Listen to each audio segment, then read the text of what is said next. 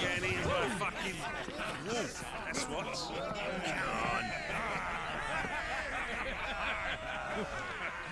One would never guess that these people stood on the brink of war.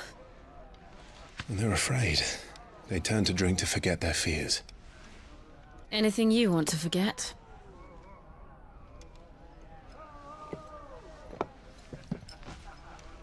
The harbor is empty, and half the market stalls too. The city may seem peaceful on the surface, but it's balanced on a knife edge.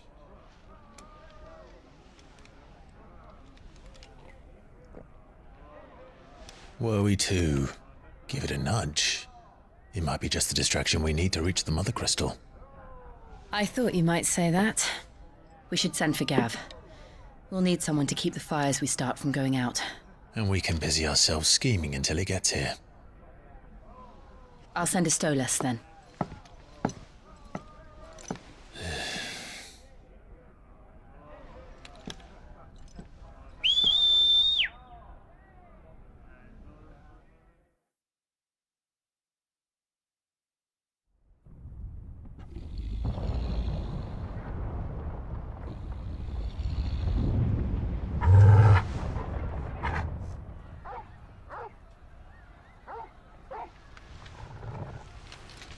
What is it, boy?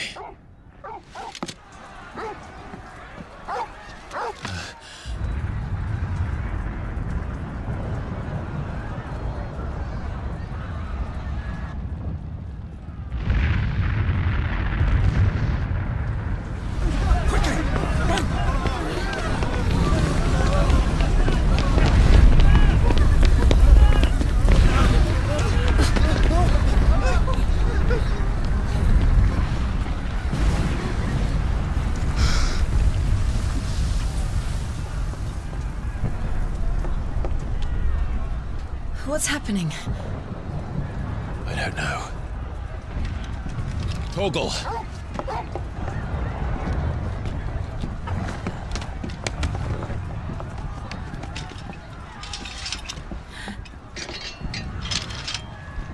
This way.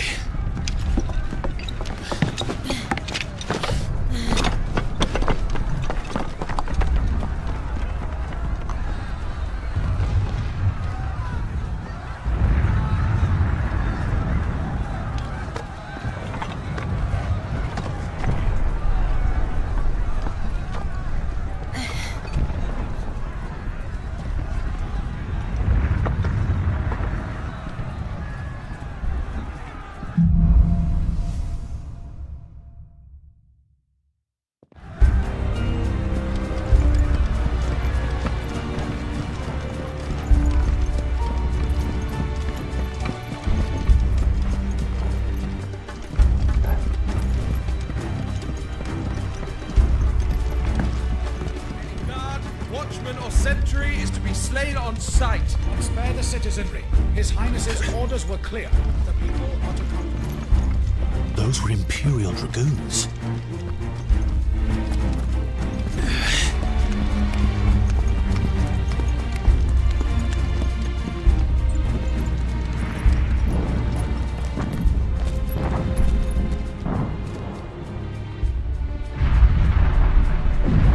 What in the hell is going on?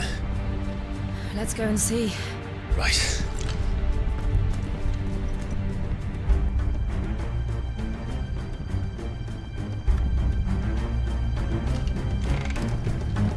But first we find Goots.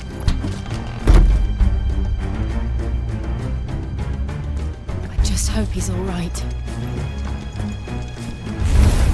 You there! Identify yourself! We have to.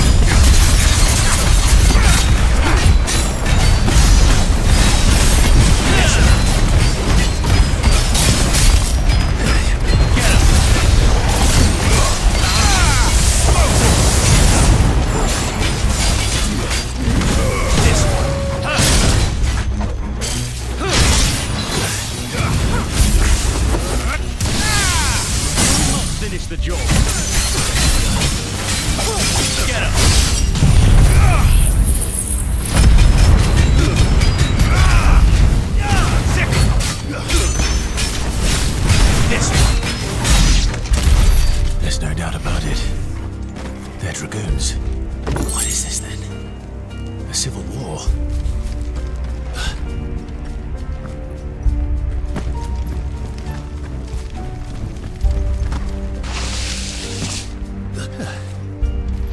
Never thought I'd be glad to fall into a sewer.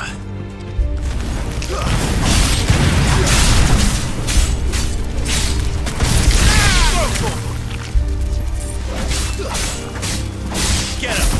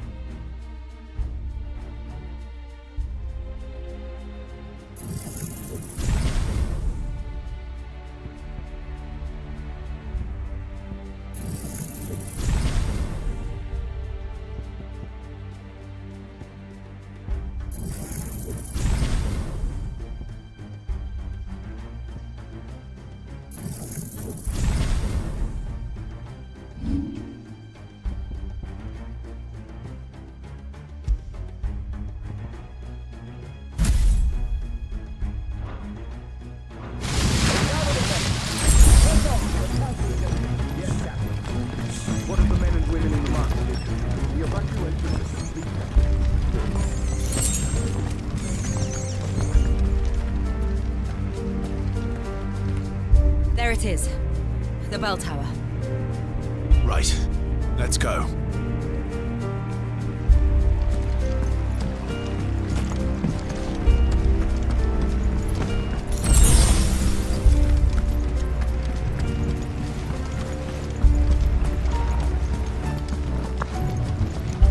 Ah, a goods lift.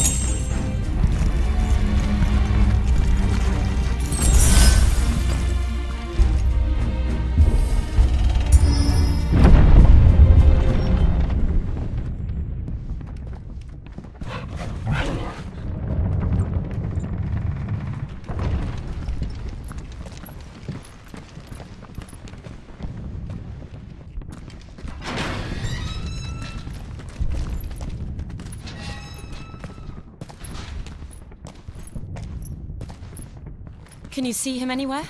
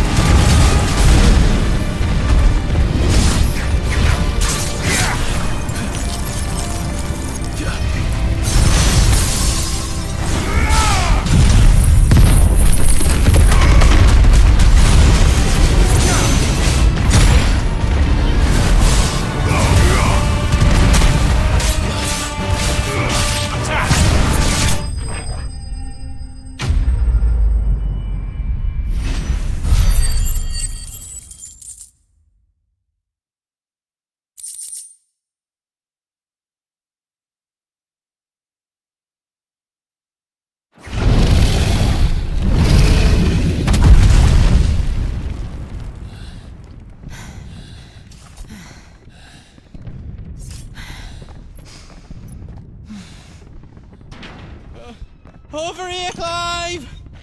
Are you alright? Goods, there you are. I didn't know there'd be a dragon. All right, let's get out of here. Oh! What now? Is that Mother Crystal's heart? What the hell is it doing up there?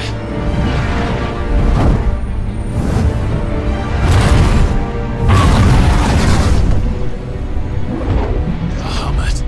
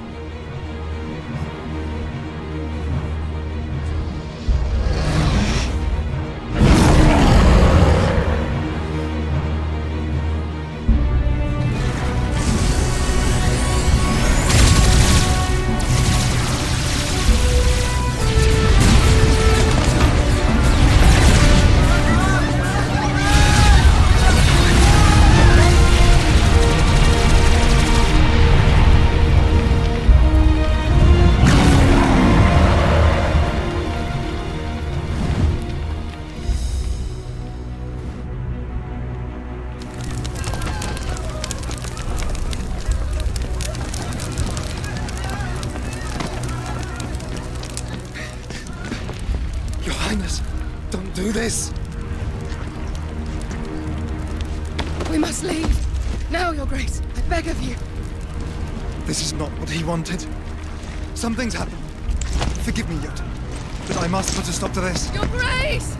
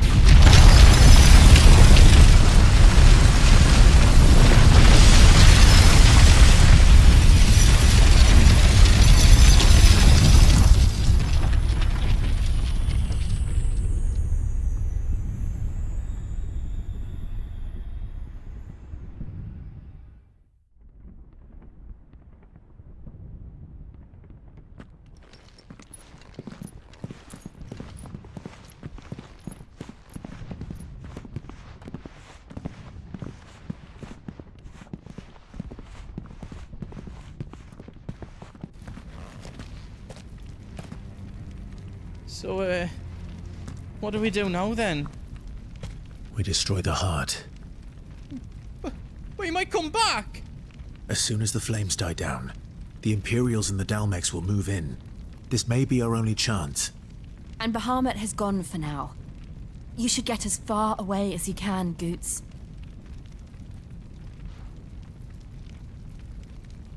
What?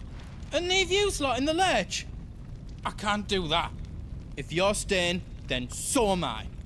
I packed everything up before I made a run for it, so if there's out yous need, just ask. But I won't be giving it away for free. Nana'd never forgive us if I did. Thank you, Goots.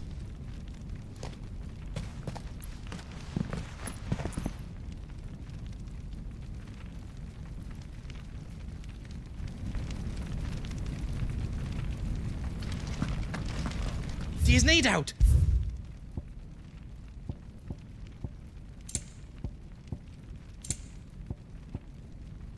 Is there out else you need?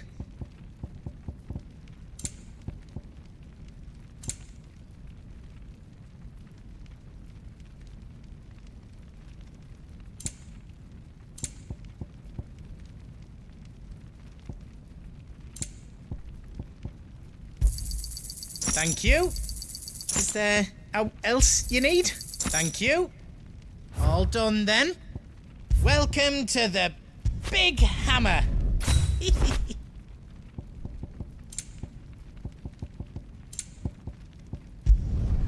Reckon I did a good job.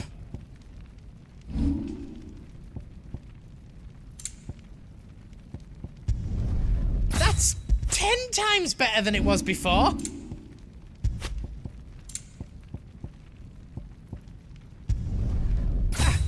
I did it.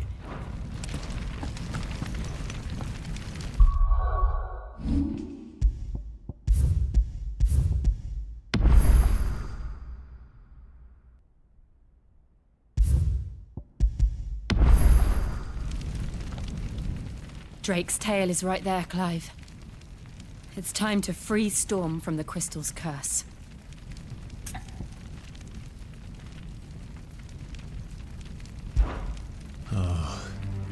It's past time. But remember, Bahamut is still out there. And I dare say we'll be seeing him again before the night is done.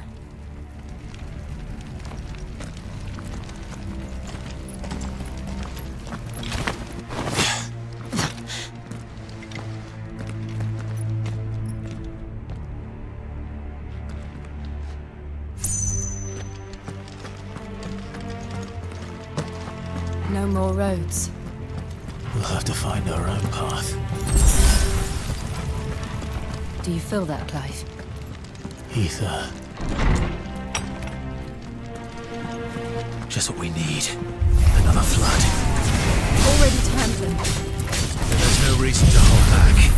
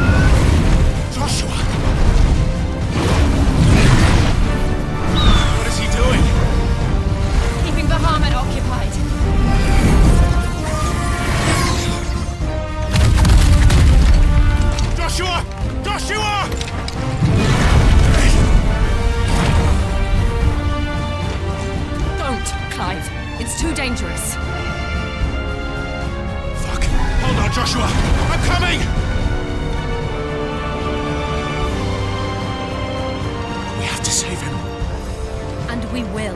We just need to keep moving.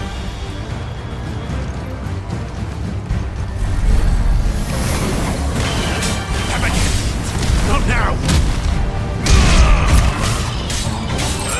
Over here!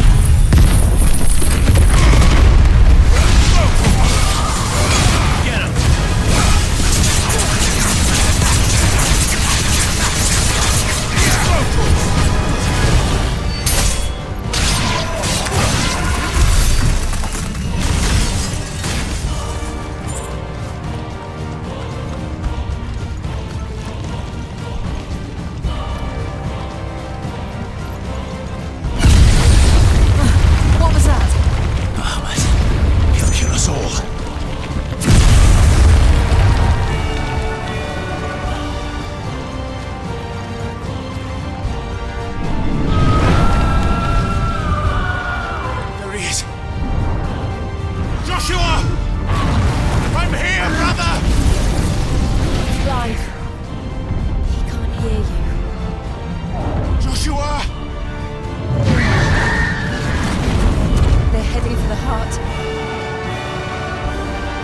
So should we.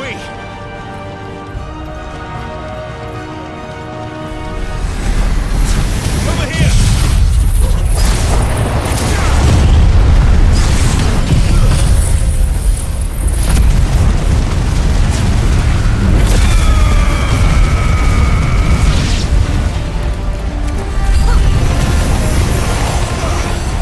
Over here!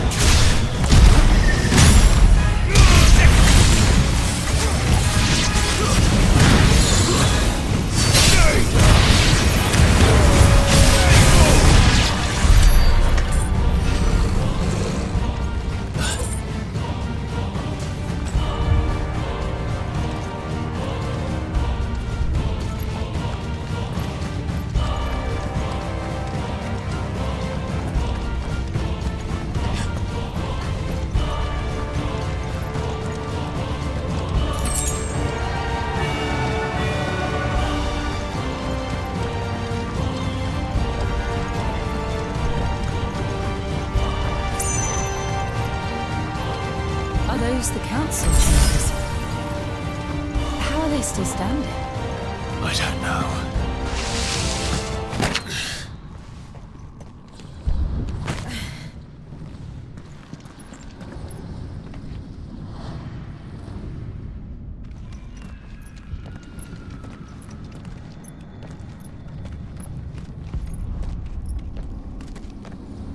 He'll be all right, Clive.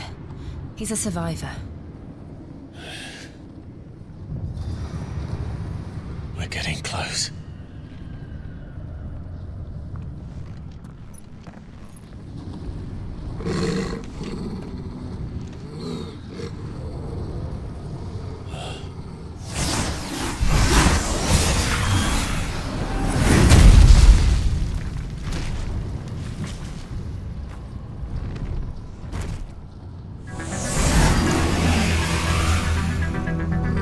Looks like somebody doesn't want us getting any closer. I don't care what it wants. Neither do I.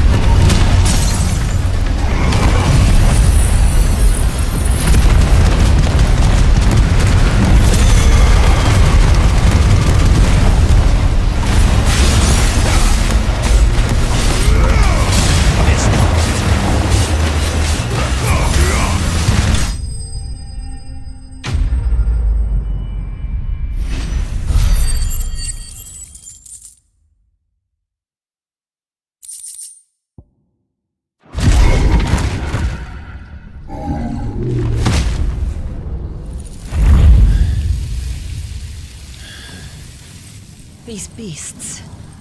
they're getting stronger. We can think about them later.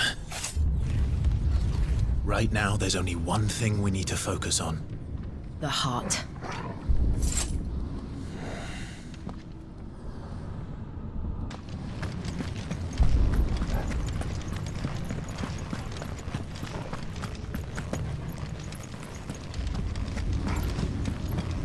We might be able to get up through the building. It's worth a try.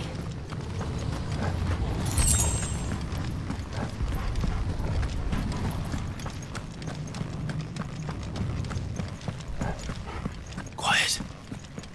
There's someone up there. Is someone there? Mother, It's you! what happened here? He tried to take him from me! Oh, my boy. My darling boy.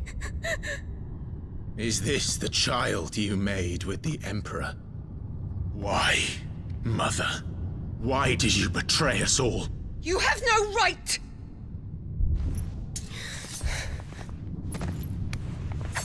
Answer him. We took you in, savage. Show some respect for those who raised you.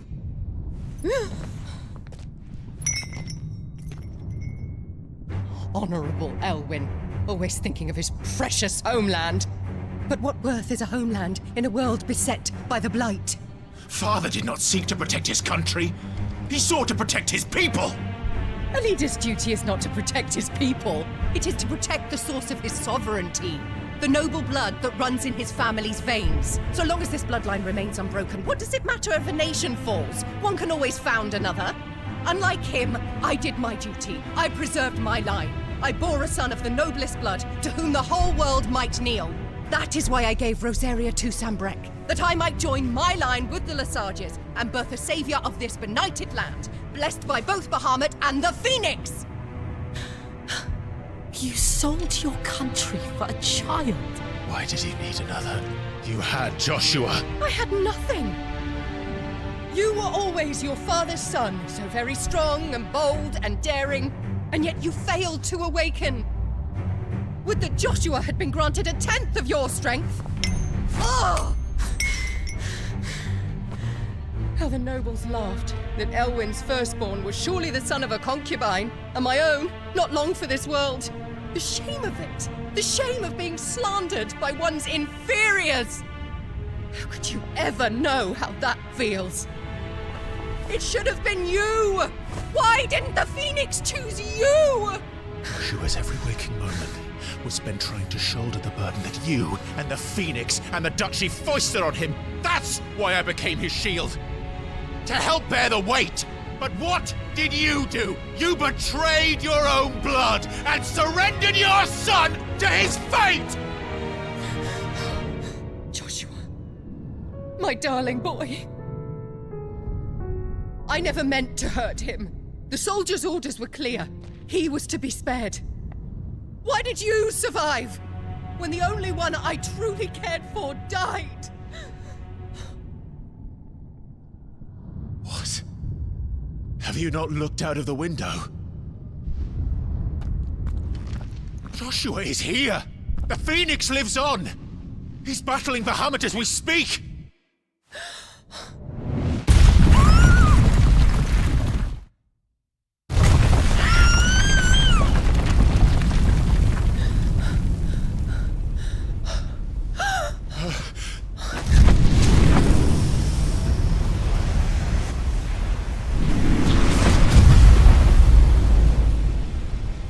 Joshua! Wake up!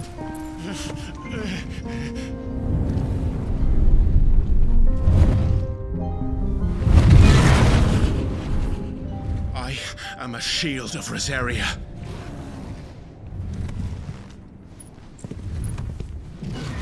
And I will do my duty. What are you...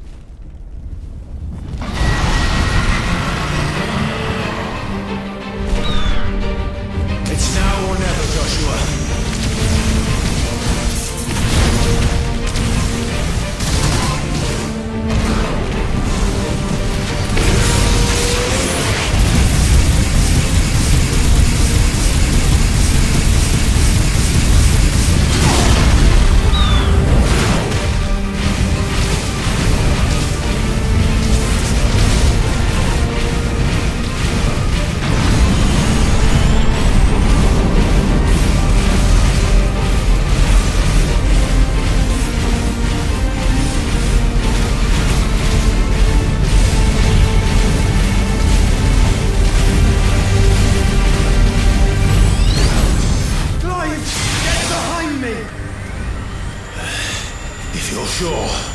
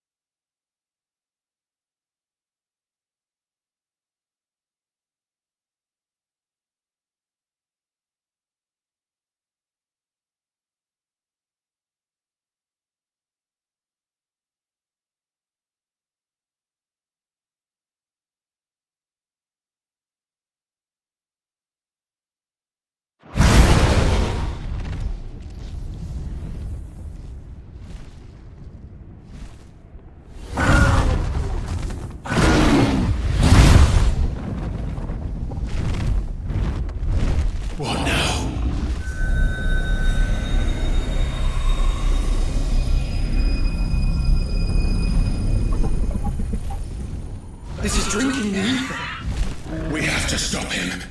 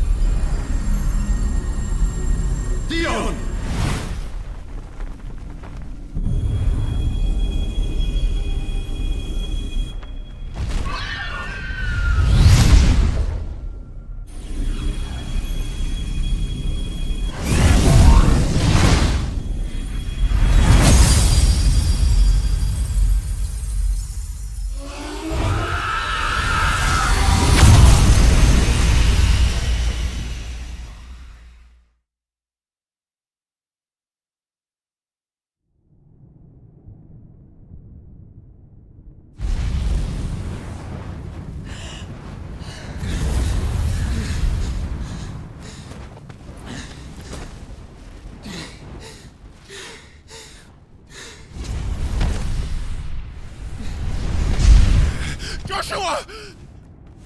Clive!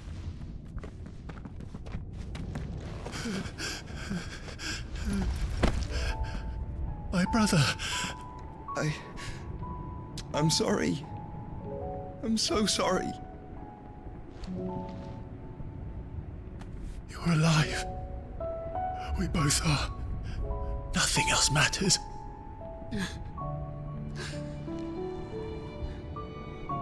I never dared hope that I would see this day.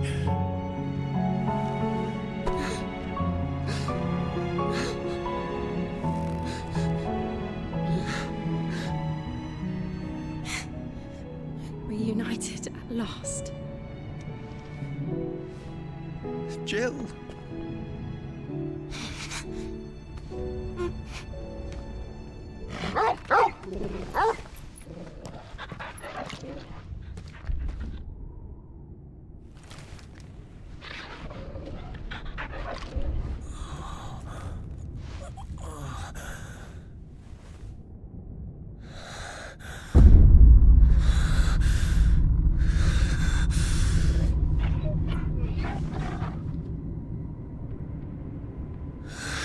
This is for my father!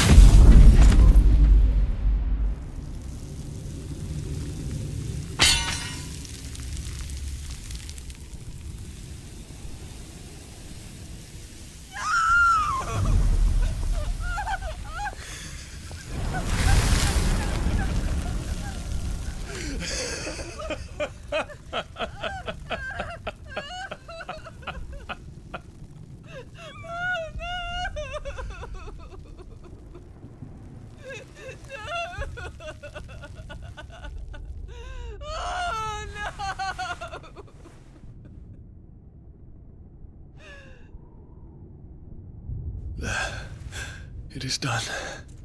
The demon that would tear our house apart is no more. Father.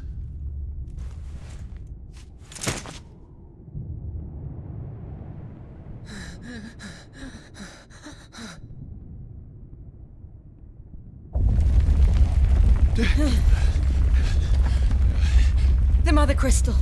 It's collapsing. Right. We need to leave. No. Wait.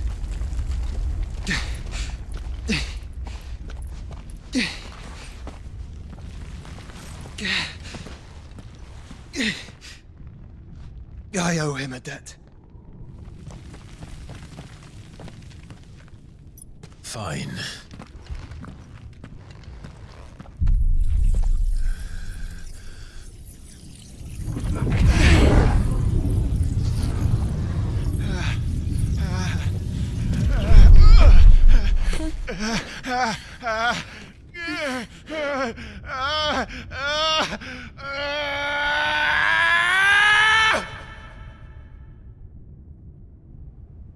You there. Tell me what section. Don't reinforce the walls. Will be found. Situation. Report, Captain. Can nothing be done to call them off? I regret not, Your Radiance. The Dragoons answer to none but His Imperial Highness. The Council is powerless to intervene. We're hearing reports of rebel Madness is this, Dion. throughout the neighboring districts. Focus all efforts on extinguishing the fires around the capital. The city can wait. What about stocks of weapons and armor? Don't dally, man. Go! Your Radiance. Are the doors locked? And I want to find out Make sure the doors are our locked. next movements. By the light. Dion. Have you taken leave of your senses? Call off the Dragoons at once! Fear not. The populace will come to no harm at their hands.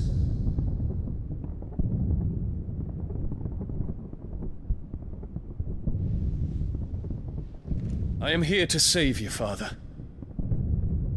Save me? A creeping darkness hides in the heart of Sanbreque. It stems from your wife, the traitorous Annabella.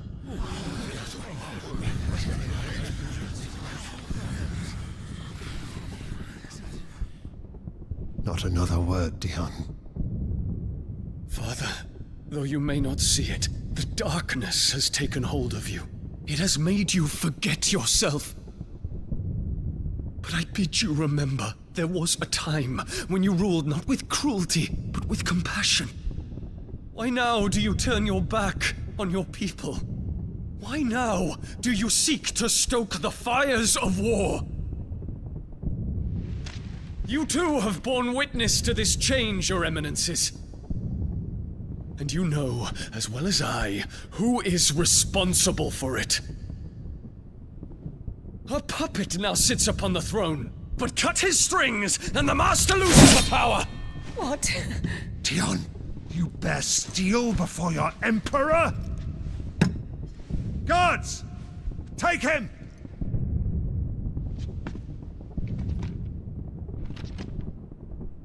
For every citizen who falls, another can be bred. For every home that burns, another can be built. Those were your words. But when the last of your citizens has fallen, and all of their homes have been reduced to ash, what will become of your empire, of its rulers, of your god? As the mother crystals crumble one by one, and the blight sweeps in to claim all that we hold dear, our people look to their emperor for protection. Yet he labors not to secure their futures, but to seize what is left of the twins for himself. Even if it should come at the cost of everything his loyal citizens have labored to build. Dion, you must understand. A small price to pay, is it not? You've been blessed with great power, Dion. Enough to win me the world. So go, claim Valisthea for me, brother.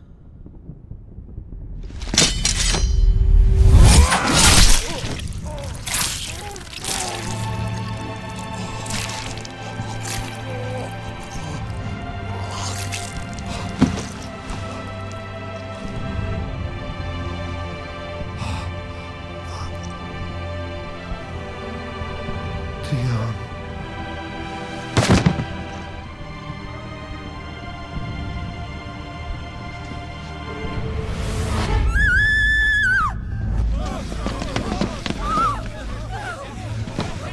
Gods! Gods! Father. Poor father. How he doted on his children. That he would die to protect me was plain. It was but a matter of when.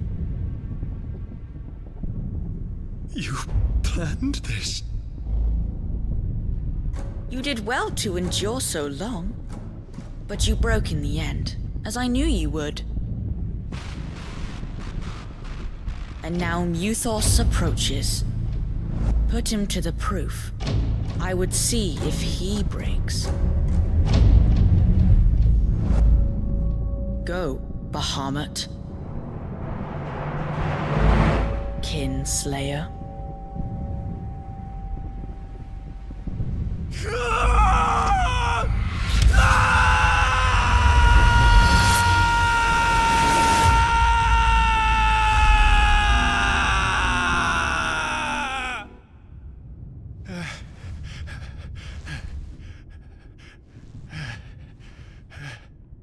Not again.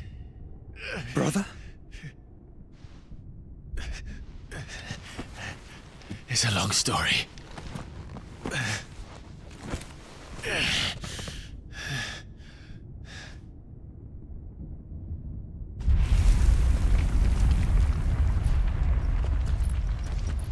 You cannot stay here, Mother.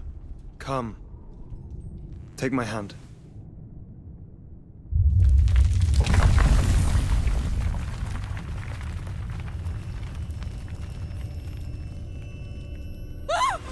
Get away from me! This is all just a dream, just a bad dream! You will not take me, Shadow! You will not take me!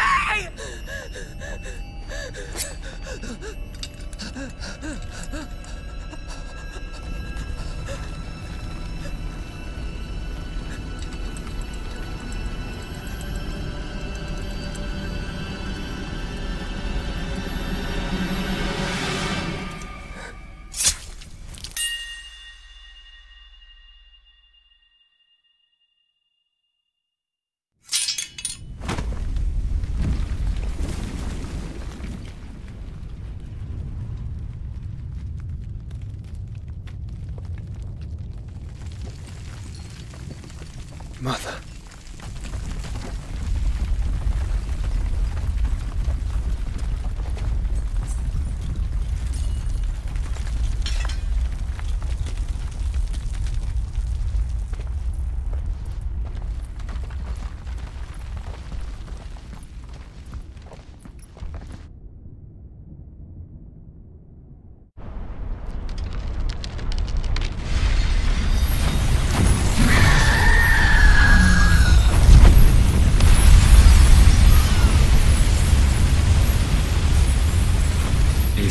Consciousness that weaves your wills together.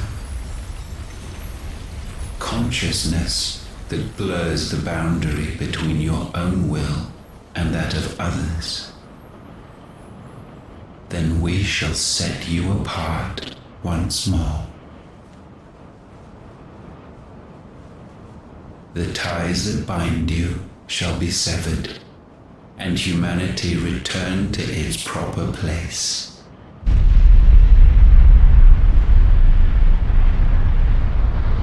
By primogenesis shall a new age of reason begin.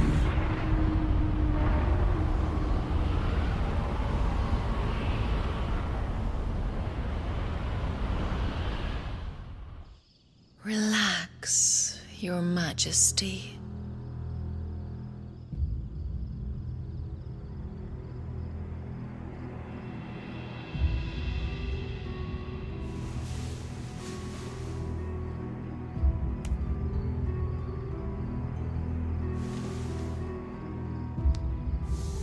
Don't you want to play? It's been a long time. If that is your wish. Men, you are as meek as all the others.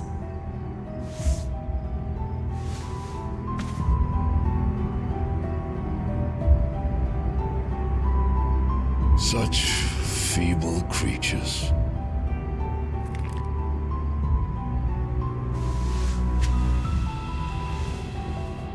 Gifted the power of icons, yet slaves to fickle emotions which usher you to your doom. And so you bind your fragile wills with strands of consciousness. The wretched handiwork of a wretched people. The sons of fire were united at last, and for but a moment their flame burned bright. Soon, Muthos shall become our perfect vessel. And then shall the world be remade. Not before the bonds are severed, of trust, of respect, of love. Only when every strand of consciousness is cut away, may Muthos return to our side. By primogenesis shall all be undone. Mankind shall be rid of his wretchedness, and Muthos of his will. But while he yet clings to it, he has the power to forge bonds anew. And so we bid you, find Muthos, and sever everyone. To destroy that which has no physical form, you ask the impossible. There is nothing your black blade cannot cut, Odin. We shall unite with Muthos, and bring forth a new world. So long as our vessel remains unclaimed by humanity. It shall be done, Master. My will is yours.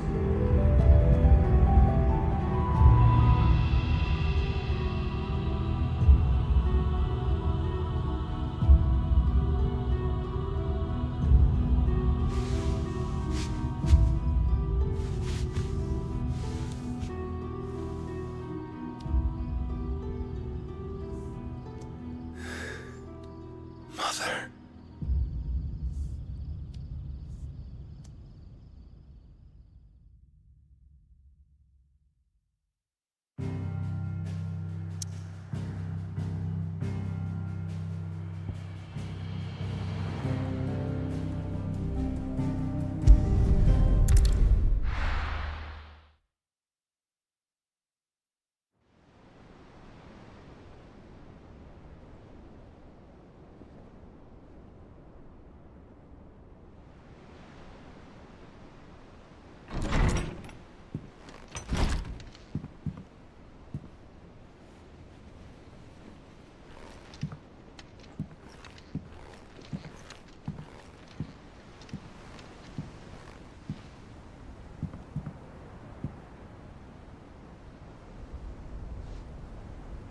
How is your brother?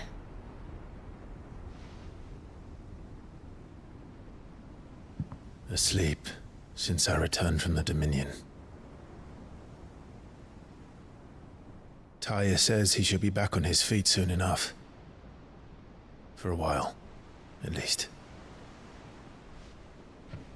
She discovered something on his chest. A swelling, circled in stone. The curse.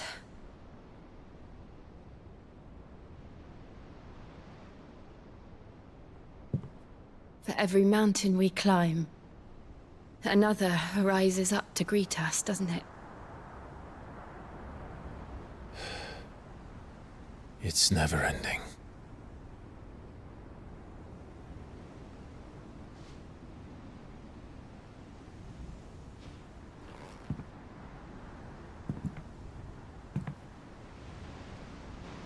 Even the sky seems to have grown tired of it all.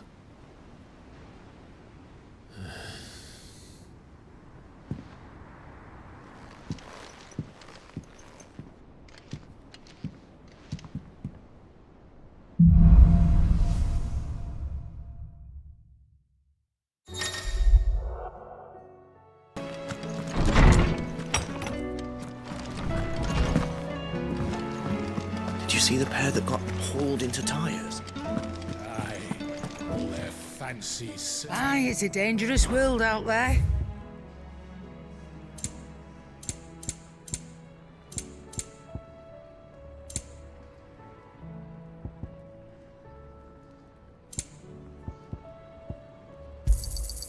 You're rubbing me blind, you know. It'd better all be here. And be thankful you got that much. You got out else? And be thankful you got that much. You got out else? And be thankful you got that much. I reckon I can find a buyer. You got out else? I reckon I can find a buyer. You got out else? I reckon I can find a buyer. You got out else? I reckon I can find a buyer.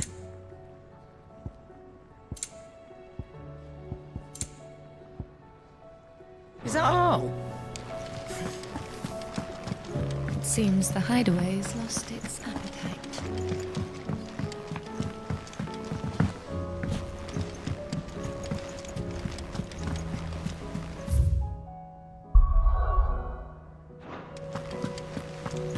Did you see that? Tell me you saw that. There's talk of these skies driving men mad. Sky. Otto, how fares the realm? The realm? Oh, she's just fine. As long as you look past the fat storms out mother crystals and her skies are a roiling cesspit. And Gav? He's with your uncle in the Free Cities, helping Mid with her project. Sent an owl their way the moment the winds turned foul. Still waiting on a reply, though. Do you have any good news? Well, that depends on your definition of good. All right, fine. What do you suggest we do? Oh, no, I'm just a messenger. I leave the scheming to those more suited to the task. Could be that Lady Vivian and Old Tomes have their own thoughts on the current state of things. Could be that they don't. It certainly can't hurt to ask. I suppose not.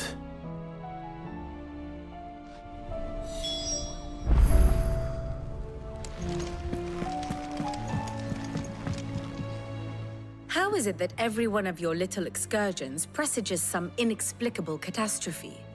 Not that you are to blame for the Dominion's fate.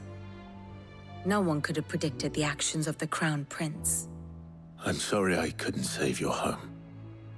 My countrymen are stronger than you think. A few toppled clock towers won't break their spirits. They'll be back on their feet in no time. I hope so.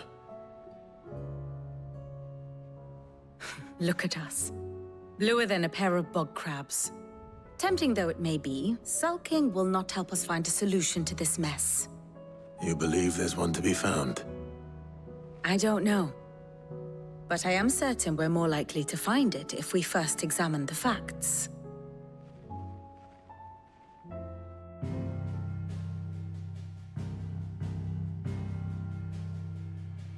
Beneath these darkened skies, fear and confusion reign over Valisthea.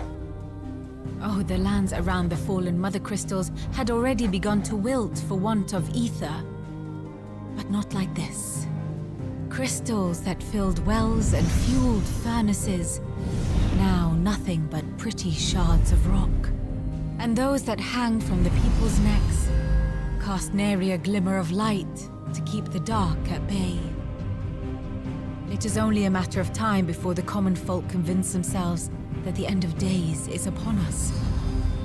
Yet I fear a swift end is more than we can hope for.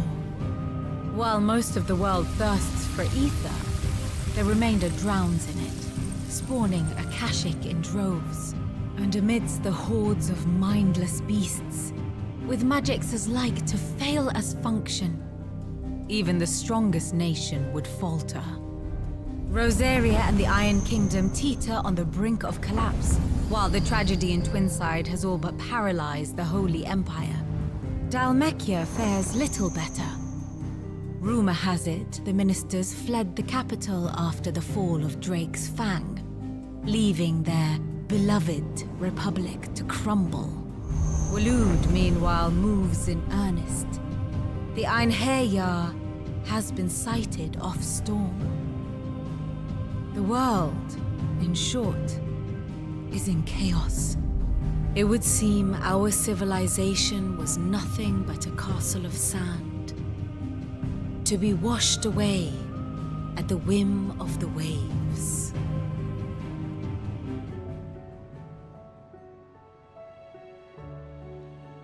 A castle of sand. Not my best flourish, but it seemed fitting. The reports I've received are considerably more blunt in their appraisal. Without the protection of their nations, it will fall to the people to defend themselves against those who would take what is theirs.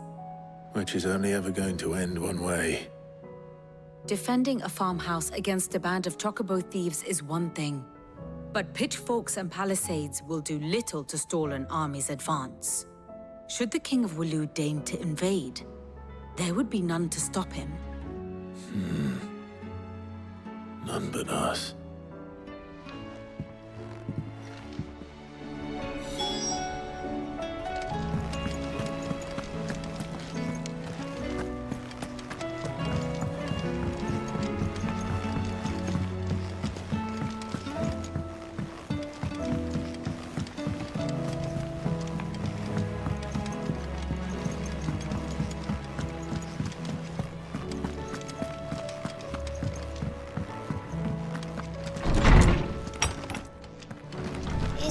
Coming, Sid. Will there be thunder? Let me guess. You're here about the skies. Is there anything you don't know, Lawsman? It doesn't take a court astrologer to augur the obvious. As for what has disturbed the heavens, that, I believe, is a question the Fallen might be better placed to answer than I. And on the 6th day, did the gods tear the sun from the firmament, visiting darkness upon their prideful sons and daughters. But I dare say you remember your childhood lessons on the sins of Zemeckis only too well. You think they're connected? That Ultima was one of the gods responsible? Well, he has certainly exhibited powers that we mortals would associate with the divine. There is nothing divine about him. But he wouldn't be the first god of whom that could be said, now would he? Yet for all the fairy tales that tell of the sins, there is almost nothing in the way of actual historical accounts. Had I the Journal of Moss the Chronicler, I may have been able to tell you more, but alas, I fear all remaining copies have been lost to time. You will forgive me, I hope? Certainly not. Because there is nothing to forgive. Even without this journal, you've provided us ample wisdom. and we will always be grateful for it. Perhaps Otto will be more inclined to share his thoughts when he hears what the others had to say.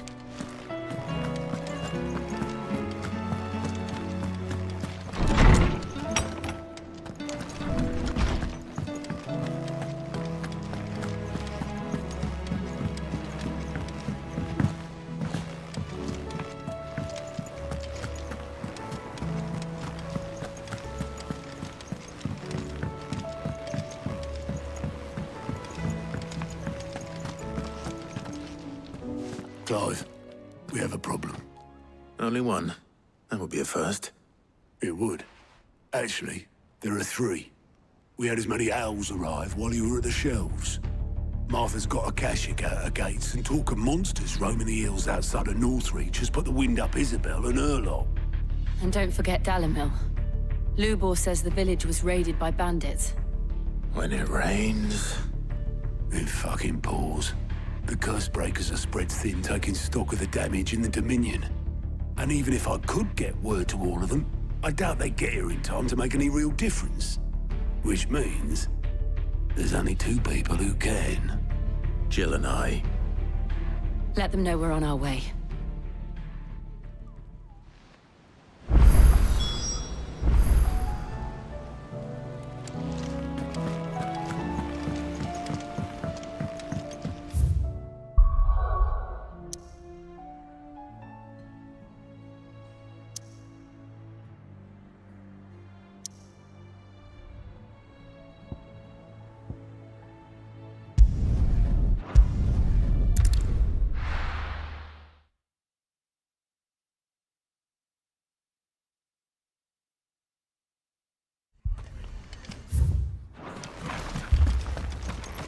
This man's gonna die if we don't get him to a healer.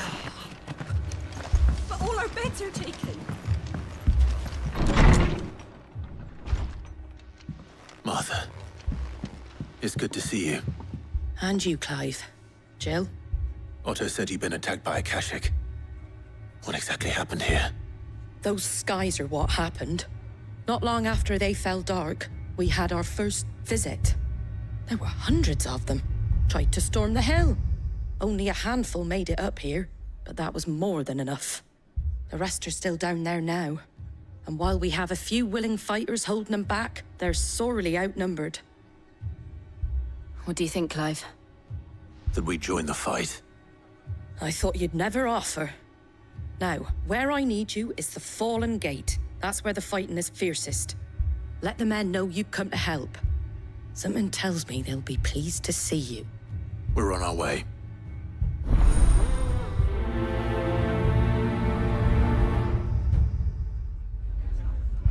Do you think there are as many as Martha says? More.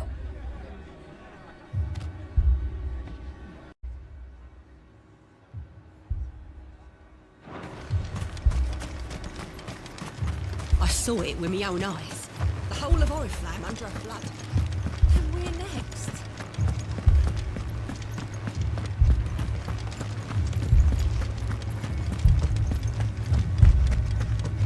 I can't do it.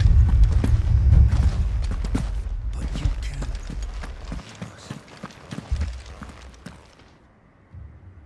My lord. My lady. We received the dame's message. There have been sightings of strange creatures, I understand. With the blue eyes. Yes. Like Akashic, but different. They've taken so many. I've lost count. Akashic, but different. Ultima's thralls. And what of your mistress? Is she here? Oh, no. She went to the garrison to ask what they were planning on doing about all this. Then we'll look for her there.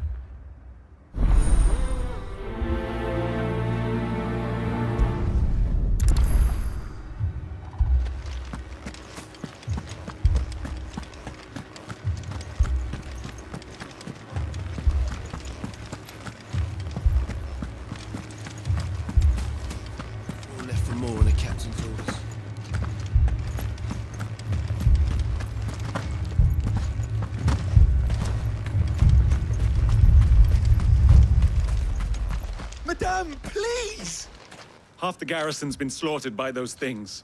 We lost the captain this very morning. We've tried requesting reinforcements, but there's been no word from the capital or the Dominion in days! What more would you have us do? I would have you do your duty. Those at the Vale look to me for protection. And protect them I shall. Because they are my charges, and that is my duty. In case you have forgotten, the people of this town are your charges. But more than that, they are your people. Your sisters, your brothers, your lovers. So you have a choice. Lay down your sword and watch as they are slaughtered, or take it up and do what is right. She speaks the truth, you know. This here, it's all we have. It's all that's left. What we have left is our lives! Do you really want us to lose them as well? Not if we don't have to. Look, there's a cask under the captain's bunk. Let's talk about this over a drink, eh? I'm listening. I'll have a word with him.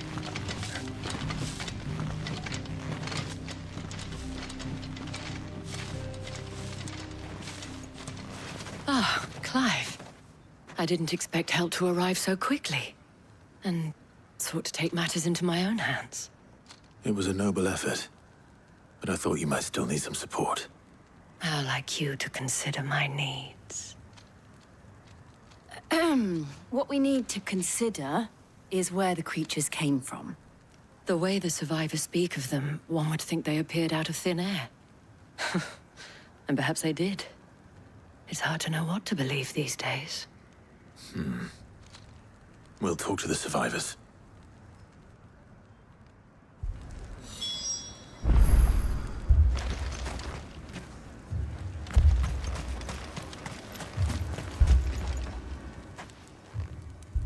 You're a pikeman, yes? What happened? I've got family in Moor. I heard the flood was spreading, so I went to see if they were all right. And a pack of them glowing things found me in the meadow. I ran for my life. I never did get to the village. Leave that to us. My family. They're still in the capital. It's all right. I'm sorry, darling. You are. I truly am.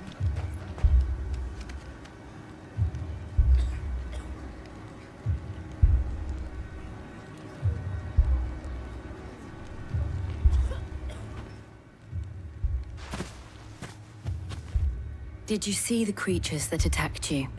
Creatures? Yeah, they came out of nowhere.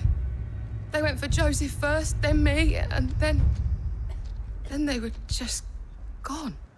Do you remember where you were? On the road from Oriflamme. We just passed Moor when... Where's my Joseph? It's all right. Just rest now.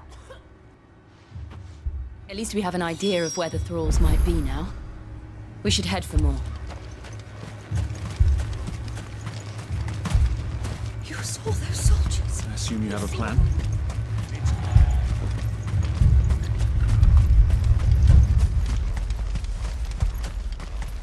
It was all they could do to escape. They just left the bodies there in the flood.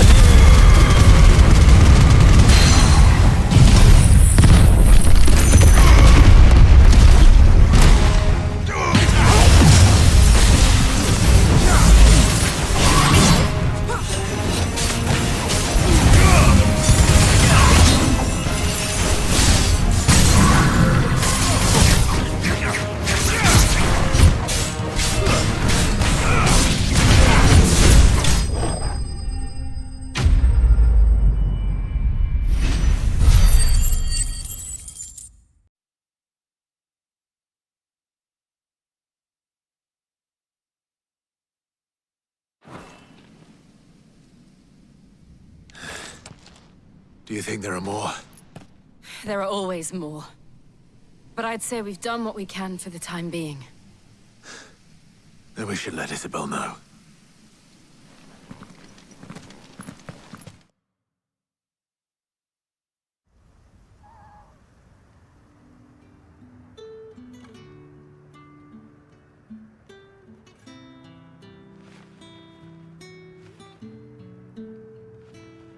You have the town's thanks.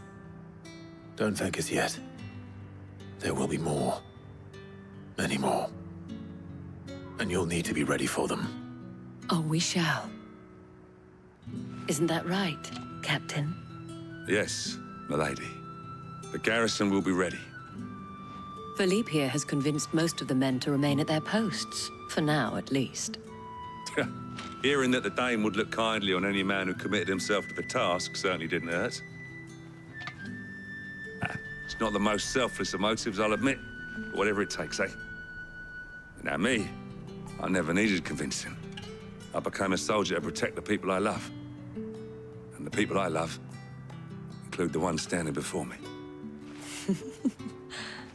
Handsome and chivalrous. Now, if you don't mind, I have sentries to post. Milady.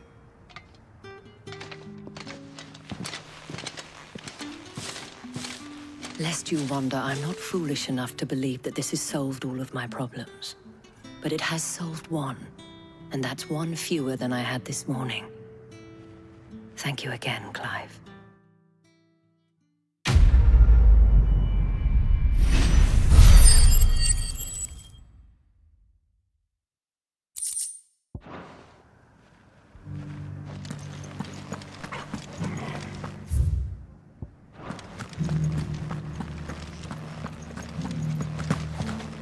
Those things I said before about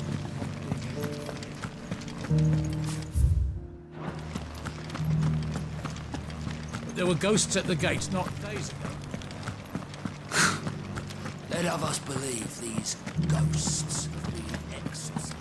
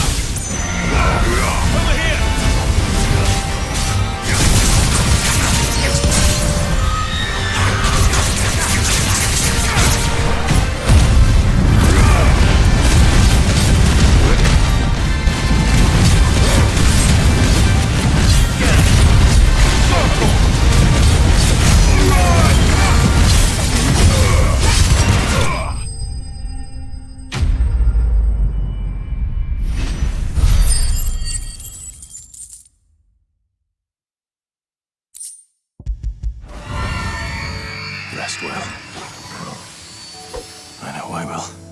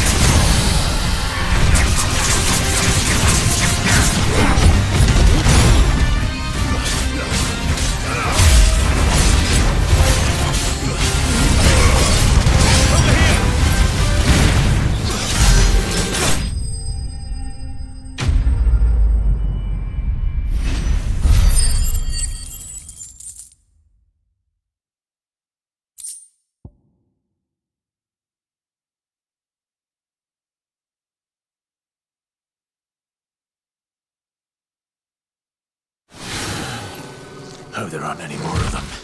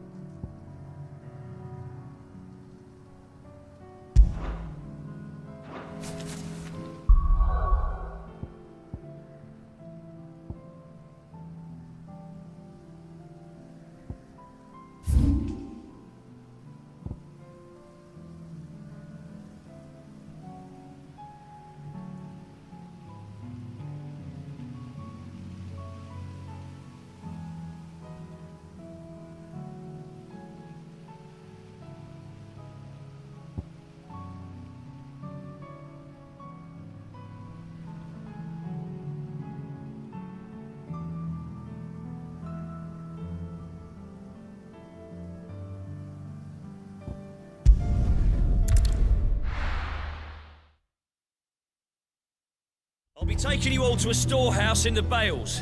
Leave anything you don't need behind.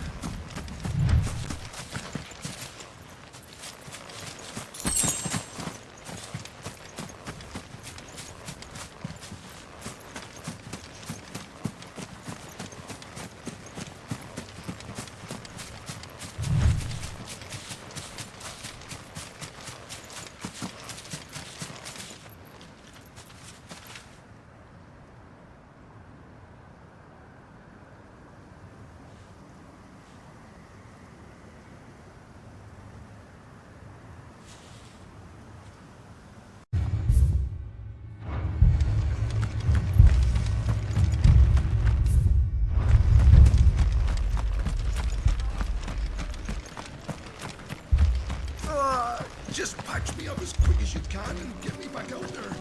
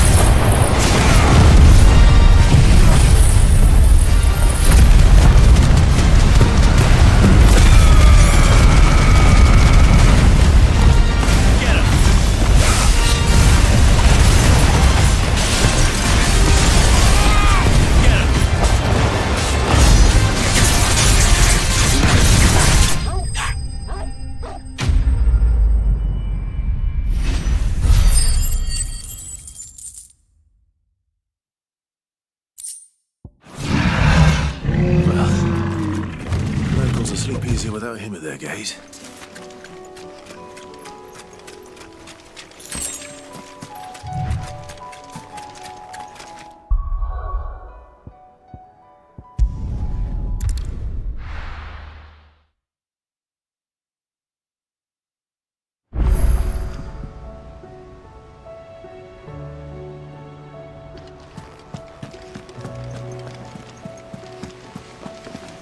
Did you see that?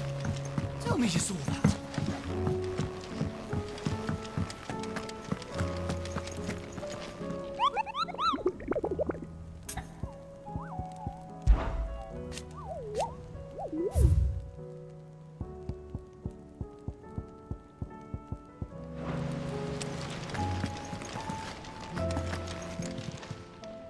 Oh, I wasn't expecting you back, son.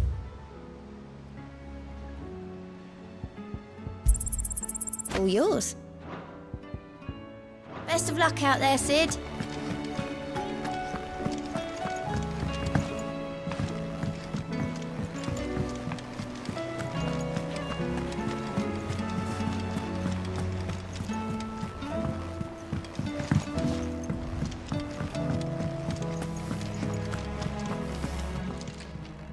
Clive, coin purse weighing you down?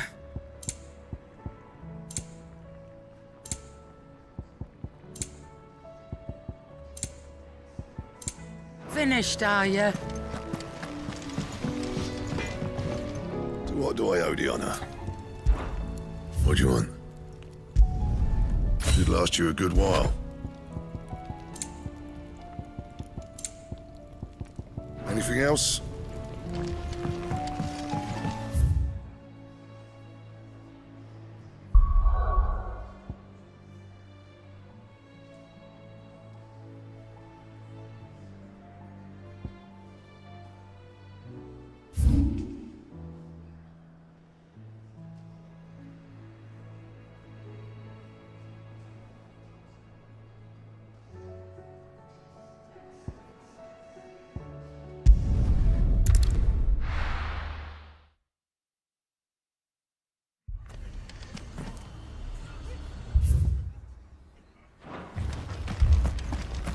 This man is gonna die if we don't get him to a healer. My brothers. Mad dogs. The lot of them.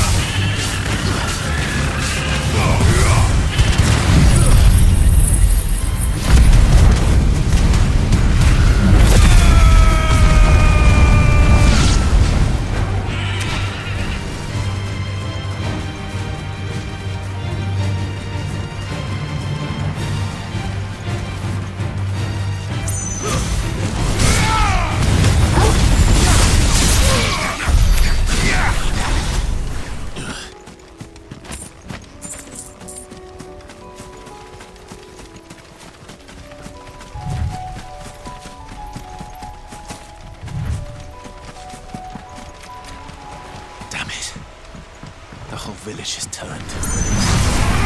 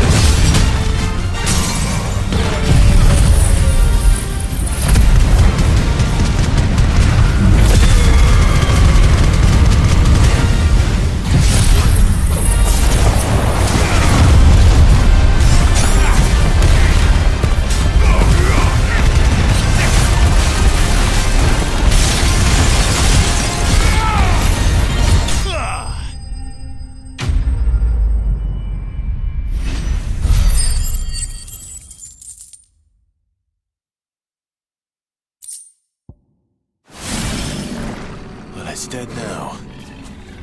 Whatever it was.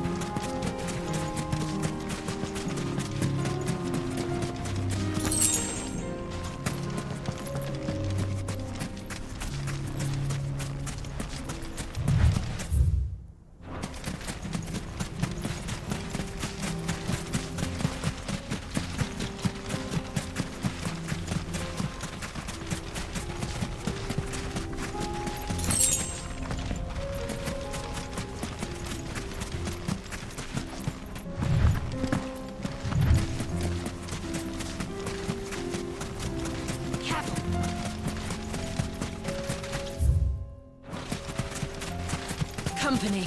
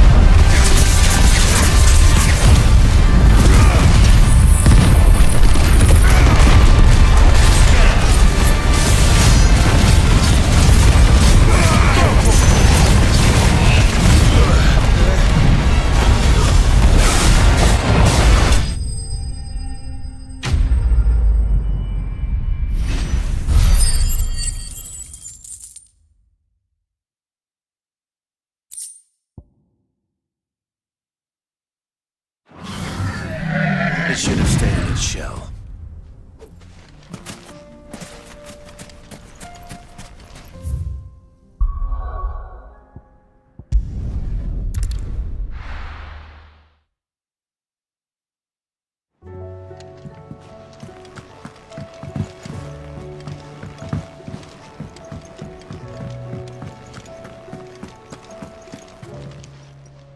Still alive, are ya?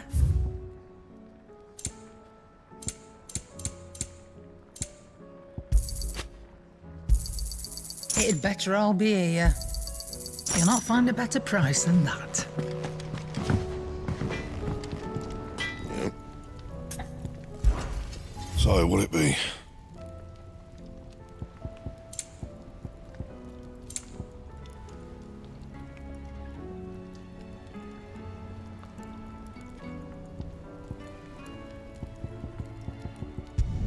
That it? Fine.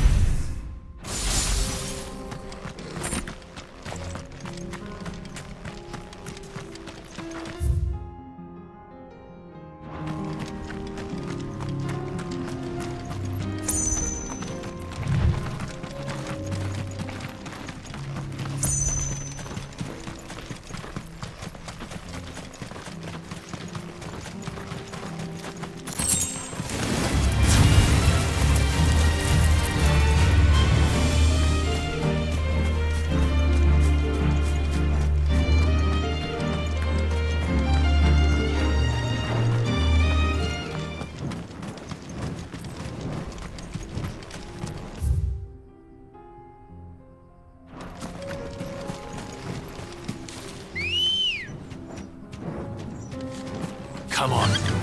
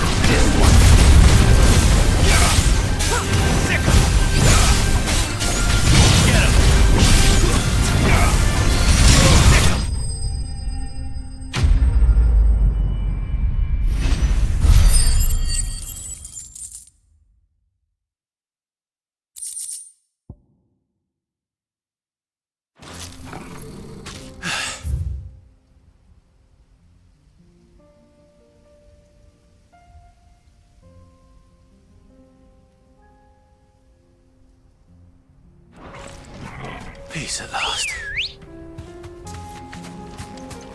Ready, go? Faster!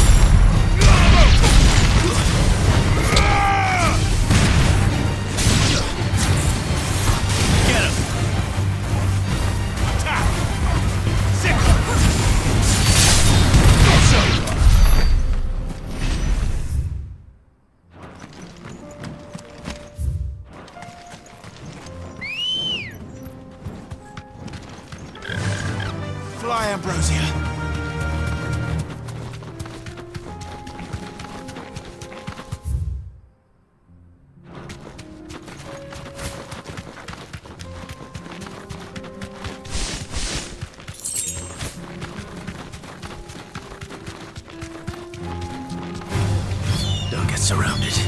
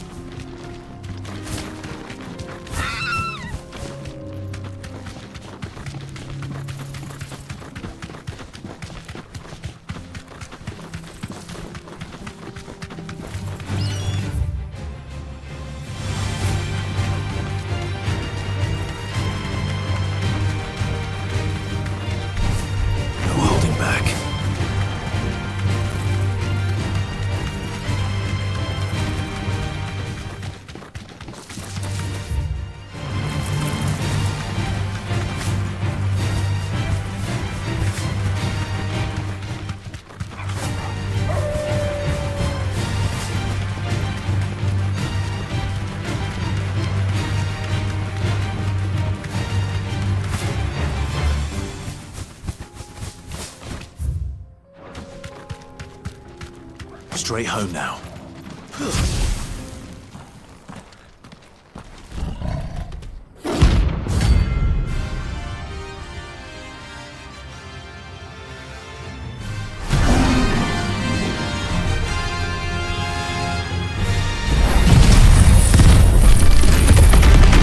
Playtime for the pack, is it? Let me introduce you to Mom.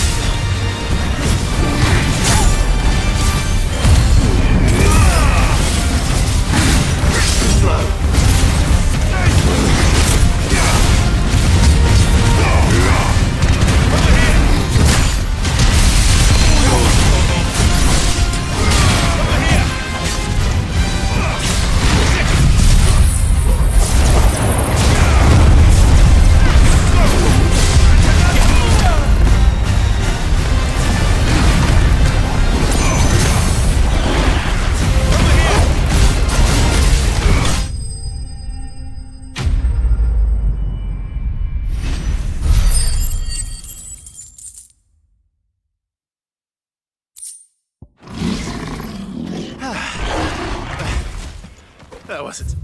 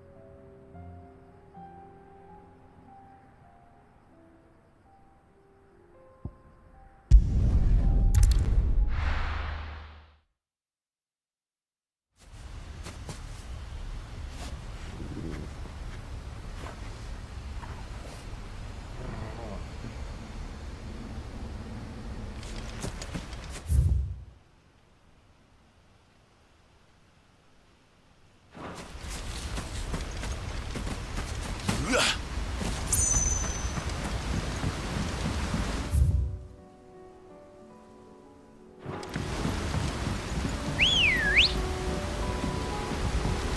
girl.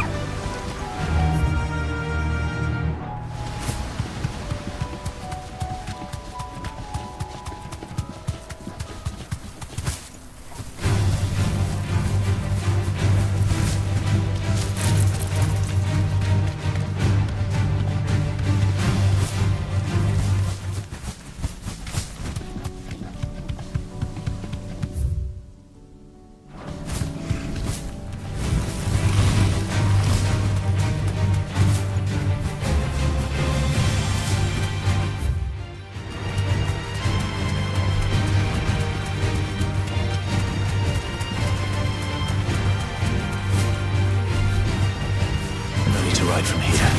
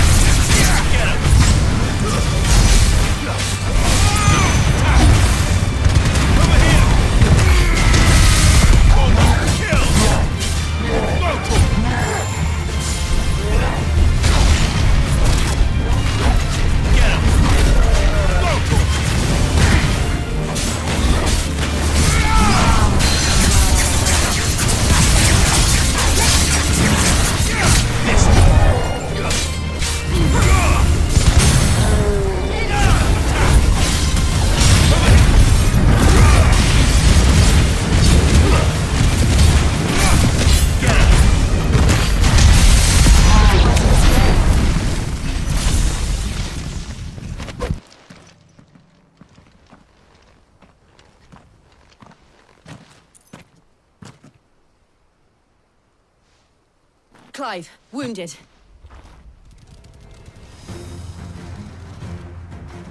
We deal with the Akashic first.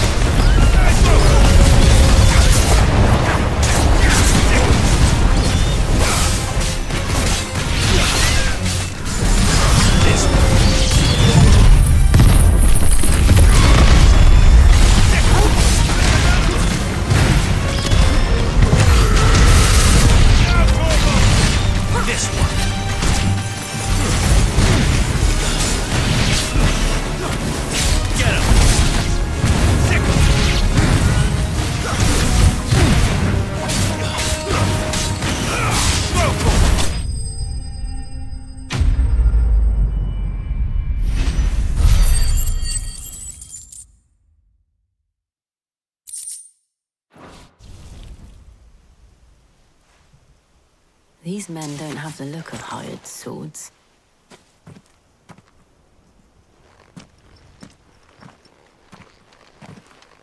If you've come to rob this place. You are mistaken, my Lord Rosfield. We're here by Madame Martha's leave. How do you know my name? Forgive me, my lord. There wasn't time for introductions. We're with the Guardians of the Flame. Wade's men? But how did you come to be here? Where is your commander? So Wade left earlier with a scouting party to find out where the Akashic were coming from. Did he? Take your wounded back to the inn. Martha will see you're looked after. We'll join you anon.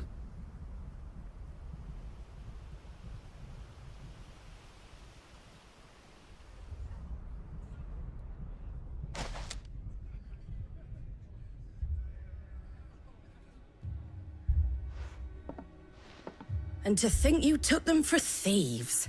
A fine reward for holding off the horde, that is. When did Wade and his men arrive? Not long after Rosalith fell. The Guardians asked me to shelter some of them that had lost their homes. They were making ready to leave just as the skies turned, and we agreed it was best we stuck together. Martha! Trouble! The scouting party's almost at the lift, but they got a pack of Akashic snapping at their heels! And they've got wounded with them! They're not gonna make it! Damn it all. We'll worry about them, Martha. You look after everyone here. If any can still fight, send them to the lift. I will. You two be safe now.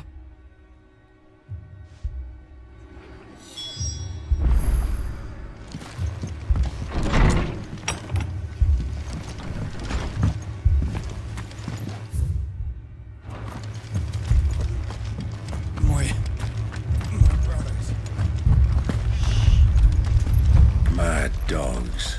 The lot of them.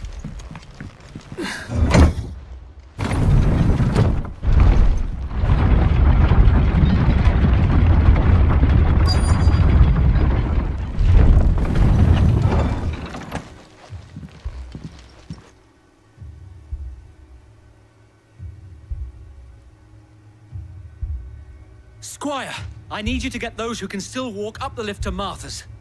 But what about... I didn't ask, Oscar. Sir. So Wade. Lord Rossfield. If you aren't a sight for sore eyes.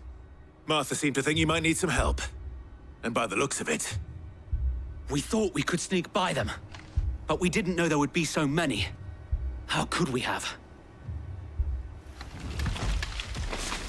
Behind you!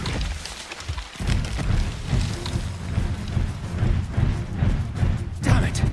We need to get the injured to safety. Do you think we can hold them off? We can certainly try. Are you with us, Sir Wade? Always. Then let's do our duty.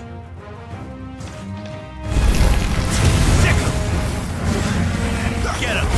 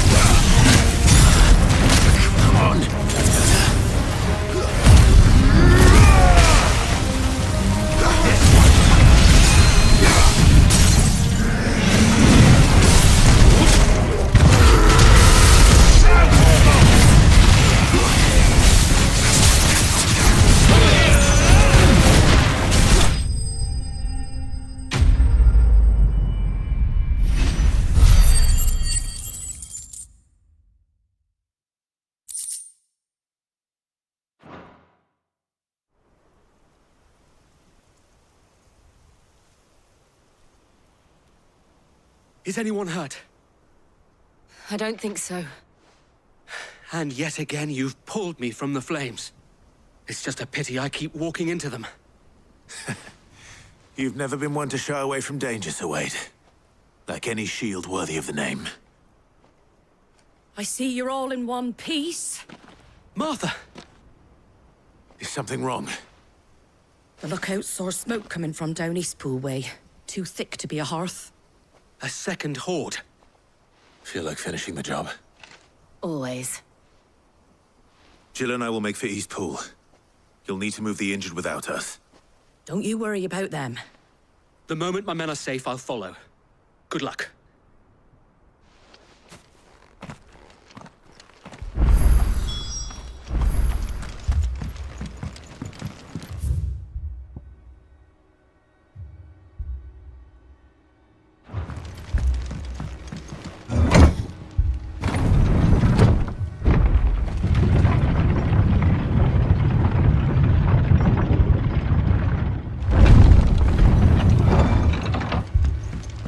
Mad dogs, the lot of them.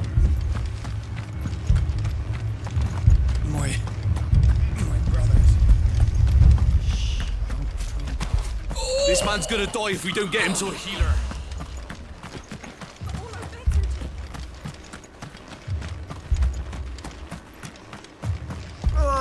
Just patch me up as quick as you can and get me back out there.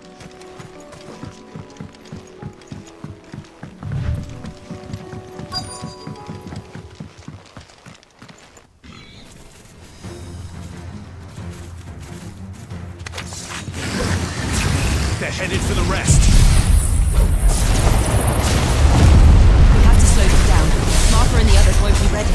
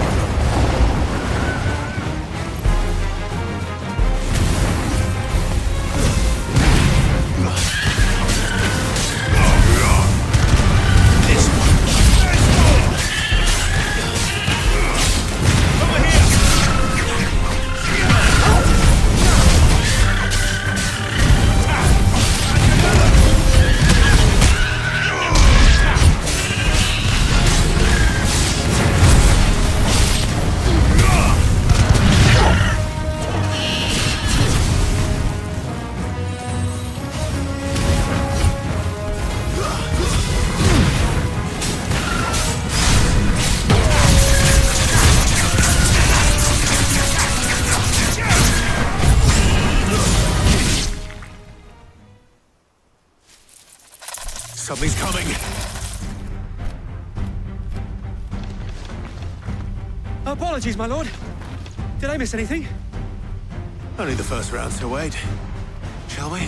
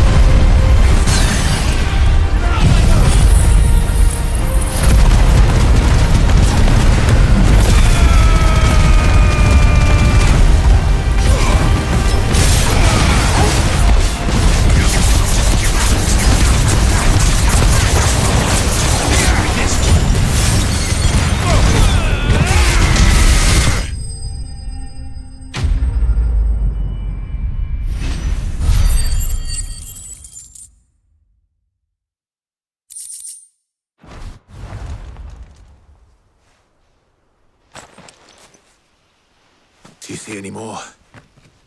No. I think that was the last of them. But it won't be long before the next lot arrive. Then we make for Martha's while we can.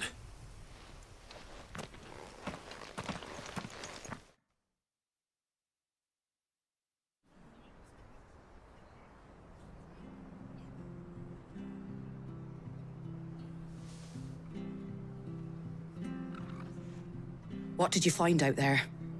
The same as Sir Wade. Scores of Akashic. Well, wherever they came from, they're gone now.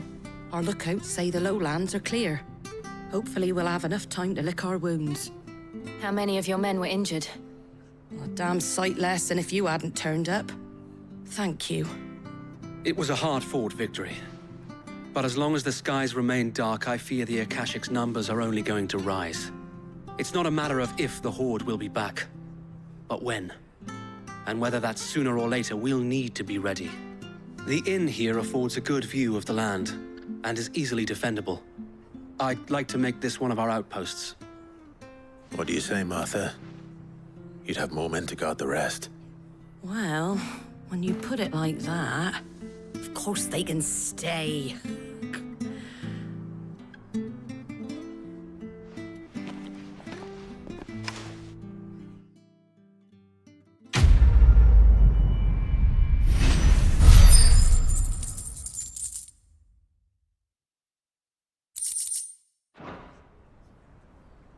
My lord, there's someone I'd like you to meet.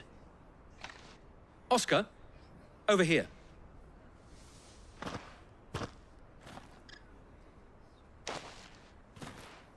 It is an honor to make your acquaintance, Lord Rossfield. I am Oscar. Oscar of House Murdoch. Murdoch? I wasn't aware the Lord Commander had children.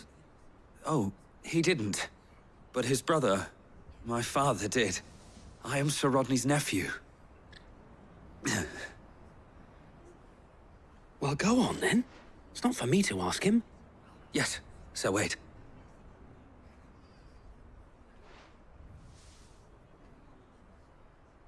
If it please you, my Lord Marquis, might you take me as your squire? I would learn the duties of a shield from the finest. I'm sorry to disappoint you, Oscar, but I am a shield no longer. Nor was I ever the time in the company of an outlaw hardly seems a fitting education for one aspiring to take his oaths. My Aunt Hannah once told me that a man is not defined by his title, but what he does in its name. You have accomplished much since taking on the mantle of Cid, winning no little honor in so doing. And I would sooner serve under an honorable outlaw than an unworthy shield. Not that Sir Wade and the other Guardians are... I mean to say that, they're...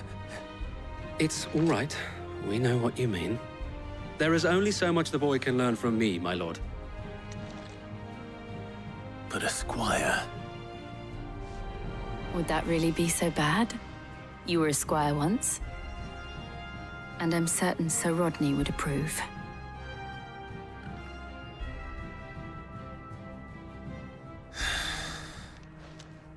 Know that I'll show you as much leniency as your uncle showed me. I would not have it any other way.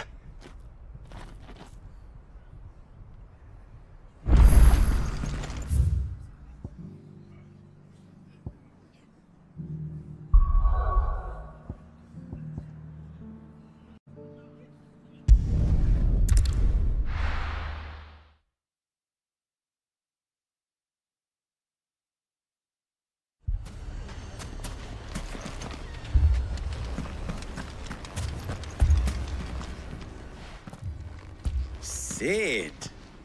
Your new companion appears much more formidable than your uncle. Should I be worried? You haven't been introduced. Jill, Clive has told me much about you. All lies, I'm sure. Your Stolas said that Dalamil has a bandit problem. Indeed. Although, you're a little late. They left with our food and guild days ago. Any idea where they went? The desert's a big place. Your guess is as good as mine. But the fact is, I have more immediate concerns. What did you say to me? What did you say? Ah, as if by magic. Let's just say we've yet to reach a consensus about how to solve Dalimil's little problem. And at this rate, it won't be the actions of the bandits which prove to be our undoing. It will be our own. I've tried reasoning with the dissenting parties, but even the Desert Hare has limits. Perhaps we could talk to them. What makes you think they'll listen to us? What makes you think they won't? She makes a fair point, Cid. And you won't have wasted much of your precious time if you fail. They're just across the courtyard.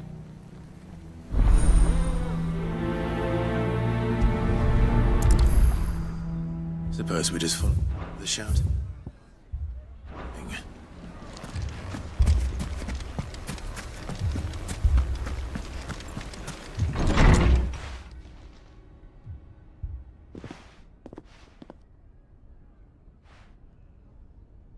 You wouldn't talk like that if it had been your men whose throats were slit.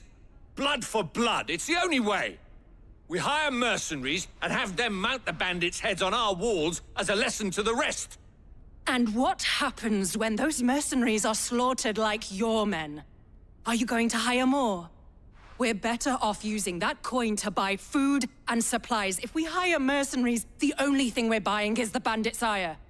And you cannot fill empty bellies with that. Do you hear me? But what happens when they come back? Maybe it'll be your throat that's slit. That's enough. Both of you. Any more of this and I'll throw you out myself. Come back when you're ready to talk like adults.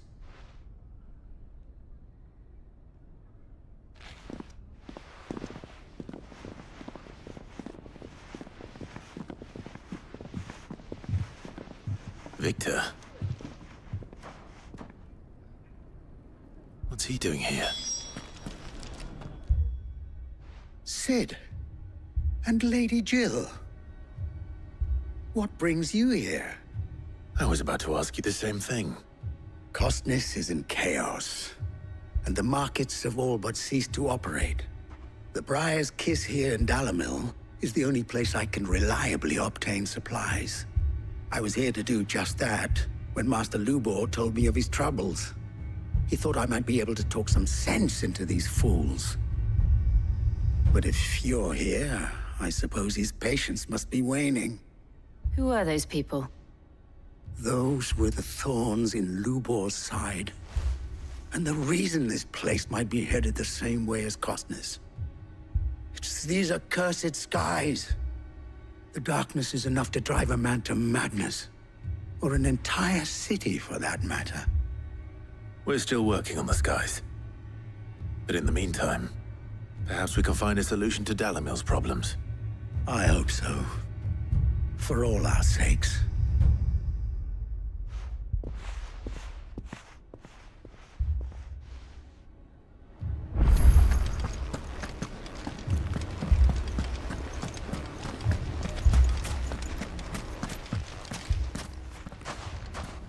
So, you see my predicament? What I saw was a room full of people who were angry and afraid. And with good reason by the sound of it. But if left to smolder, that anger and fear could set the entire town alight. My thoughts exactly. What to do? Both sides wish to protect their homes and livelihoods, if only they could agree on how. But as long as they are divided, we are vulnerable.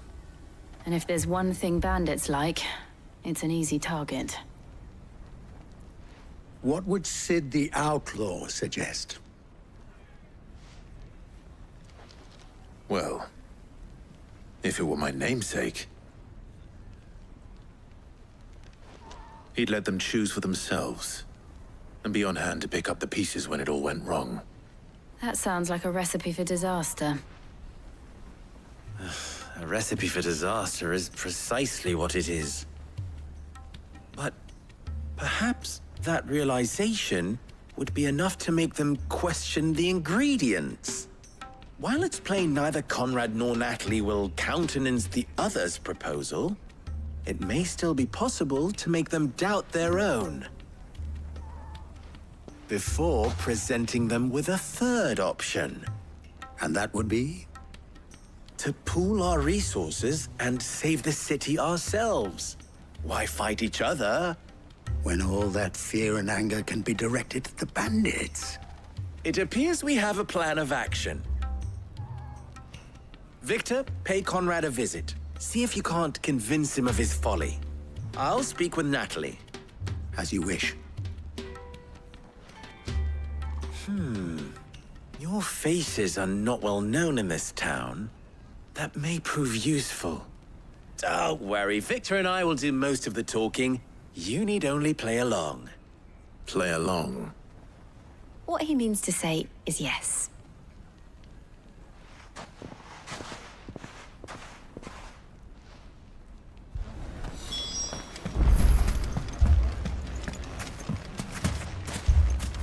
Picture it, Conrad.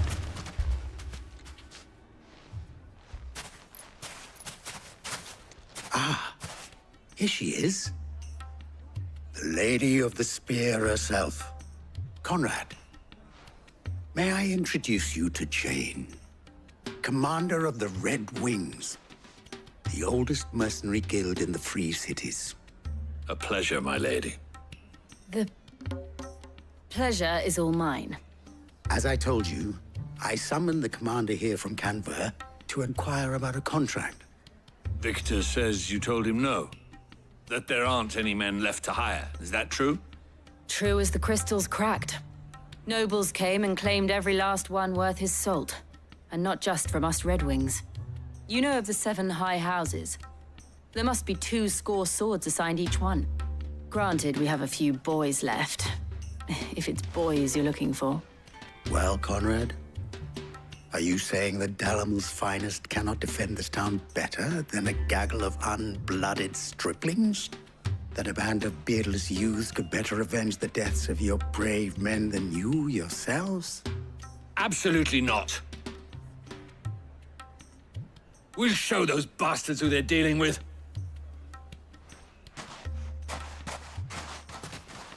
I can't believe that actually worked. Conrad's not what you called the brightest candle in the crypt.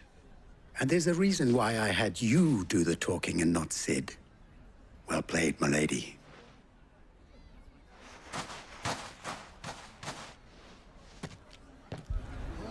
Then let us band together and show these brutes that Dalimil is not to be trifled with.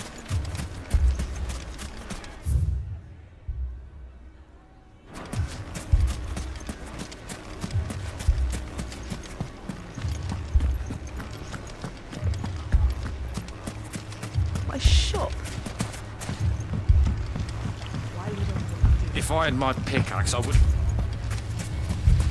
I mean, it may still be possible to buy something. Ah, here he is now. Natalie, allow me to introduce Lord Underhill of Randalar's prestigious League of Merchants. Lord Underhill. At your service. Underhill? I was just telling the good lady of our conversation, my lord, and how you were lamenting the state of the capital's stores. Lubor says that not only are the granaries almost empty, but that war and the Blight mean this season's harvest won't be enough to fill them for winter. Indeed, certainly that is the case. The nobles in the capital are buying up the city's stocks of barley and wine, driving the prices higher than most commoners can afford. It is only a matter of time before the peasants revolt. It is worse than I thought. If what Lord Underhill says is true, I fear we have little hope of supplementing our stores, meager though they regrettably are. And while I applaud your endeavors to dissuade our more bellicose citizens from seeking vengeance, I sense Conrad is not wrong in his assessment of the bandits' likely return. Which means that now, more than ever, we will need to secure what little we still have. Food, weapons, herbs, everything. If our humble town is to endure not only this hardship, but those that are certain to follow, we must stand united. All right. If it will help to protect my home, I'll do it. But you needn't have gone through this charade.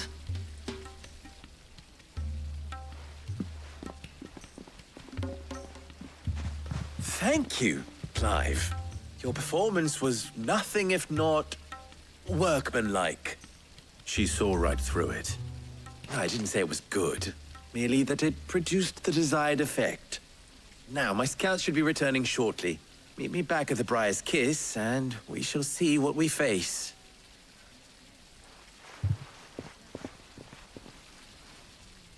I'm not convinced our roles in this ruse were entirely necessary. I don't know.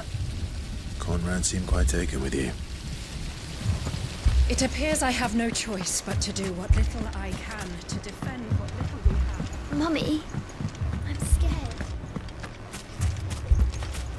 Oh, I'm ruined. Good news, Sid. Both Conrad and Natalie have somewhat gracefully accepted their new roles. With time, they may even learn to. Time no longer appears to be the luxury it was before lunch. I take it your scouts found the bandits. Technically, it would be the bandits who found my scouts.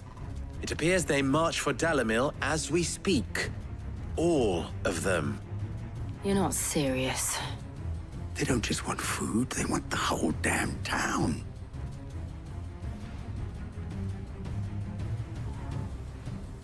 I have a favor to ask.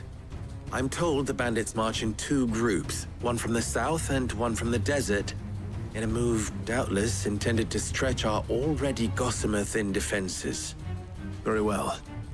Jill and I will meet those from the desert. But what of the rest?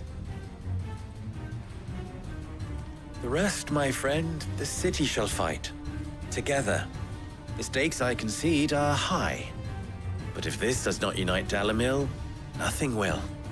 That is a lot of faith to put into those who had their hands around each other's throats but a moment ago. Then it will be for us to see that their hands are kept occupied. And I do mean us. I thought you might say that. We'll hold them off for as long as we can. And we will do the same.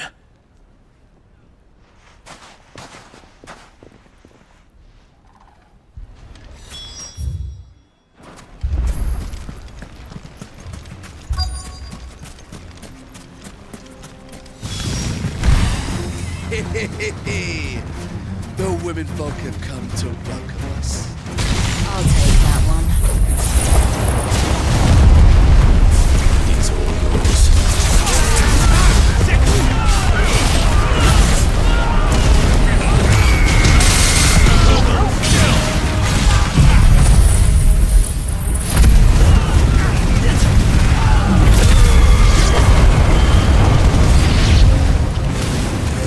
They mean to overwhelm us.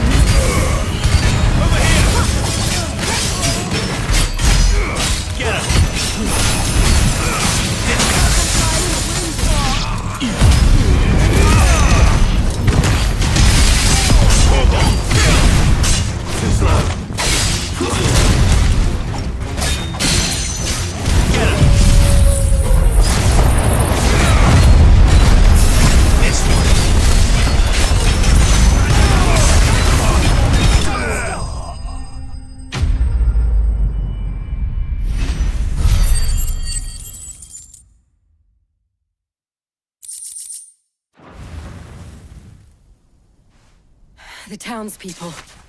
Could they have held out? I don't hear any fighting. What do you think? That we should hurry.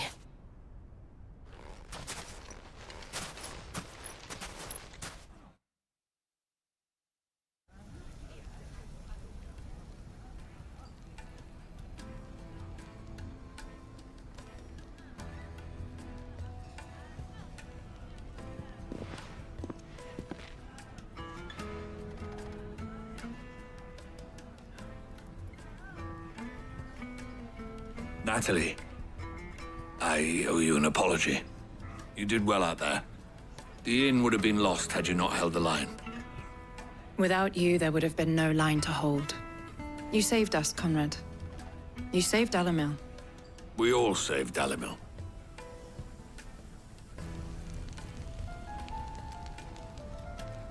Conrad seems to have had a change of heart. I'd say they both have. I take it from your presence that our visitors from the desert won't be joining us either. Pity. The plan worked, Sid. Granted, it only took an army of bloodthirsty bandits at our gate.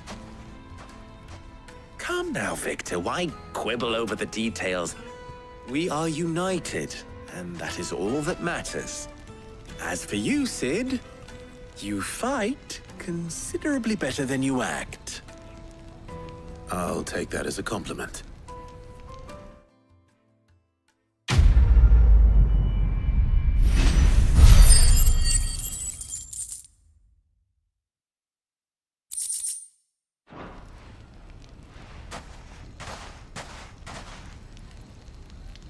Our friends seem to have things under control.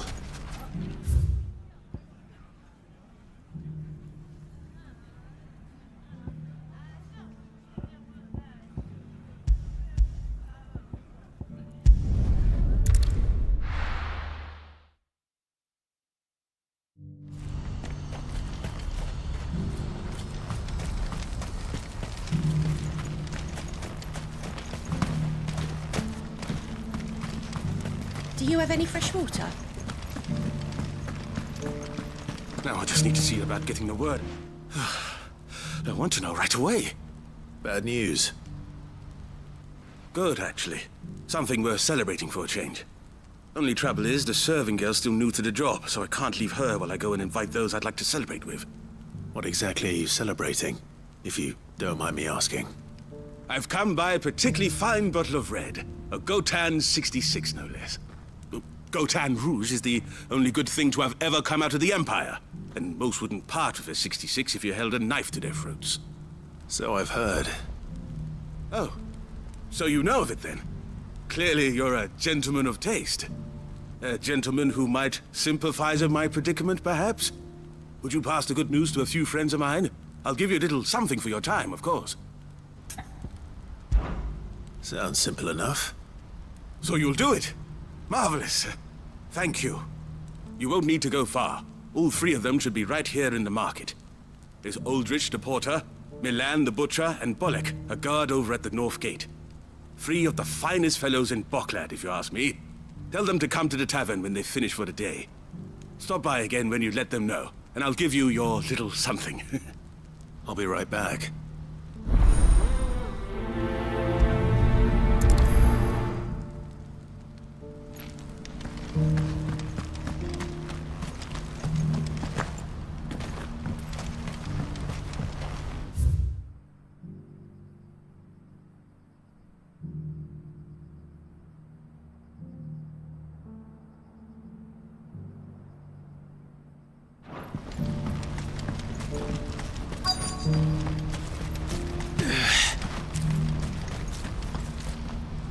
I've been asked to find Aldrich, the porter. I don't suppose that's you, is it? That's me right enough. You need something delivered? The innkeeper sent me. He said there's a cup of Gotan 66 with your name on it when you're done for the day. A 66? Bugger me. If he's just got hold of it now, it must have been in the crates he had me carry down from Sanbreque. From the Empire to Boklad. You must be a braver man than most. That's a treacherous route at the best of times. Such is the porter's lot. There's not a patch of storm these feet haven't traipsed across. They'd Flan one day, then off to Canva the next. The farther you're willing to go, the fatter the purse. Which is why there's no shortage of competition for some of the longer routes. I'd say I've done enough for today to earn myself a cup of something tasty. Thanks for letting me know.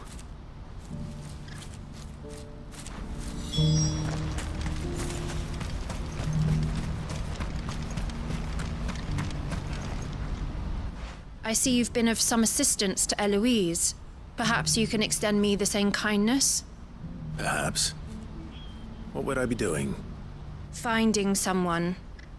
You see, I've been having trouble with thieves, and despite the many pains I've taken, I can't stop them from rummaging through my packs.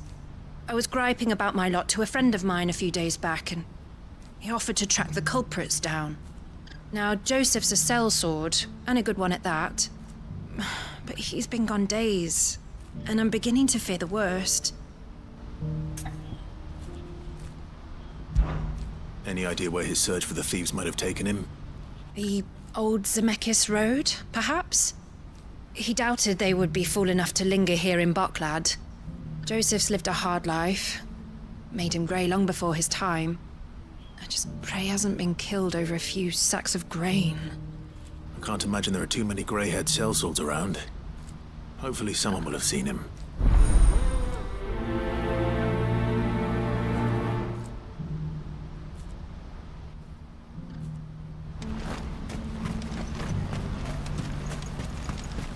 What I wouldn't give for a hot. Looks like this is the end of the road for us. When are they gonna let us through? What do you want? I've no coin on me. Just information. Has a sellsword passed through here? Grey hair. Now you mention it, there was a young man with salt in his mane sneaking around out there a while back.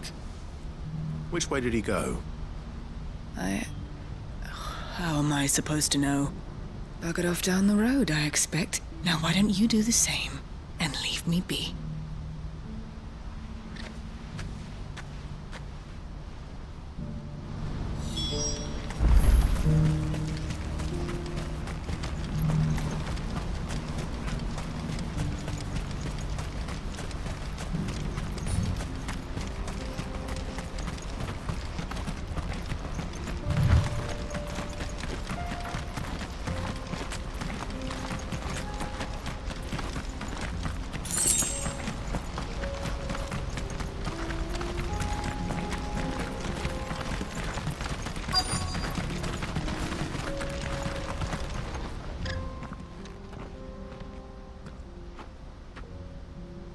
We don't want any trouble.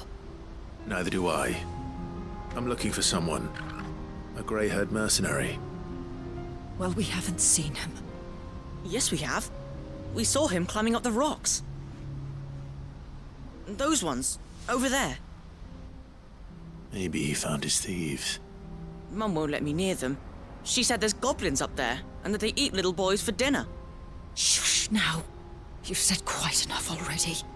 I only told him what you said. I'd listen to your mother if I were you.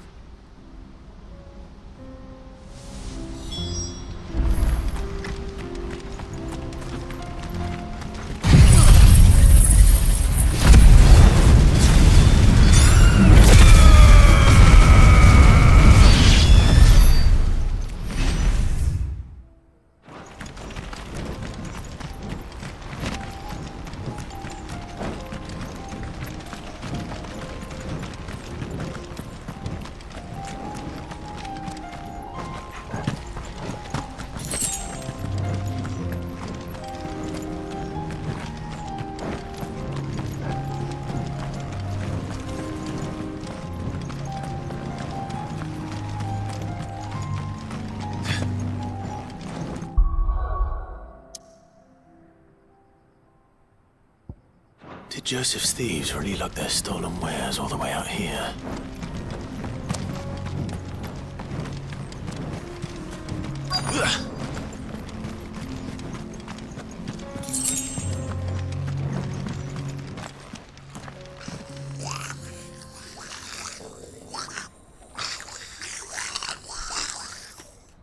I think we found our thieves. They don't look happy to see me.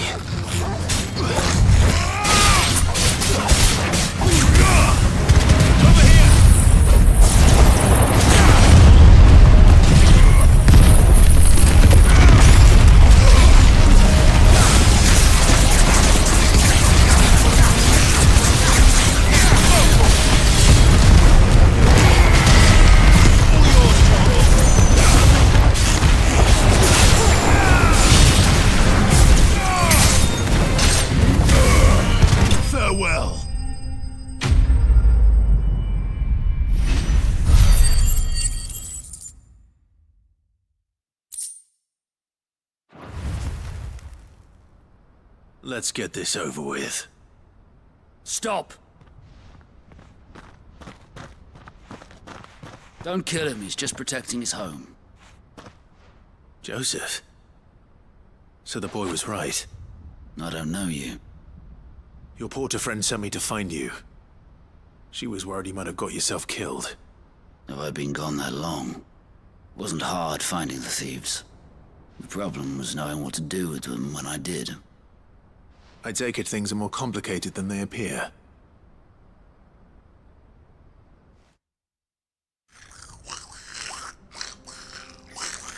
I'd all but ruled out bandits before I even left the market.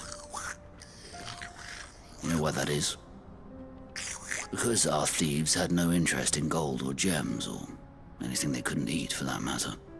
Add to that the rumors of goblins in the area, and the mystery practically solved itself. I soon found their cozy little homestead, and all the missing food. I launched myself at them, full of righteous fury, but their leader was the only one who moved to meet me. The others, they huddled around that food, ready to die protecting it. They stole because it was that or starvation. I've been there myself, back when times were hard. So you spared them? And earned their trust into the bargain by the look of it. These goblins aren't native to the area. They don't know how to survive such barren lands, so I've been teaching them. And once they've learned to hunt and forage, they won't be fool enough to risk their necks in Boglad. I'm impressed. I didn't know goblins could be reasoned with. Do me a favor. Let the porter know I'm safe. I'll head back to the market once my work here is done. Oh, and don't mention the goblins. I don't want people coming here brandishing pitchforks. Not now this lot have sworn off thieving. Your secret's safe with me. I appreciate it. Thank you.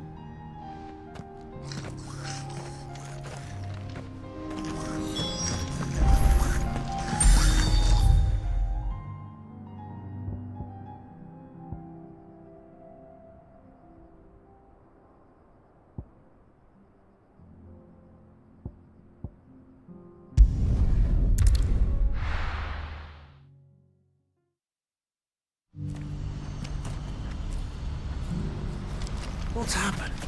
Pardon me, but would you happen... That well-notched steel and impressive physique. I have need of a sword for hire, and yours looks to be a weapon well worth the coin.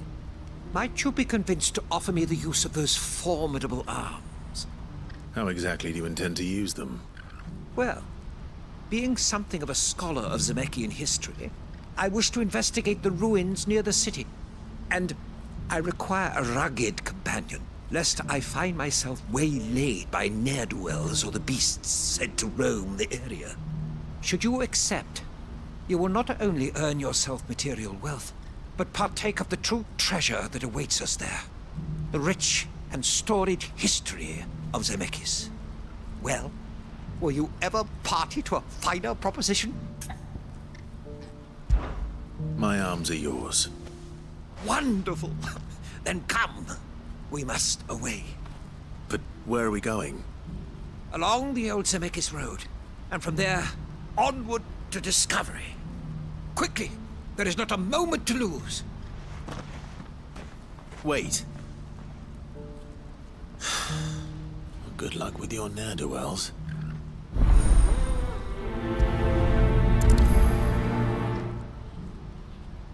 Better make sure he doesn't get himself killed.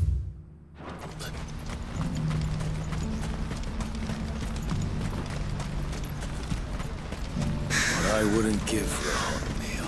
Looks like this is the end of the road for us. When are they gonna let us through?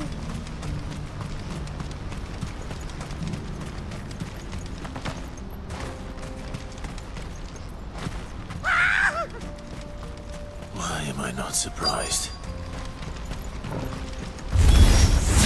You'll hand over your coin if you know what's good for you.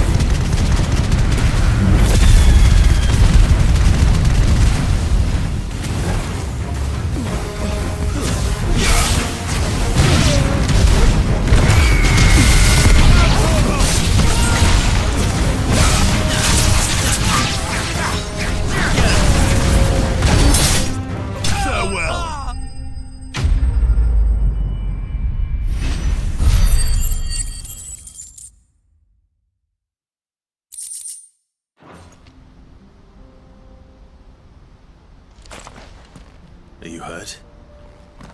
Happily not, good sir. Thanks to your timely intervention.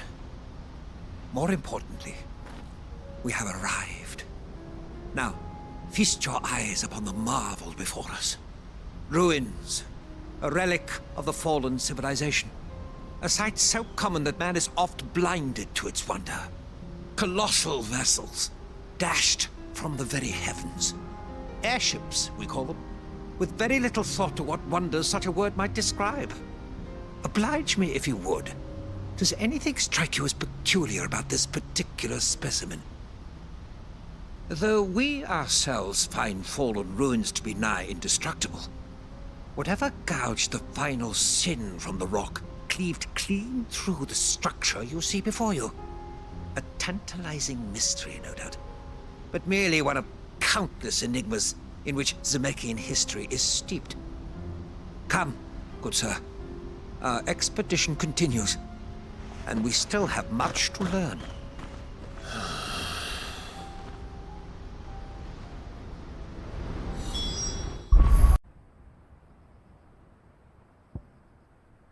He's passionate.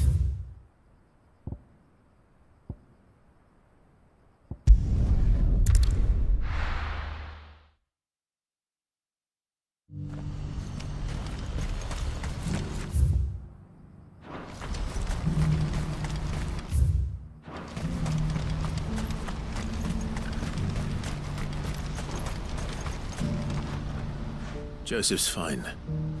He'll be back once he's tied up a few loose ends. That's a weight off my shoulders. He certainly knows his business.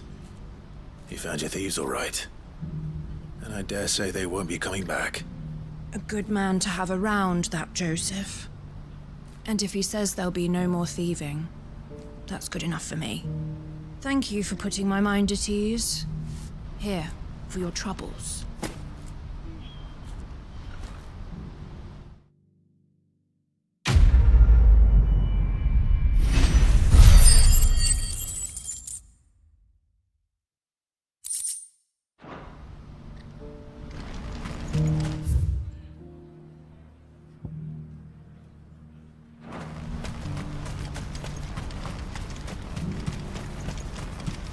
What's happened? Can't think it. Please. A piece of fruit.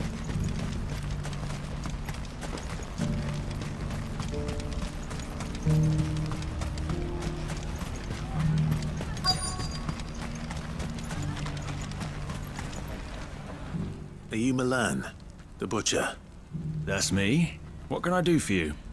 The innkeeper's just had a special delivery. He thought you might like to join him for a cup of wine after you pack up for the day. He knows me only too well. And I've got a ham here that will go handsomely with a nice drop. Wine and ham to spare. Barclay clearly isn't suffering then.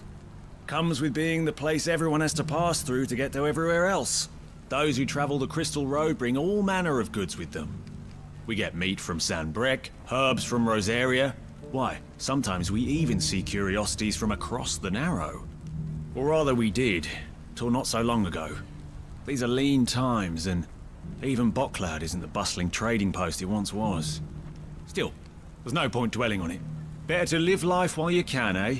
And on that note, it sounds like there's a cup of wine needing my attention.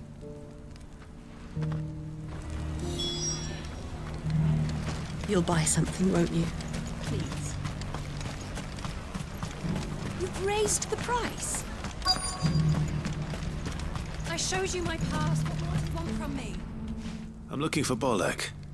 I was told he'd be guarding the gate. Well, you found him. You're not here to enlist, I take it? The innkeeper sent me. He's just taken delivery of a rare vintage, a Gotan 66. He thought you might like a cup. I've never said no to a goat hand. I'm not about to start now. Thanks for letting me know. You must be a busy man. No one's making for the refugee camps anymore. Not after what happened in the Dominion. Meaning, they linger here instead. I spend more of my days moving beggars along than I do manning these gates. What gets to me are the gangs that prey on the poor sods. As if they haven't suffered enough. Some days you can't help but wonder what the world's coming to. You know what? That wine's sounding better by the moment. Hold on. I wonder if the innkeeper might spare a cup of that wine.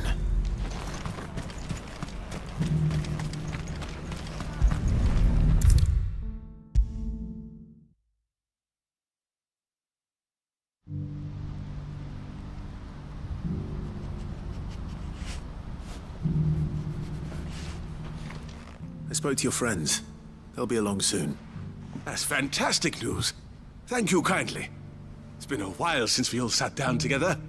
And the way I see it, that wine is as much theirs as it is my own. How so? Well, I wouldn't be serving anything but slops without Aldrich to go and fetch the good stuff for me. And then there's Milan, who always sends customers my way. And Bolek, an even-handed keeper of the peace, if ever there was one. Those three are the backbone of Boklad. Lose any one of them, and the market would soon fall apart. And without the market, I wouldn't have a single customer. I'd say that's worth a bottle of 66, wouldn't you? And more besides. Everyone needs a shoulder to lean on. Be they world-weary innkeepers or brooding swordsmen. Right.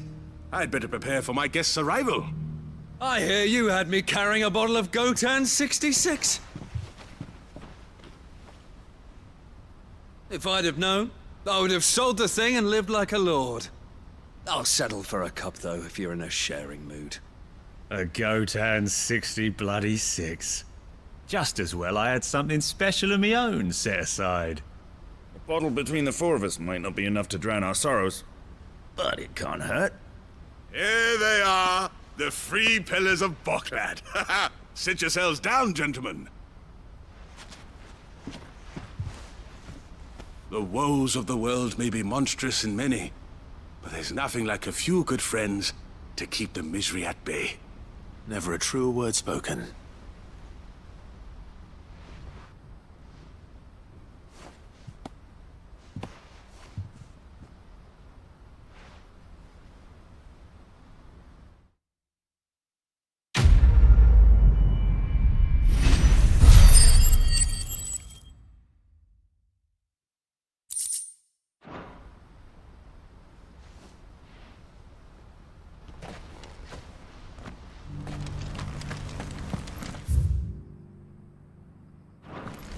Do you have any fresh water?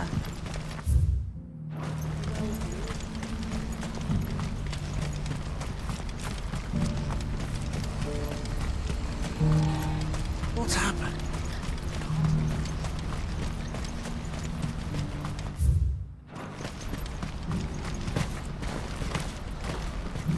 What I wouldn't give for a hot meal. Looks like this is the end of the road for us. When are they gonna let us through?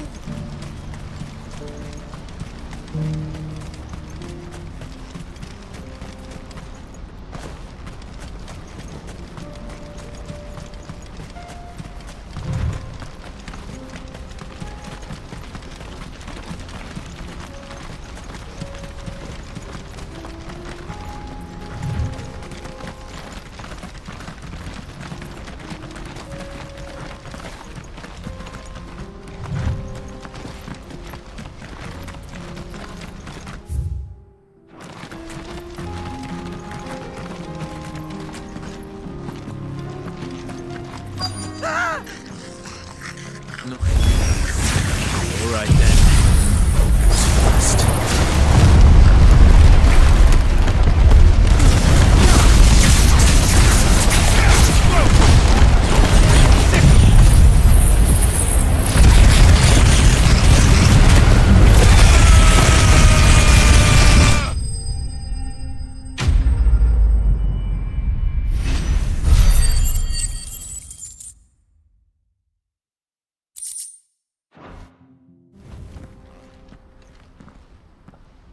You're going to get yourself killed.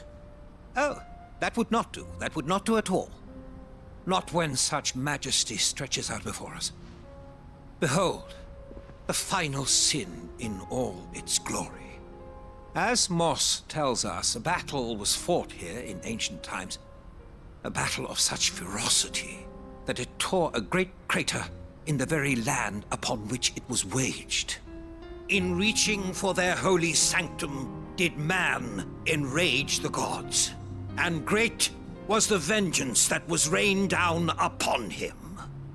Alas, the full truth of the matter is lost to time, though I live in hope that I might see it discovered. But we must not dwell upon such things. There is more yet to see. Onward! History awaits!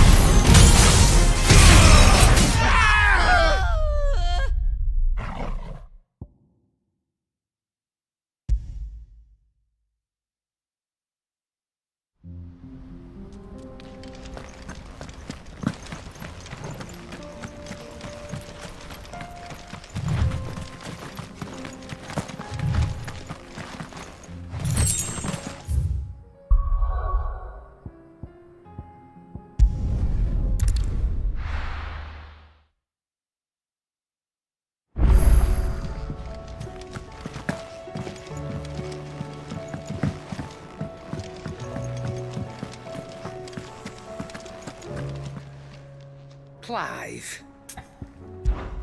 Coin purse weighing you down?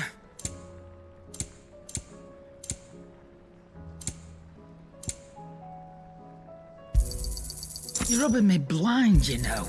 You'll not find a better price than that.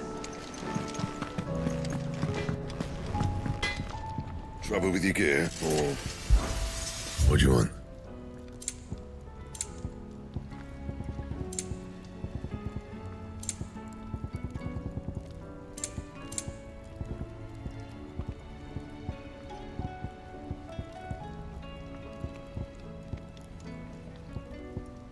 How am I meant to do that, then?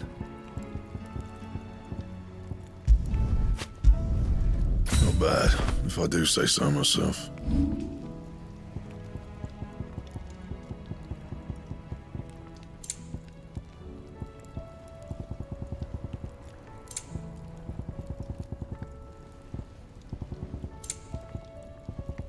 Anything else?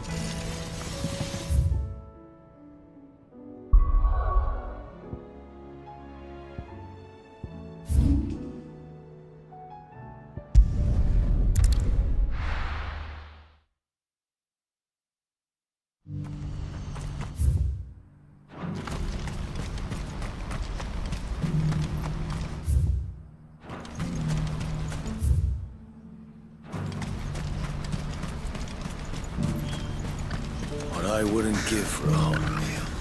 Looks like this is the end of the road for us. When are they gonna let us through?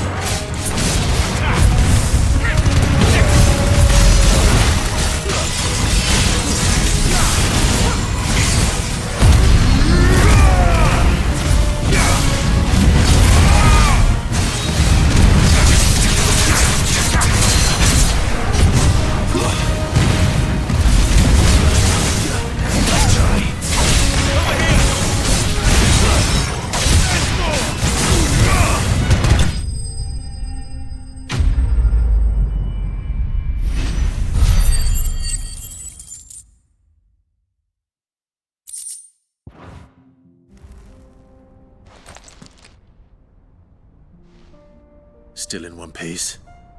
It would seem so. Once more I am in your debt. And once more you impress me with your prowess. These were no ordinary foes, but ones we in the field call echoes.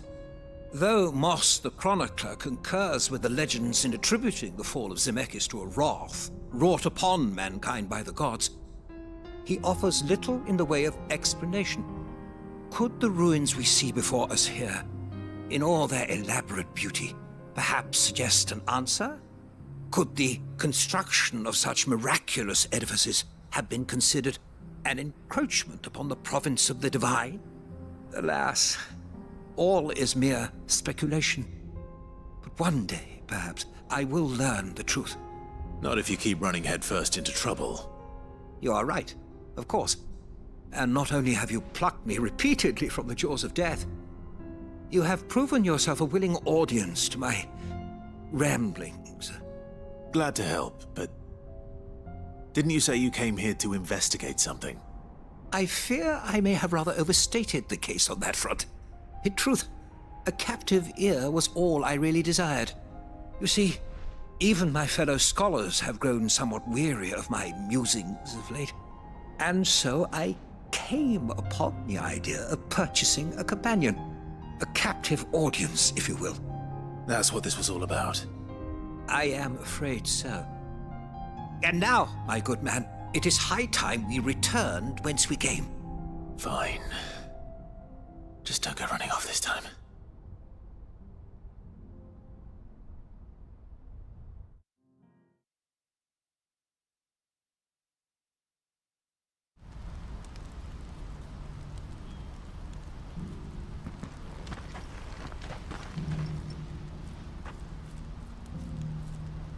And so ends a delightful day. Here, your reward for humoring my selfish whims, plus a little extra for the trouble I have put you to.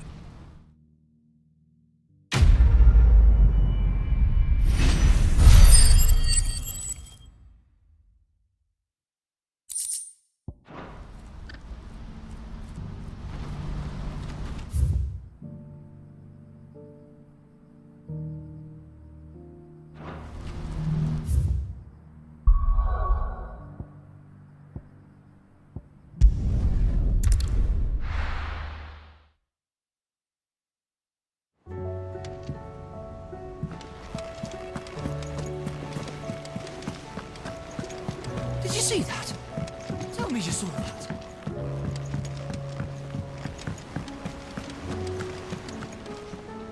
Was wondering when you turn up.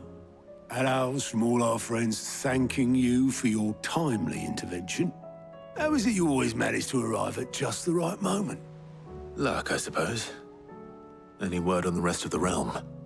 Let's see. Storm's still crying out for mother crystals. The nations are still in chaos.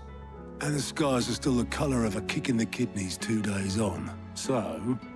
Right. Clive, we knew this was going to happen. Well, not the bleeding skies part, but you take my point. Now's not the time to second-guess yourself. Now's the time to visit the infirmary. Tyre says your brother's awake. Thank you, Otto.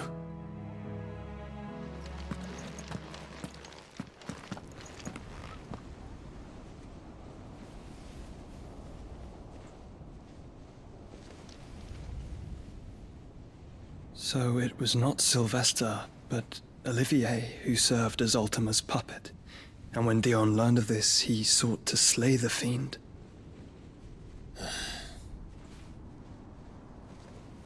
Only for his father to take the spear that would have freed him. Enough to drive a man to madness. Small wonder he hasn't stirred. I would be afraid to wake. Had I but reached out to him sooner, warned him of the threat Ultima posed. But now, both an empire and her prince lie broken. Joshua, what do you know of Ultima?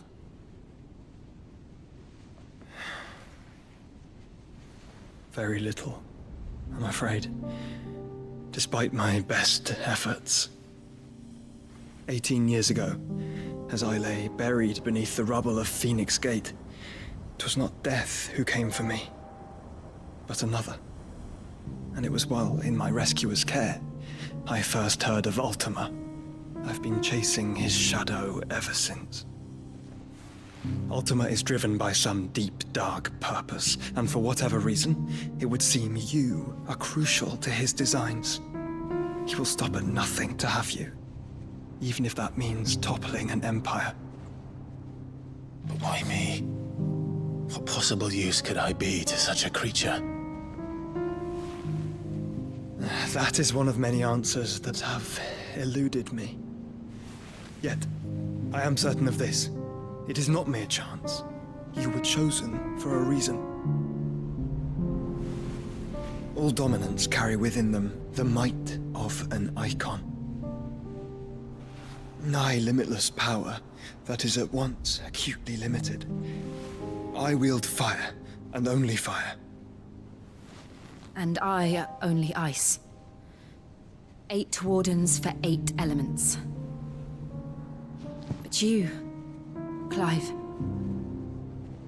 You are different. You're special.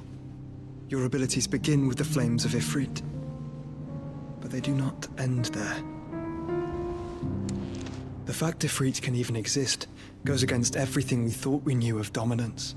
Perhaps Ultima has been waiting for one such as you, whose potential is truly limitless. I've encountered that thing several times now. If it or he, as you say, needs me, why hasn't he claimed me as he did the boy? Were I to hazard a guess, I'd say the two of you are somehow incompatible. His mind not properly attuned to your body. His mind? Mind, awareness, spirit, call it what you wish. But I believe Ultima to be an embodiment of the concept. This is why I struggle and fail to contain him here inside me. I'm sorry. Inside you? With every setting sun, I feel my strength wane. And though the Phoenix's flames mend the prison I have made for Ultima, they do so at a cost. We must find a means to bring an end to him before I meet my own. What were you thinking? It was that or let him take Clive. And I've always had a soft spot for my brother. But that doesn't mean you should sacrifice yourself to save me.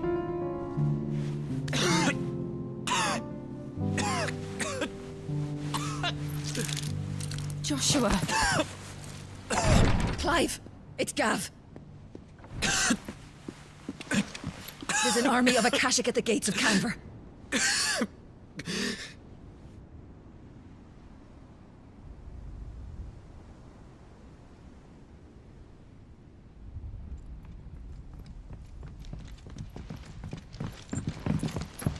Well, what's the short of it? It's all Tyre told you. The capital of the Free Cities is under siege by an army of monstrosities. The city guard are doing their best to stem the tide, but numbers ain't on their side. What of Lord Byron and Mid? Were they able to escape? No, but they're all right for now. They're hiding with Gav at midship. We have to get them out of there. And we shall. Otto, prepare a Stolas. Tell Gav to stay exactly where he is. Understood. Vivian, what's the swiftest route to the Free Cities? That sounds like a question for the map. Look here. This road, through Tabor, should provide the least trouble. Good. What a coincidence. Tabor is exactly where I'm bound. Joshua, bed is where you should be bound. You don't think I told him the exact same thing? Were Tyre not such a talented healer, I would surely have been inclined to agree. But, thanks to her ministrations, I feel I may safely rejoin my attendant, who was to wait for me in Tabor if we became separated. All right, we travel together. Clive! If he stays close to me, he'll be fine. Thank you, brother. I'll look after him.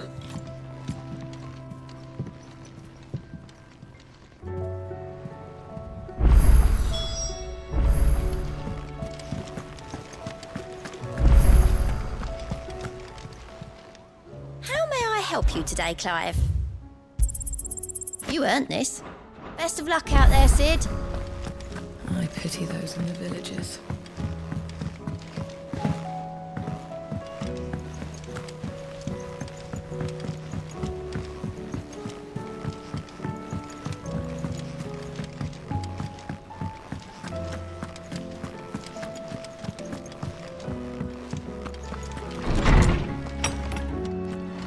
Is a storm coming? coming, Sid. Will there be... Sid, perhaps you can help me solve a mystery. I can certainly try. Who's gone missing this time? It's not who, but what. Mid's scales, the ones she made for her workshop. I borrowed them to teach the little ones about weight, and shortly after the lesson, well, they vanished. My first thought was that they'd taken them off somewhere to play, but when I asked, they swore they had nothing to do with their having disappeared. Which almost certainly means they had everything to do with it. Perhaps a visit from Sid will jog their memories. I think it just might. Thank you. I don't like to imagine that my pupils would lie to me. But if they have, I'll have no choice but to discipline them accordingly. They were in the atrium when I last saw them. As always.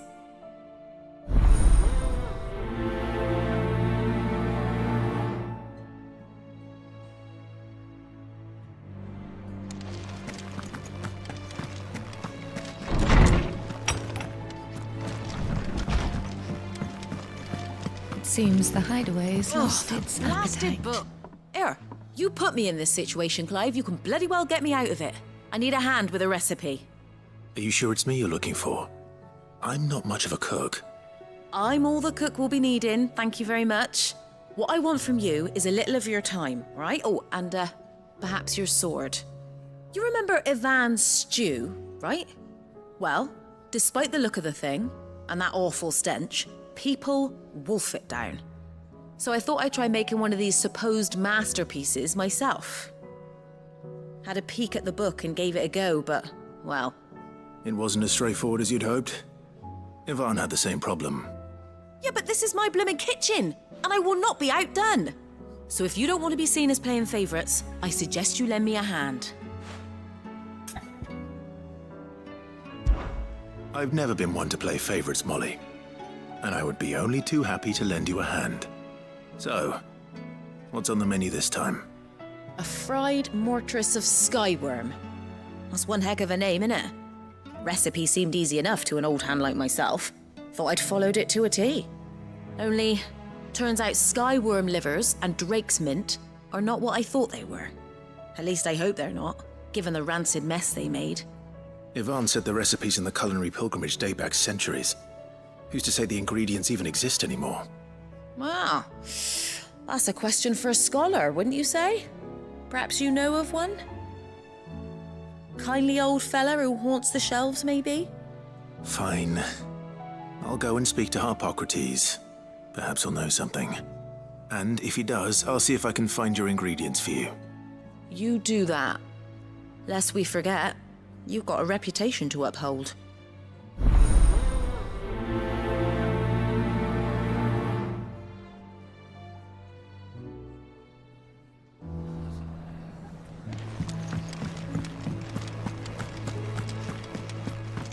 Did you see the pair that got hauled into tires?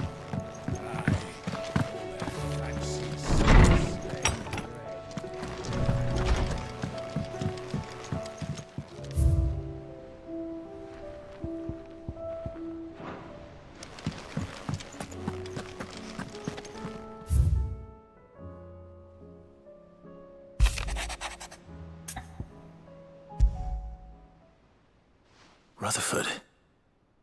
Wasn't that the name of my uncle's manservant? Why would he be at Martha's Rest?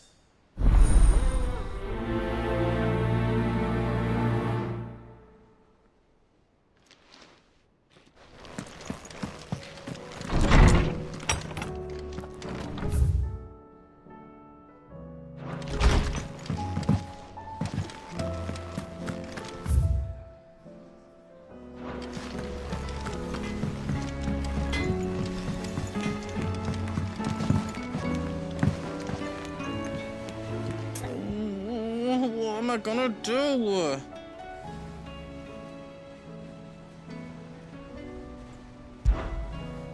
Is everything all right, Goots? You seem more discomposed than usual. Oh, I don't know what that means, but I'm in a bit of a muddle. Oh, I think Nan might be in trouble, and she's... It's all right. You can tell me.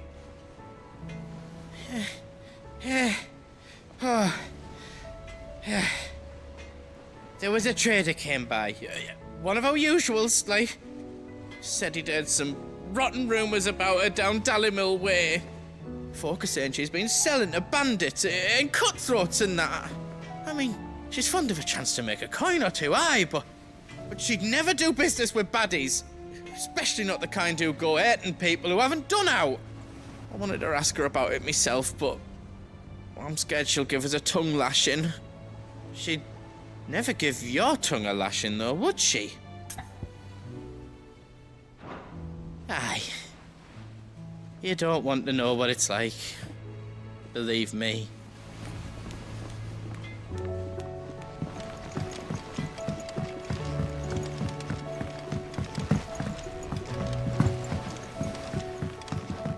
I heard the Emperor was impaled on his own son's spear. We're all gonna die! You hear me? The Akashic are coming and they won't stop! What do you reckon we should do? I say we should just tell...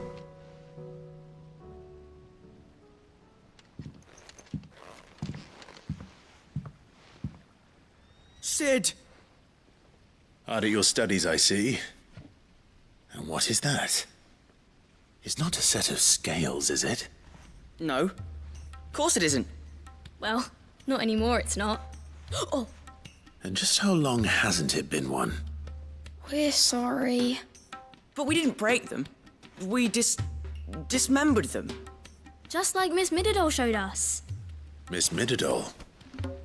And why would she have you dismembering her creations? Because that's the only way to become a ninja-neer. Miss Mididol said, the best way to see how something works is to take it apart and put it back together again. Well then, your work is already half done. Carry on. About that.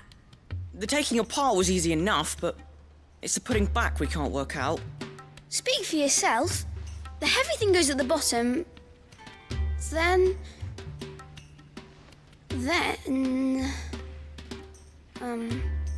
You three need to learn to take responsibility for your actions. So let's have a look at these parts with fresh eyes, shall we?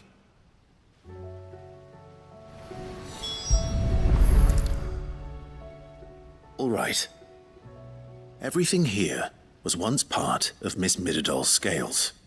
Every piece has its own role to play, and each is just as important as the others. If even one of them is missing, the scales won't work. So let's think about what those roles might be. You already know one of the pieces. The body. Its role is to support everything else. But what of the others?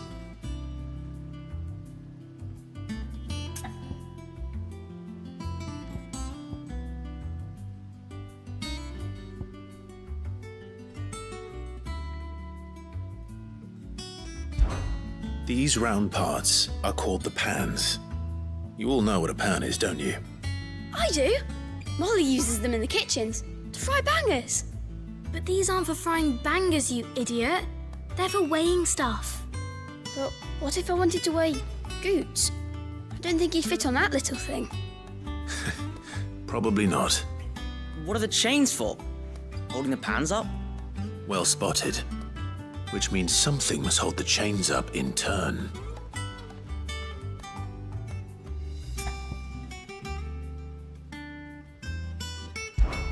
This is called the arm.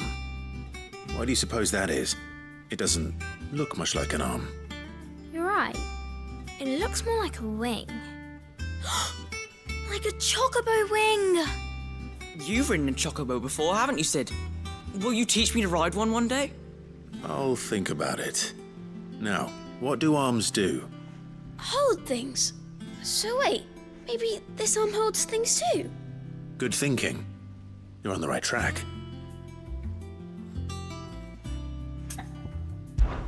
This tiny piece is what's called a cogwheel, or gear. Have you ever seen one before? I have. Miss Mididol's dungeon is full of them. Most are on the floor. She puts them in all her inventions. They spin round and round and round and round and... That's right. They're very useful when you want to make things move. Do you remember if there was anything on the scales that moved? I remember remember the arm moved when I tried weighing an apple? And then somebody ate it. It's not my fault. You shouldn't have tried weighing it before lunch. We know what part's supposed to move and how it's supposed to move. So, let's put the pieces together first, see what doesn't move, and then stick the cogwheel to that.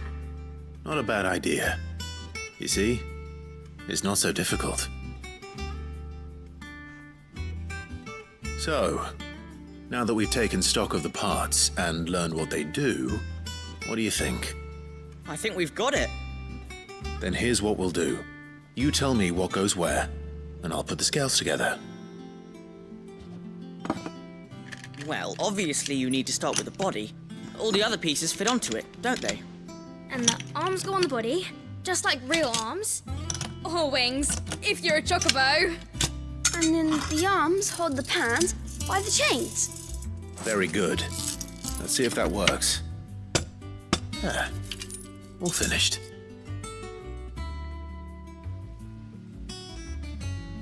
Yes! We did it! Well, with Sid's help. Oh, I just put the pieces together. It was you three engineers who showed me how. That's right. We're Miss Mididol's hairs. Her hairs? Yeah, hairs for the future. She's showing us her secrets now, so we can help out the hideaway when we're older. What do you think, Sid? Are we almost ready? With a little more help from Miss Mididol and Miss Shirley, I'd say it won't be long at all. You hear that? It won't be long. Until then, though, do try to be honest with Miss Shirley.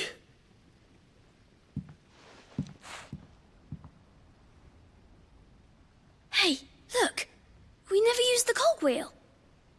You don't think Sid forgot about it, do you?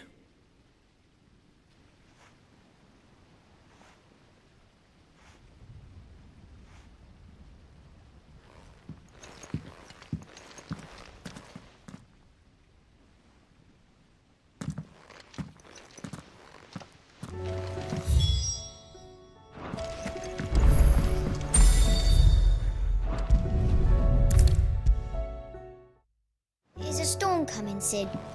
What? Well, did you solve the mystery? It was as you thought. The children had the scales, or the parts of them at least. They dismantled them to see how they worked. Oh, no, Mid will have my head. Thankfully she won't. This might even have been her idea. Although I was the one who ended up teaching the lesson. I'm so sorry, Sid. I know how busy you are. I shall see that the children are properly punished. Please, there's no need. Mid seems to have taken the three of them under her wing. She's even calling them her heirs. She'd have them follow in her footsteps. And her father's. I see. Sid, do you know why Mid has been spending so much time at the hideaway of late? She told me it was because her studies have been interrupted by events in Canva. Is that not true? No, it isn't. The university offered her a commission. In exchange for full tuition, room and board, they asked her to oversee the design of several new war engines. To anyone else it would be an opportunity, but to Mid, who lost both her parents to war, it was a bitter pill. One she was none too keen to swallow. But that should come as no surprise. She's only ever cared about bringing people hope. The very last thing war can be said to do. Which explains her heirs. She's working to give them a better life. And so should I. What's the odd engineering lesson? Ah, you've given them far more than that. And I'm sure they're very grateful.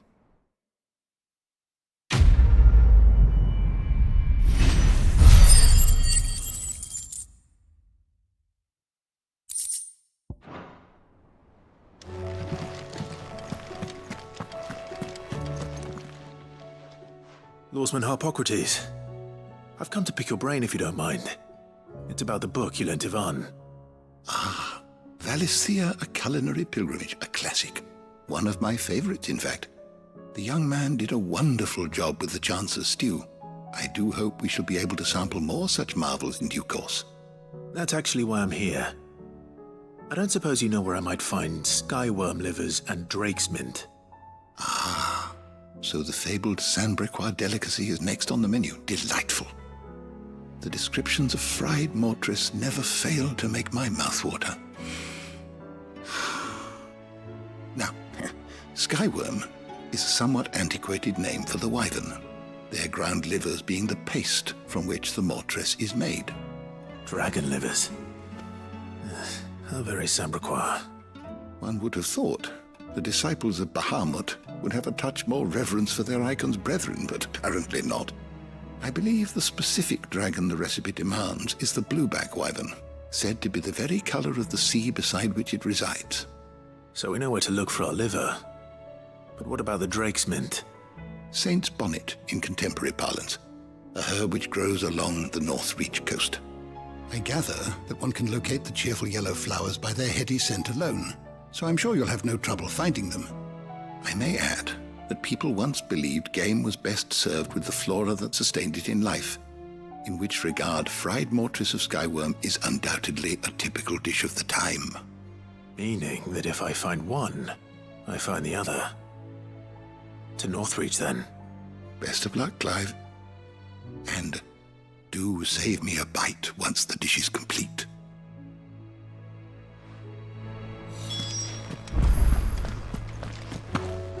There's a storm coming, Sid.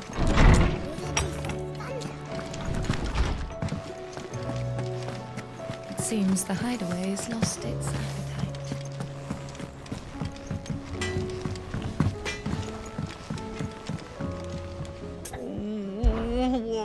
Is everything all right, Goots? You seem more discomposed than usual. Oh, I don't know what that means, but I'm in a bit of a muddle. Oh, I think Nan might be in trouble, and she's... It's all right. You can tell me.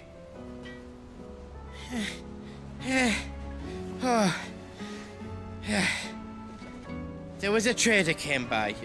One of our usuals, like. Said he'd heard some rotten rumours about her down Dalimil Way. Folk are saying she's been selling to bandits and cutthroats and that. I mean, she's fond of a chance to make a coin or two, aye, but she'd never do business with baddies. Especially not the kind who go hurting people who haven't done out. I wanted to ask her about it myself, but I'm scared she'll give us a tongue lashing. She'd never give your tongue a lashing, though, would she? Don't worry. I'll speak to her. Oh, thanks, Clive. You'll let me know what she says, won't you? Of course. I'm sure it's all just a misunderstanding.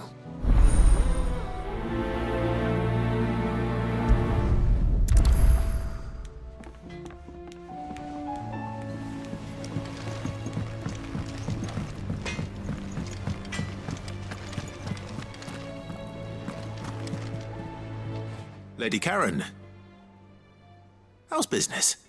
Not nearly as foul as the weather. You're doing good trade, then? Both in and out of the hideaway? Can't complain. Wait, what exactly are you getting at? Not once in 5 long years do you pay my affairs half a care, but here you are today, raking me over the coals like a bloody popoto? Just asking. Out of interest. All right. I'm here because I was told that certain rumors have been circulating. About you selling weapons to brigands. Oh, are you? And who was it who knows me so well as to tell tales of my evil exploits? I didn't exactly hear firsthand. All I know is that someone in Dalimil has been spreading word to that effect. And what? You believe it? You think I'm profiting off the blood of innocents, do you? Look, I've done things I'm not proud of. Might be there were a time when I turned a blind eye to the wretchedness of the world so I could line my pocket. But that woman is no more. And you'd know that if you'd ever paid the slightest bit of notice. You're right, Lady Karen. I apologize. It was wrong of me to doubt you. No, it was. No. I reckon you've got better things to do than pointing your do-gooding finger at a poor old woman. Of course. Good day.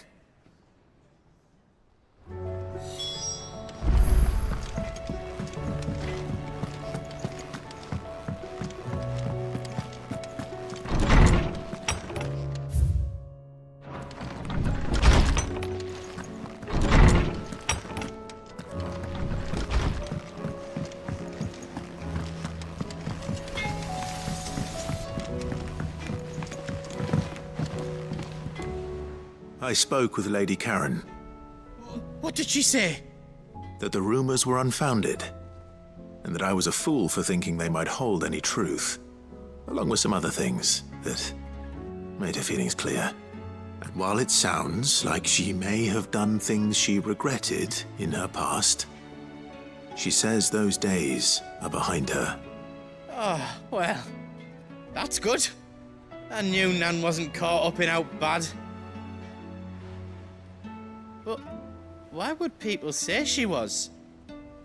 What did she ever do to them? It's not right. No, it's not. But people do things for all sorts of reasons. Perhaps we'll never know.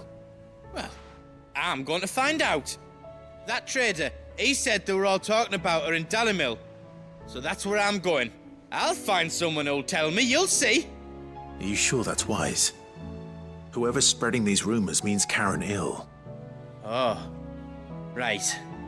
But that's why you'll be coming with me, isn't it, Clive? I suppose it is.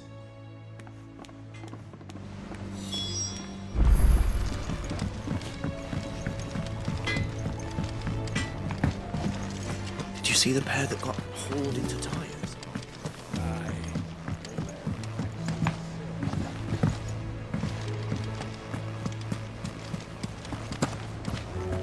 Did you see that? Tell me you saw that.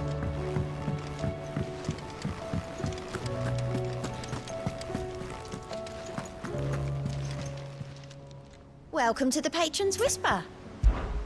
Your benefactors are a generous lot.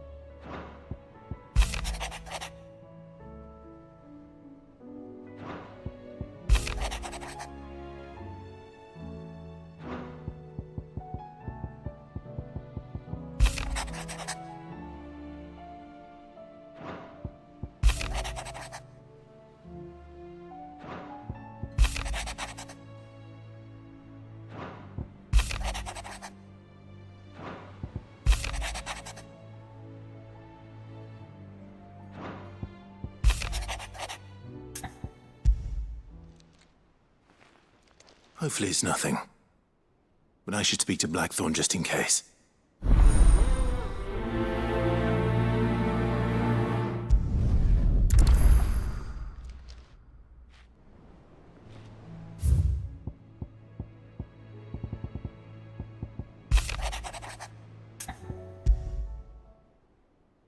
What could be wrong with Torgor? He seemed well enough when I last saw him.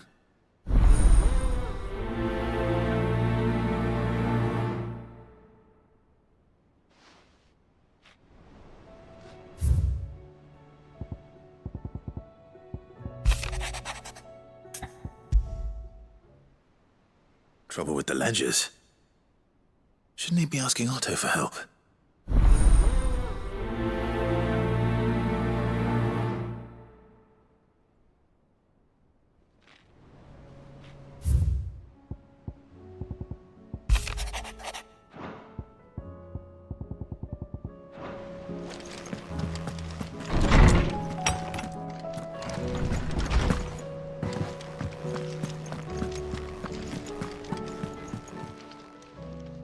I got your note. You think something's wrong with Torgal? So you can read. Congratulations. But I didn't say I were wrong with him. I said something weren't right. He's not been eating me treats. He used to love cracking the bones from Molly's boiled brown, but now he won't so much as look at them. Didn't like him. Which is why I'm of a mind that his mind's on something else. You've not been working him too hard, have you? No harder than usual. Is that it, boy? Do you need a rest? What was it you said he was? A frost wolf? That's what the lawsman seems to think. Then maybe this all has something to do with whatever it is that's woken inside him. I suppose things have been different since Rosalith. Perhaps Hippocrates knows something. Instead of everything, you mean? Perhaps.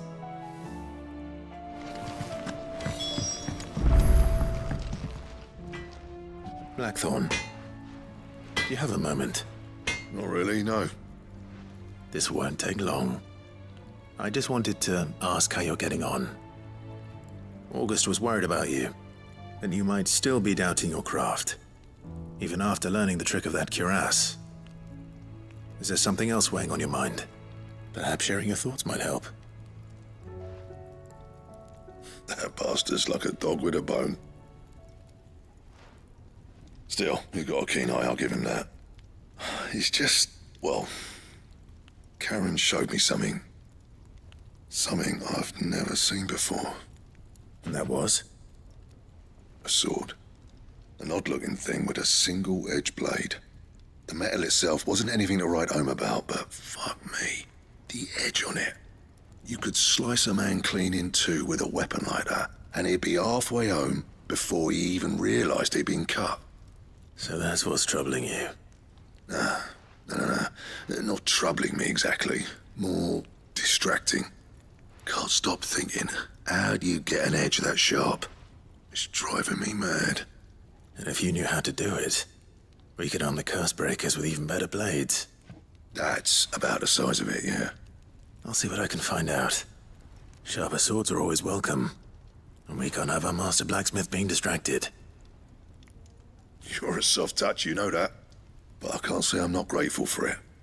Good luck, eh? Thank you. Let's see what Karen knows about this sword.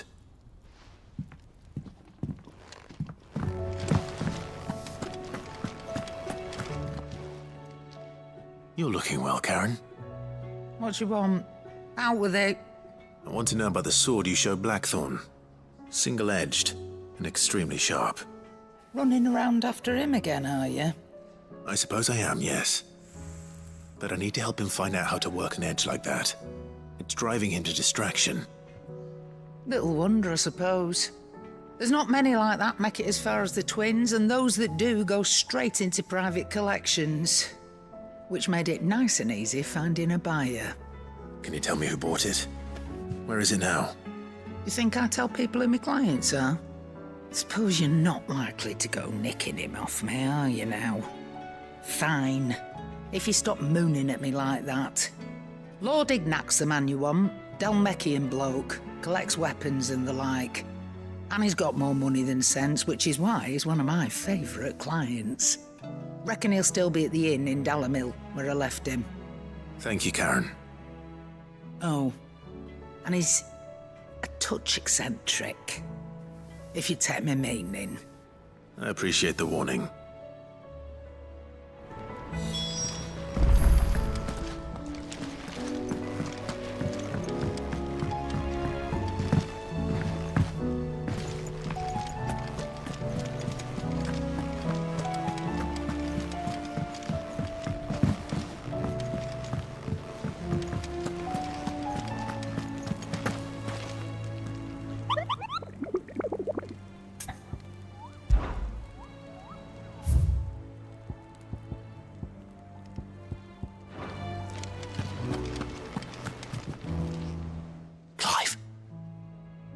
Did you get my letter? That's why I'm here. Shh. Otto might be listening. Is this better? A little. Listen. I've some bad news. It turns out the hideaway may be slightly behind in its payment to certain lenders, and it may be my fault. But I swear to the goddess, I thought I had the numbers square. Sadly, that square turned out to be more of a circle. 0, you might say. I can straighten it out, I swear, but it's gonna take some time, and I'm gonna need help keeping it from Otto. Bit late for that, I'd say. There you are! What a surprise! So let me get this straight. You forget to pay our lenders what they're due, and instead of coming straight to me, you get Clive to come to you. And I hope he'll dig you out of the hole you've dug for yourself. Clive, the man in charge of the place you've been cheerfully trying to bankrupt. And you thought this was a cunning plan. Why? Well, who needs paying? Oh, just Martha. And the dame. And, well, Lady Karen. But only 500 talents. We owe 3 of our most trusted friends 5 million gil. Each. 5 million each.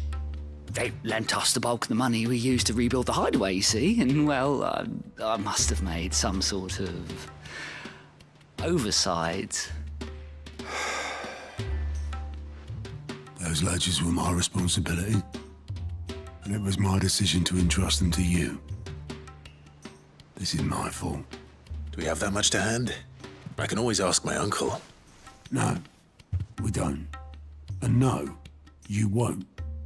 We've lightened Lord Rosfield's purse enough. After the king's ransom we had off him, he deserves better than to see our begging bowl. Besides, we'll need to learn to stand on our own if we're gonna make this work. All right. But that doesn't mean you have to shoulder the burden yourself.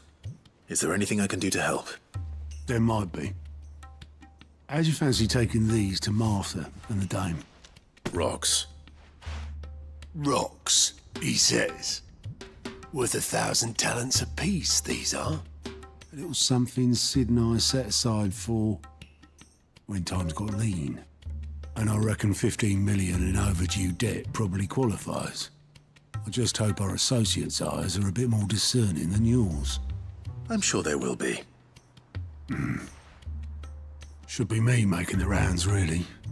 But you know how it is with this place. Orders to bark, arses to wipe, and all that. I know. Which is why I don't mind going in your place. Go. Do you know why I only gave Master Clive here 2 star rubies? Because you'd rather Lady Karen killed me. Because I'd rather Lady Karen killed you. Yes. Well, I suppose this is goodbye then. Don't worry. I'm sure Karen will understand. Really? Do you think so? No, I don't.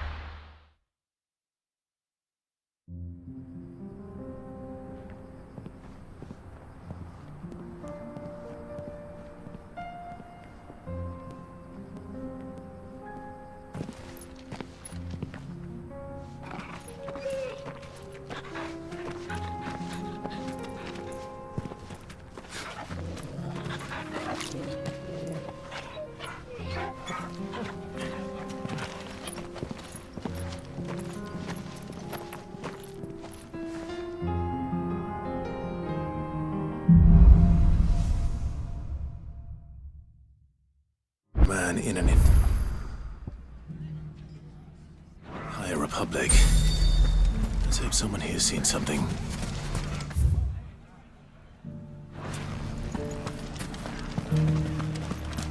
The bandits may be no more, but look what they've left us with.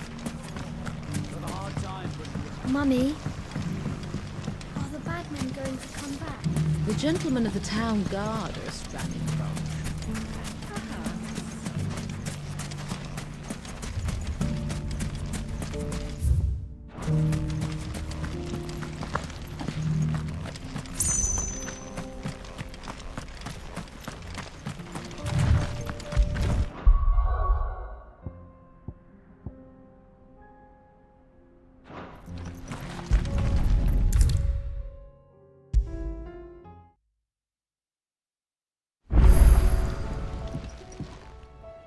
Sorry for the wait, but hopefully you'll agree it was worth it. You learned something about that sword, then? I did better than that.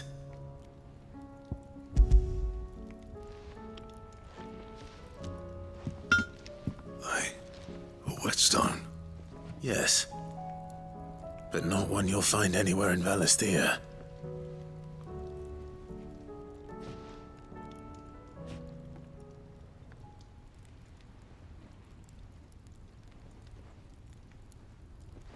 No wonder I couldn't get the same finish on the grinding wheel. One hit and all done, eh?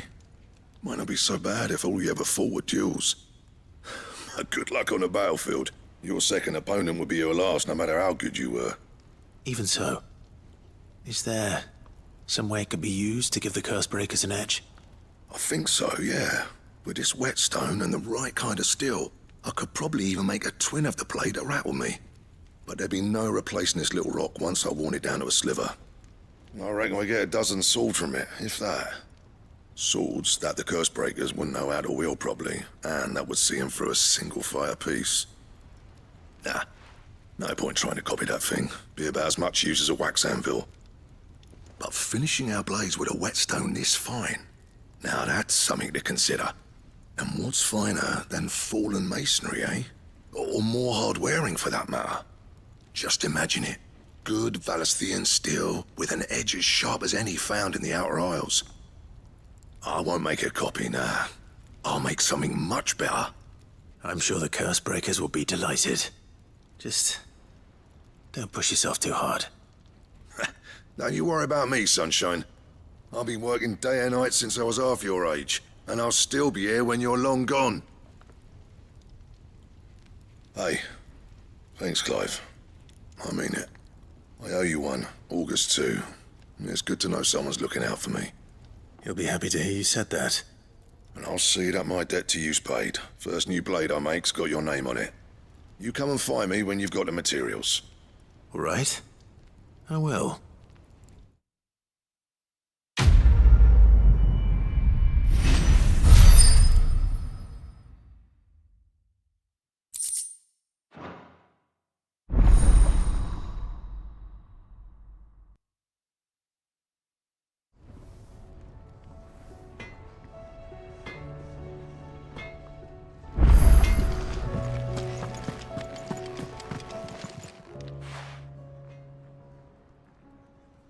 Let me tell you, all right. Them root might be they weren't just tales plucked out of thin air. You see, there were a time when I weren't too particular about who I sold steel to, so long as they paid me the right price. Some women lust after blood, others after flesh, but me, I were always one for gold. And to satisfy that lust, I sold to opposing armies, stabbed my every client in the back, made myself the most hated woman in the twins. But then one day I met a man who made me a different kind of offer. Said he'd give me access to a realm-wide community of like-minded individuals in constant need of steel and sundries. On the condition I sold to him and his alone. Was that the first time you met Sid? Aye. And I fell right into his damn trap. He was true to his word, so I ended up being true to mine. And I soon started making the best profits I've seen since taking up the trade. And all without aiding or abetting any outlaws. Except Sid himself, that is. Told me about his plan to topple the mother crystals, you know. Said that with them gone, the realm would want for all manner of things. An opportunity for the likes of me to mint gil. Why, I reckon an enterprising individual could find himself the richest dam in the twins. And that's when he had me. I emptied my stores that day and moved into the hideaway proper. And the rest, as they say, is ancient bloody history. A dozen years on, and I'm still not the richest dam. Not for lack of trying, mind. But I can say, I have never been happier. You've all shown me there are some things more precious than gil. That there are. So don't you go messing it all up.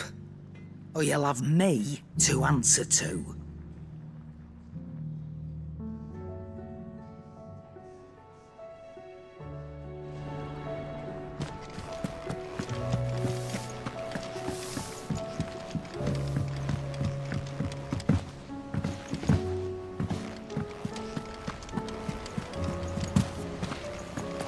Did you see that? Tell me you saw that.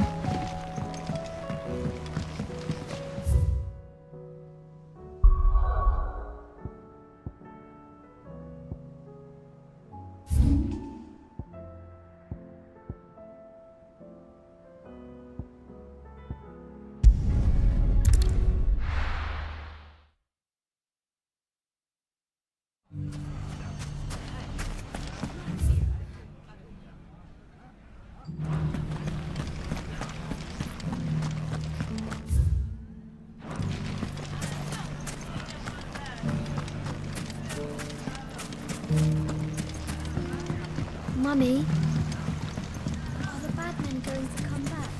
The gentlemen of the town guard are as fat as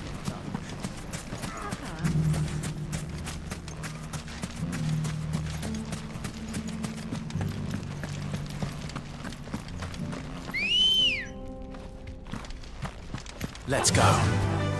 Yeah!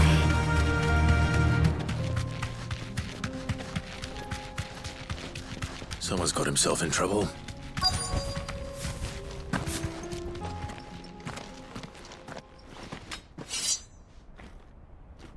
I don't see your master here, so you can start by giving us all the coppers in your purse. I already told you, I have nothing. Then maybe we'll take that pretty outfit and the steel you're wearing. Please! These men are trying to rob me! I'll deal with this. Thank you. You that one's master, then? If you kindly pay the coin he owes us, we can pretend you didn't draw your blade on Republican soldiers. Or you can go back to your garrison and I won't report you to your captain. Oh, you're more than welcome to. He hasn't had many visitors since we slit his throat.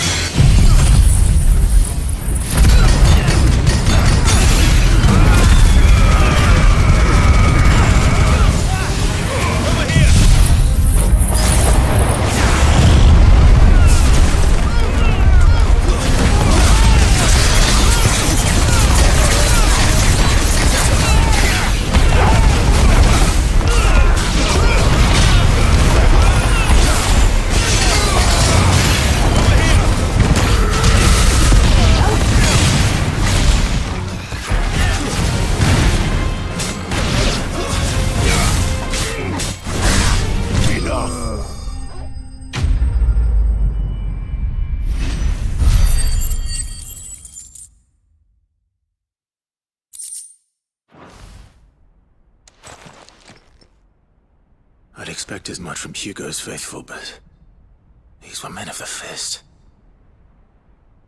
Much has changed in the Republican army since they lost their rock. You've seen this kind of thing before, then? Many times. I was sent here to observe the situation. You're one of Rutherford's men. He sent me to look for you. Well, then you have my thanks. I fancy I could defend myself against one, perhaps two, but a whole regiment. I arrived in Dalimil several days ago, but when I called upon the captain of the local garrison to make inquiries, his men confiscated my effects and locked me in a cell. The captain is no more, and his men make the rules now. Fortunately, I was able to bribe my way free. Only to be stopped again by those soldiers you so kindly dispatched. What of the Fist Central Command? Surely they wouldn't allow such lawlessness amongst their ranks. I would imagine they are unaware of it. Most of the army has fallen back to the capital and hunkered down behind her walls. Those who weren't recalled now rule the fringes unchecked, answering to no one but themselves. Then it's worse than we imagined. You should return to Rosaria. It's not safe here. I'll find a caravan heading north. You won't mind if I borrow one of these soldiers' coin purses?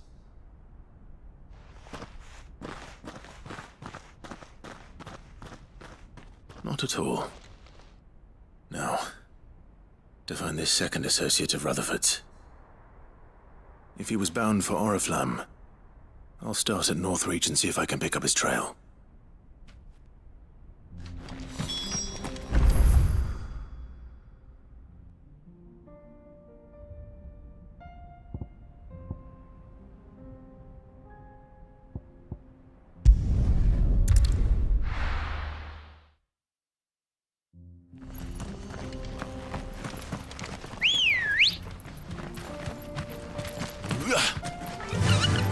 Faster!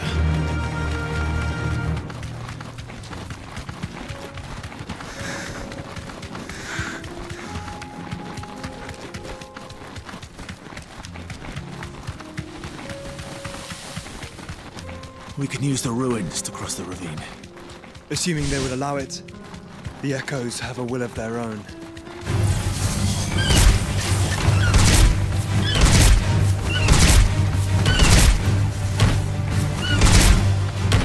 Be safe.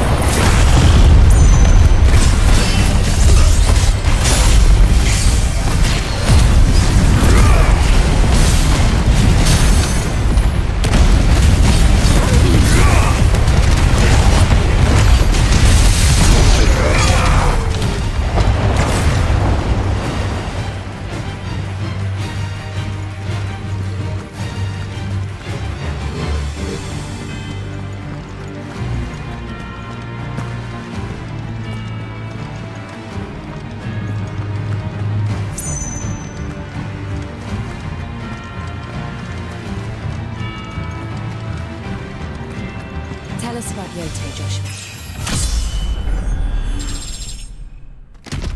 She's strong-willed, loyal, and deadly with a blade. Much like Clive, but better manners.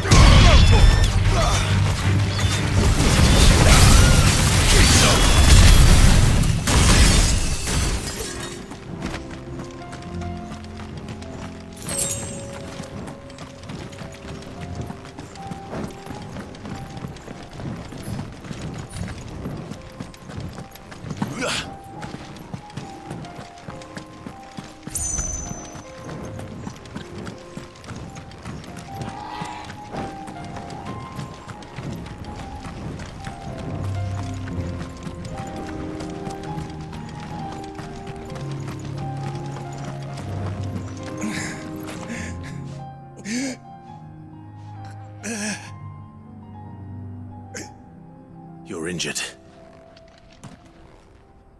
What happened here? Where are your comrades? Ether flood. Up ahead. It swallowed our camp while we slept.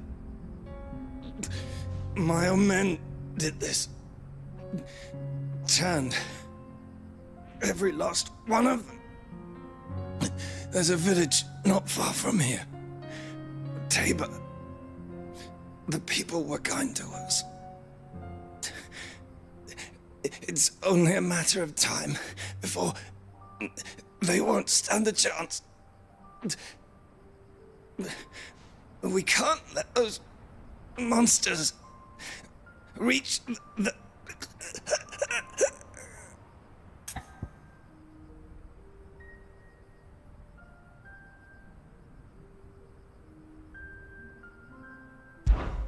I'll go. You catch your breath. Thank you. Our encampment is up ahead.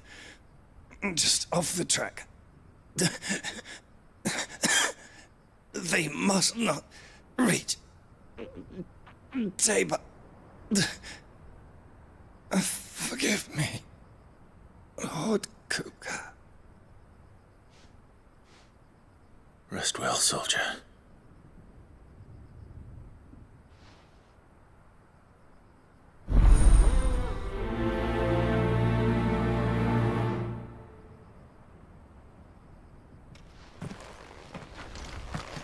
You said the encampment was close. Let's hope the Akashic are still there. Another ether flood. They're everywhere now. We can't go round it. Then we'll just have to be careful.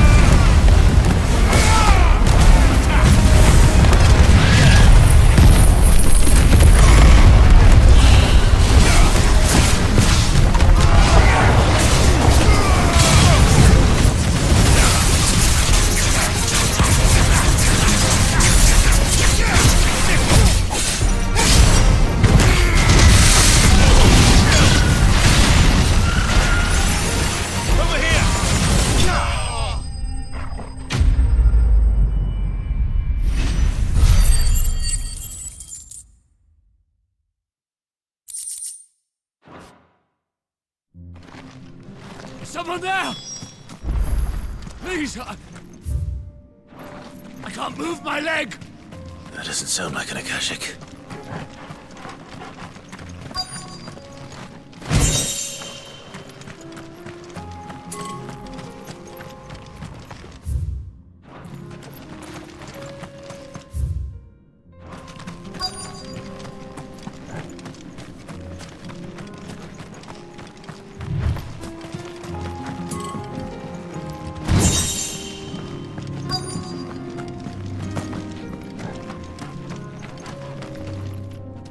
With the battalion? I am. I heard the fighting. Are the others? Taken care of. One of your brothers in arms told me what happened and asked for help. Another survivor? Where is he? Tell me. His wounds were too deep.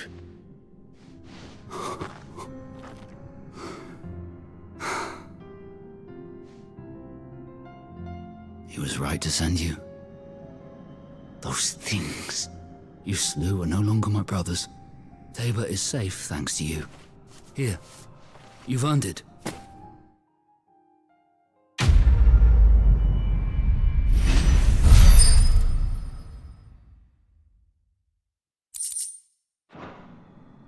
You seem familiar.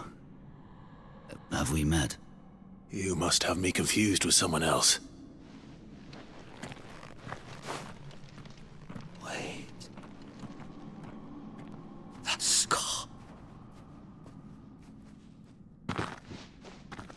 Son of a whore.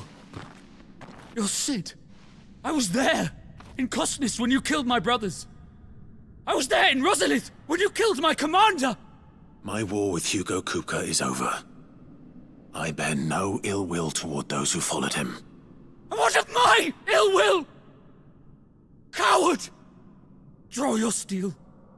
Lord Kupka shall be avenged!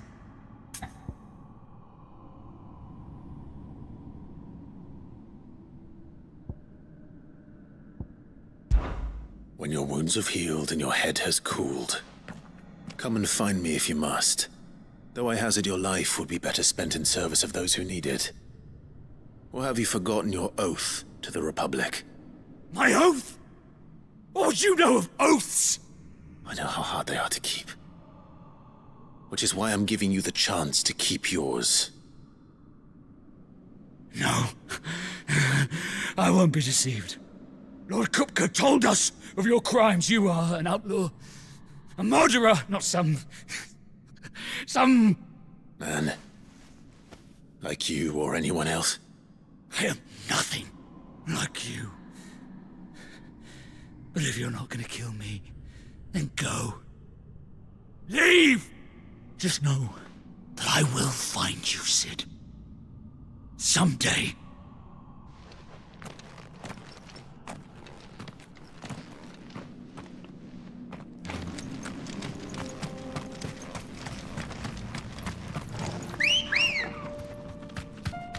Come on.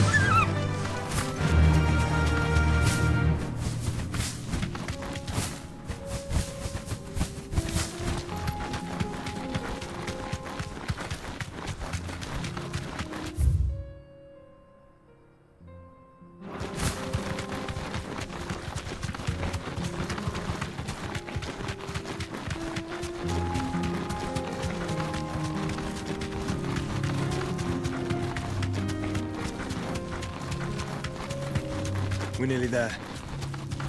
Have you been to Tabor before? There are a few places I haven't. Back to the stables, girl. Where now, Joshua? There is a residence just inside the city gates. She awaits us within.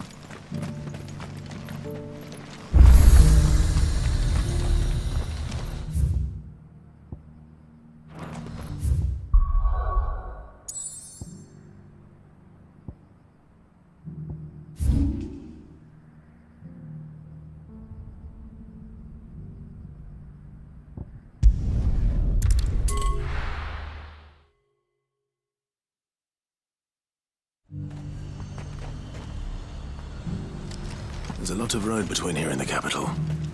Rutherford's man could be anywhere.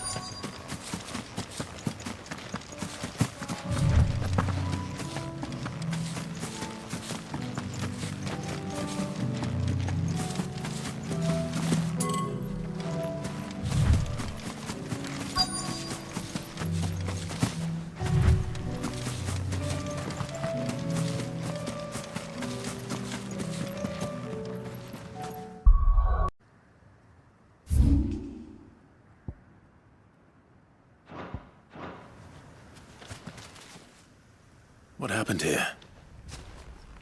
If you're with the others, they've already relieved me of my belongings. I'm not. I'm looking for someone who was sent here by a man named Rutherford. And then you found him. I'm Alistair Rockford, attendant to the Lady Ariane of House Wellesley. Of the 7 high houses of Rosaria. It's been a long time since last I saw my great-aunt. Is she well? My Lord Marquis? Yes. Yes, she is. The Lady Dowager has granted me leave to assist your Uncle Stuart. I was on my way back from the old capital when I saw some villagers being robbed on the road here. Bandits? They looked more like field hands, but it didn't matter in the end. I did what I could to help the victims, but all it earned me was a pommel to the temple. Which way did they go? South, toward the gate. All right. I'll take care of them. Founder knows I've met enough of their kind.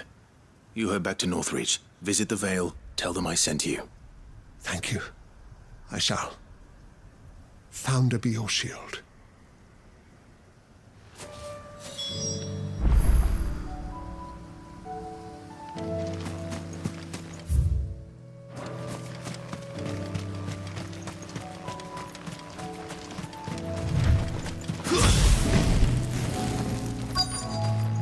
They just couldn't resist, could they?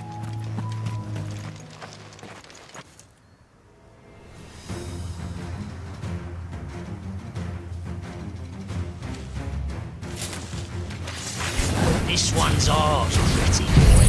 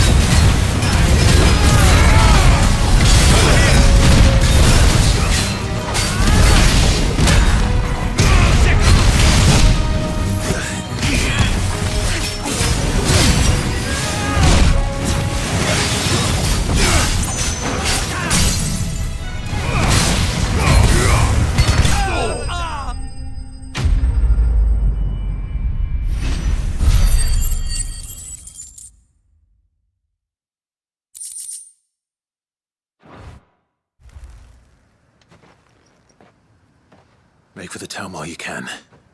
There may be more bandits nearby. You don't need to tell me twice. Many thanks, traveler. This looks to be all of them. I thought I told you to make for the Vale. And stand by as ill might befall the heir to the ducal throne. It's just Clive, and I'm fine. Which is more than can be said for you. I will survive. Strange that the garrison wouldn't intervene in such a brazen attack so close to their gates. The garrison have their hands full inside the city. Some days they don't even send out patrols. There are few hands left to work the fields, and even fewer to transport the grain. The market stalls are nearly bare, and the price for what remains is exorbitant. It's not uncommon to see a fight break out over a crust of bread. When I said the ones who attacked me didn't have the look of bandits, I meant it. They were probably just desperate. Rockford, listen to me. If you are to continue your investigation, you first need to seek the attention of a healer. Of course. I shall return to Northreach right away. But allow me to thank you first. Had you not happened along, Don't thank me. Thank Rutherford. It was he who sent me. I suppose he'll be wondering where I've got to. I shall send a Bistolus as soon as I'm able. Good day.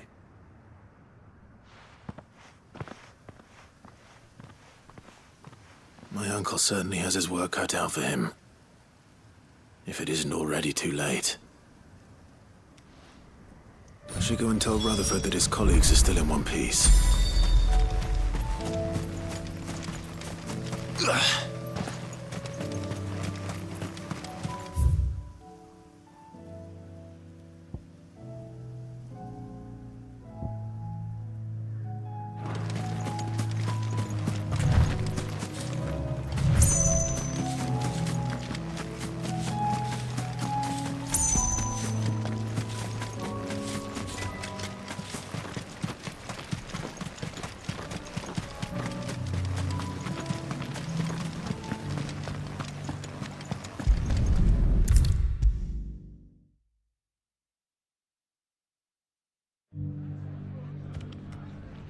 I see you're still here. The Rest's location affords a constant flow of traders, and with it, a constant flow of information. Speaking of which, I received word from both my associates. They have resumed their investigations, thanks to you. I only happened to be in the right place at the right time. They both seem to think the realm's prospects rather grim. I am afraid that grim would be putting it lightly. Storm is in crisis, and if we are to free her, we must work quickly. And we must work together. Such is your Lord Uncle's wish. As it is mine.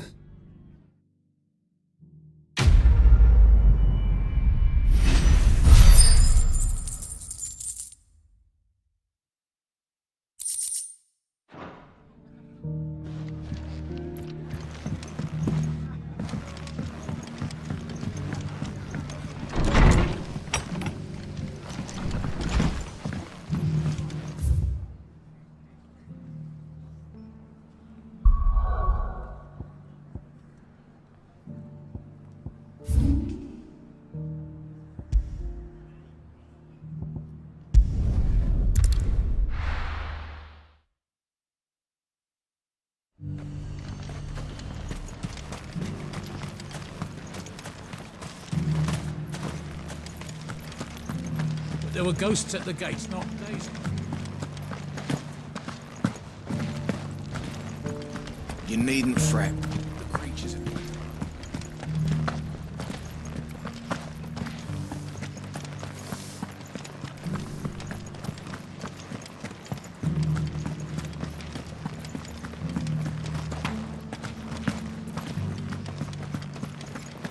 To the meadows, then.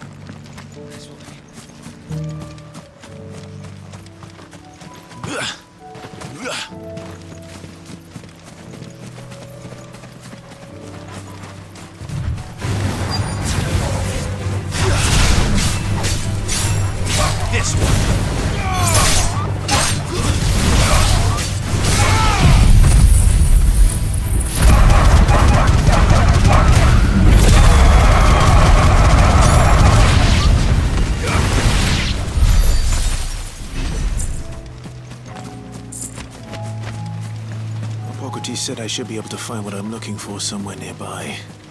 Bright blue dragons and bright yellow flowers. Should be easy enough to spot.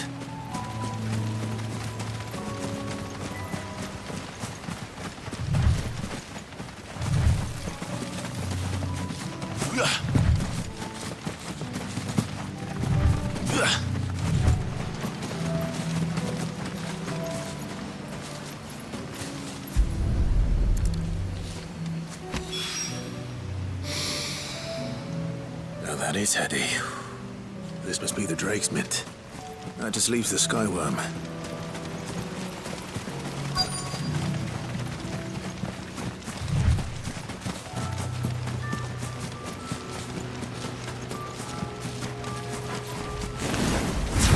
This must be our Wyvern. Right. Let's get this over with.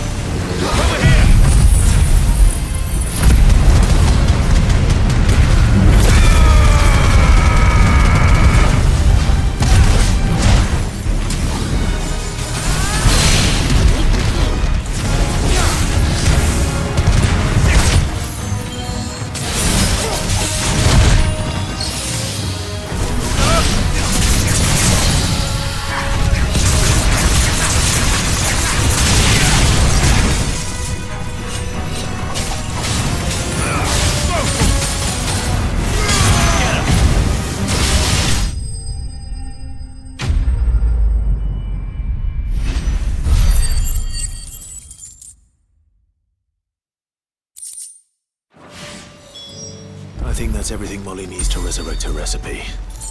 Better head back. Seems the hideaway's lost its appetite. So, did you have that word with Tomes then? I did, and he was as helpful as ever. He told me exactly where to look, in fact.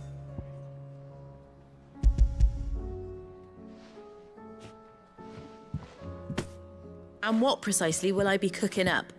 Or is it better not to know? Blueback wyvern liver. And, a herb known as Saint's Bonnet. Ah, wyvern livers, was it? Well, at least it weren't actual worms, I suppose. Now then, you stay right where you are. I've got some cooking to do. Let's hope these grand old chefs of yore knew what they were on about.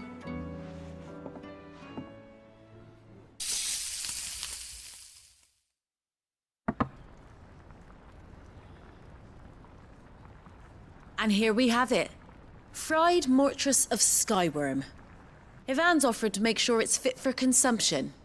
Well, I say offered. He as good as begged. And rightly so. Is there any higher honor than partaking in a slice of culinary history?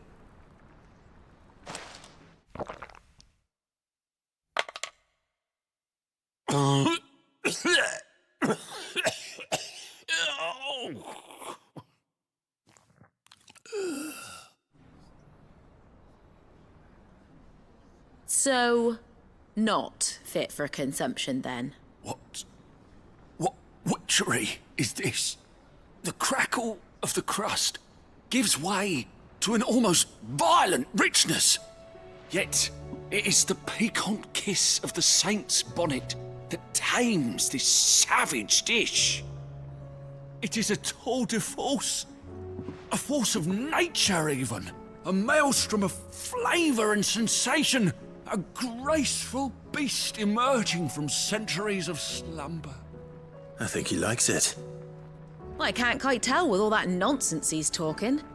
But I reckon you might be right. It was decent then, I take it. Decent? It's remarkable. And I defy any man to say a word to the contrary. Sid, might I suggest that you command a party of your finest men and women to procure a dozen blueback wyverns forthwith? I'll give it some thought.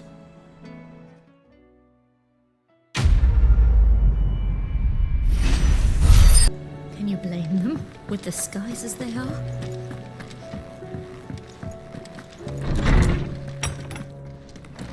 Is a storm coming soon? Will there be thunder? Lawsman, I need to ask you about Torgal. Something's not right with him. He isn't ill, is he? I don't think so. But according to Lady Karen, he seems to have lost his appetite, which is certainly a new development. She says he's hardly been touching his bones of late, and she believes it may have something to do with what happened at Rosalith Castle. I rather think she might be right, though not about his appetite. All canids are instinctively inclined to crack open bones for the rich marrow that resides within, and I see no reason why a frostwolf should be any different. Accordingly, I suspect it is not a lack of appetite that afflicts Torgal, but a surfeit of it. If we assume that his newfound magics require additional nourishment to sustain, it may well be that the bones Lady Karen is accustomed to providing are no longer sufficient. Frostwolves, after all, habitually prey upon far larger animals, whose bones may yield altogether different nutrients. As to where one might find a suitable substitute, some antelopes that graze the meadows of eastern Rosaria have been known to grow to a size more than double that of their lesser cousins. I don't recall ever seeing any that large. And little wonder. The oldest and largest such creatures rarely leave the safety of the highlands for fear of predators. The last elder antelope sighting I recall hearing about took place near Cressida, and that was long before the village was abandoned. Even so, it seems like a good place to start. Good hunting, Clive.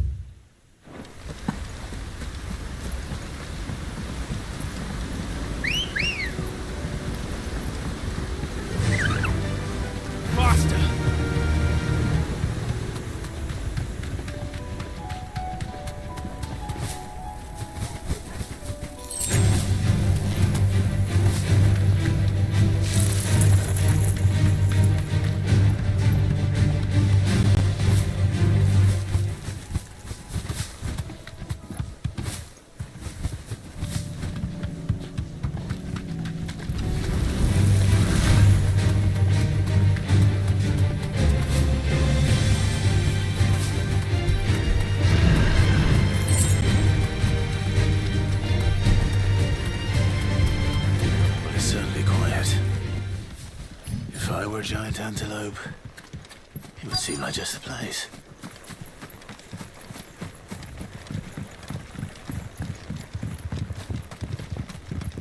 I doubt we'll find one bigger than that. You hungry, Torgal?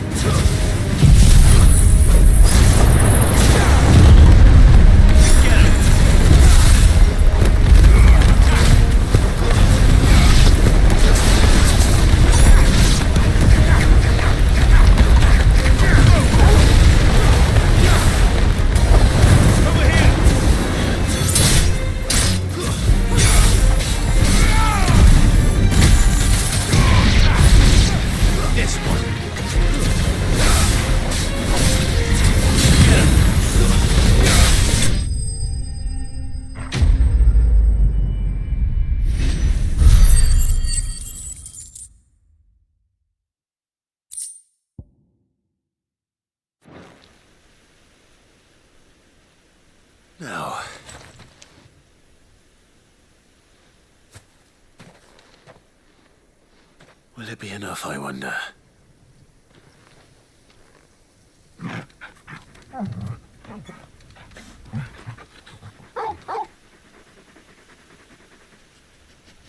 I say that answers my question. Which means we owe the lawsmen our thanks. You're just a big puppy, aren't you? A very big puppy.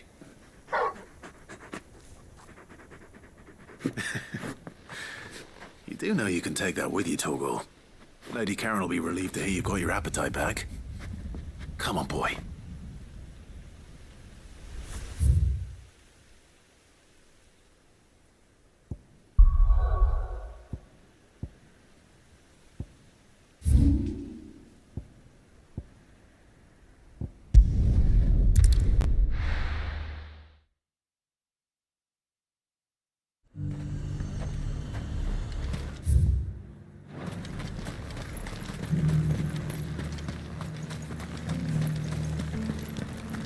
There were ghosts at the gates not days ago.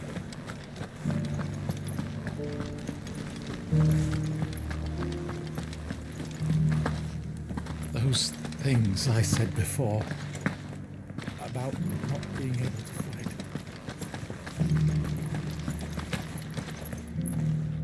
Milady, I come bearing gifts. Gifts? Whatever is the occasion.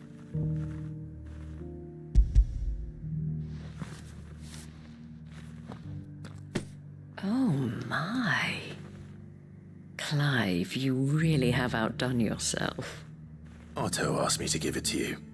To settle the Hideaway's debt with the Veil.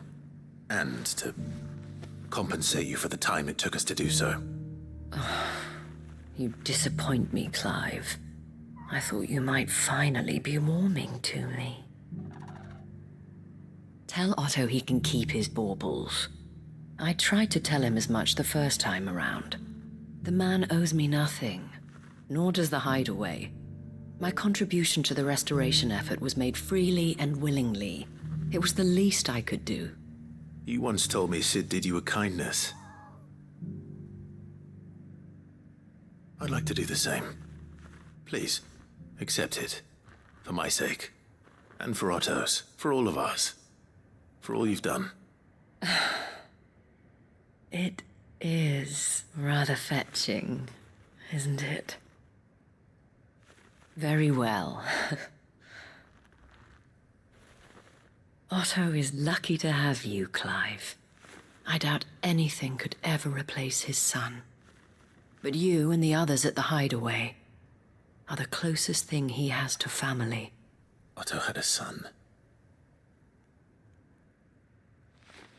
Long ago, yes. Sid told me Otto lost him when he was just a boy, and blamed himself for not being able to stop it. I don't know how it happened, whether there was anything he could have done, but it was clear that it weighed heavily on him. I didn't know. How could you have? I doubt anyone did. Besides Sid, I've never met a man more keen to bear his sorrows in stoic silence.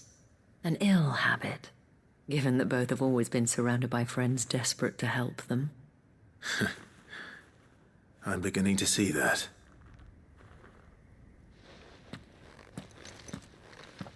Go will want to know the stones were delivered. If he's still with us.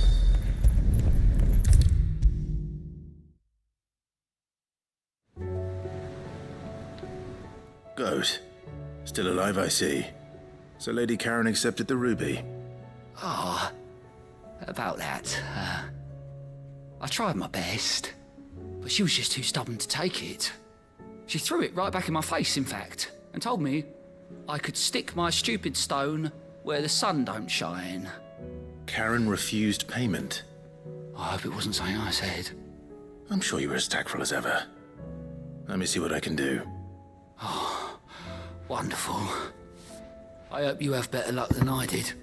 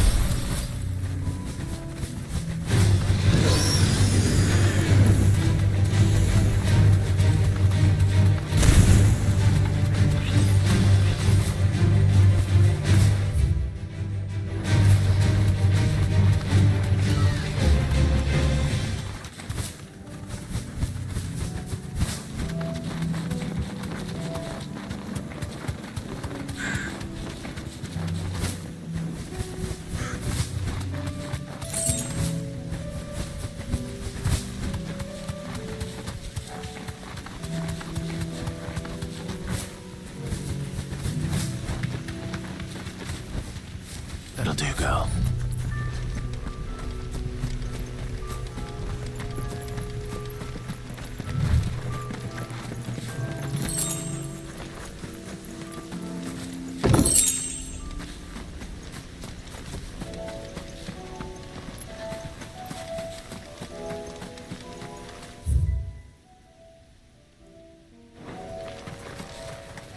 This is no time to ride.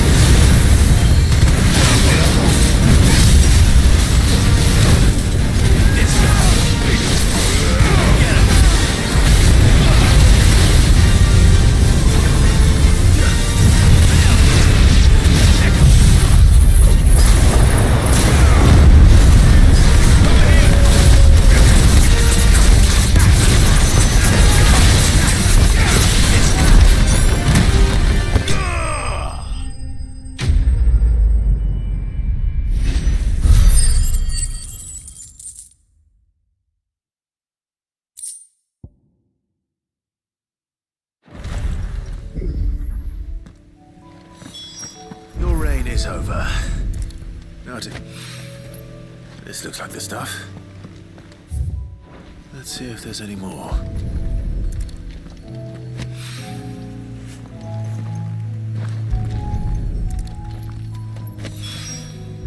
That should do it.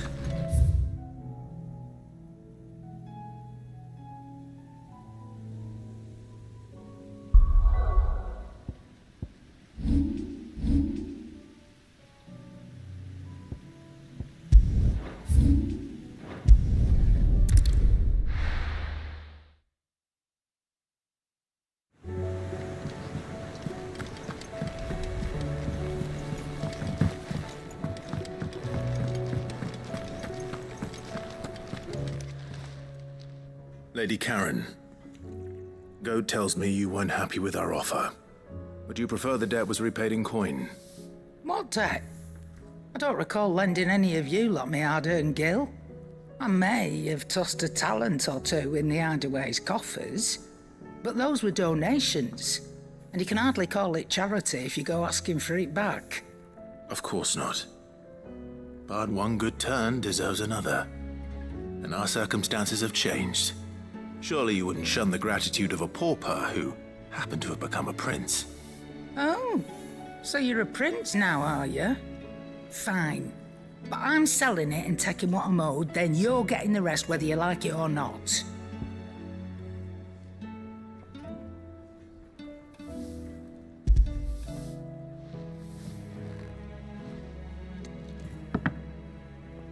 Where'd you even get this?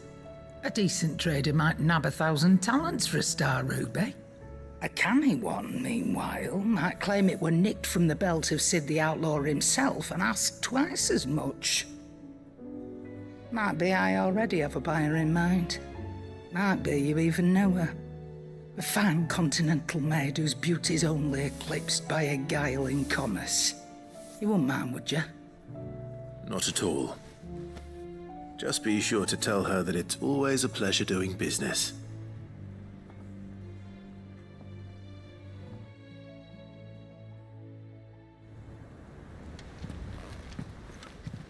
I hear you ended up delivering all 3 stones. Thanks to this lump. I sometimes wonder what I pay you for. Speaking of which, I still haven't been paid last month's wages. Oh, so you remember what's owed to you then? Get your ass behind that disc of yours and don't get up before those ledgers are square. Right away.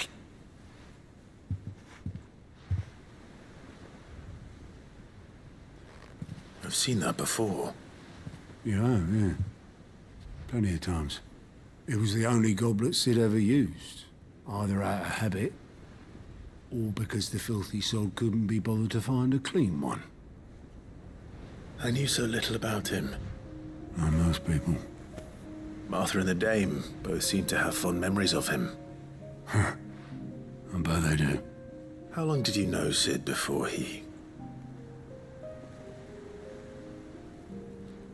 Before he died.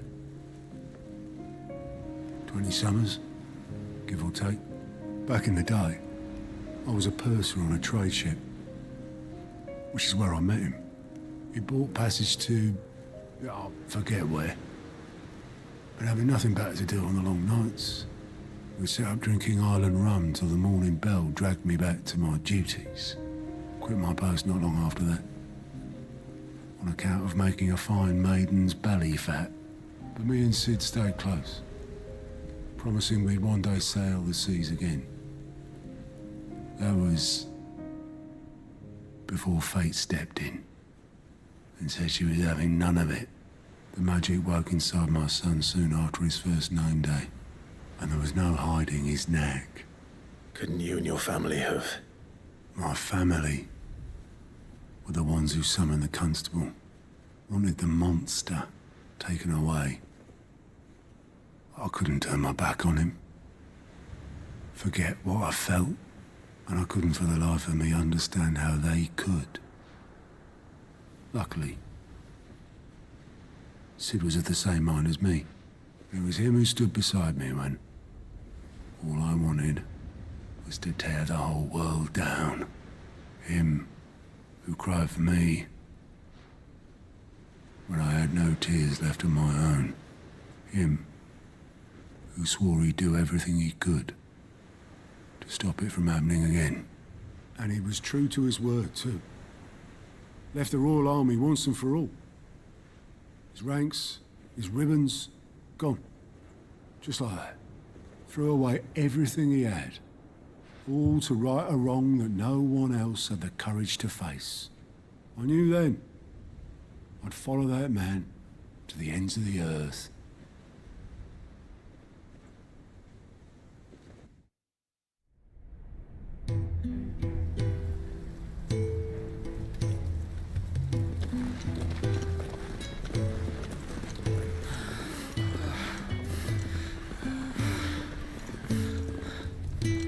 He was always too clever for his own good, was Sid. Saw the world for what it really was, while the rest of us were content to go along with the lie we were shown. And it can't have been easy, bearing that burden alone.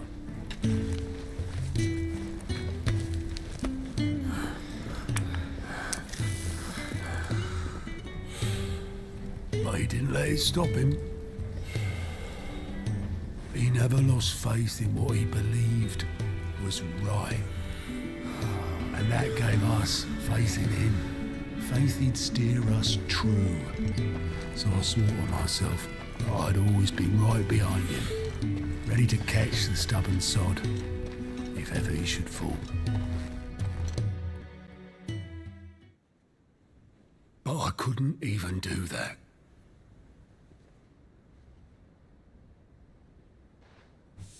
Ignore me, just the ramblings of a tired old man.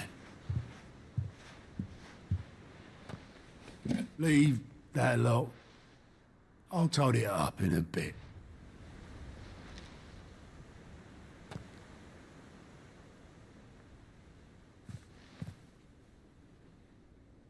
This is Sid's handwriting.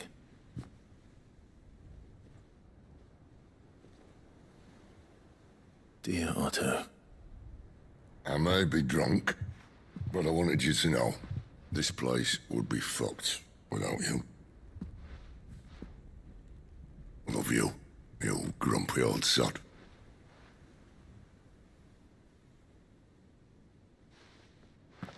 This note. What about it? Sid was right. Without you, we'd all be lost.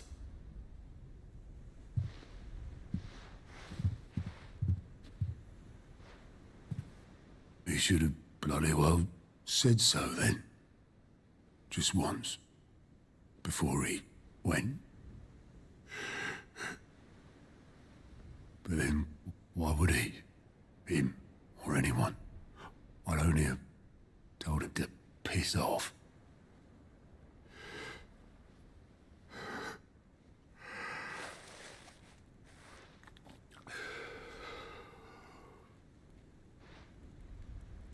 You're wrong, though. Both of you. It was never just me keeping the hideaway afloat. It was all of us. I just shoved people in the right direction, and I barely seem to be able to do that anymore.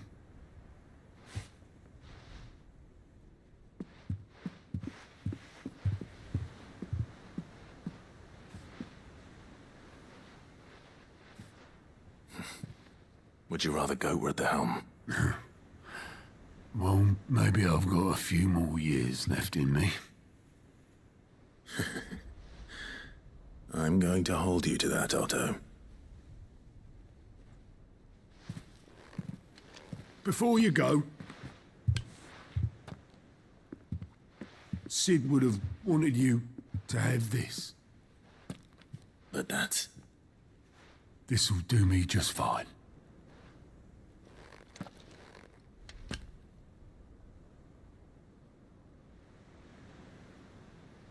Thanks for the ray of sunshine.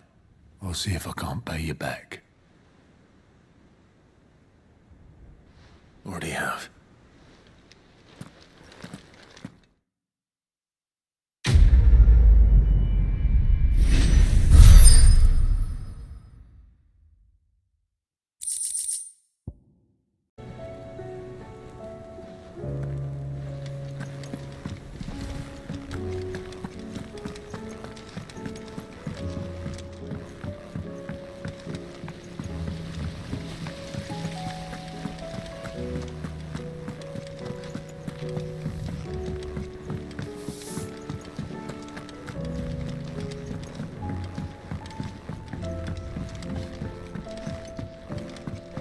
All this fuss over a few dark cloud. All right there, Sid? How's that hunt for the bomb ash going? I have it here.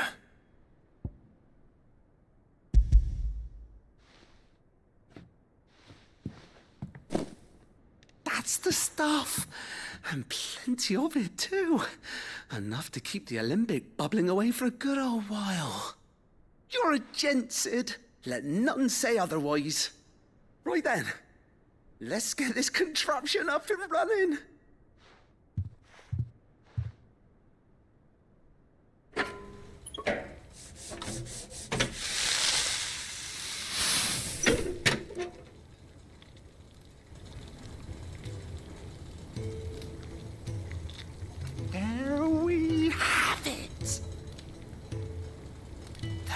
Elamon Alembic.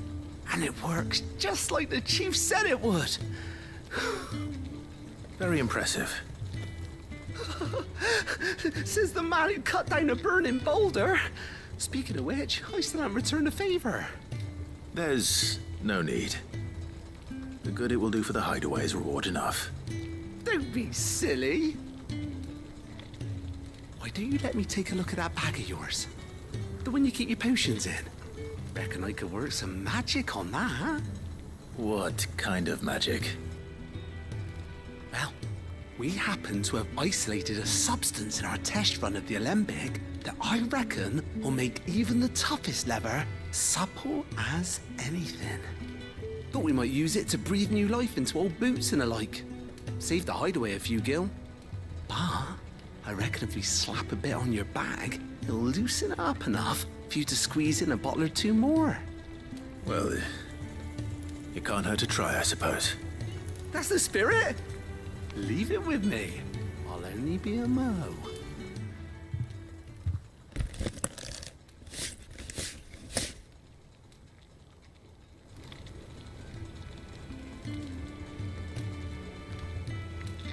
Well, what do you reckon? It certainly feels more flexible. Right? Told you. Thank you. I think. No. Thank you for supporting Mid and the rest of us in our endeavors. Without you, we'd never have been able to discover wonders like that stuff I rubbed on your bag. And I'm telling you, there's plenty more where that came from.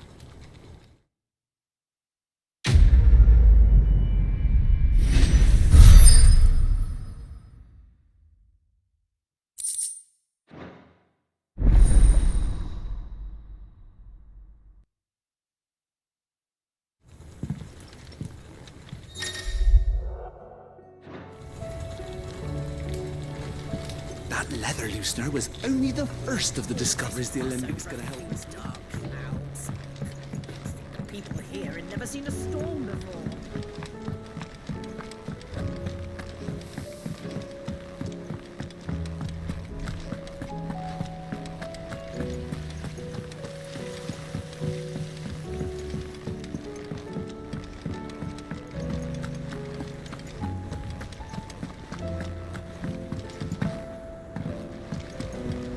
Did you see that? Tell me you saw that.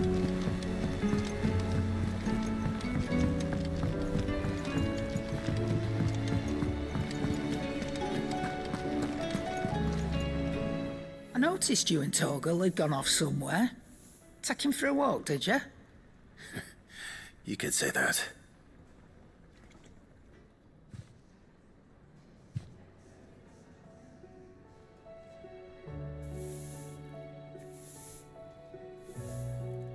So, Molly's leftovers weren't good enough, eh? That'll teach me for treating you like you're still a pup. All right, no need to shout. Now we know what you're after, I can see about getting some in. Speaking of which, I brought one for later. Can I leave it with you?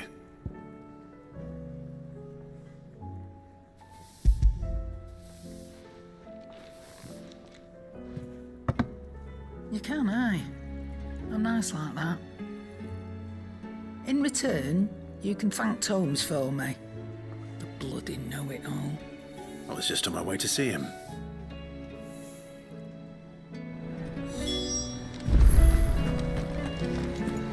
It seems the hideaway's lost its appetite. Is a storm coming, Sid? Will there be thunder? Ah, Clive. Were you able to locate your quarry? We were indeed, Lawsman. You pointed us in exactly the right direction.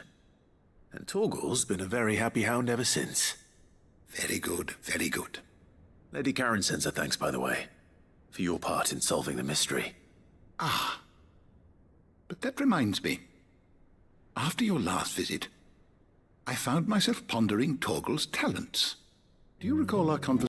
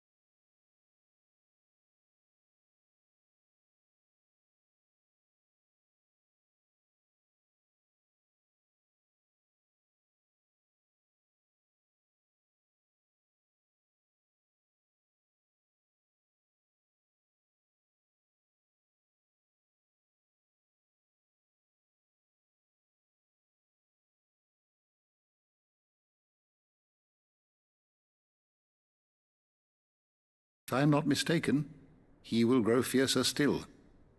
We are fortunate indeed to be able to count him amongst our allies and not our adversaries. Oh, he's more than an ally. He's a friend.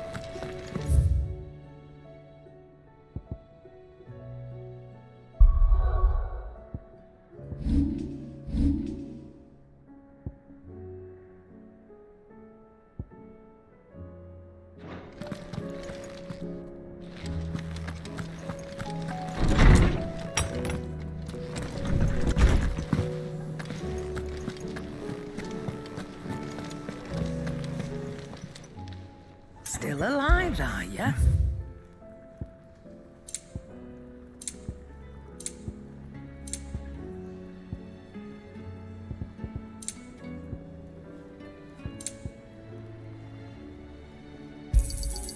It'd better all be here.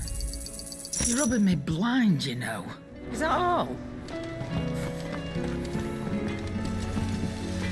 What do I owe the honor? Saying fortune, dear.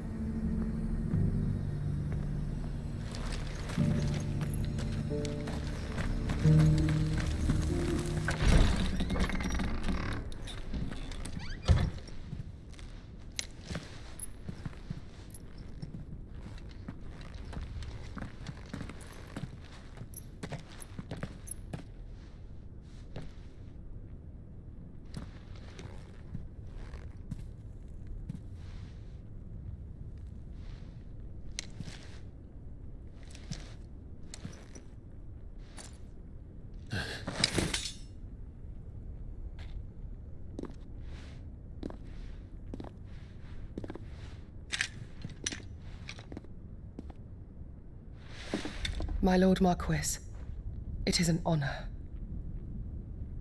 I am Yote, Knight of the Undying, charged with the protection of His Grace Joshua Rosfield, Keeper of the Flame of the Phoenix. Of course. It all makes sense now. Would you care to elaborate? The Undying are loyal servants to the ducal throne. Or more.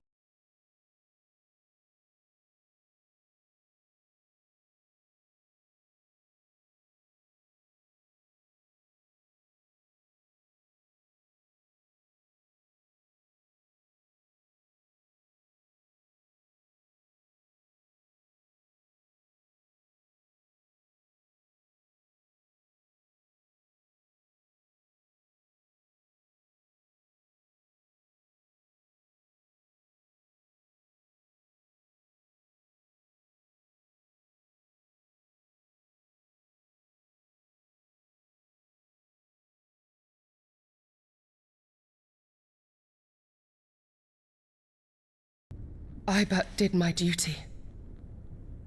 Come now. Tell us what you've discovered. Your Grace. It is as you feared. The vessel we spied off the coast of the Crystalline Dominion on the night of her fall. It was the Einherjar. Beyond any doubt. The Black Galleon. Joshua, the Einherjar is the Royalists' flagship. What business would they have in the Dominion? Upon learning of Waloed's involvement in recent events at Drake's Fang, I sensed the malign influence of Ultima, and bid Yote and the Undying look into the matter. We have reason to believe that the Black Galleon weighed anchor shortly after the fighting began, and set a course due south. For Canva. Then it is Waloed knights who besiege the cities. What is left of them? Yes. And the Black Galleon sails at but one man's behest. Barnabas Tharmr.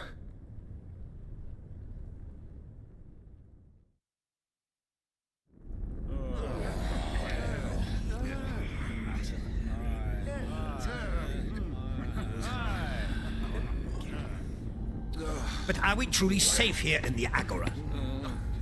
The city guard have been paid, if that's what you're implying. All the more reason for them to run. Well, you are free to leave, Lord Minister. Markets abandoned, warehouses aflame, blackened hulls choking every port in the capital. Canva is ruined. The realm teeters on the brink of chaos, and all you can think about is commerce! Forgive us! We were not aware Dhalmekia now subsisted on charity! How dare you!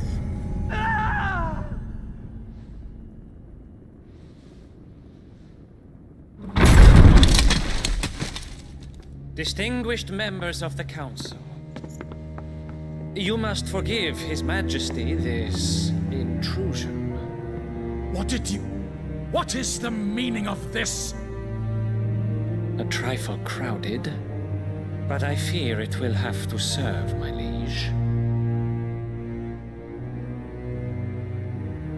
Very well. My colleagues, do you not see? The king! He has come to save us from the Akashic!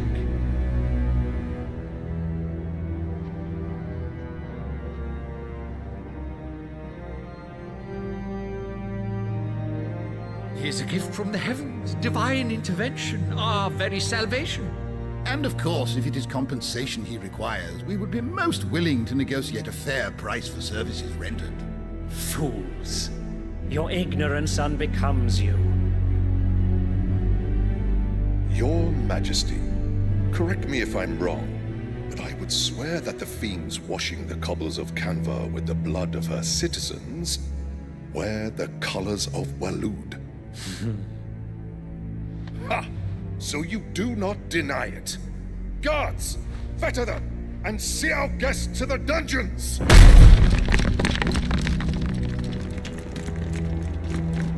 Enough.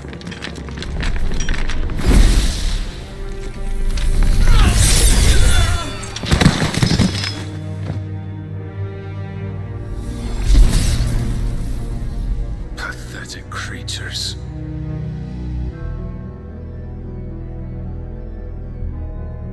That you should imagine yourselves worthy of salvation. The girl is still here, somewhere in the city, her consciousness fair dripping with her late father's hubris. A consciousness to which Mythos is inextricably bound and inexorably drawn. See that he is made welcome. Yes, Your Majesty. Come, Mythos. Surely the prince's light cannot have sated you.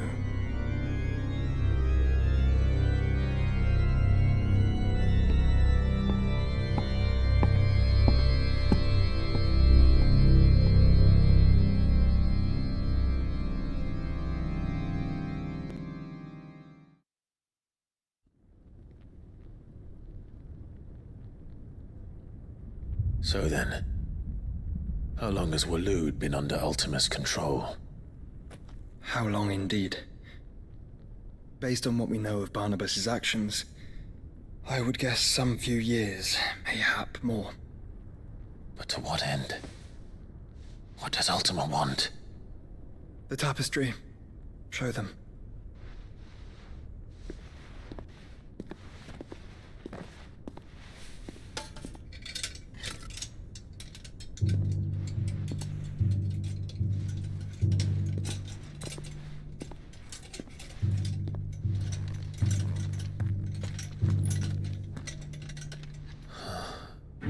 By the flames. Phoenix Gate, Drake's Breath, and now here. But what is it? It is old, ancient, even. Naught remains of the faith it represents, save what can be gleaned from the image itself. None could tell me what the one in the apothecary meant, even the Undying. But I believe it may be the key to discerning Ultima's purpose. That figure in the center, the one beneath whom the icons congregate, that I believe to be Ultima. He is a god, or at least godlike. His very existence beyond our ken. The icons, and by extension their dominance, are meant to be his subjects, and while some, like Barnabas, have accepted this role, others have rejected it. Like you, Clive, which is rather inconvenient, as it appears he needs you most of all. And gods don't like to be disobeyed. No, I don't suppose they do. Clive, may I tell Yote of the lake? By all means. Yote, I will be accompanying my brother to the Free Cities. Whilst we are afield, I would have you watch over those Clive has made his wards. Umielos delan tuisag ilith. Though well concealed, the hideaway lacks trained fighters to defend its occupants should they be discovered. But it is my duty to... As it has ever been my brother's duty, remember.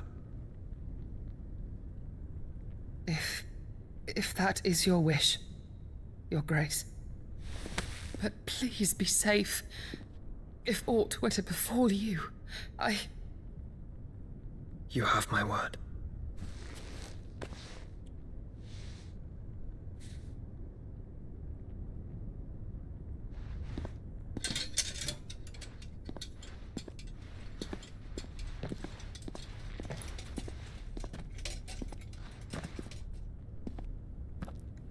Farewell, my lord, my lady. We are in your debt, Yote.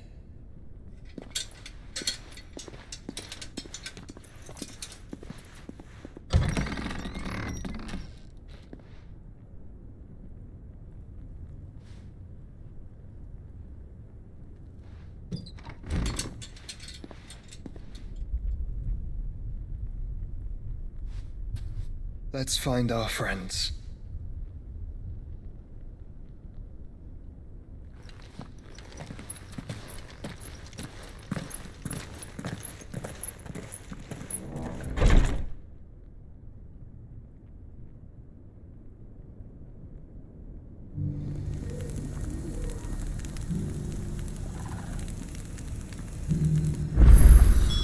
It's plain she cares for you very deeply. And I her, which is why I had to let her go. Opportunity beckons. Who am I? Is that blade for hire, perchance? Because I have a mind to make a killing. Figuratively, I hope. Well, yes and no. A passing caravan carried with it a rumor most fortuitous for one in my trade, that an elder Dread Evis had been sighted in the fields of Korava. Dread Evis are aggressive beasts. Compelled as they are to acts of violence, few survive to maturity, but those that do develop a hide of phenomenal value. A hide you want to sell? Eventually, yes. Though I would have it tanned first that it might be crafted into marvels the likes of which the world has never seen. Dread Evis skin is a rare thing indeed. But the worked hide of a well-aged beast, now that would fetch such coin that Gilbert himself might weep with envy. Bring me that beast's skin, and I will share with you the bounty of our combined labors.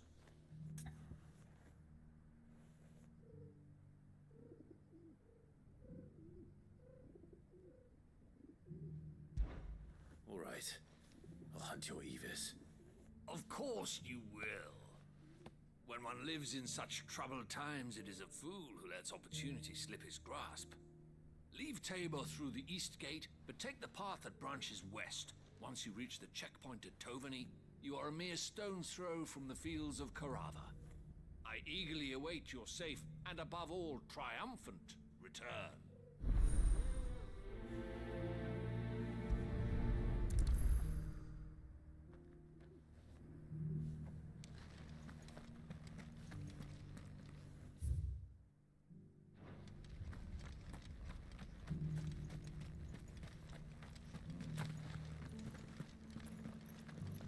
Careful how you pack that leather. Any crystals? You there! Finally. No one was paying me the slightest heed. Is something wrong? At the university, the students would hang on my every word. Sadly, this far from home, I'm just a vagrant greybeard. The university? You're a scholar. A specialist in ancient cultures. The most accomplished in all Valisthea, some have said. Not that I look the part in these tattered rags. In my heyday, no obstacle could have kept me from my studies. Yet here I am, a wizened windbag, bested by the many steps of Tabor. The answers I seek lying just beyond my enfeebled reach. Would you do an old man a kindness and brave the stairs in my stead? You'll be amply rewarded, of course.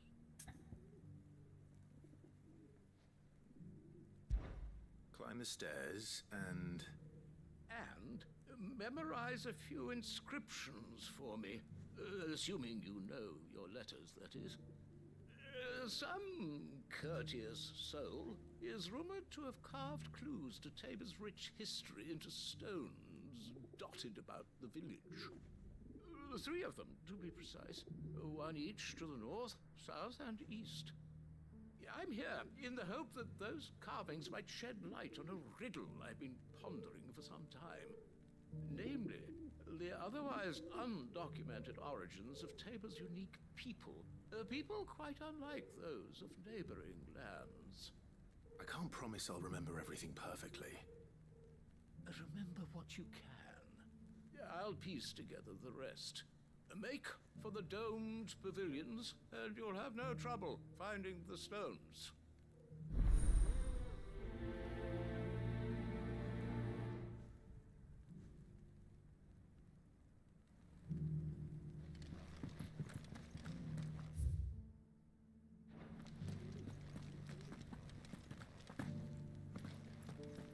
Careful how you pack that leather.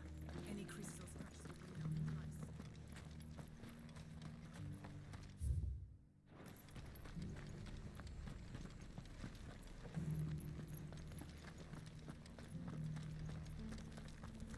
Here's the scraps you were after. Thanks.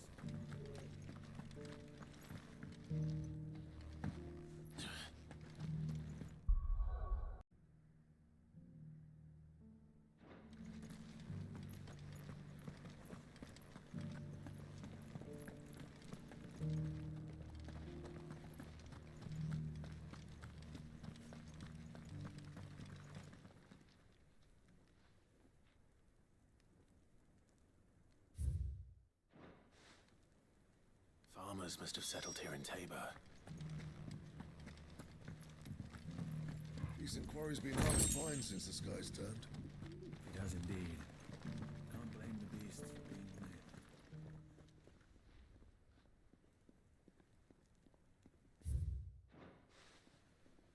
What golden plains might the wanderers have called home, I wonder?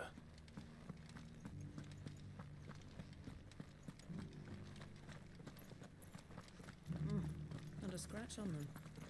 These hides will fetch a good worth.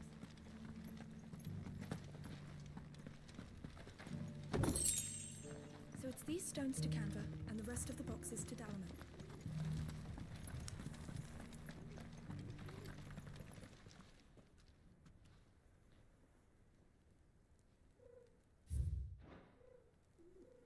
No history would be complete without mention of the mother crystals. I should speak to the old scholar before I forget everything I've read. Scholarly sorts like him always are. How are those new boots treating you? The engravings were in good repair considering their age. Oh, what that I could have seen for myself. Come, don't tease me now. What did you learn of this place and its people? Let's start with the engraving to the south, shall we? What did it say?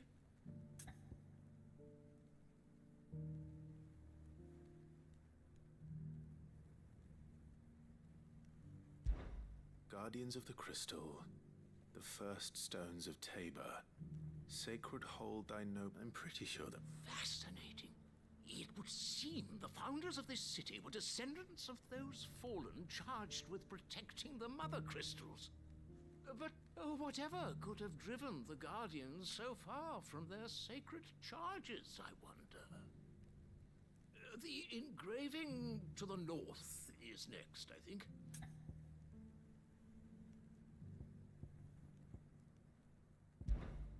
Voyages of the Ashen Ocean. Seafarers here? Are you certain? I'm growing less certain by the moment.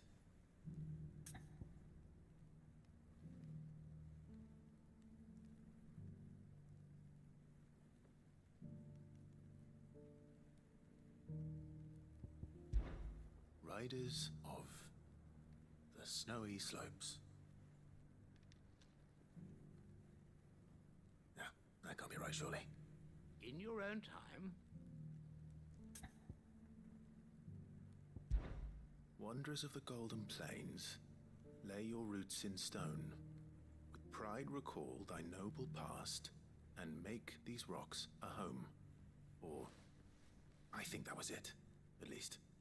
No doubt you're right. There are vestiges of nomadic customs in Tabor its guardian roots could never account for. This is proving most enlightening. Now, for the final stone.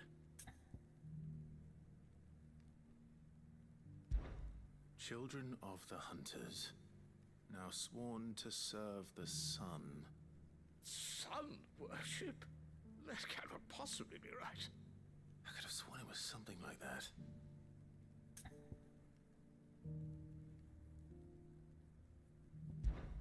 Children of the Hunters, now tillers of the land, reap her promised blessing and give praise her gracious hand. That's all three. And so, we add primitive farmers to Tabor's founding peoples, the final piece of the puzzle. 3 engravings, one for each of the 3 peoples to have settled Tabor in ancient times. Guardians of the Mother Crystal, wanderers from across the plains, and last but certainly not least, hunters turned farmers. Little wonder it was so difficult to trace the roots of Tabor's culture. Those roots reach down through 3 distinct traditions. Nonetheless, one cannot help but wonder why this fact is not better known among scholars, given that the stones stand here for all to see. Too many stairs, perhaps. Ha! Too many by far. Here, and thank you.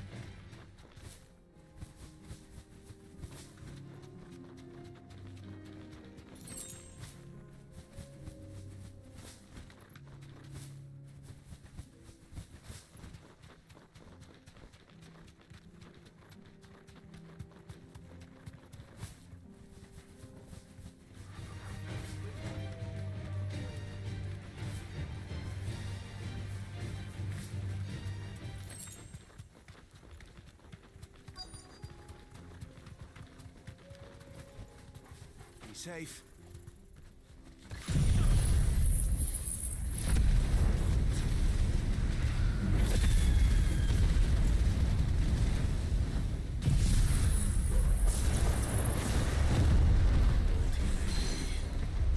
Looks like there's still plenty of fight in it yet.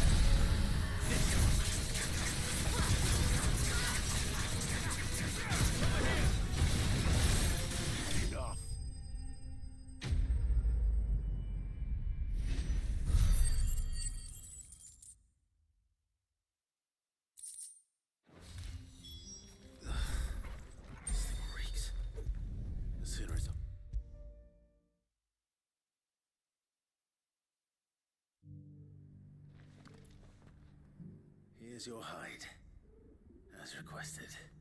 I worried you might never return. Quickly, let me see it.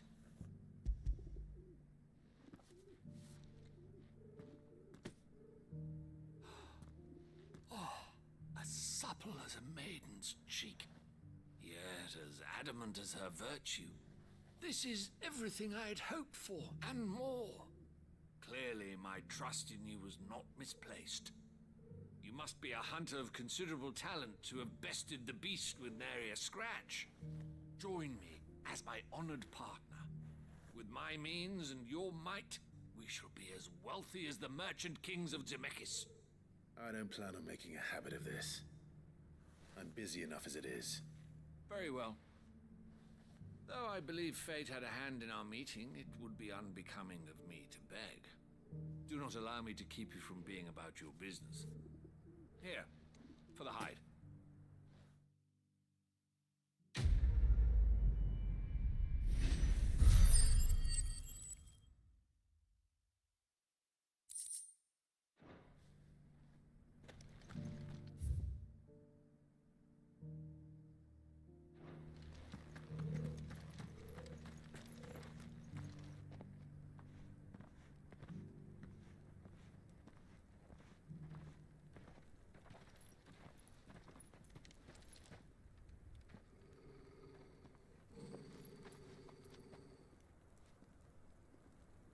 Cyril.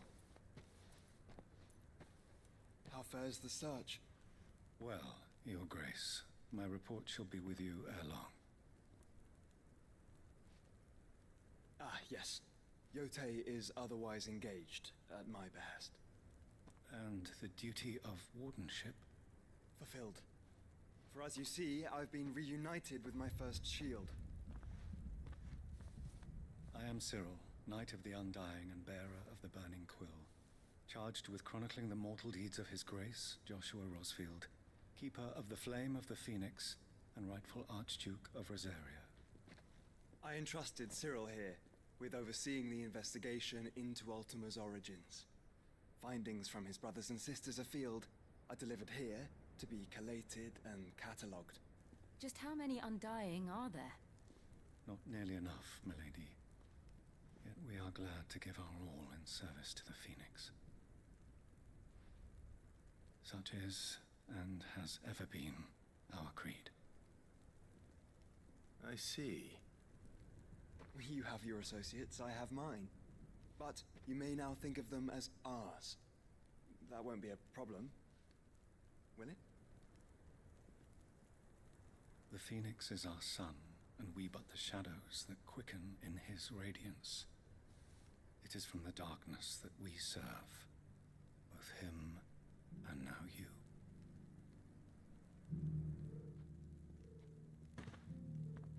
accept this token.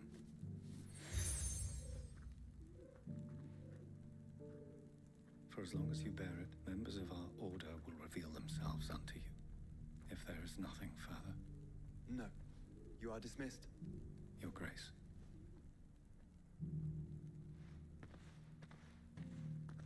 Sekhret, then. We'll talk about this later. Cyril seemed very, You certainly keep strange bedfellows, Joshua.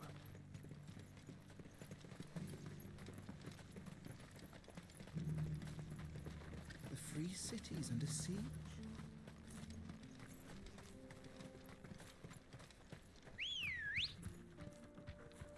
Come on. Run like the wind.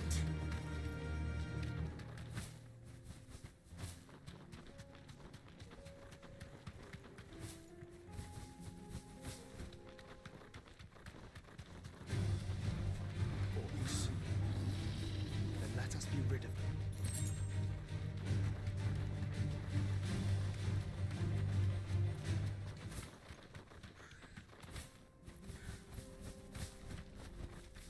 Thanks, Gal.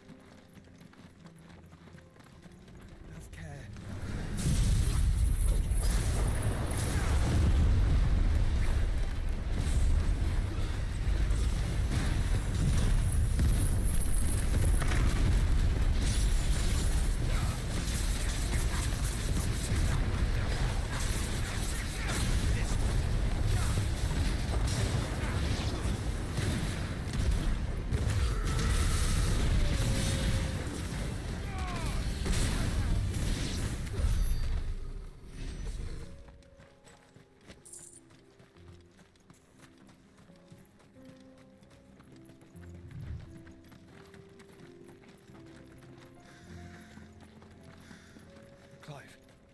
Smoke. Is the city fallen?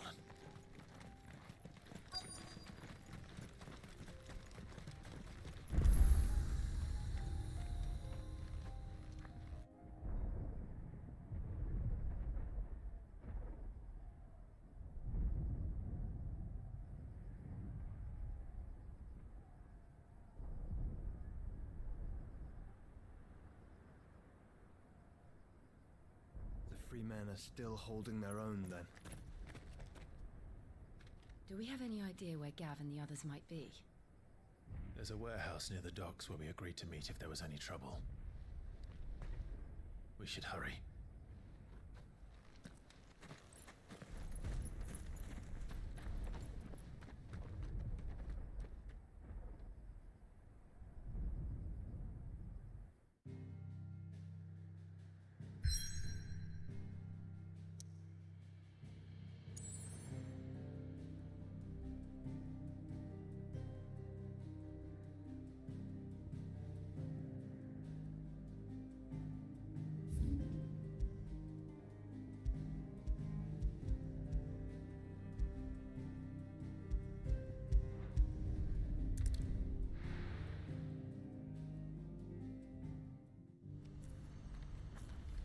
What's happened?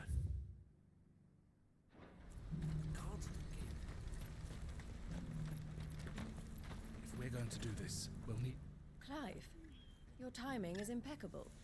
It just so happens that right at this very moment, we're in need of someone with your talents. And what talents would those be?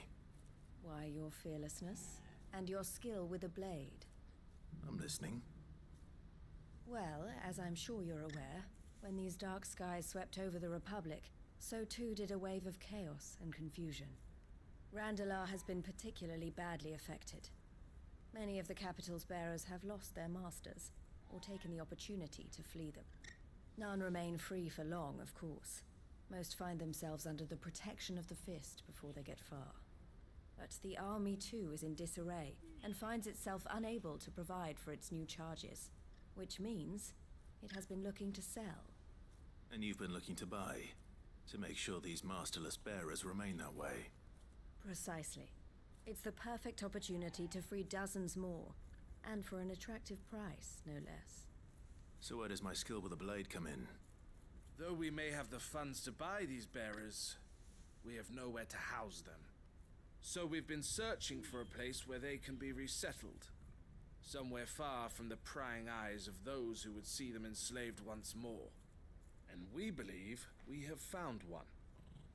Cashlock. A small hamlet hidden in a canyon. The place was abandoned a long time ago, but when the men moved out, the beasts moved in.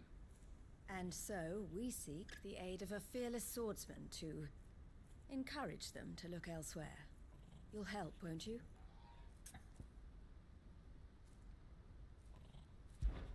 How could I refuse?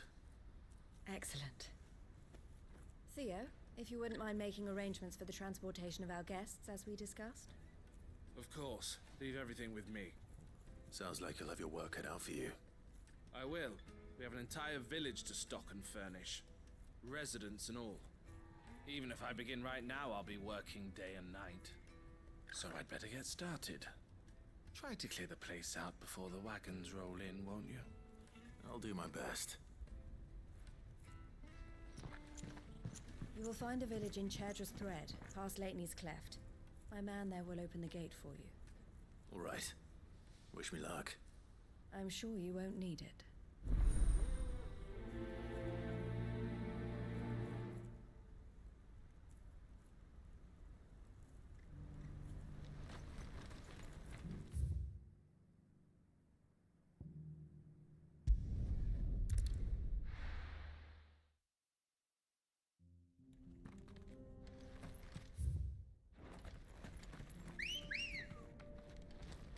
Ready, go?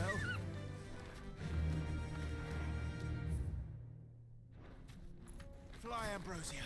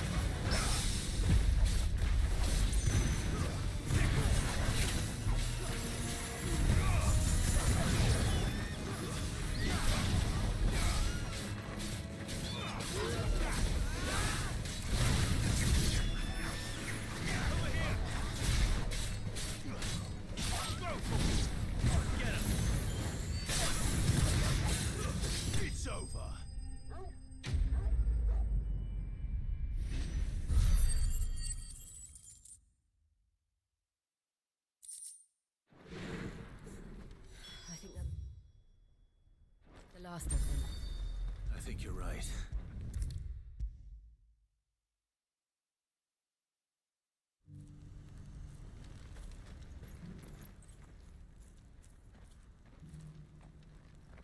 Something the matter, Theodore?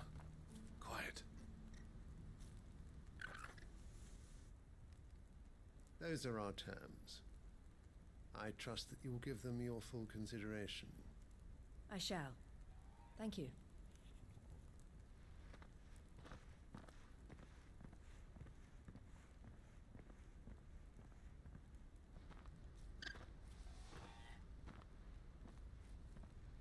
Him again.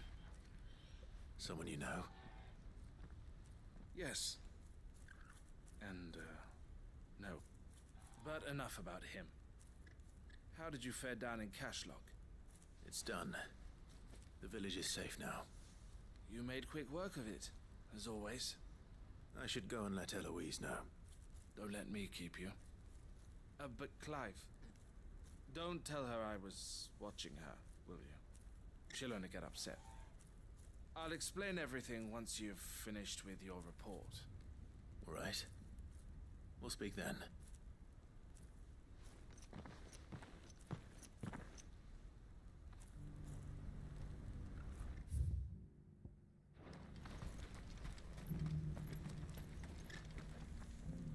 Eloise, I just got back from Cashlock. The village should be safe now. Thank you, Clive. Here, something for your trouble. Well then, now that you have laid the groundwork for our little project, I suppose we'd better finish the job. The first thing we'll need to do is make sure our offer for the bearers is accepted. You're still in negotiations? We are. A trusted colleague has been dealing with the Fist on our behalf, but things have been trickier than we anticipated.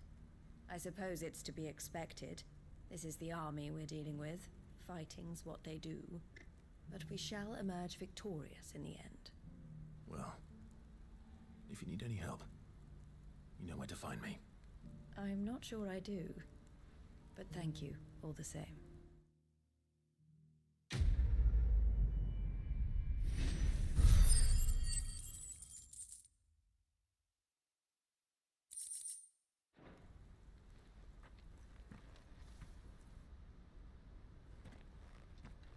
Ah, Clive. You wanted to talk? The man I was watching earlier, the one speaking to my sister. He represents the Silver Peak Consortium. It's one of the bigger trading houses. I don't think I've heard of them. Well, every trader in Dharmekia has. They operate across the length and breadth of the Republic, and they're still expanding.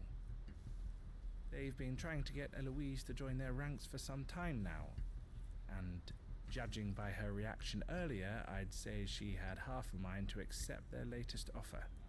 And you'd rather she didn't? I would rather she did what makes her happy. And I would never deny her such an opportunity. Eloise saved me from slavery. And we have striven to save others like me ever since. But this was not the life my sister wanted, nor the one she deserves. I won't let her give up on her dreams again for my sake. She freed me from my bonds, and she must be freed from hers in turn. You're a good man, Theo. I have always been grateful for what my sister did for me, and I want to repay the favor by letting her live her own life.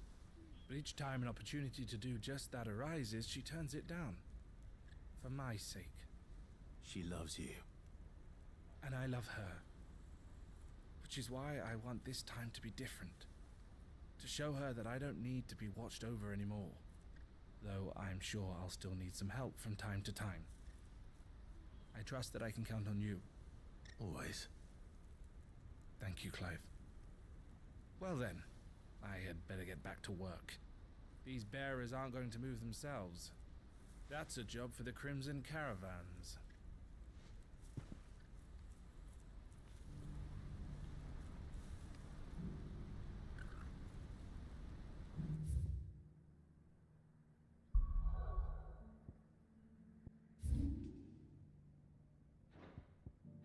Break it down.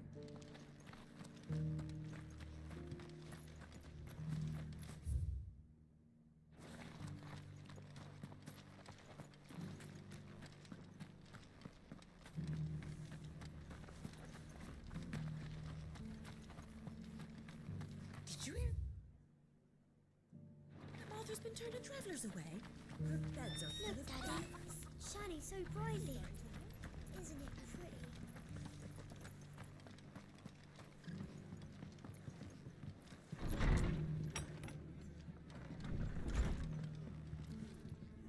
Ah, Clive. Just the man I was hoping to see. Oh? And why is that? You remember how some of Sir Wade's guardians took up residence here after the Akashic attacked? Well, now the rest have come to join him. Seems their barracks in the Lazarus have been lost to an ether flood. Now, I don't mind having a few more brave boys around to keep them animals at bay. I ain't daft after all. But we ain't got nowhere for 'em to bed down. Poor buggers are having to make do with haylofts and chocobo pens. I'd build 'em a new barracks here if I could. But where would I put 'em? There just ain't enough room up here on the rock. Which leaves us in a bit of a pickle. The people we're counting on to keep us safe are living like beggars. I see. And it ain't just that lot. There's bears to think about too. There's been more and more of them turning up lately, coming from all over looking for safe haven. But there's only so many we can shelter with the room we've got. We can't keep cramming more and more people into less and less space. What we need is a new home for our new arrivals. And that's what I was hoping you might help me with. If it ain't too much of a burden, of course. It's no burden. Thank you, Clive. So, where were you thinking of making this new home? Well, I reckon we could do a lot worse than Eastpool. Eastpool. It's been a long time since I thought about that place. It was a tragedy, what happened. And if any of us could have done anything to stop it, we would have. But what's done is done. And those who lived there wouldn't have wanted the village they loved to be left in ruins. I suppose you're right. The blight might be pressing in, but I reckon it's got a good few years left in it yet. There's just one problem. A band of cutthroats have made it their den, and they don't seem like they'll be moving on in a hurry. Nasty bastards they are too. I've lost some good men to their raids. Would have sent someone to clear 'em out sooner, if my boys didn't already have their hands full fending off the Akashic. But now we've got a few more guardians of the flame to call on. I reckon it's time we made our move. What do you say? Fancy leading a raiding party? I do. Eastpool was once home to people I loved. I won't have bandits sully those memories. I'll gladly drive them out of there. And I know the men will gladly follow you. I've already shared a few thoughts with Sir Wade about how we might be able to win the place back. And I dare say he's got some ideas of his own too. Why don't you go and talk to him? Of course.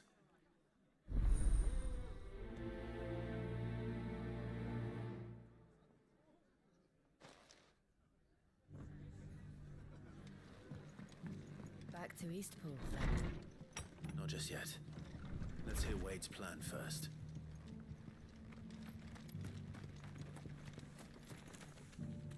So Wade, it's good to see you well. And you, Lord Rosfield. And you. I spoke with Martha. She tells me you have plans to free Eastpool and make it your own. That's right, though it was mostly her idea. I rather fear my men have been treading on her toes somewhat since joining us, not to mention each other's. And then there are the bearers, men and women who found the courage to flee their masters and sought refuge here. We need somewhere to settle them, and I can think of worse places than Eastpool. As can I. Which is why I agreed to help you win it back. That's very kind of you. I'd be most grateful if you would. With you beside us, we shall soon send that rabble of rogues running for the hills. So, what can you tell me? That thankfully there aren't too many of them. Fewer than a dozen at our last count. And rather less, thankfully. The road that leads there will more than likely still be crawling with Akashic. A small force would suffice to clear the village, but if the Akashic were to follow them in, that force could end up trapped between a rock and a very hard place indeed.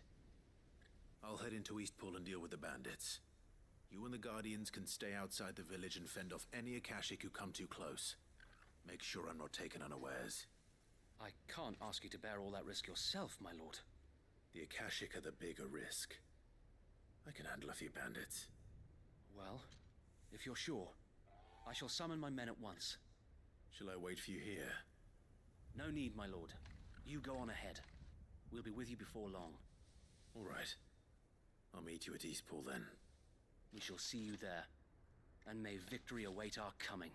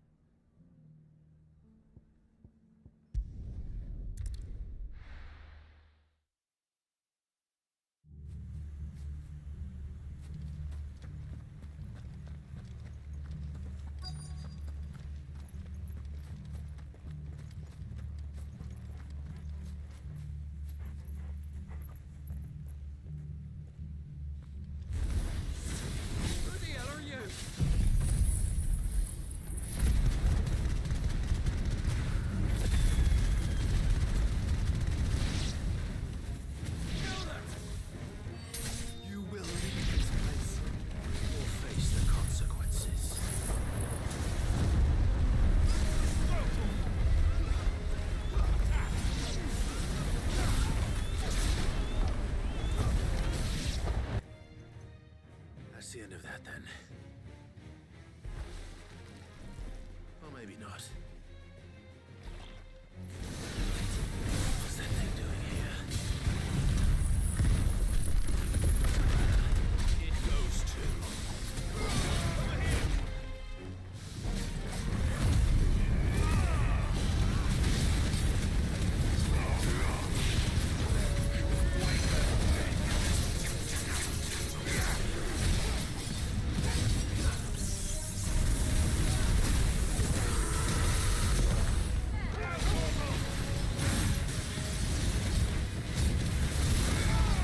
Over here!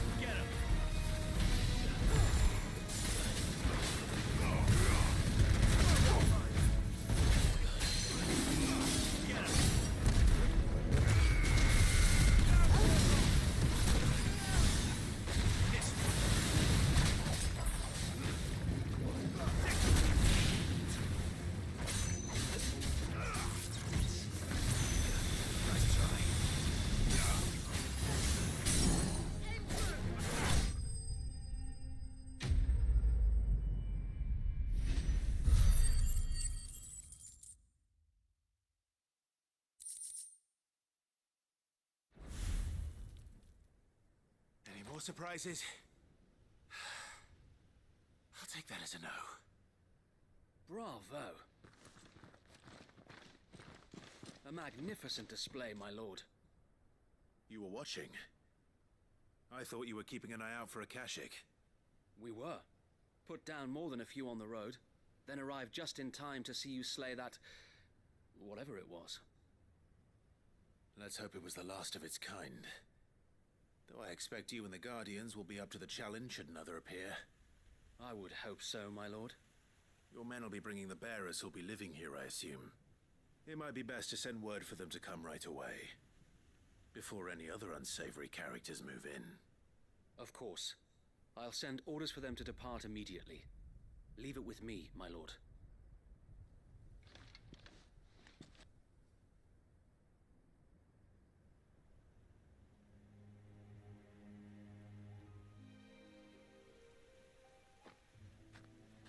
Home.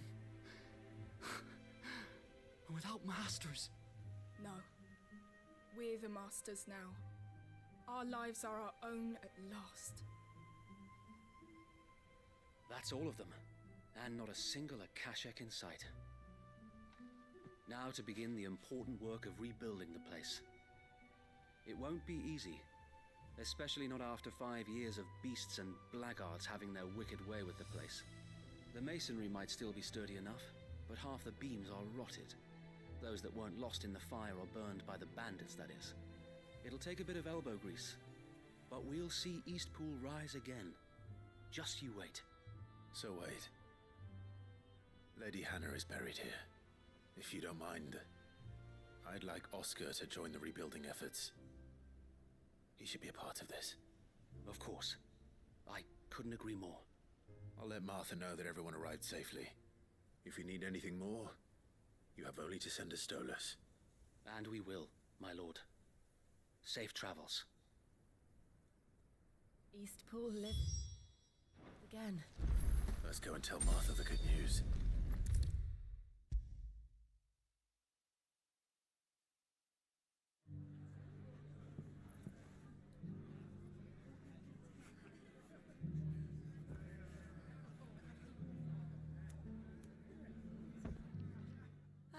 There you are. All went well then. Sir Wade told me you got rid of the bandits while his lot kept an eye out. Nicely done. And what's all this about some shape-shifting nightmare showing up? On second thoughts, don't tell me. It'll only give me nightmares of my own. What matters is you did it. And now we can build our new village. I suppose it will be. What will you call it? What else? Eastpool. Sir Wade said it best. There's plenty bad happened to that place, but that don't undo the good that happened there. No need to throw the baby out with the bathwater. Did Wade say that? Well, something along those lines. Anyway, the poor souls might have made it to Eastpool, but their work ain't done yet. So the way I see it, neither is mine. If it's food or lumber or strong backs they need, the rest is ready to provide it. Thank you, Martha. No, thank you. You didn't have to help us. I wanted to.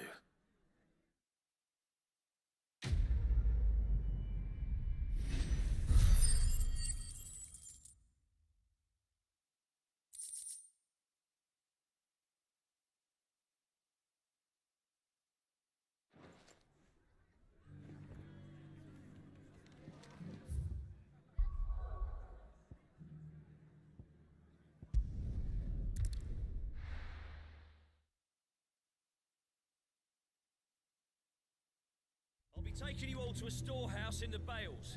Leave anything you don't need behind.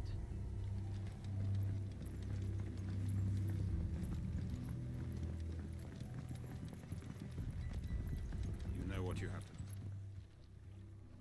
Clive, I fear that I must bid you farewell.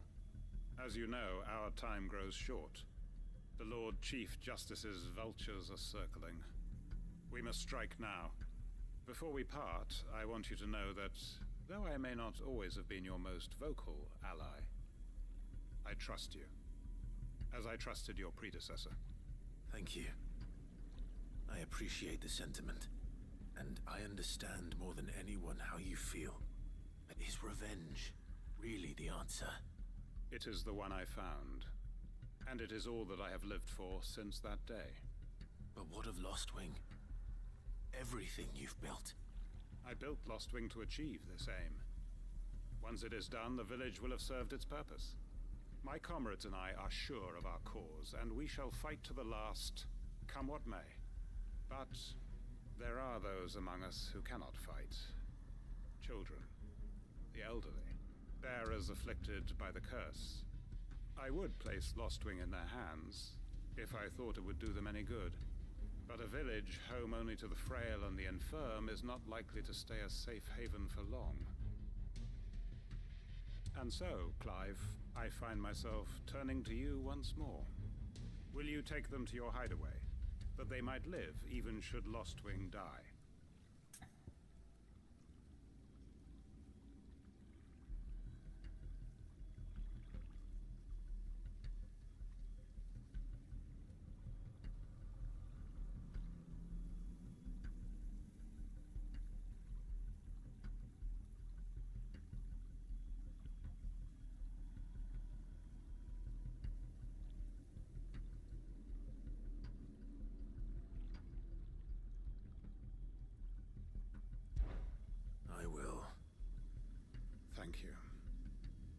will not have it said that I did not see to the well-being of those who rallied to my cause. The people I speak of have withdrawn to Gotan's Bales, away from danger in case the Black Shields strike. Understood. I'll make sure they get to the hideaway safely. Then the last of my preparations are complete. Fare you well, Clive. And may Griga guide us. All of us.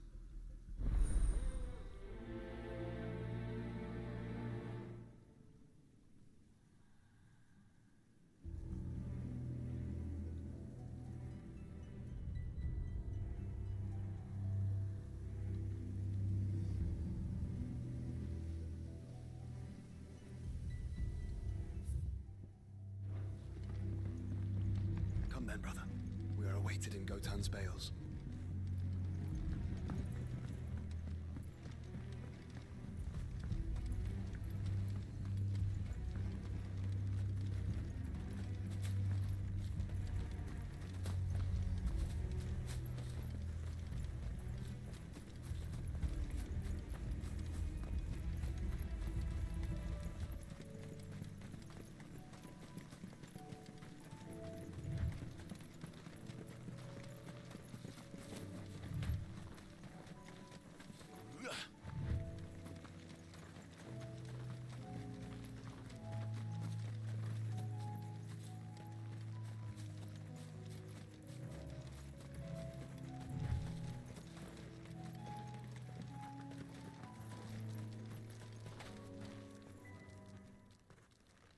Everyone, Quinton has asked that you come with me.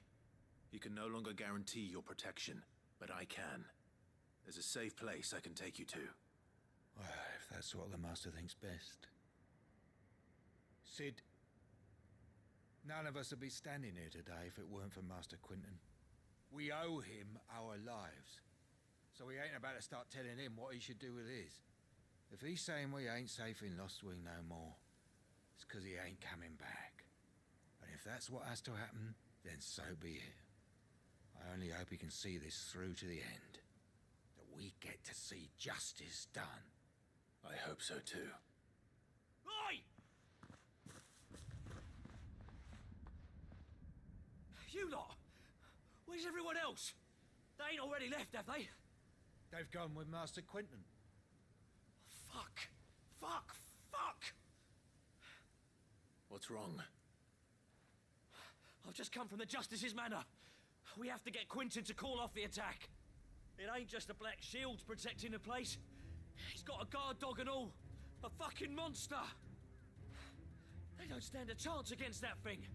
If I don't get the message to them, they're all gonna fucking die. No. We can't let this happen. Sid! Don't worry about us. You've got to catch up with him. We can't let Quinton die before that bastard does. All right. I'll do what I can. Where is this manor? It's way over to the east, through the woods. Heaven Hall, he calls it. Promise us, Sid. Promise us you'll do what you can.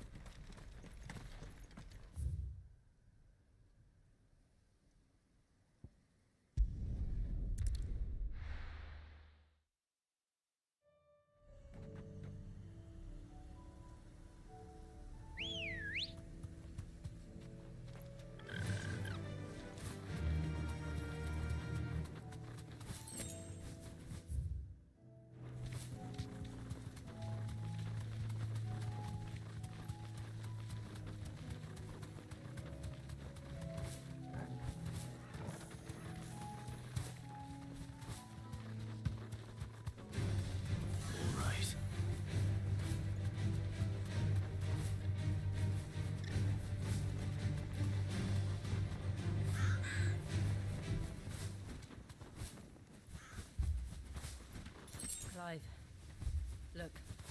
No. Don't tell me we're too late.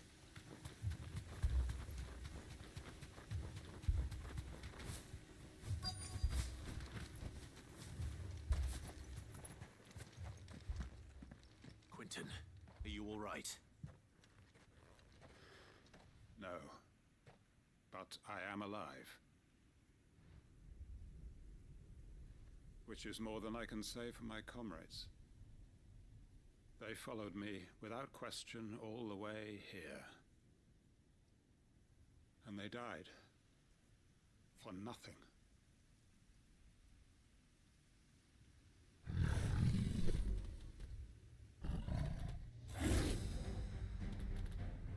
This must be the guard dog. Quentin. I'll hold it off. You go. But... your comrades didn't die for nothing. They died for you. Don't let their sacrifice be in vain. I won't. Come on, then. That is no more guard dog. It's a rabid beast that needs to be put down.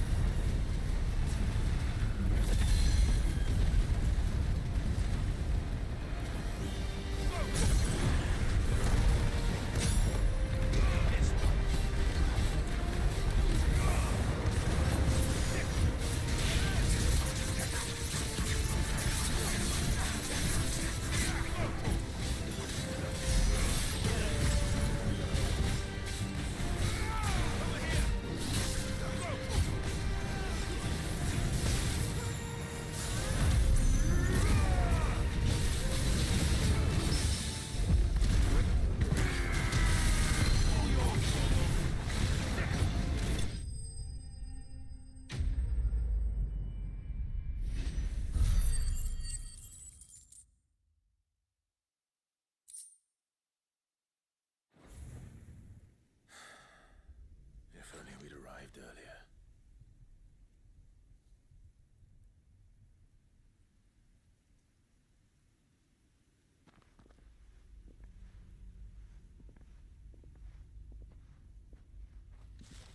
Is it over?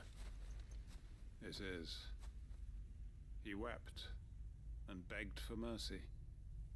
Just as I dreamed of doing all these years. All my plans. Building a haven in Lostwing. Freeing bearers from their chains and recruiting them to my cause. It was all for this. But what is this? Justice? My faithful comrades. All those lives lost. So that I might take another. Quentin. Master Quentin! Oh, thank Griga you're safe. You're alive. And so are you. I'm so sorry. I tried to warn you about that thing. And I hate to say it, but there's more bad news. It's Lostwing. It's been flooded. What?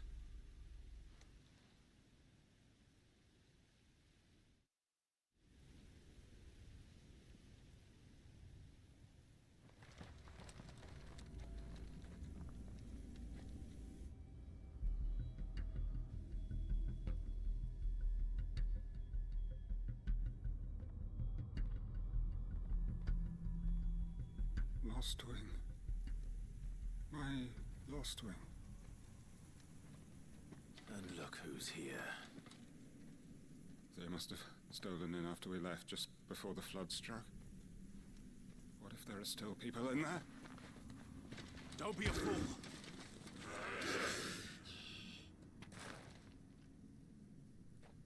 Damn it.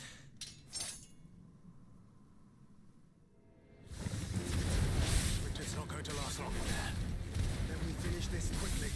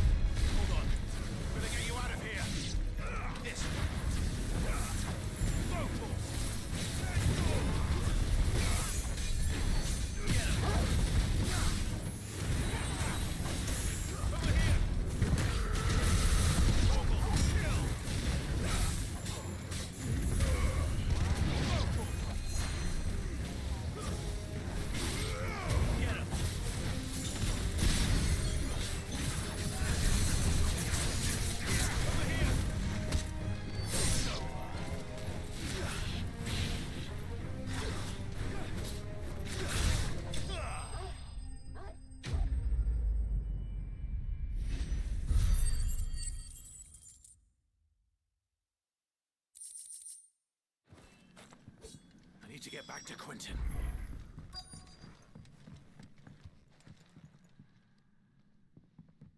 Quentin! Quentin! Look at me!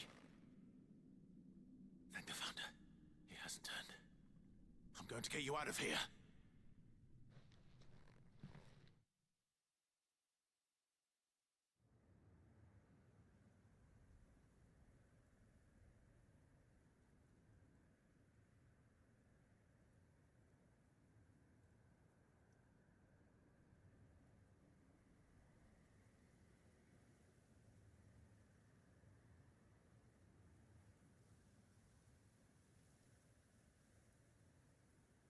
Welcome back to the land of the living.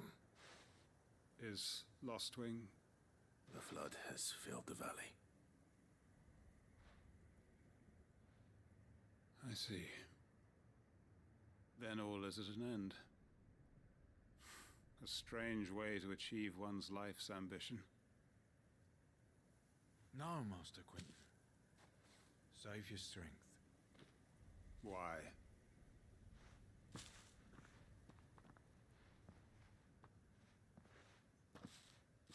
All that I strove for is gone. Only emptiness remains. I have nothing left to live for. What the heck are you on about? You've got us, ain't you? Don't try telling me you only freed us so you could get revenge. We're more than that to you, and we all know it. I thought you weren't coming back. But I prayed, and you did. There's got to be a reason for that, right? Can't we just go back to how it was? You know, you looking after us all. Your work ain't over yet, Master Quentin. We believed that you were the right man to lead us, and we still do. Your village may be lost, but it seems your people aren't, so long as you remain to guide them. But why? After what why would anyone follow me? 'Cause we're family, aren't we? Family? Yeah, and all our comrades who went with you, they felt the same. Lostwing weren't just a village. It was all of us. It was. And as long as we're still here, it is too. We can start again. Build a new Lostwing, right here in the Bales.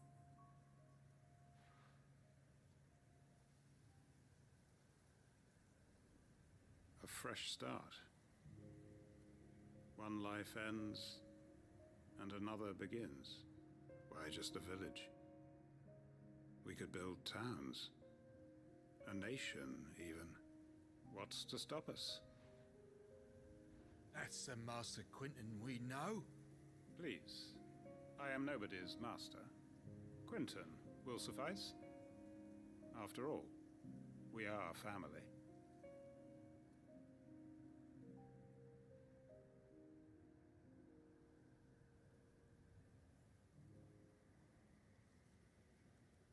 Permit me to withdraw my request. I will no longer be needing your help in looking after my people. I'll pretend you never asked. But you must be rewarded for your efforts on our behalf. You saved my life twice over. And more besides. A bottle or two of your finest red will suffice. Of course. Nothing but the best. And I have a feeling that this year's vintage will be the finest yet. If you don't mind waiting, that is. I look forward to it.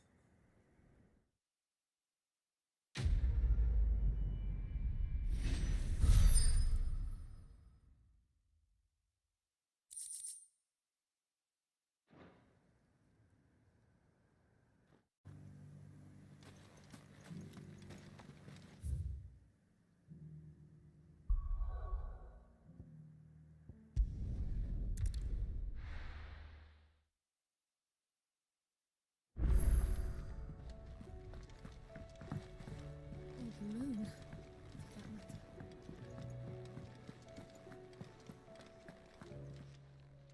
Clive. If you're gonna buy something, be quick about it. again. Or don't. Aye, it's a dangerous world out there.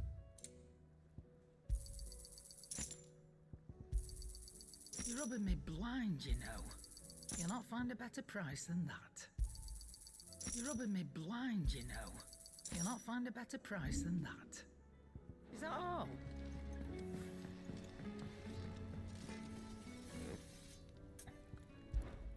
What's that for you, dear?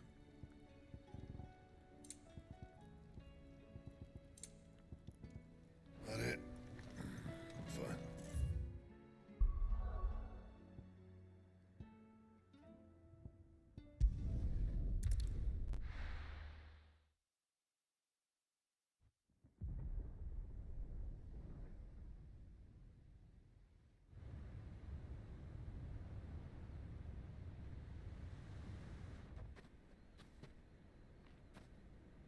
Sounds like thunder.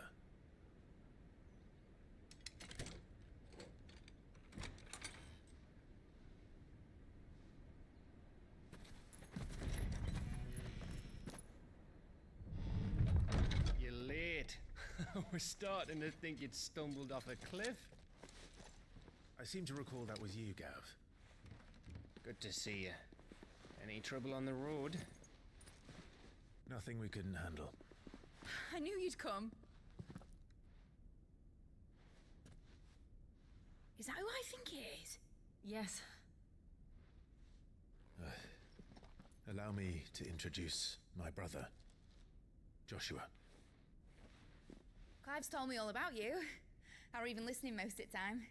Name's Midadol, but everyone calls me Mid. My lady. Hey?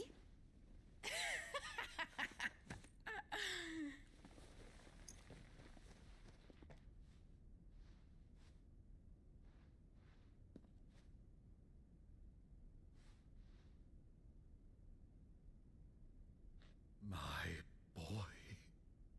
Uncle Byron. It's really you. I never thought I'd see the day.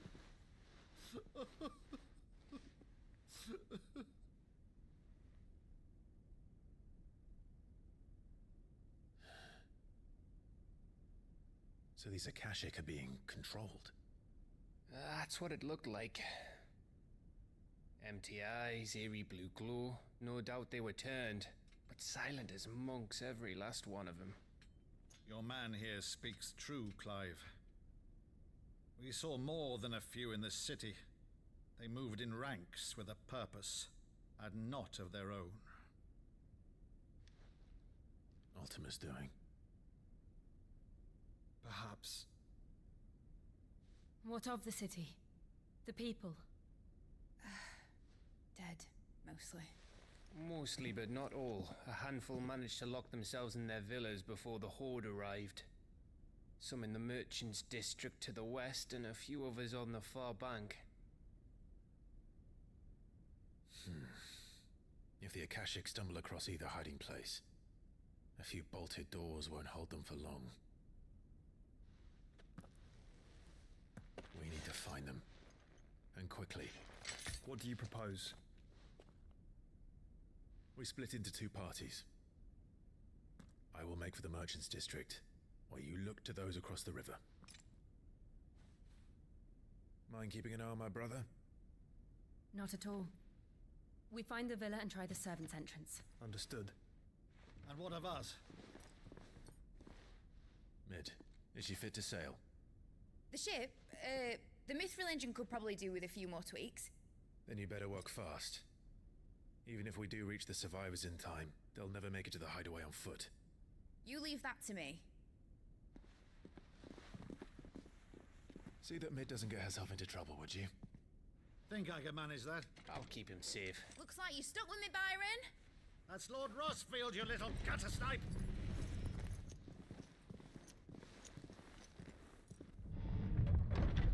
Shall we then? And you keep Clive safe. Be careful. Both of you. You too.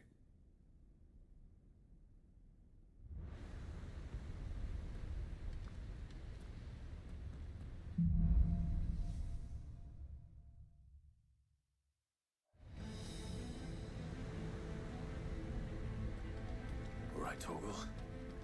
Let's find those survivors.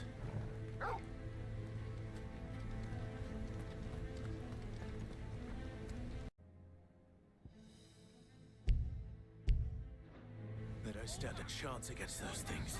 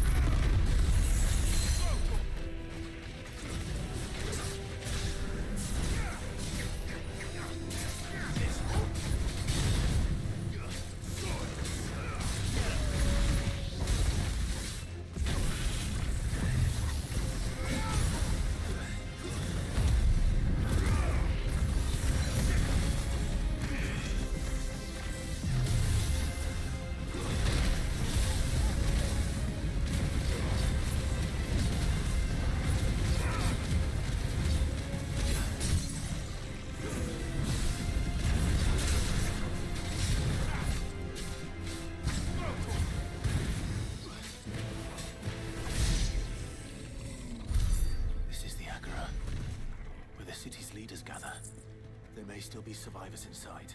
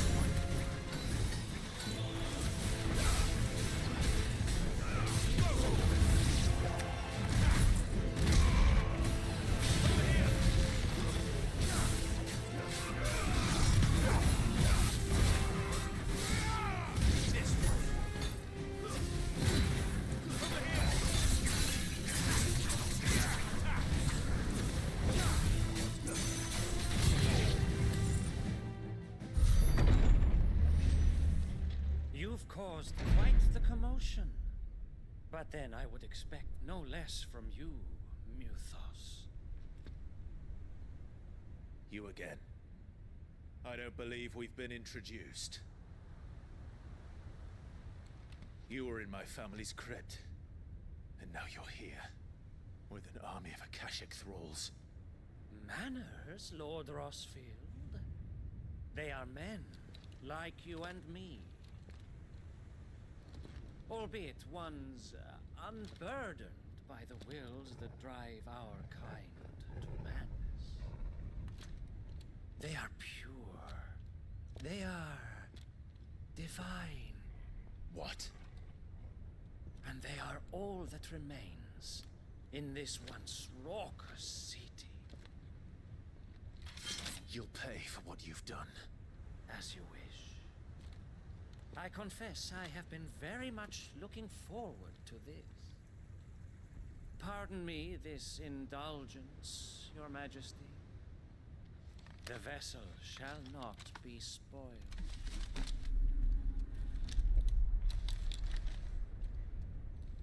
I am Sleipnir of House Harvard, and you will yield. Or not. As long as you don't hold back.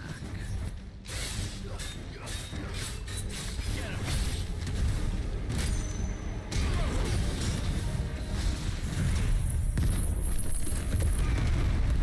Get him!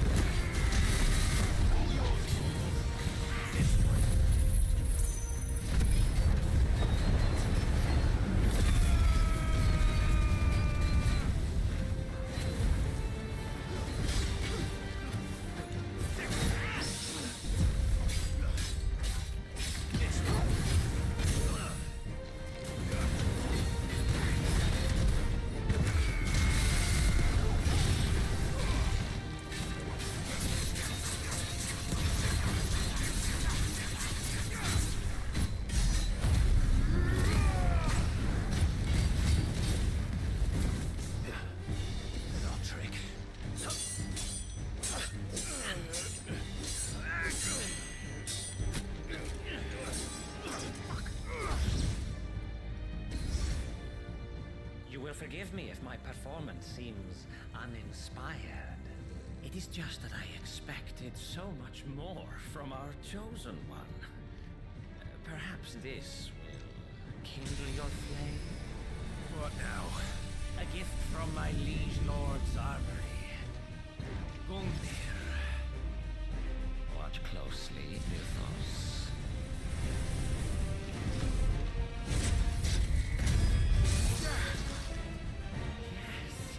Yes!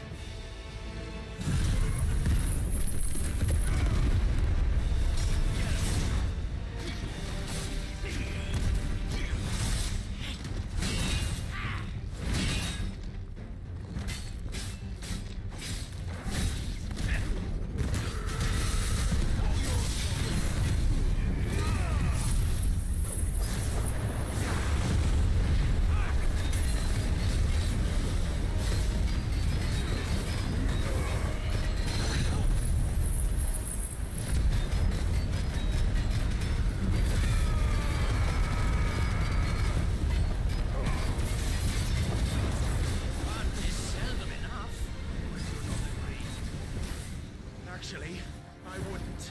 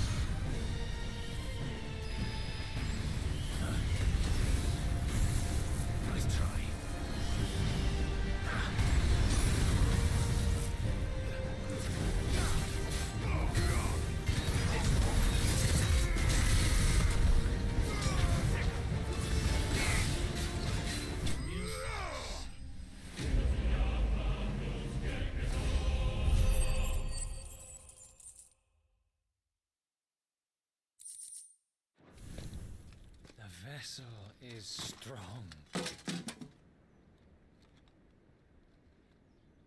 My liege.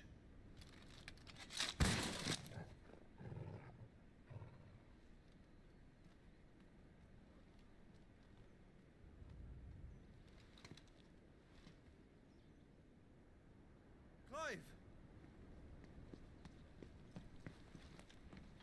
You're all right. As are you, I see. We are, yes. I'm sorry, but we couldn't save them. It was over before we arrived. Well, you did what you could. fear we were all too late. What's wrong? Nothing. I hope.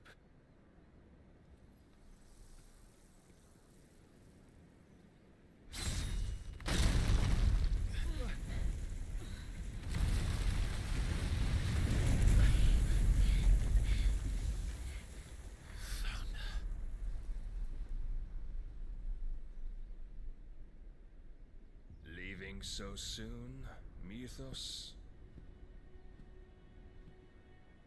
It's the king. Indeed. You may kneel before Barnabas Tharmr, Warden of Ash and King of Waloed. Get back.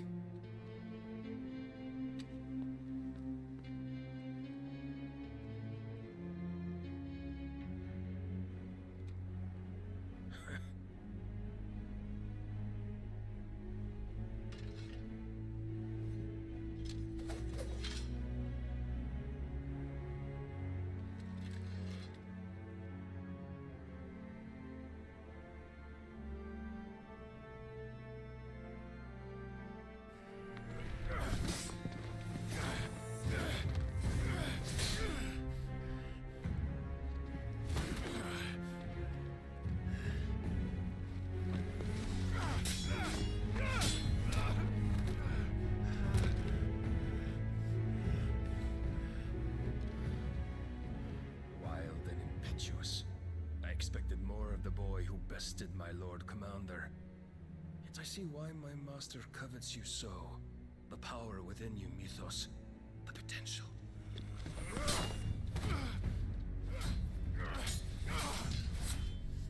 Stop calling me Mythos.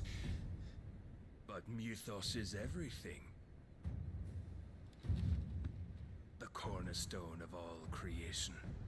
The Lord's vessel. Your purpose. My purpose? To surrender my mind and body to that thing.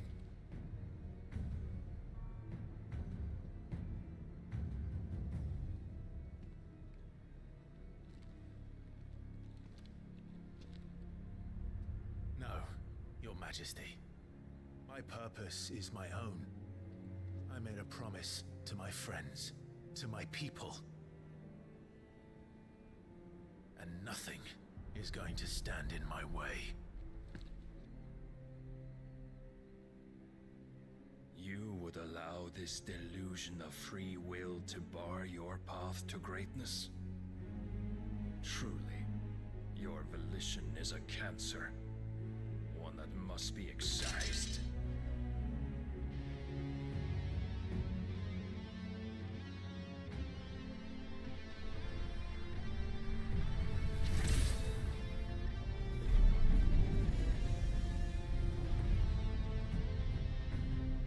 Try it.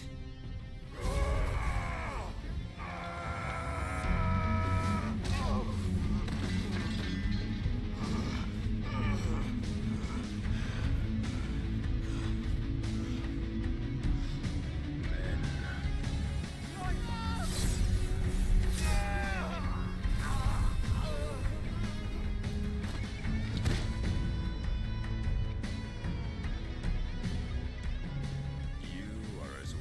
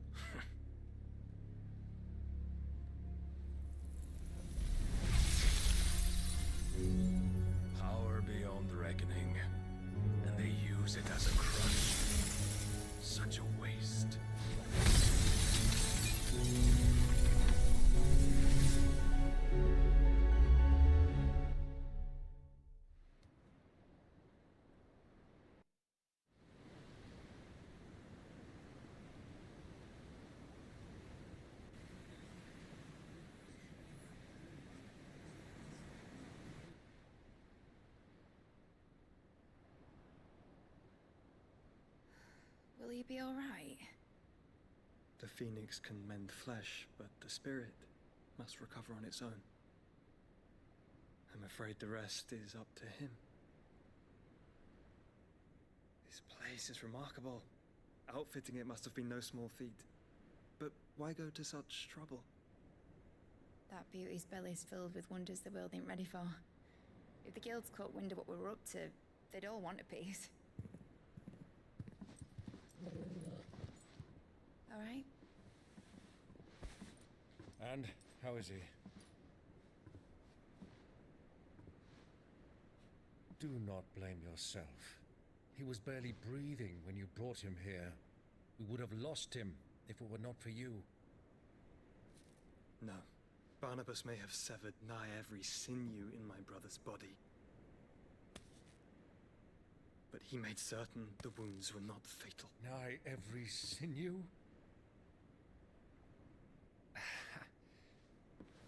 Allow me, your lordship. Don't know what I was thinking, putting you to the trouble like that. 'Tis no trouble carrying comestibles to my ailing nephew. I know, but you've already done so much for us. Pouring your gil into the hideaway and now the ship. I don't want to take the piss.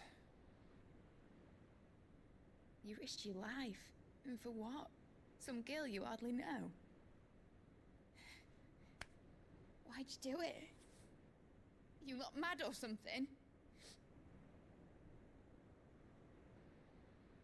I wouldn't go that far. Clive! You're awake, my boy. Oh. All I want to do is help. And the world won't save itself. It was Sid.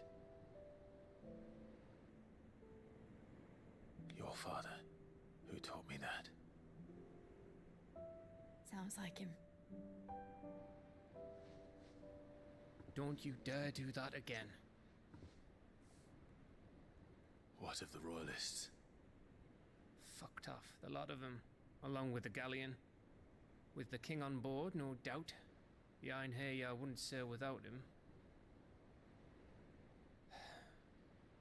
Clive. Jill didn't come back. What do you mean? She kept the king busy while the others dragged you out. It's all right, Mid. Jill is fine. The ether of her icon endures. And as long as it does, we can be certain she is alive.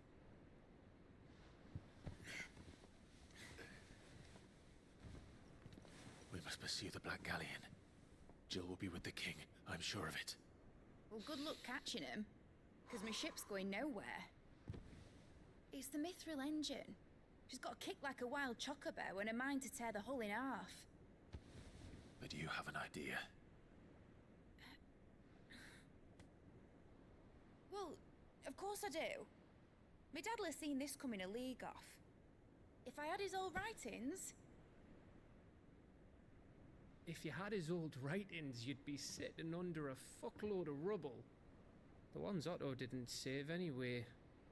I suppose you might still have a few pages in his stores. We'll have to hope it's enough. Do what you can to ready the ship. I'll speak with Otto. In your condition, you really are mad. Perhaps. But the world really won't save itself. Otto might know something.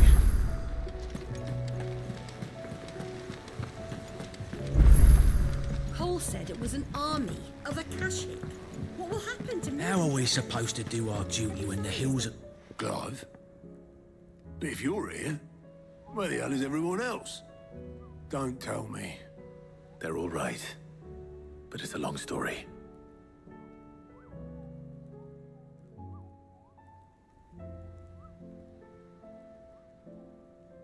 You lot don't do things by halves, do you?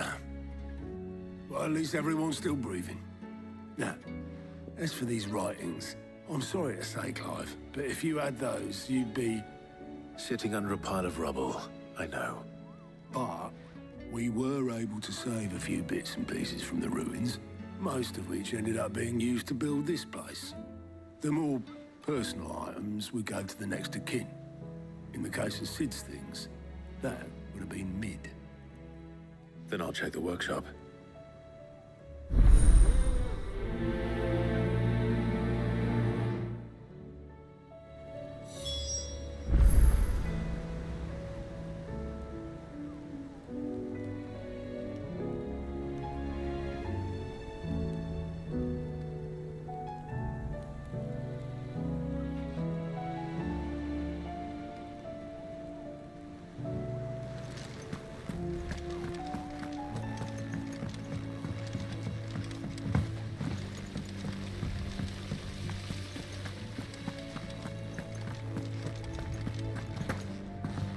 If Amber and the Lazarus are gone, Then everyone... do you think Mid's ship will ever sail?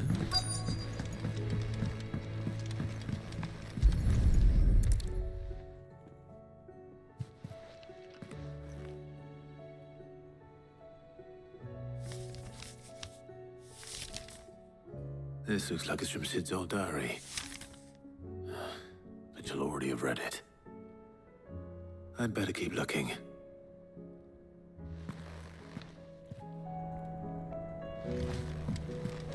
We've had no word from Canva for days. What do we have here? Oh. Sid's pipes. Something tells me Mid won't be needing these.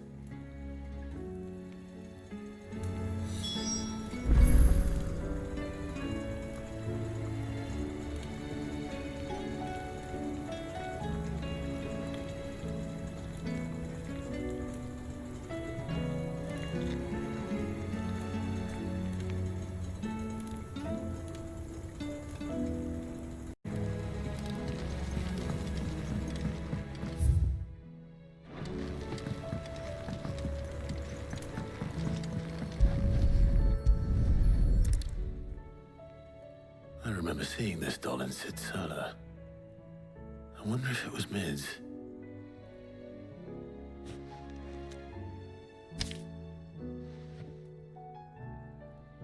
Huh. What's this tucked inside it?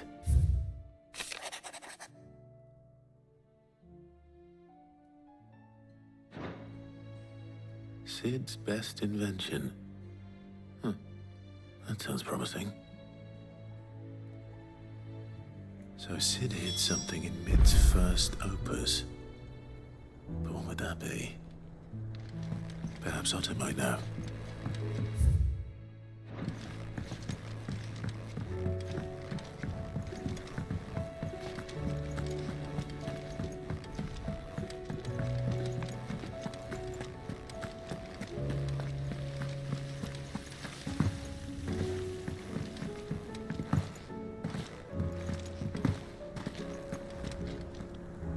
Well, did you find anything?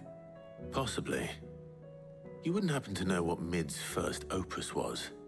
Opus? That girl's as tone deaf as a banshee. Unless you mean the orchestrion. She couldn't have been more than, what, 11, 12 when she cobbled that thing together? It surprised us all. Not least her dad. You should have seen how proud he was of the little scamp. What's that battered old box have to do with anything? I think Sid may have hidden something inside it. Wouldn't surprise me. Those two and their bloody treasure hunts. Half the things in the hideaway were hidden one time or another.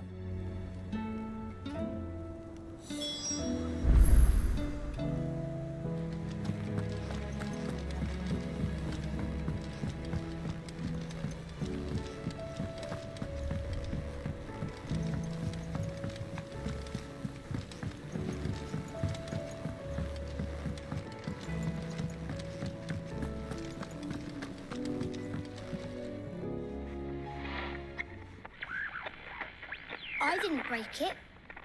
Well, I didn't break it. What didn't you break? Nothing. We didn't break nothing. We definitely didn't break the orchestrion. What's wrong with it? It's broken. Except when it isn't.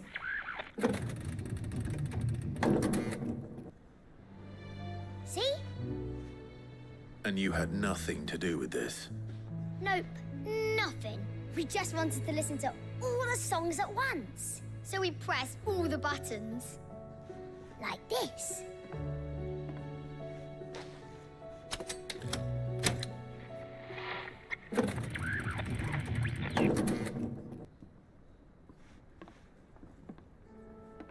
See? All too well. All right, out of the way.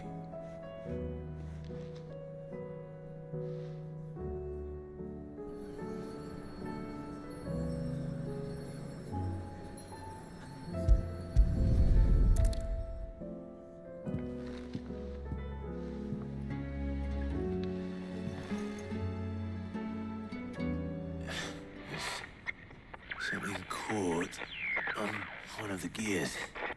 Did you break it? Can you fix it? No, I mean, yeah, yes. There. How about now? You fixed it! Sid fixed it! He more than fixed it! Yeah, new music! Huh. Never heard this one before. They started playing when I removed this. Whatever it is.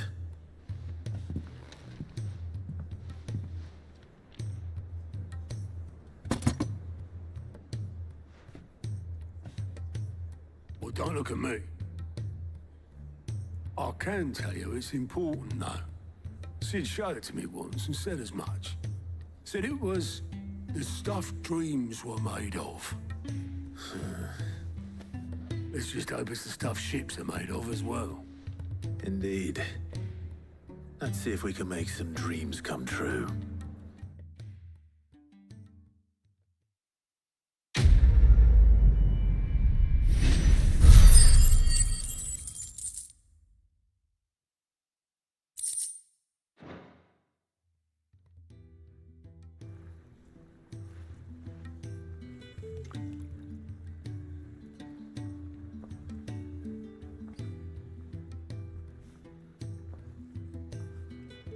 Just the two I was looking for. Aye. Lose a patient? Actually, yes. The Crown Prince just left. Dion left? Unless you've another word for stood up and walked off. Yes, left.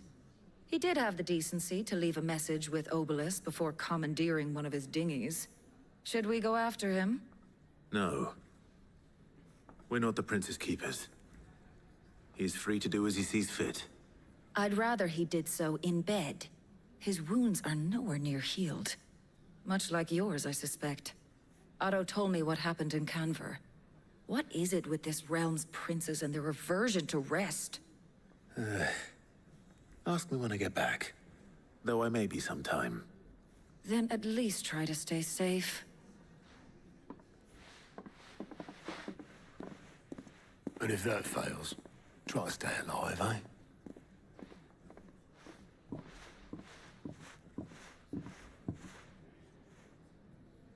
Every moment I waste here, the further the flagship sails. I have to get back.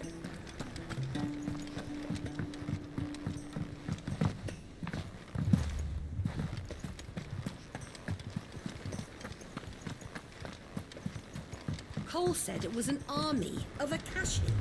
What will happen to Mid and the others? They'll be fine as long as Sid is... All right, Clive. Blackthorn told me you helped him out again. Tough for that. Speaking of which, I'm actually a bit, Worried about him. And you want my advice? afraid so. It's a bit of a funny one, this, but I saved this posh knob while I was out on a mission, and he gave me this flashy ring to say thank you. So, obviously, I show it to Blackthorn, thinking he'll be impressed, only for him to go white as a sheet and quiet as a curl instead. Try as I might, I can't for the life of me work out what could have got him upset like that. And seeing as how Blackthorn opens up when you're around, I thought maybe...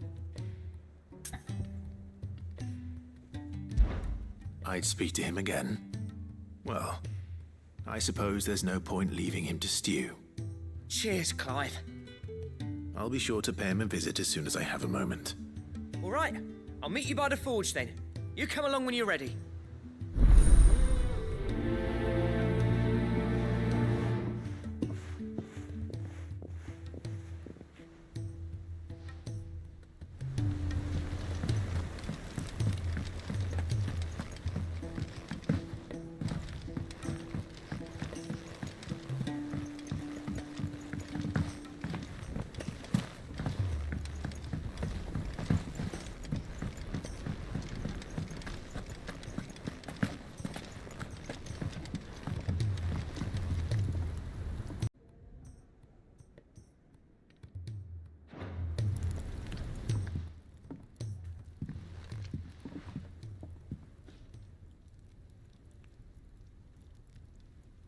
Bloody hell, Clive.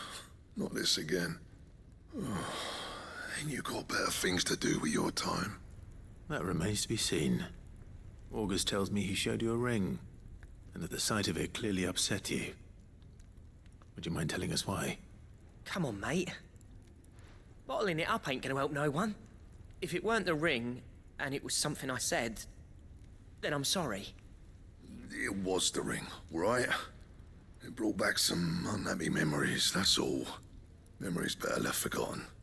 Memories of what? There are things we'd all rather leave behind, Blackthorn.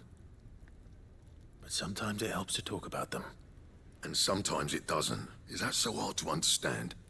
Don't be like that. Fine. If it'll get you off my back. That ring you flashed was the work of Zoltan. We apprenticed together, back in the day. You've never mentioned him before. Why would I? Ain't seen him in decades, and the last time I did, we almost came to blows. The ring brought it all back. I could tell it was one of his the moment I saw it. Bastard's improved, though. More than I thought possible. That thing's a work of art. So it was a nice ring. Worth a few gil, maybe. What's it matter to you?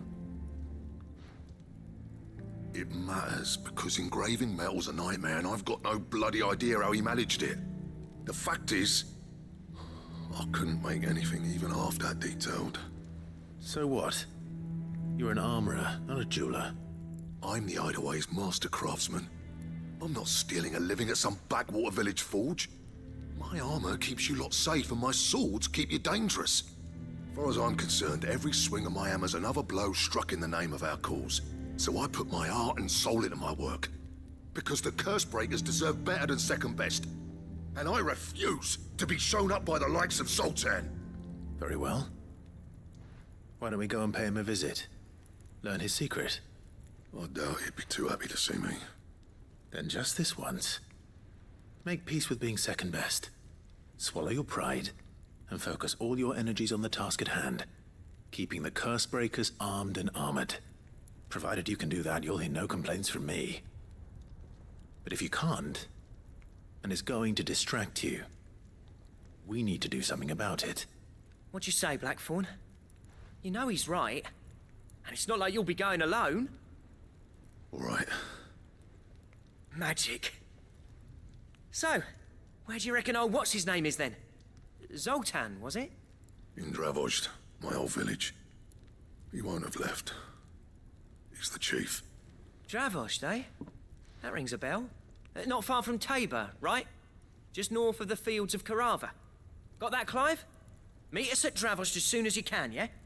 And I'll make sure Blackthorn don't get cold feet. Good luck with that. I'll see you there.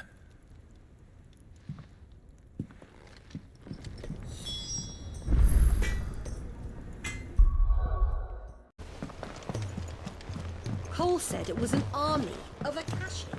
What will happen to Mid and the others? Welcome to the Patron's Whisper. Is everything we've received and everything promised? All yours. All done?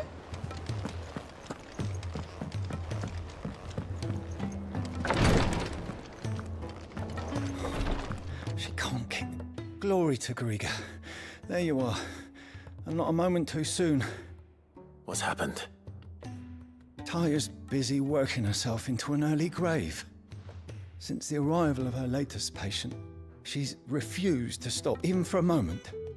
I've tried offering to see to him in her stead, but she won't hear of it. Clive, she hasn't left the infirmary in days. She's pushing herself too hard. And if she doesn't rest soon, will you talk to her? Order her to her chambers if that's what it takes. Because if she keeps this up, I fear the hideaway will be without its best physica before too long. I know better than to order Taya to do anything, but I'll speak to her. Oh, thank you. I pray you have better luck than I did.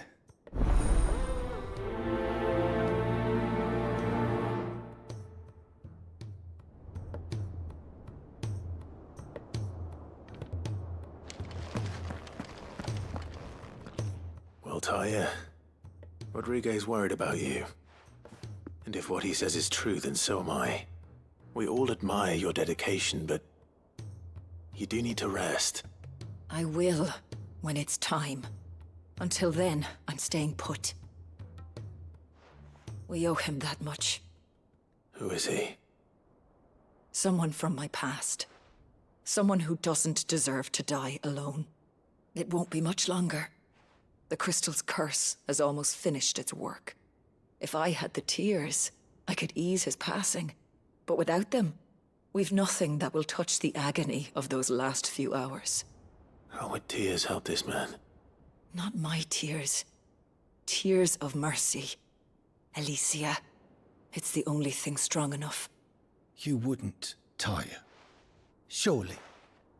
There must be something we can do for him. Sometimes an easy death is the greatest kindness we can offer. You do well to remember that, Rodriguez. I will.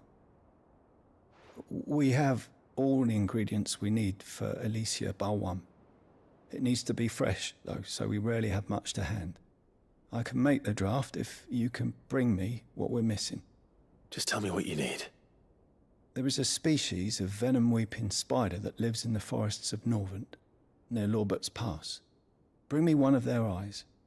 Preserve it as best you can, but avoid contact with the tears.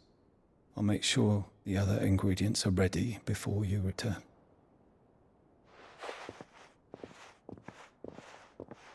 Thank you, Clive. I won't forget this.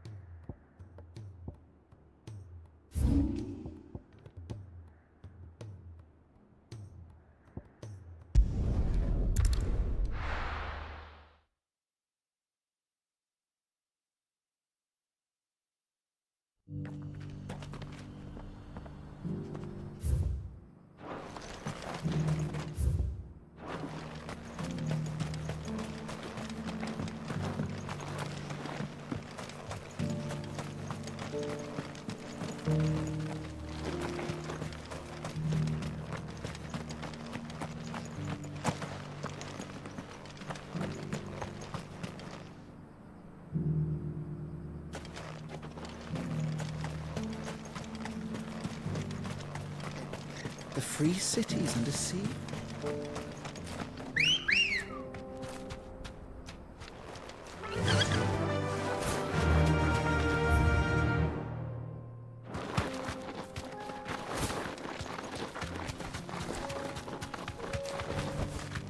No need to ride from here.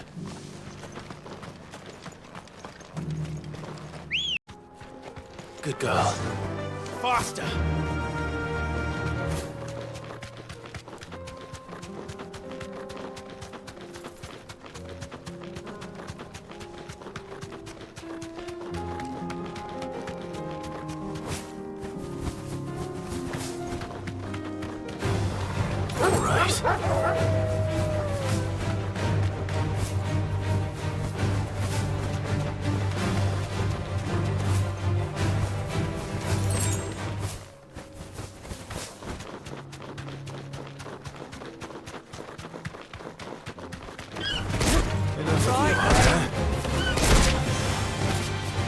skull.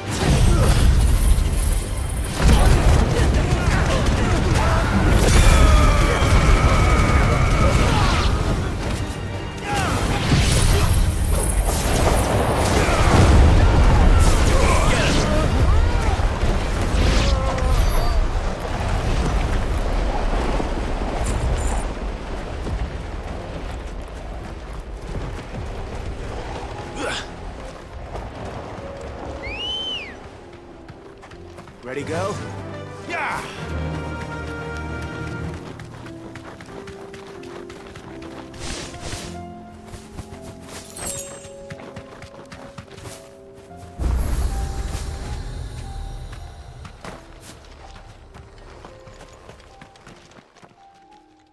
Kicked out already?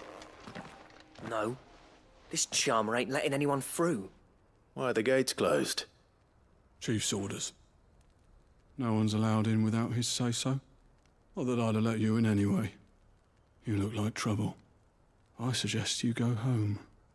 That's what I'm trying to do, you little prick. Ain't changed a bit, have you, Snotty? No. It isn't. Blackthorn. Long time no see, eh? What the hell are you doing here? Well, it was meant to be a surprise, but since you are so nicely, I'm here to see Zoltan, you fucking numbskull. Now let us through. All right. Just don't go starting anything with the chief. Yeah, I promise I won't throw the first punch. That good enough for you?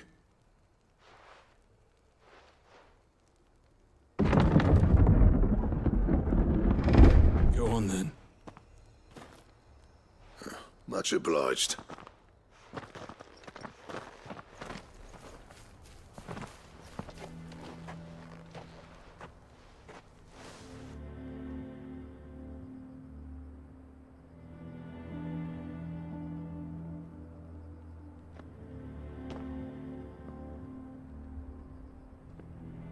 So this is Dravaged. Not much going on, is there? It's a smithing town.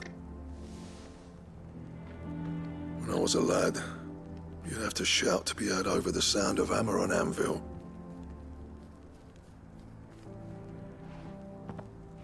Clive, you're good with people. You speak to Zoltan. Hey, you ain't backing out now, are you? There's a river of bad blood between me and the chief. But if someone can build me a bridge, then I'll cross it. All right. I'll see what I can do. I appreciate it. It'll be near the forge on the hill. It was our master's.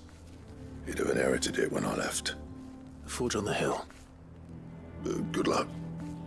You'll be needing it.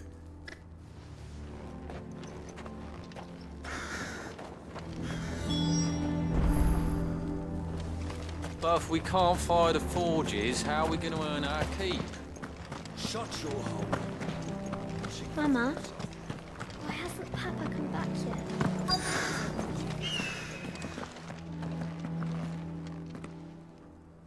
Hotter! Hotter, damn it! Those miserable flames wouldn't melt butter, let alone iron. Pardon the intrusion. I'm looking for the chief. That'd be me. It's a pleasure to meet you. I'll bet it is. Keep the gates closed, I tell him. Well done, Snotty.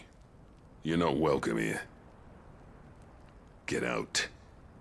Before things turn nasty. Blackthorn's here. What did you say? He's traveled a long way to see you. Yes, has he? He's waiting. Down by the gates. Then I suggest you take him with you when you leave. Didn't you apprentice together? So what if we did? Fuck! We're getting nowhere! These bearers' flames are next to bloody useless! We're never going to be able to fire up the forges unless we can find some new crystals. I'm a busy man, as you can see, so do me a favor and piss off. Oh, and if you're struggling to find your way out, ask Blackthorn. That prick knows exactly where the exit is. He's not wanted here. And neither are you. All right. I'm going.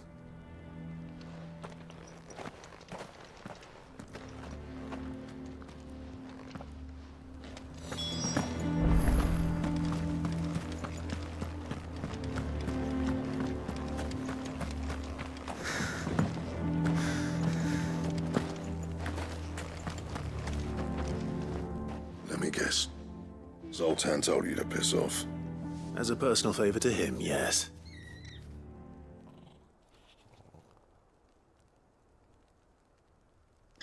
Well, at least he didn't beat about the bush.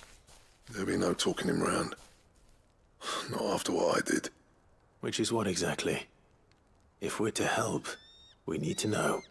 What turned the village against you? I left. Dravozd. Zoltan. The burden of leadership our dying master dropped in our laps. All of it. There are two kinds of smiths in this world, you see. My kind, who are in it for the love of the craft, who labour on a single piece from dawn to dusk to get it just right. And the other kind, who are in it for different reasons. People like Zoltan, whose work is quick and cheap. The kind of smiths who shit out a few hundred blades, reap the profit, and divvy it out among themselves.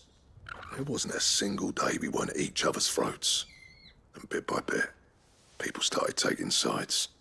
You would have torn Dravozd in half had it gone on. So, I left. You didn't have to do that. Zoltan's a better chief than I would have been.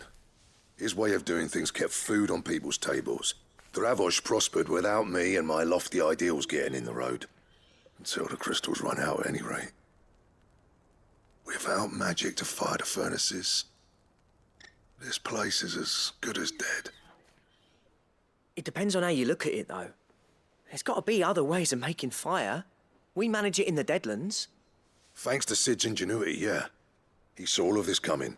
Knew crystals were the problem, not the solution. And spent years coming up with ways of doing without. You know what I mean, though, right? Where there's a will, there's a way. What I'm trying to say is that it's not your fault. You couldn't have predicted this. It doesn't matter whose fault it is. I don't want to be the greatest smith alive just because I happen to be the last. Clive. Dravozd won't last long without its furnaces. So, do you think it's time we shed Sid's bellows with the world? The way I see it, it's your decision to make. Hold on, Blackthorn. Sid made those things for us. They give us an edge over the rest. And you'd be throwing it away. All right. Do it.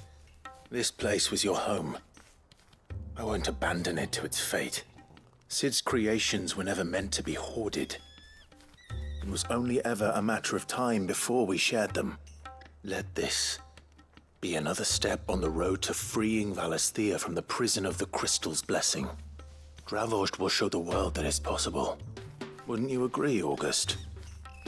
When you put it that way, of course. It's like hearing Sid speak from beyond the grave. Thank you, Clive. Shall I go and fetch the plans, then? I know I'm off by heart. I'll be needing some help, though. Building a furnace isn't exactly a one-man job. Do us a favour and round up anyone strong enough to lug a brick or two with you, August.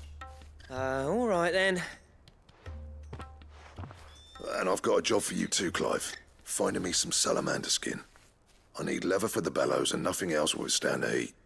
Luckily for us, salamanders feed out in the fields of Karava. Time for a spot of hunting, then.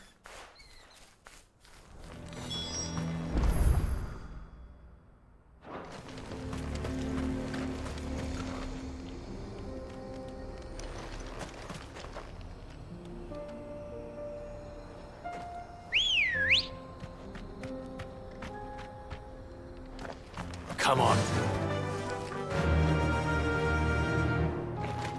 Fly, Ambrosia.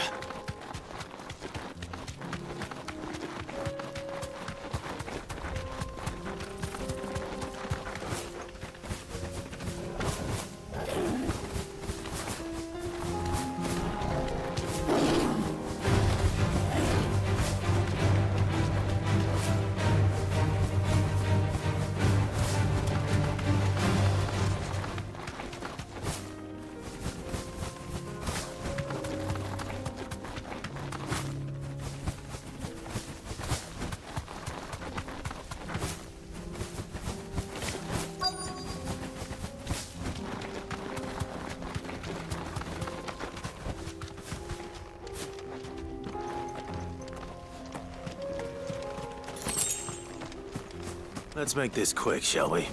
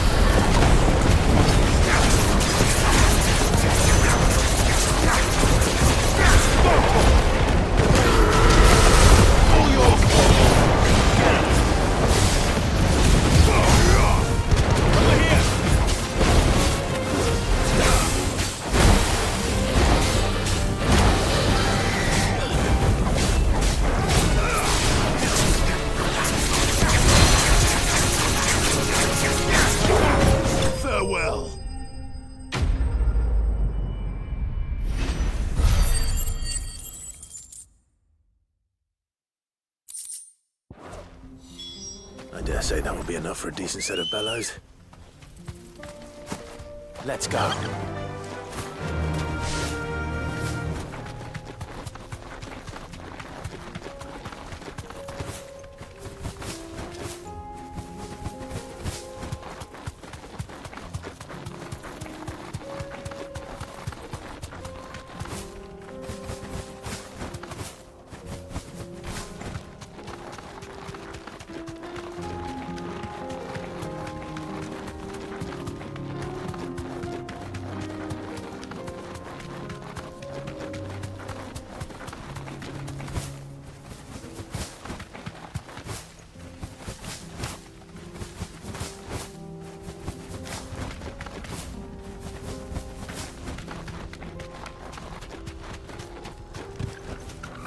Can walk from here.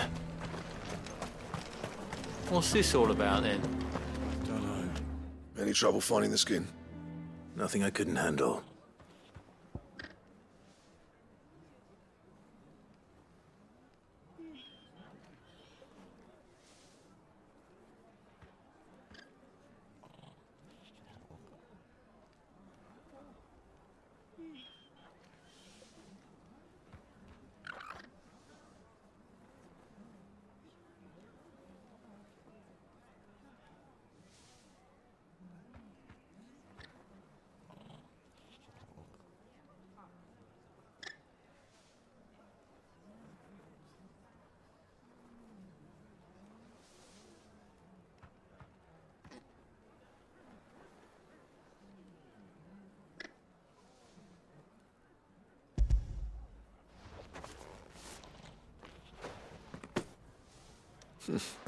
This should be plenty. Right then, time to put these louds to work.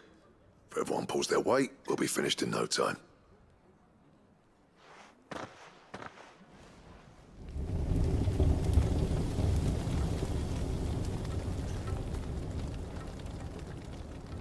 Well, I'll be damned.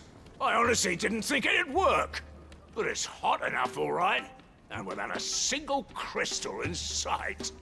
You know what this means, don't you? I do, yeah. Dravost is saved.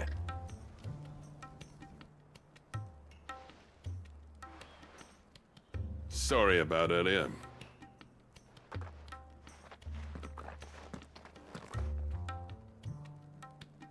I take back everything I said. That thing you built us is an honest-to-God's marvel. You've saved our village. It's Blackthorn you should be thanking. He oversaw the construction. Give this to him, would you? What is it? Pit coal cinders. After he left, I spent years trying to eke the most out of our forges. That there was my answer. Chuck it in the fire, and your forge will burn hotter for longer, which will do wonders for your steel. Our secret for yours. Only fair. I've always envied Blackthorn. Since the day I became chief, I spent every spare moment trying to match up to the bastard. No amount of sleepless nights at the Anvil will ever bridge that gap, though. He's a genius. Plain and simple. The man Dravost needed. But he took all his talent and left. Gifted and free. Is it any wonder I hate his guts? The cinders would mean more coming from you. I need to forgive him first. And that's not gonna happen.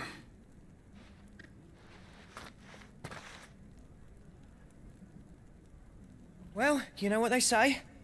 Flan weren't built in a day and all that. These things take time. Especially when they involve two geezers who hold grudges tighter than their hammers. But what matters is, Blackthorn's got that twinkle back in his eye. And I'd call that a job well done. So would I. I reckon he's going to be at it a while yet, though, so why don't you head off without us? I'll see that the old git gets home safe and sound. See that you both do. I'll save the cinders till then.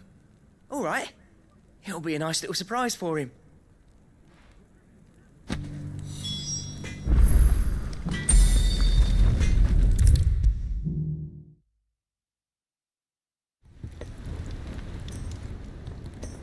Gentlemen, I see you both made it home in one piece.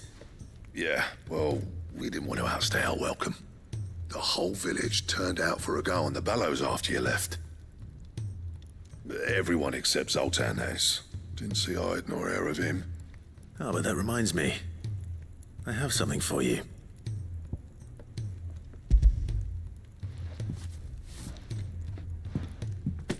Pick gold cinder.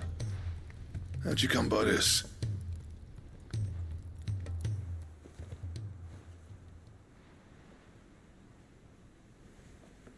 And you're sure he wanted me to have it? I'm sure. He didn't say so, but I think he wants to forgive you. Huh. Imagine that. Yeah. You know I could never leave this place, don't you? Every time you put on mail, you and the curse breakers are trusting me with your lives. There's no greater honor for a smith than that. I'm not about to go crawling back to Zoltan for forgiveness, but I will make good use of his cinder.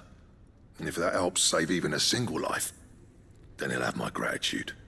What was it you said he called me? Huh? A genius? And he spent sleepless night trying to copy me, did he? Sounds like I better get to work. I've got a reputation to uphold. It's good to see you back on form, Blackthorn.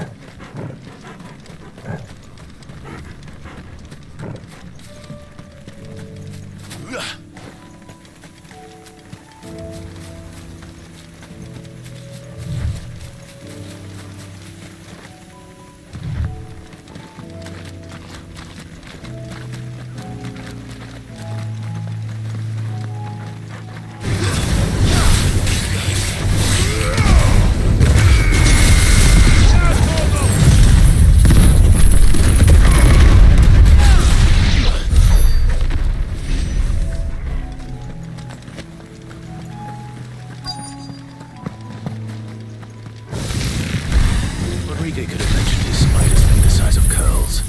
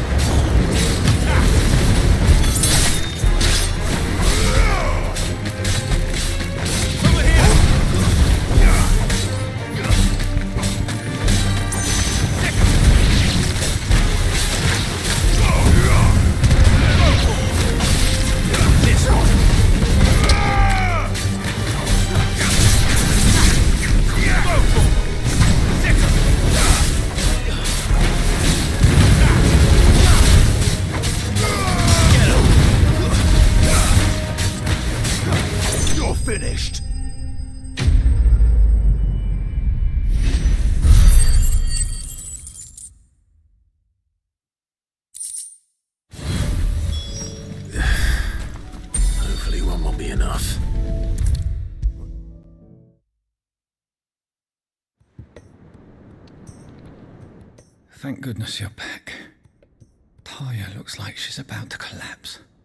Is this what you needed?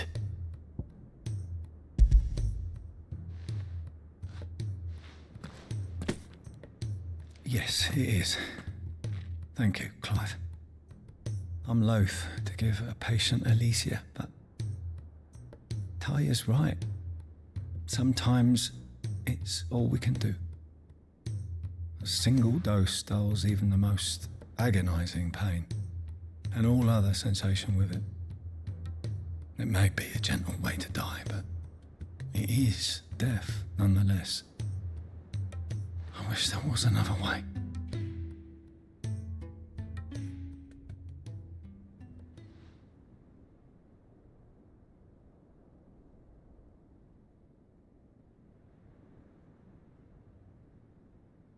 How are you feeling? Light, mid-here. Drifting on waves. Good.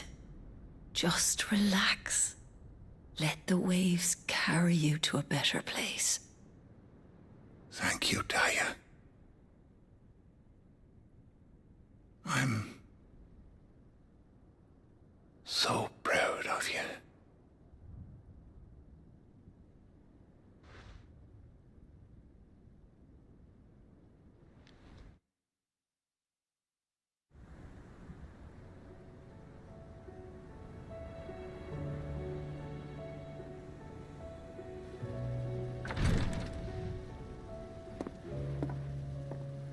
He's gone.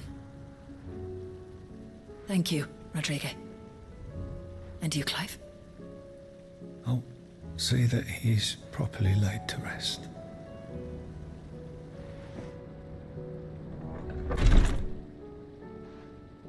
The man you helped today was my mentor, back in the Southern Isles, on the front lines of some meaningless war.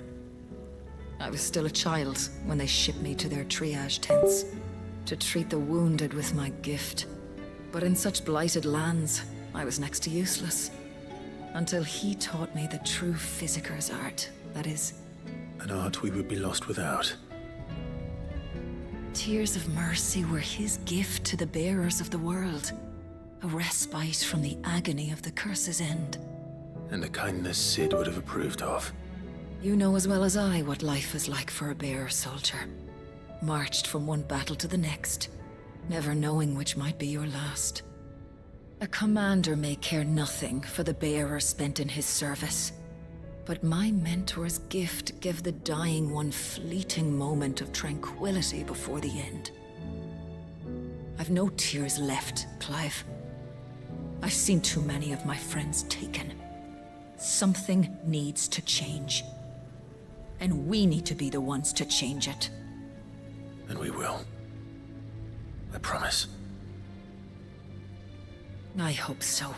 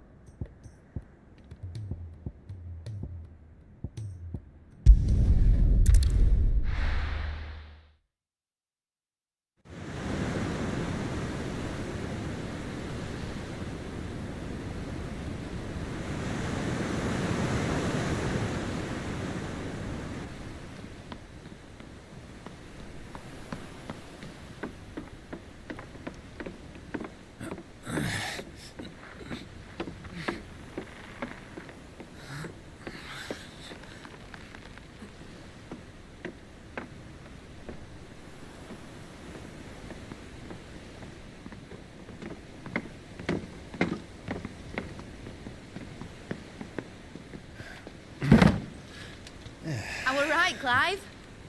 My dad had it all worked out. He'd be proud of you, Mid.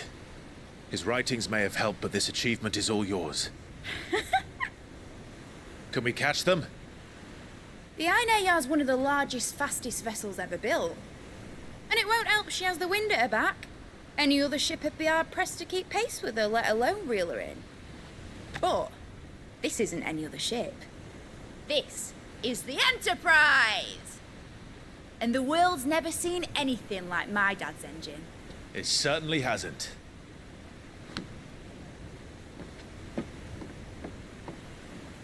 Clive, what do you know of Barnabas Tharmr? Only what the bards sing. And he sailed to Ash from southern lands. That it was his mastery of the blade which won him the throne. And that his sword, Odin's sword, can sever the very threads of creation. But don't lose any sleep over a last tilt. We'll do what we must to survive. What we must? The light! I thought this cove was meant to be hidden.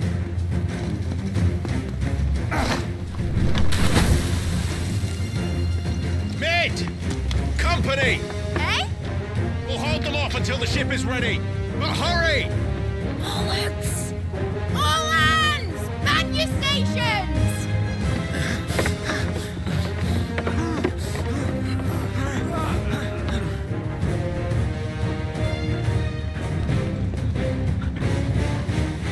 Everyone with me?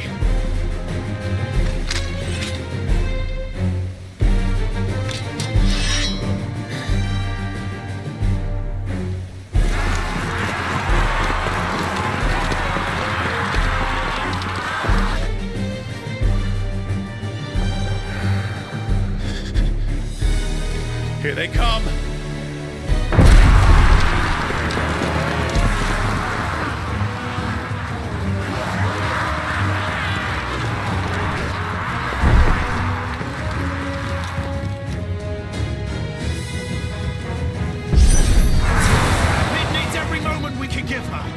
Behind me, Lord Rosfield. I'll take care of these fuckers. Behind you! I'll have you know, Earthbreaking here once struck fear into the heart of every man in the cliffs.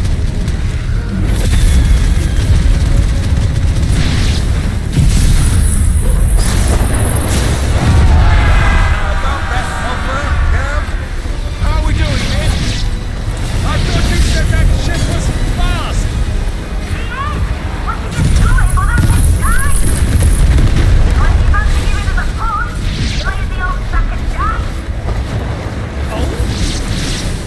I haven't got this alive in 20 so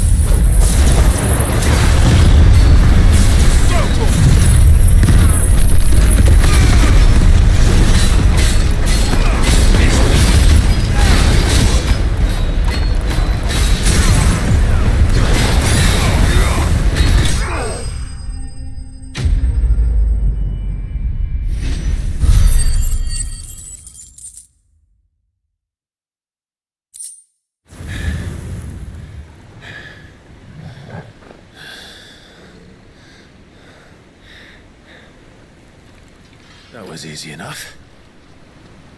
All right, you lousy lot. Get your asses on board. She's ready to sail. You heard the captain.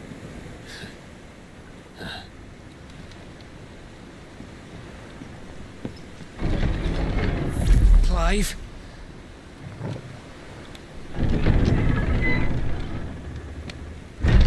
But I thought he was... Confounded. Then it is as I feared. Sleipnir is no man, but a creation of Odin.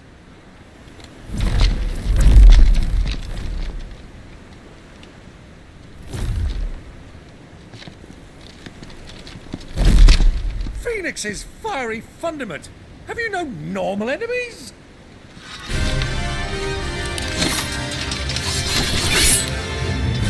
Up for another round? Of course we are.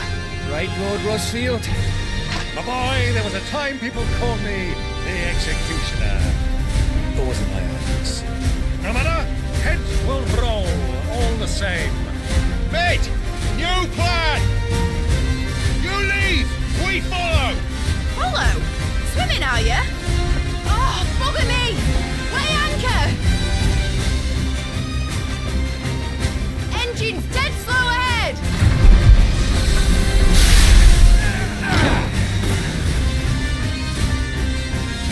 Have care, my friends. 'Tis not blood that runs through men's veins. These foes will not fall easily, but they will fall. Like opus before a woodman's axe. Good thing I brought one! How long are we meant to keep this up? As long as it takes. Unless you have desperate. I've already killed at least 5 of the bastards. Fuck it. Let's do the lot.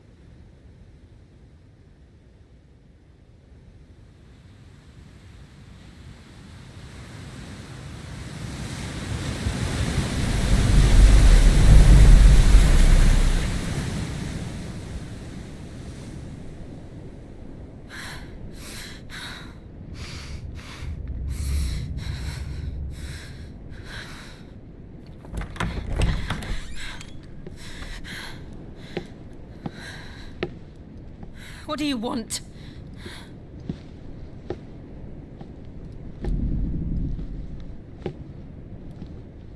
That's quite a mess you've made. And wholly unnecessary. You are my offering to Mythos. I would not see you damaged.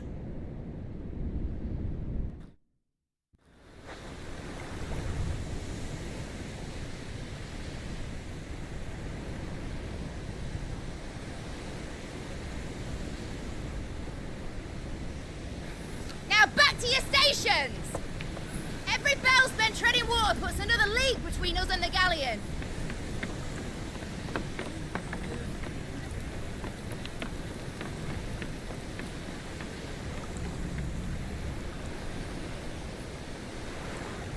I don't suppose Mid has a spare engine? Since you rose from the grave, my fortunes have plummeted. Are you absolutely certain of this quest of yours, Clive? The foes you face are as terrible as they are numerous. Aye. And they'd have us live and die on their terms, which should answer your question. Ha! You have that same stubborn look as your father did when he set his mind to something. On the battlefield, I am but a single axe. A deadly one, mind, but a single one nonetheless. Yet what you require is 1,000, and I believe my old friend in Brandalar can provide them. Take care, Clive.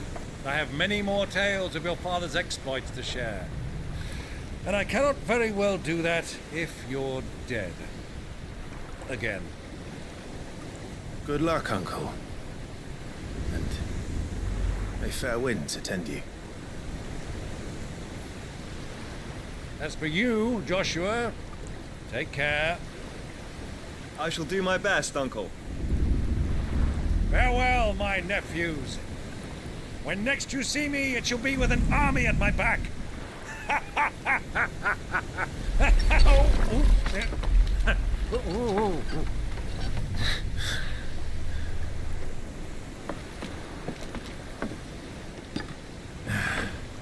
Cheerio!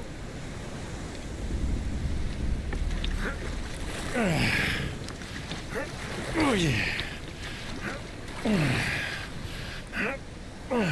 Do keep up, my boy.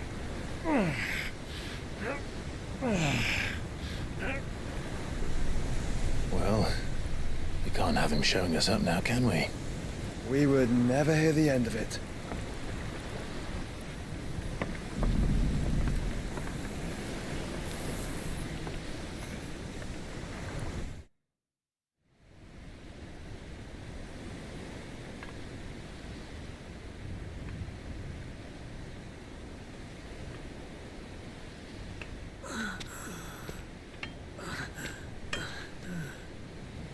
Great God of mercy.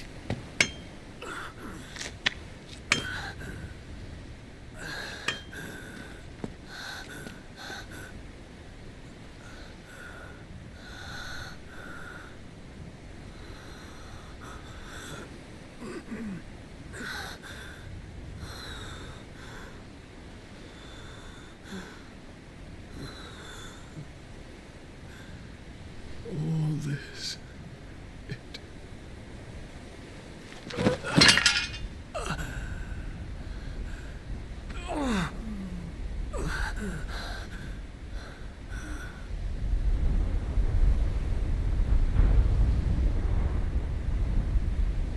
What have I done?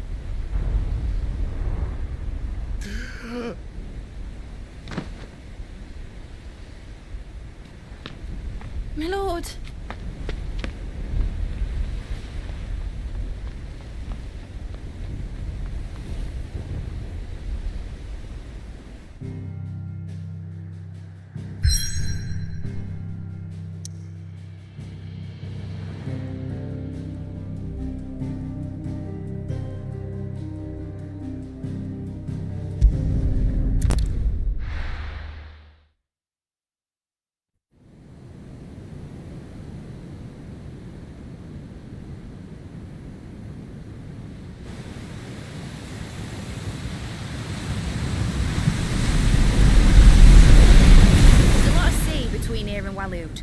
Any ship heading north has to round Zemeckis and put through the Narrow. Maintain our current bearing north-northeast, and we'll catch the Black Galleon before she vanishes again. What's to prevent her from circling around Ash from the south? With these winds in those waters, it'd taken forever and a fortnight to reach Stonehenge. Mid knows what she's talking about, Clive. Better than any of us lot, anyway. I say we do as she tells. Sails on the horizon. She's ours.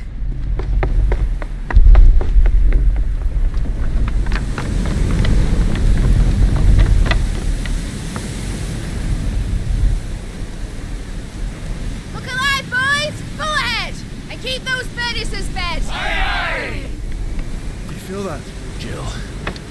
All hands! Battle stations!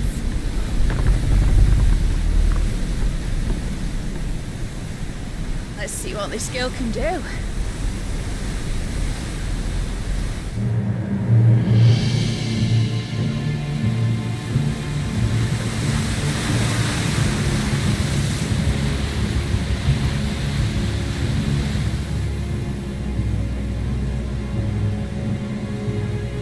Where one leads, so does the other follow.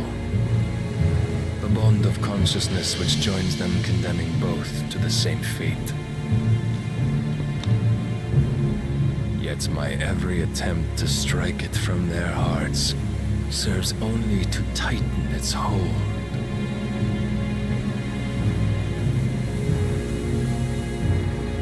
Fascinating.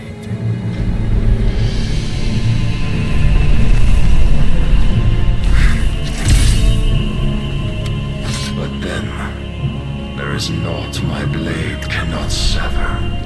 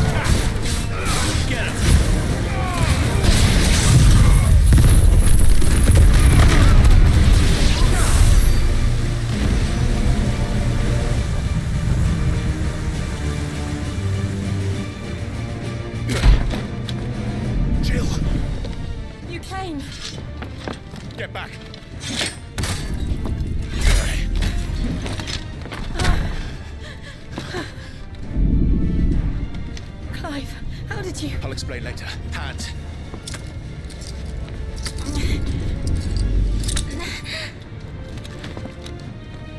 Can you walk? Out of here I can.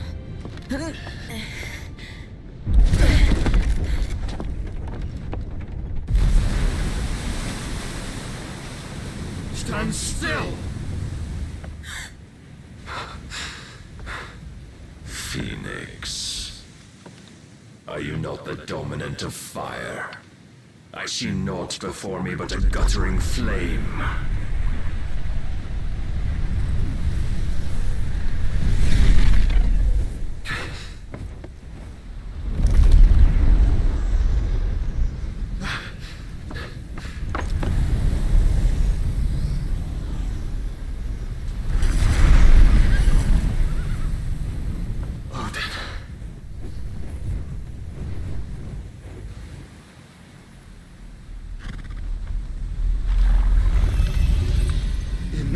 Then.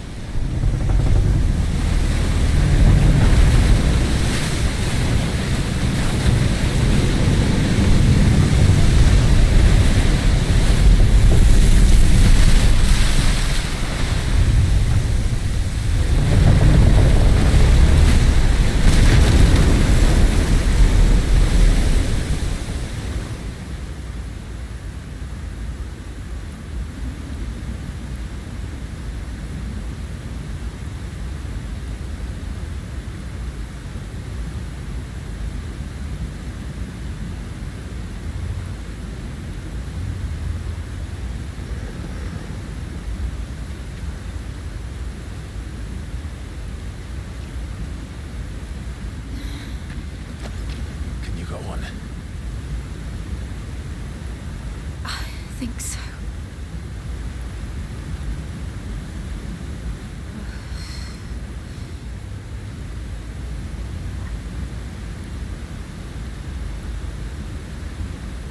But to where?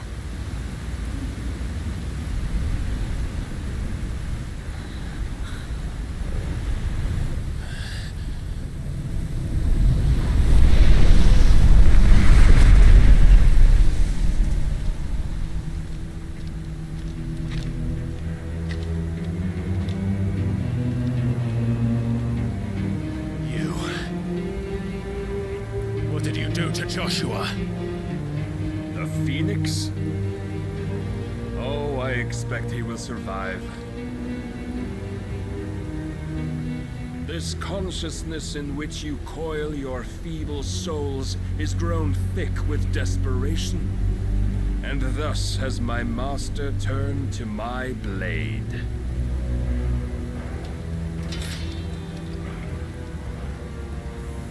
The world will soon be painted in black, and all that live shall gather in death's autumn wake. Not if we remove the cause of this misery.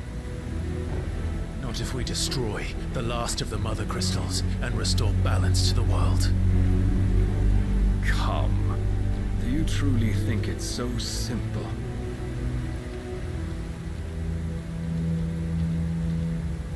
The blight is inevitable. Not even the Almighty might stop its endless march. Your efforts will avail us naught. Naught, that is, but suffering. You must embrace the truth, Mythos. Accept your place with the Lord. Keep it. As long as there's a chance, there's a choice. ever led astray by your blind resolve.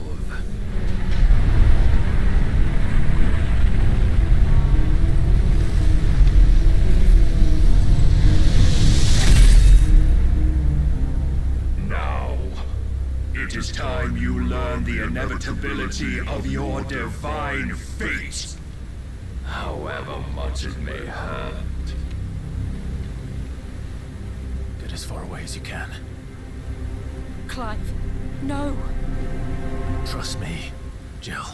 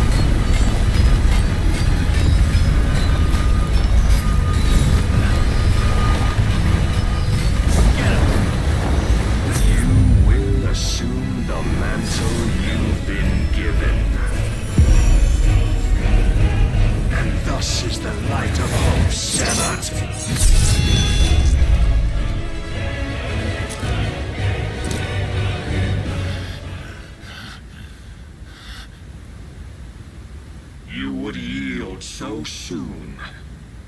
Never. Clive!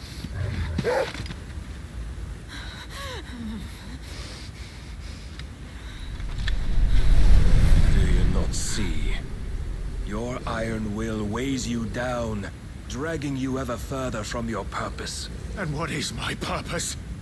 Mythos. Who are we? What are the dominants? The breath of the Creator still warm on our lips. We carry his light that we might guide the masses in his name. We are but mighty acts of God. We are more than that. You would be nothing without what he has granted you. The power we wield is his, and yet every time we draw upon it, it wears away at our very being. It breaks us, it unmakes us, that its immaculate aspect might reveal itself. The icon. It is too much for even his chosen few. Apart from you, Mythos. You wield the might of many, yet your body does not answer for its avarice. What are you saying? What I am saying is that we dominants are a means to an end. We were created for you, that you might drink deep of our strength and thereby fulfill your divine purpose. Which is? To feed. As you would know, could you only look beyond the walls of your prison of self-regard. As long as you choose to ignore this, you shall never penetrate my defenses. Still, you may take solace in the fact that you are not alone in your plight. The chains of volition shackle all of mankind, but there is yet cause to rejoice. For the Lord, in his mercy, has taken pity on his flawed creations, and shall see them restored to their proper forms. And what exactly would that be? Why, loyal servants to God. No. Manners, Lord Rossfield? They are men, like you and me. Albeit ones unburdened by the wills that drive our kind to madness. They are pure. They are divine. You mean to turn everyone Akashic? Not turn, Mythos. Turn back. For too long has mankind been led astray by their clamorous wills. It is time they return to a world of quiet equality, where they might once more know salvation. Salvation? And abandon everything we hold dear? We don't need your salvation. We'll save ourselves, and we'll do it on our own terms. Not yours. And not your gods!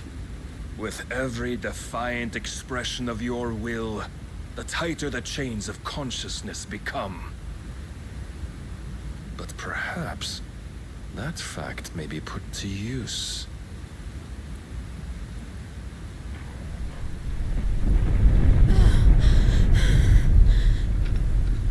Clive! The faster it binds you to the remaining dominance, the stronger your hunger will become. Until it leads you back to the only answer there ever was. Mayhap not by the path my master intended, but back all the same.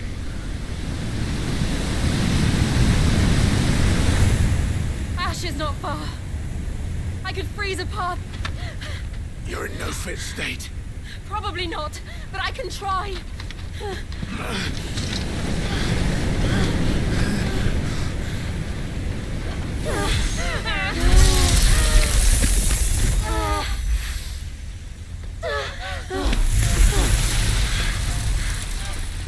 Don't look back!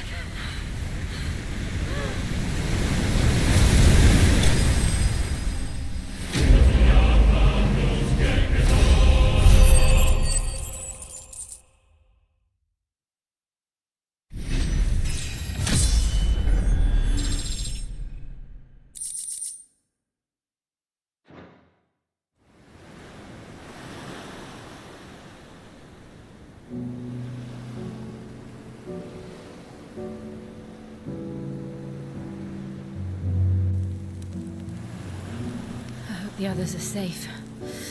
The Enterprise was clear of the gap when we fell. They made it, Jill. And they will have seen the ice where it led. We need only wait till dawn.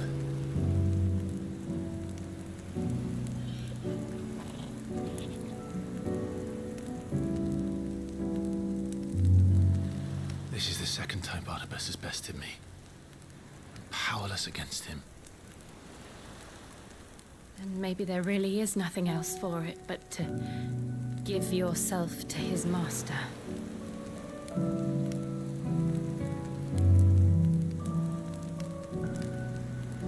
Only you won't do that. The Clive I know would never do that. So you believe?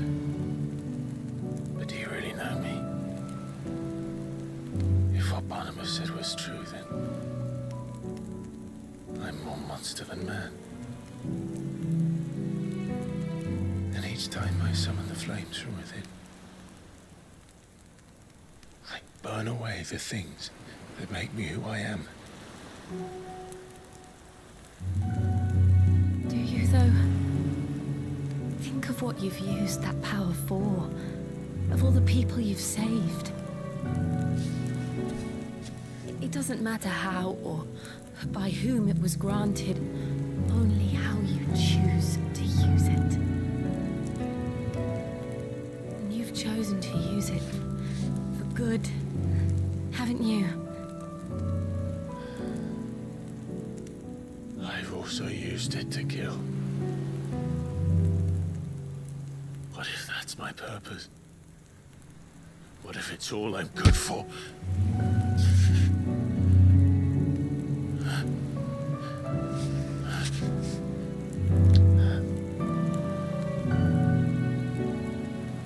You're still that same boy I grew up with. Always so eager to save everyone around you, and yet always so alone. Because you failed to realize the one thing that needed saving most of all. You, Clive. You. You never once took the time to save yourself.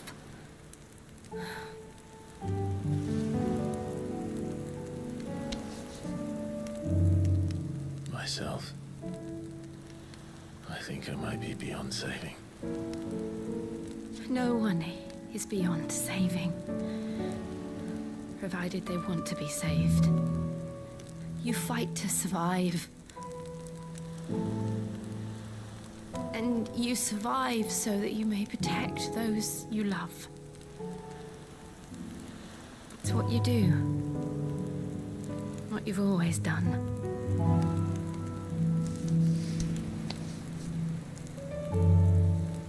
And I know you're not about to change. So I'm going to help you. To give you what you need to protect us all.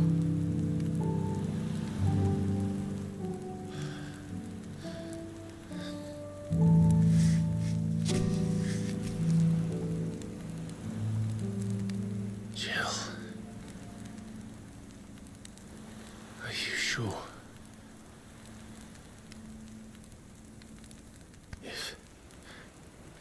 If this is what you want, then...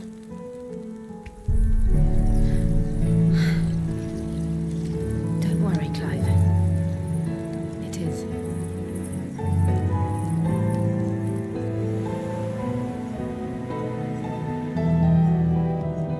This burden, I'll give you the strength to bear it alone. But I'm not alone. These burdens I carry, my sins, my pain, my sorrow, I see now that they are all a part of me.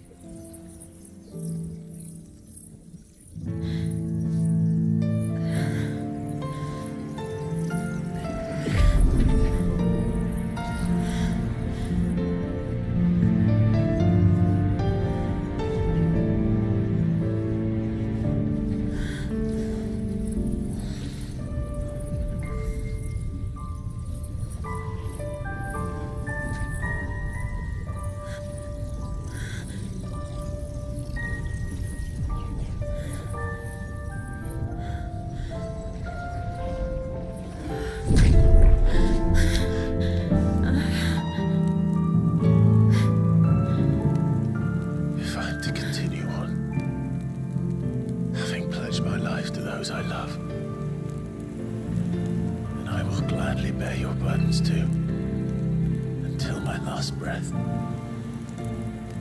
Clive.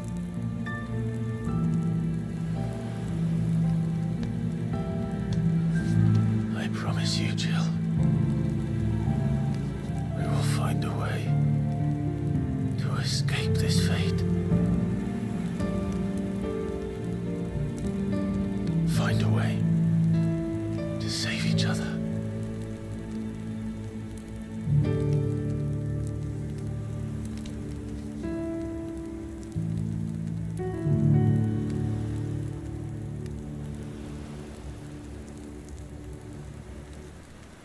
That we might one day look upon the moon again, together.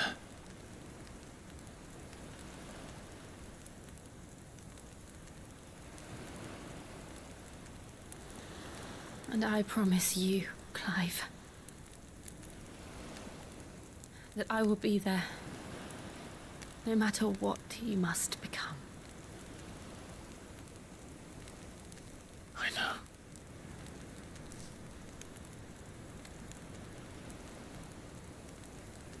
I never thought a smile could bring me so much joy.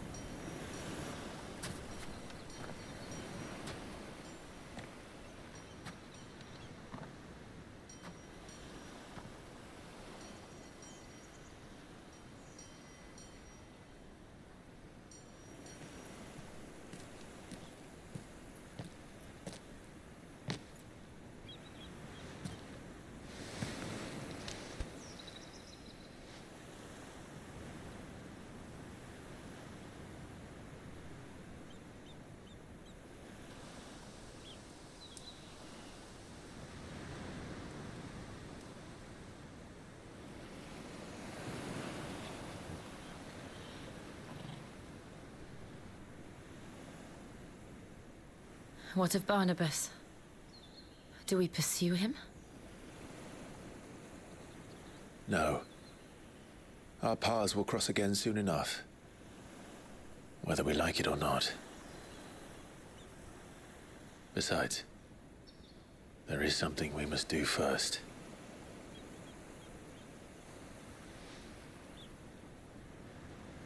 Of course. Drake's spine. The last Mother Crystal. The Einherjar is at the bottom of the sea. Waloed won't dare move on storm without her. But they know we're coming now. We'll need a plan. And a damn good one at that. Then let's go home and find one. Ash will have to wait.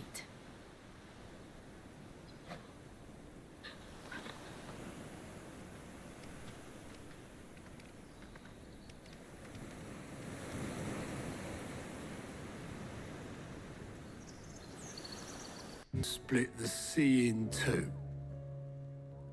She's always been partial to a tall tale.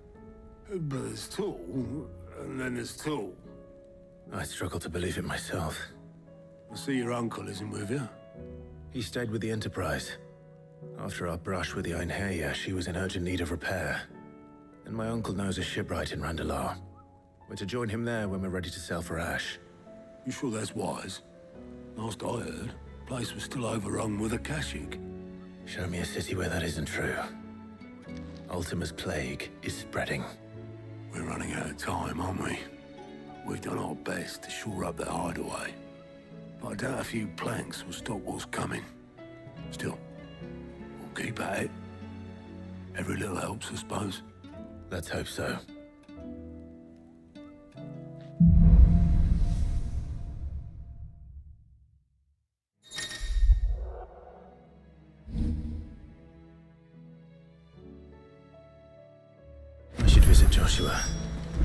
Assuming Talia will allow it.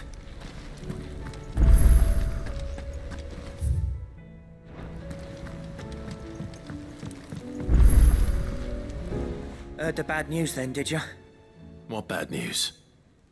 About Dravost. Blackthorn's old haunt. With the forge and all that. Well, anyway, the mines just down the road from there are spewing out ether like no one's business. And the village? Safe from the flood for now, but they've got other problems. Akashic. Every creature in the area is either turned, or on the way to turning, apparently. Zoltan and the others are living on borrowed time. They need help, and quick. Doris sent a few curse breakers to keep an eye on things, but there's only so much a couple of scouts can do. Except get eaten.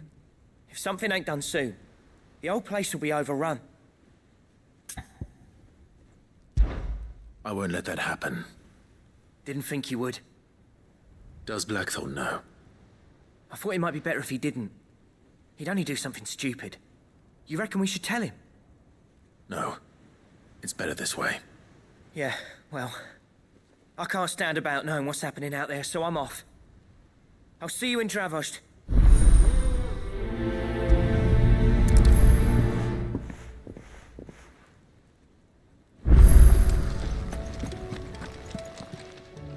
Ah, I wasn't expecting you back so soon. Here you are. Come again. I may have more for you. Me too. Seems like I've been doing my best to keep on top of it all. The rest, I add to the list. And anyone with the time and inclination to solve them will earn a nice bit of goodwill for the cause. And maybe more besides. So, how busy did you say you were? Anything catch your eye?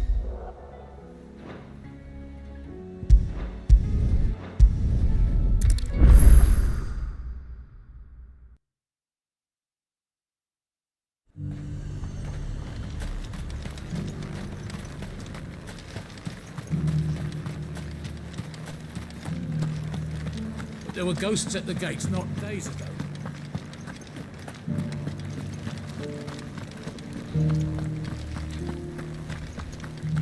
Those things I said before about not being able to fight.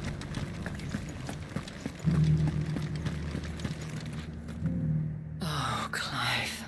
What am I to do? My wards and I may soon be without a home. What's happened? The High Cardinal has descended from his lofty throne and taken up residence here in Northreach. The High Cardinal? Leader of the Council of Elders, second only to his Radiance at the head of the Imperial government. Not that any of those things still exist. Now he goes by his noble title, the Duke of Oriflamme. And what does he want with Northreach? He wants to transform it into a military stronghold. A foundation upon which to build a new Sanbreque. He's already secured the support of the various army remnants, with promises that they shall be afforded the respect they deserve in his empire. One built on the confiscated property of the people. He would rob the populace to pay for it. Believe me, I have used every means of persuasion to discourage him from this folly. But for whatever reason, he will not listen to me. What does Captain Philippe make of this? When the town was under attack, it was him the soldiers rallied around. Couldn't he use that influence again? How? By speaking out against one of the most powerful men in Sanbreque. A man whose stated aim is to revive the empire Philippe's comrades swore to serve, and to improve the soldiers' lot within it. The captain can offer them a regular supply of gruel, and an occasional trip to the Vale to help them forget the terrors they face each day. The Duke offers them a vision of strength and safety. No. Any attempt to incite mutiny would cost Philippe the support of his men. If it did not cost him his life. But given the mood around town, mutiny may yet be unavoidable. The people have little appetite for further deprivation. Least of all when it serves only to elevate others. And who could blame them? Clive, would you appeal to the Duke on my behalf? For your services to Northreach, you have the respect of the soldiers, and they will take you to His Eminence if you ask them. And unlike Philippe, no bonds of loyalty prevent you from speaking your mind to the man. Well, will you try? You could hardly fare any worse than I did. I'll see what I can do. Thank you, Clive. Tell me then, where will I find this Duke of Oriflamme? In the garrison? Overseeing the troops, yes. All right. Wish me luck.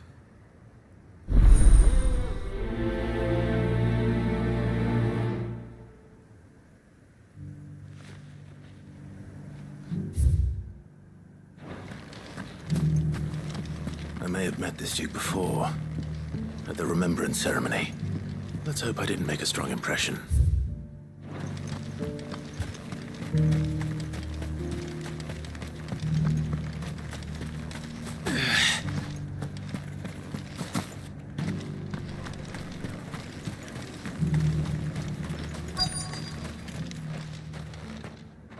Halt! Oh, sorry about that. You're the dame's man, aren't you? You got some business with the captain? No, actually. With the Duke. I was hoping I might be able to speak with him. We're under orders not to let any civilians pass. But you should be all right. His Eminence has heard all about you and your heroics. Wait here. I'll go and ask.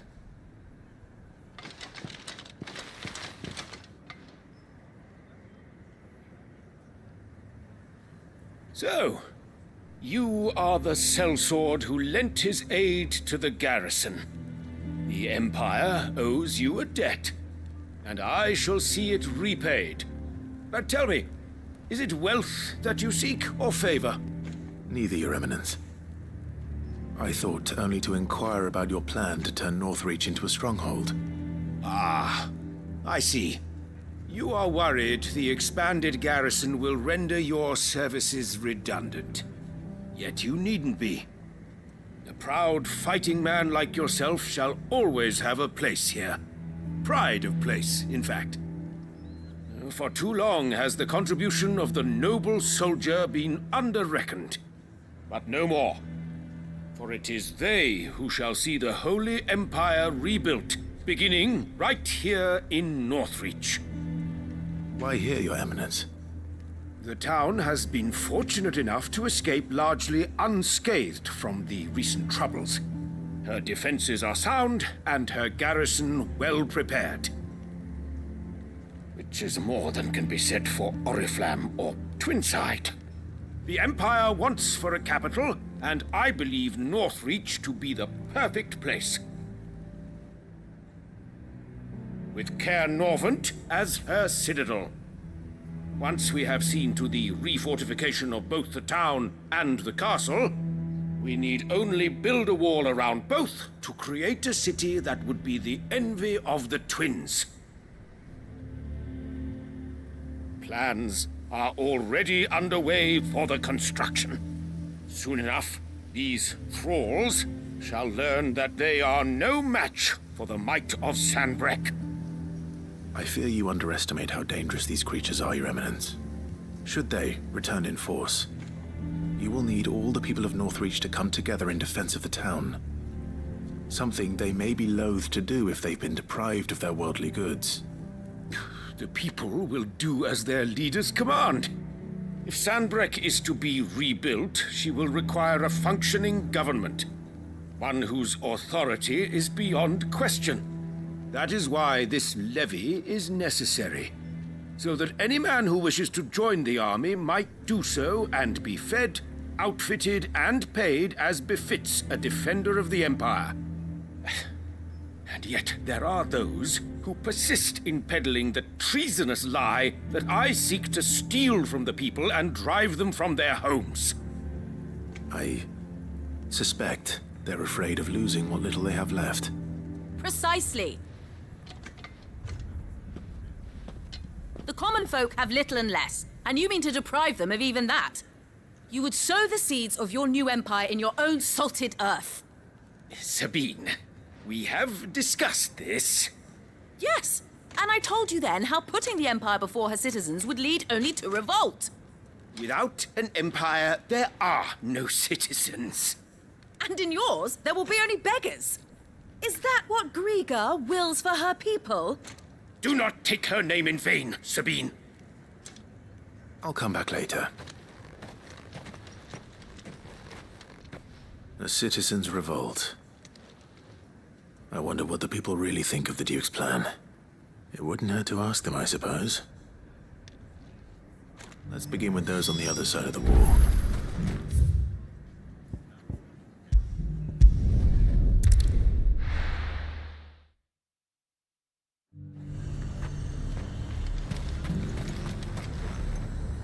I've been hearing a lot of talk about a certain Duke. Nothing good, I'll wager. Going around acting like he owns the place. And with hardly a word to the dame. This is her town, not his.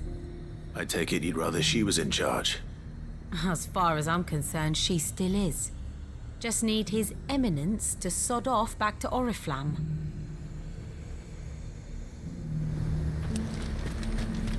Why?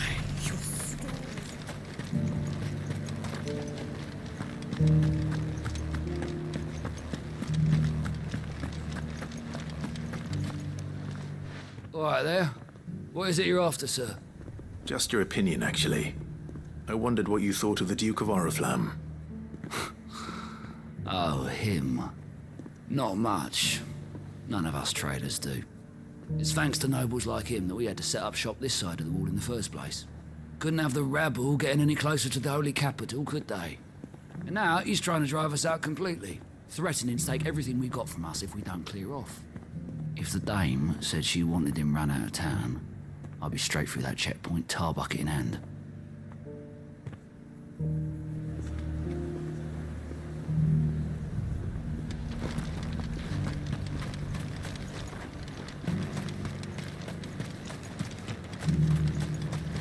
I heard the dame got an eye concert with the Meadows. A question, if you don't mind. What do you think of the Duke of Oriflamme? Don't get me started. You build a life for yourself somewhere, only for some noble to turn up and tell you got to hand it all over to him. If he thinks his name and his chains give him the right to empty our purses, he's in for a rude awakening. We'll do whatever it takes to keep what's ours. Whatever it takes. Well, the people seem united enough. What about the soldiers?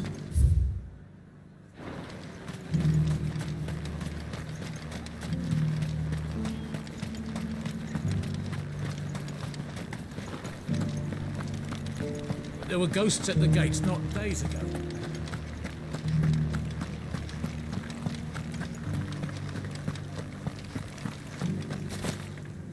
Those things I said before about not being able to fight. Excuse me, do you have a moment? I wondered if you'd mind sharing your thoughts on the Duke of Oriflamme. Well, he's made a lot of enemies coming in the way he did. I mean, look around us. You can see the state the realm's in. The traders might not like having the screws put on them, but if they volunteered a few more of their hard-earned gil before things got bad, maybe they wouldn't have to. I think the Duke's got a point when he says rebuilding the Empire's the best way of making sure we're all protected. And if that means people who don't know one end of a sword from another have to make way for those who do, well, that's just how it goes.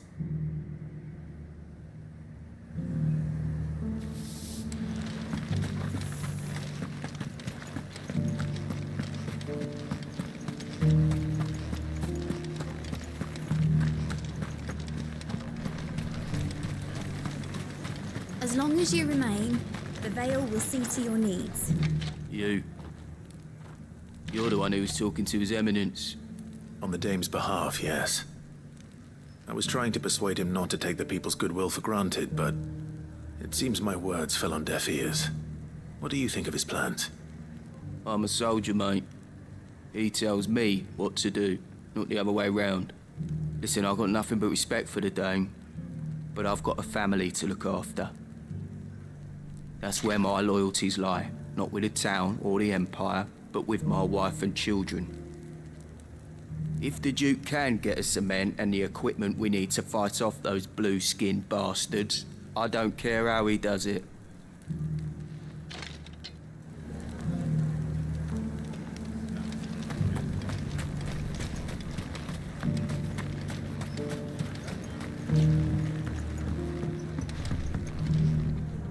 I hear the Duke of Oriflamme plans to turn this town into some sort of fortress.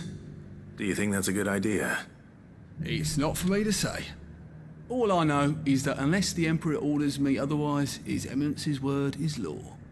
Look, no one likes all these taxes and tariffs, but empires don't come for free. Once Sanbreque is back on her feet, we'll all reap the benefits. Let's see what Philippe makes of all this.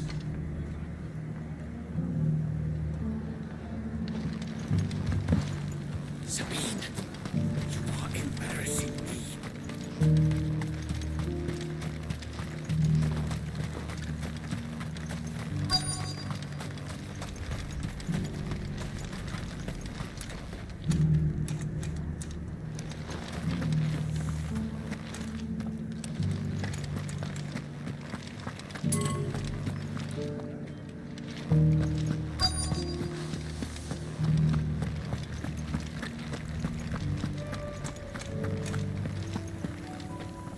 Captain, do you have a moment? For you? Certainly. Clive, wasn't it? Thank you for last time. How can I help you? I wanted to ask you about the Duke of Oriflamme. Do you intend to go along with his plan? But to tell you the truth, I'm in two minds. It's my sworn duty as a captain of the Imperial Army to obey his orders. But I can't say I agree with him. Philippe, I remember you saying that you became a soldier to protect the people you loved. The Dame included. That's right, I did. Well, she doesn't agree with the Duke's orders either. She thinks they could tear Northreach apart.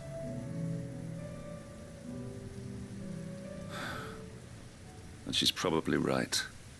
Thank you, Clive. I know what I need to do now. Protecting the people I love is what matters. Doesn't matter how.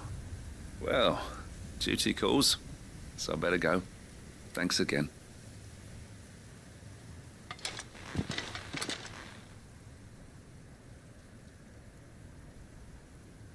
It seems Philippe wants to do the right thing at least. I expect Isabel will be pleased to hear that, if nothing else.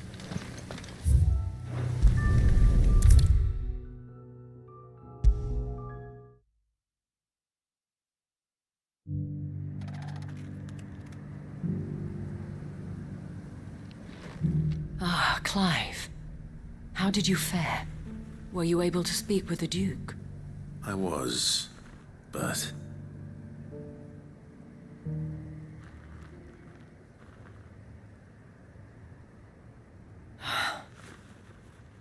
So Northreach is to be a fortress after all. Well, it will certainly help to hold back the thralls.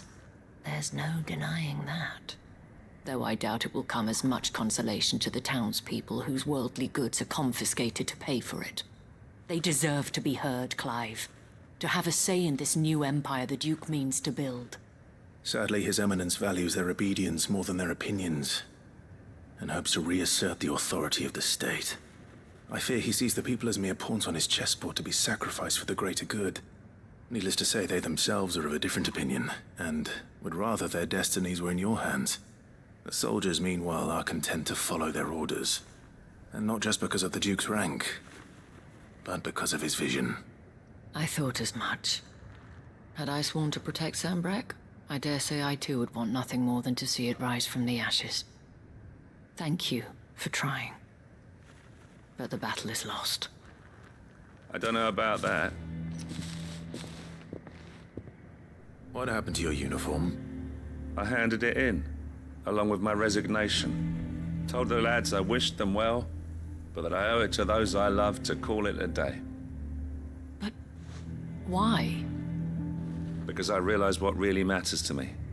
Not following some nobleman's orders for the sake of it, but protecting what I care about.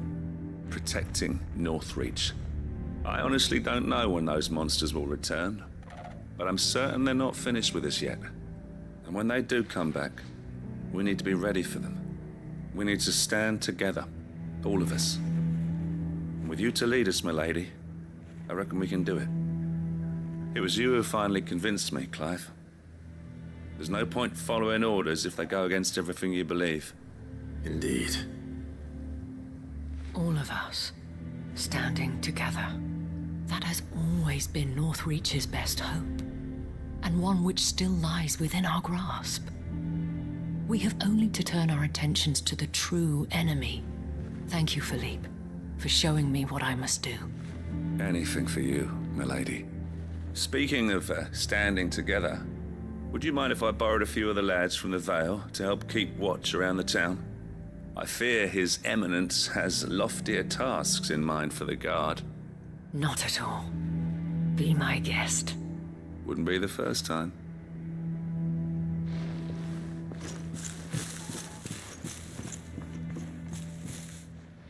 There may be hope for Northreach yet, especially with men like you and Philippe to champion our cause.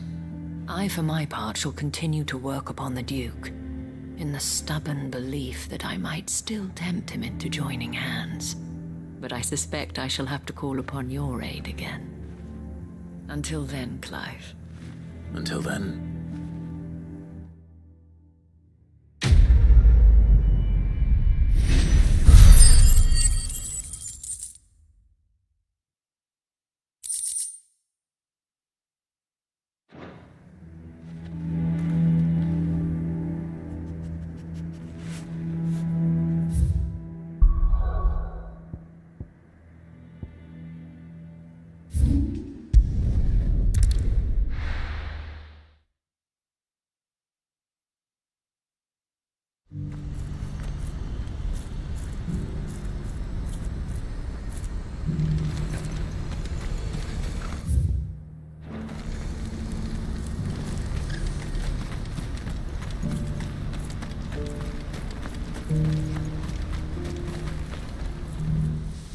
Clive, you'll be pleased to know that the negotiations are progressing well. That is good news. Yes. Our comrade in Randala has just sent word that the contract should be signed very soon. But I still have much and more to prepare. It's a huge undertaking moving this many bearers at once. You couldn't do me a quick favor, could you? What is it this time? More wild beasts? Nothing like that. I just need you to go over to the caravans and ask El how long we have until the bearers arrive. Find out exactly how much faster I need to get all these supplies moved. All right. I'll go and ask. Thanks, Clive. I owe you one.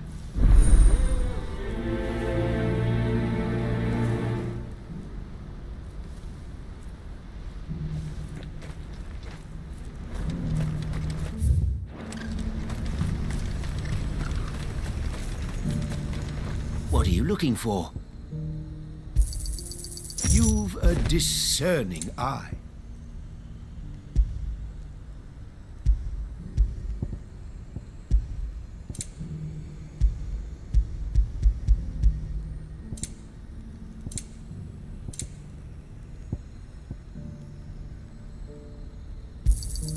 A fine choice. Many thanks. Farewell.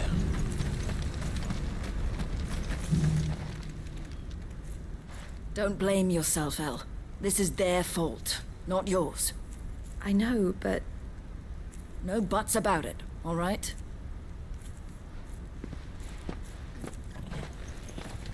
Is something wrong? Vonnie came to give me a message from our intermediary. The talks with the Republican army have fallen through. They've reached an agreement with the Silver Peak Consortium instead. Though prices have fallen of late, we deliberately offered above the going rate to try and deter other bidders. But the Consortium offered double what we did, and the army jumped at the chance. You had no opportunity to make a counteroffer? None at all. And we were so close. El? What's happened? I saw Vonnie leaving. She didn't look happy. And with good reason.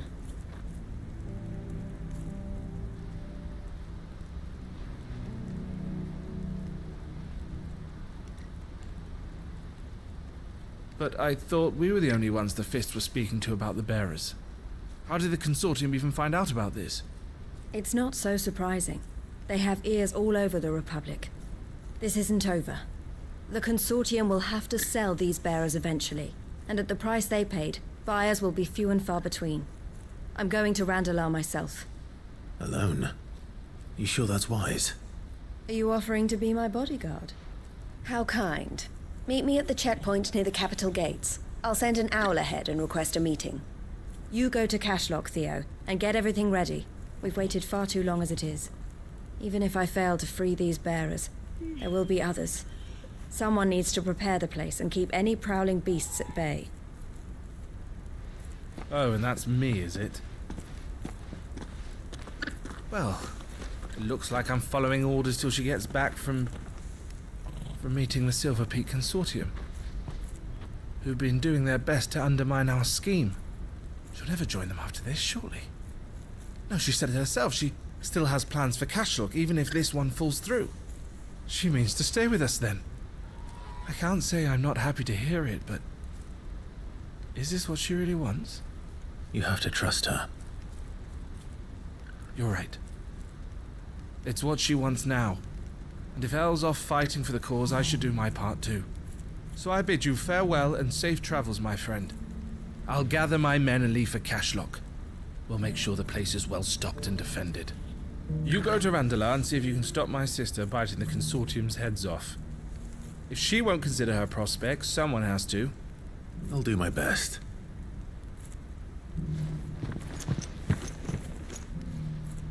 All right. To Randalar, then. And better not.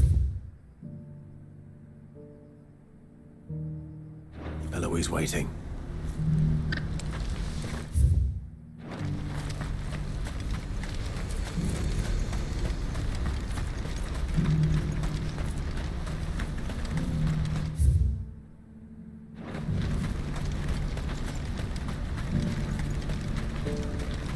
I wouldn't give for a hot meal.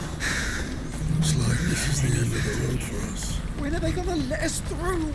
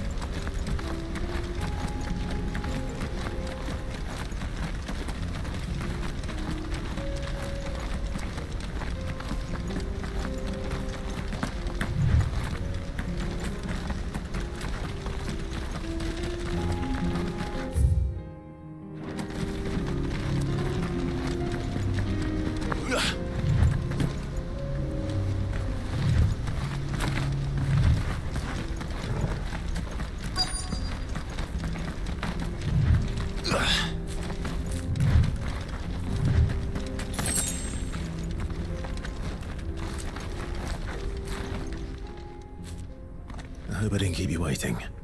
Did you arrange to speak with the Consortium? Here they are now. You wish to consult with me? I did. It's about the bearers you recently purchased from the Fist. We had all but finished making arrangements to buy them ourselves, and then you stepped into the fray. You misunderstand. The Consortium had an interest in purchasing them from the very first. It was only our regard for you that kept us from bidding. But your hesitancy in accepting our offer to you suggested that the regard was not neutral.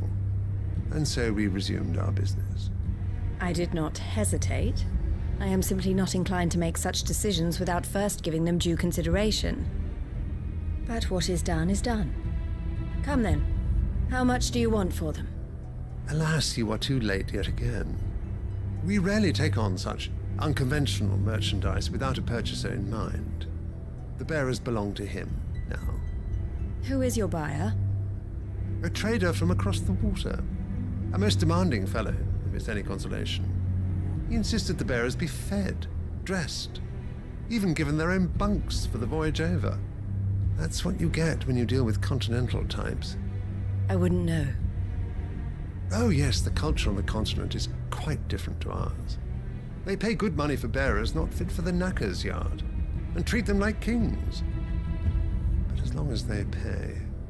That does sound unusual. No matter then. If they've already left our shores, there's little that can be done. Allow me to withdraw my interest. And with it, my interest in joining your organization. My associates will be sorry to hear that.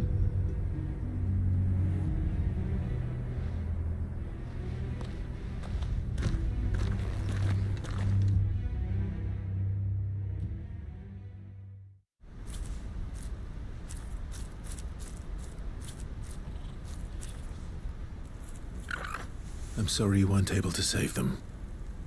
As am I. But I only have myself to blame. He was right, you see. The Silver Peak Consortium did intend to buy those bearers before I did. Their representative hinted at a possible purchase when he came to recruit me. I feigned interest in joining them in the hope he might be encouraged to tell me more, and he did just that. As soon as he left, I sent my own offer to Randalar. So you never... No. I entertained the Consortium's proposal solely so I could learn more about those bearers. But I was a fool to think they wouldn't find out. I knew exactly who I was dealing with. You tried. I did. And if what he said was true, the bearers are to be well treated. Which is something, at least. But they deserved more. I wanted so badly to see them freed. Eloise! Eloise! Word from Cashlock. The village is under attack. A pack of beasts have come down from the mountains, and there's a dragon at its head. Theo and the others are trying to hold them off as best they can, but the odds are against them. They need help, and fast. Theo! I'll go on ahead. Thank you, Clive. I'll gather some men and join you there. Just... make sure he's safe.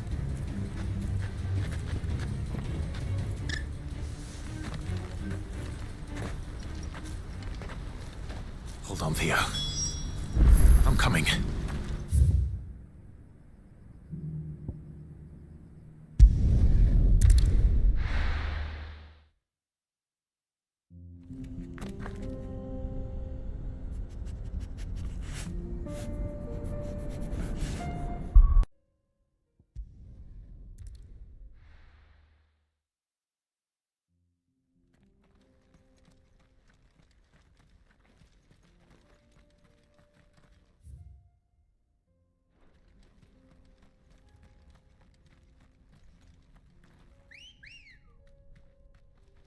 Ready, go?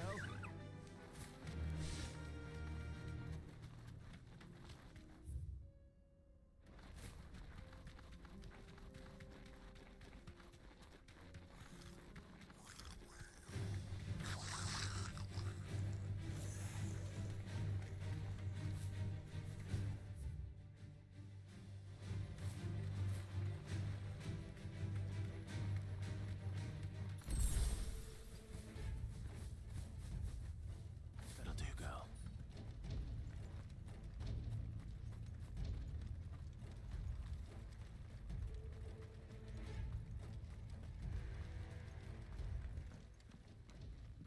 Where's Theodore? Upriver! He led the dragon that way to keep it from the village, but the whole area's flooded with ether. We just have to pray he makes it out in one piece. I can do better than that. Torgal, with me.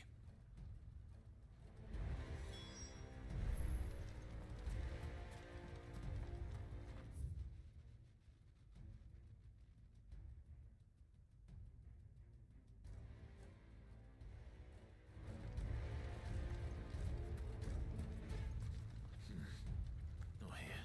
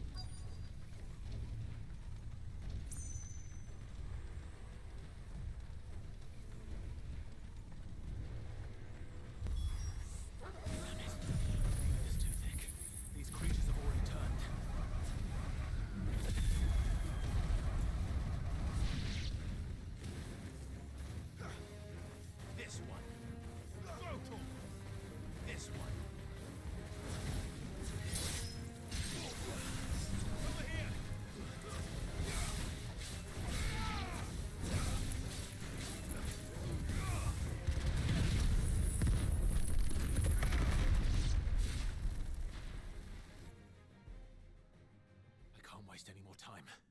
I need to find Theodore before that dragon does.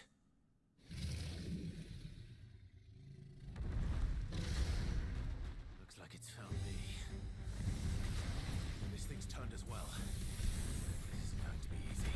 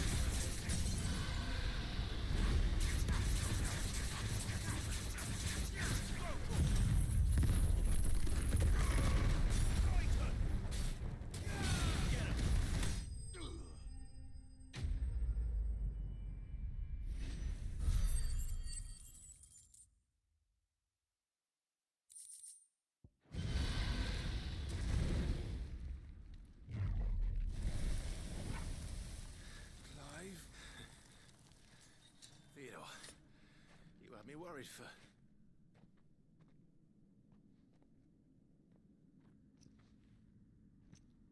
We have to get you out of here.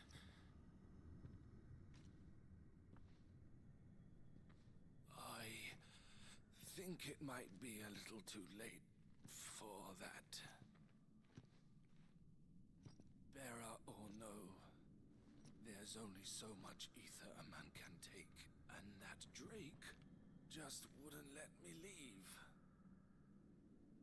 You have my thanks. Sit. For finishing what I could not. For keeping Elle's dream. Theodore!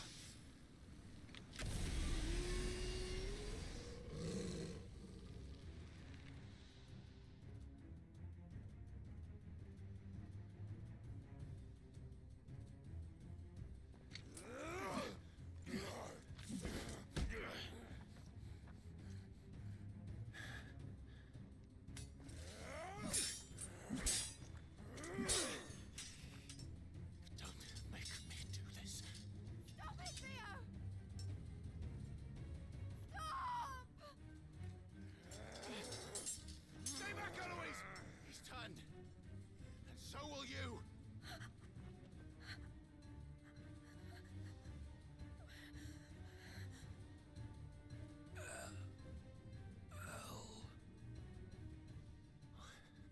Theodore.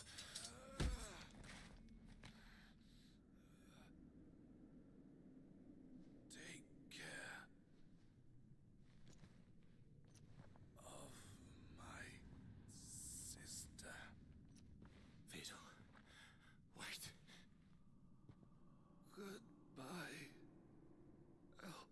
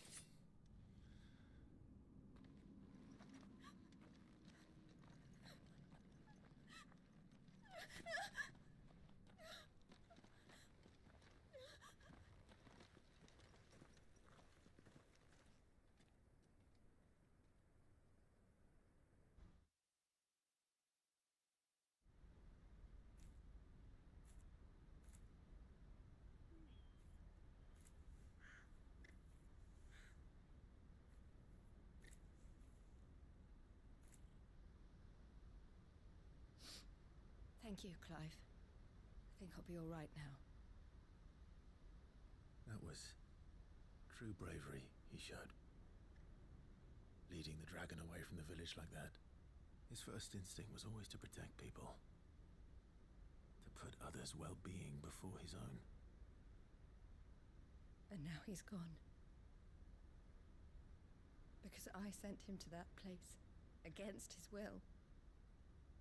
It wasn't against his will. He was ready to do whatever it took to show you he could stand on his own.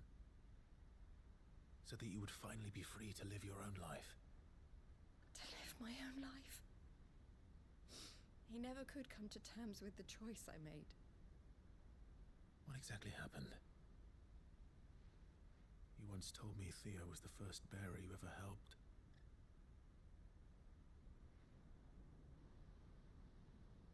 We grew up in Canva.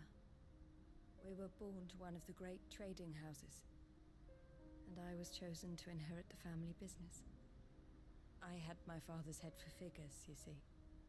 Theo did not. While I studied the art of commerce, he played at soldiers instead. A late bloomer. In more ways than one. For unlike most bearers, it wasn't until his 15th summer that his powers awakened. My parents tried to drive him out of the house and into the care of the constables. But before they could, I took him into mine. Theo told me something else. He clearly admired your devotion to the cause of freeing others like him from slavery. But he said you deserved a better life than this. He wanted to free you from what he called your bonds, just as you freed him from his. I would be lying if I said I had not wondered from time to time how much easier my life might have been if I had allowed Theo to be taken and devoted myself to the family business instead.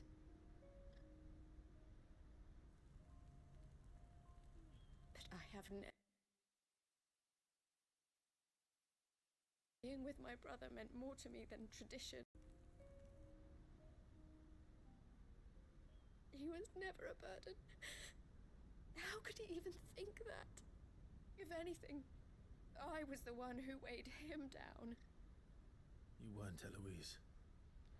He said it himself, that he had always been grateful to you for saving him, and that he wanted to repay you by letting you live the life you were denied. Neither you nor Theo weighed each other down. You loved one another. You did whatever was necessary to continue living your lives together, and you always would have. You're right. All I ever wanted, all I ever did, it was so we could be together. Oh, Theo, why did you have to...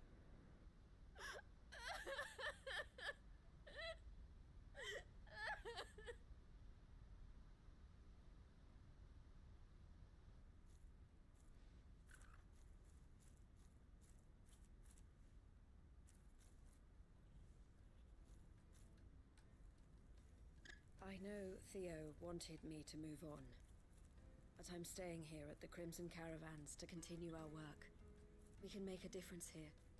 We can help people, save them. I need nothing more from life than that.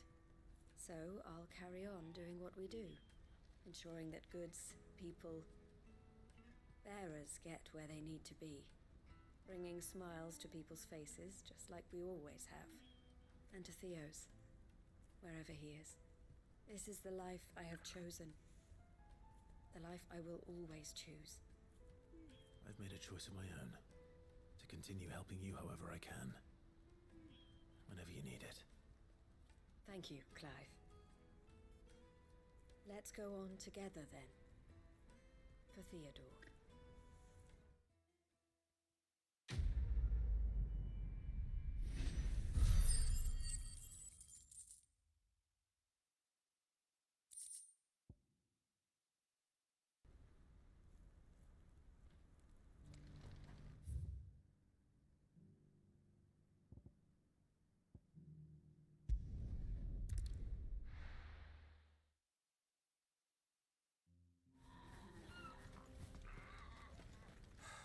So Dravost is still standing. For now, at least. If you can swing a hammer... I never thought I'd have... Clive! You're here! And the Akashic?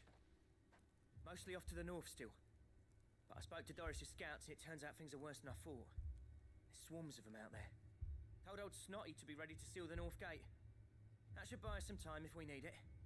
Enough for the villagers to barricade themselves inside their homes, at least. Well done. Welcome back, Sid. I'd never have guessed, you know. Not if August hadn't let slip. Who'd have thought that the savior of Dravost would turn out to be the realm's most infamous outlaw? Keen to help us out again? I am. Thought you could sneak off without me, did you? Blackthorn. Oh, what are you doing here? One of the scouts couldn't keep his voice down. Unlike my best mate who didn't think I deserved to know. Zoldan, how long's it been? Long enough for us two to turn into a pair of old codgers, I see. That your idea of an apology? Prick. Don't listen to him. You only did what you thought was best. For the village and that. I did, yeah. But that ain't the whole of it. Vulcan, our master, didn't leave the chiefdom to the two of us. He left it to me. The best blacksmith in Dravost, barring himself, of course. Bloody stupid tradition, in my opinion. If someone's got talent, you should let them practice their craft, not ask them to settle petty feuds and barter for grain. Our master wasted half his life that way. I wasn't about to let that happen to me. So you wasted half of mine instead. You're what Dravost needed. Under me and my precious ideals, this place wouldn't have lasted a year. So I left to devote myself to the work and spare you lot the consequences. I may be a selfish prick, but I only did what I felt I had to. What you had to do was your duty! Even if it meant we all starved? Enough. This is no time for bickering. You can finish beating each other up once Dravoj is safe. Fine. I've said my piece anyway. Yeah. So have I. Sorry, Clive. I shouldn't have stuck my nose in. We're short enough on time as it is. Still, give us a mo, would you? I need to get my head straight before any of them Akashic try to bite it off.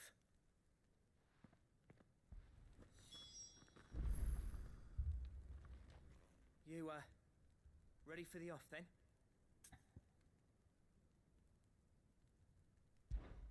We can't afford to waste any more time. Right you are. Might be worth having one last word with the scouts, though. Don't want any nasty surprises, do we? Oh, and Blackford, you and Zoltan might be better off staying inside the... Akashic on the move. How close are they? Within sight of the walls, and there are more coming up from the mines. What was I saying about nasty surprises? They'll wash right over us if we stay out in the open. We're pulling back behind the gates. Good idea. Get yourselves inside, but keep your weapons handy. Understood.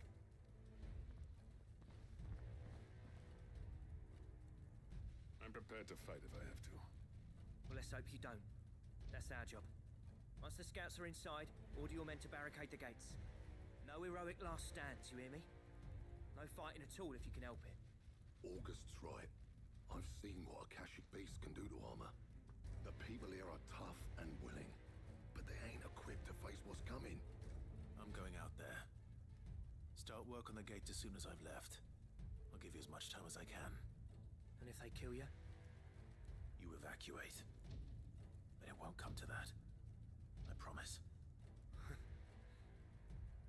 You'd better be right. Take good care of Dravoj till I get back. Leave it to me. And give those things what for, yeah?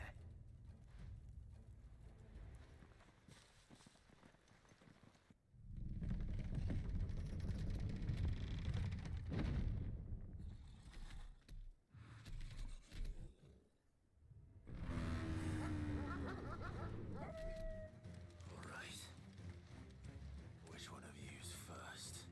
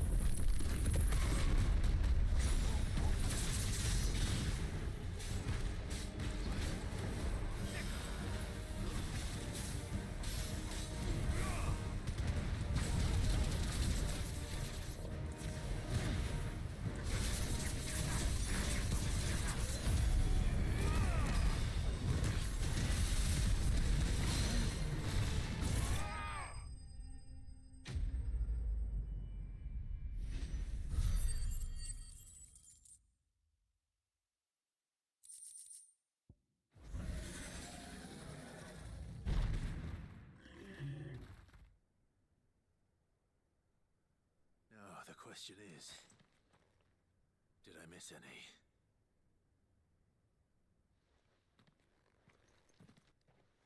Man alive! You're still in one piece! I slew as many as I could. As many as I could, he says. The old bleeding lot, more like it. Well, almost. Only almost. Yeah, one or two did try to sneak over the wall. But we got the bastards, don't you worry. Good. Though you do know, more will come in time. In time, yeah. But we can think about them later. Let's get you back inside.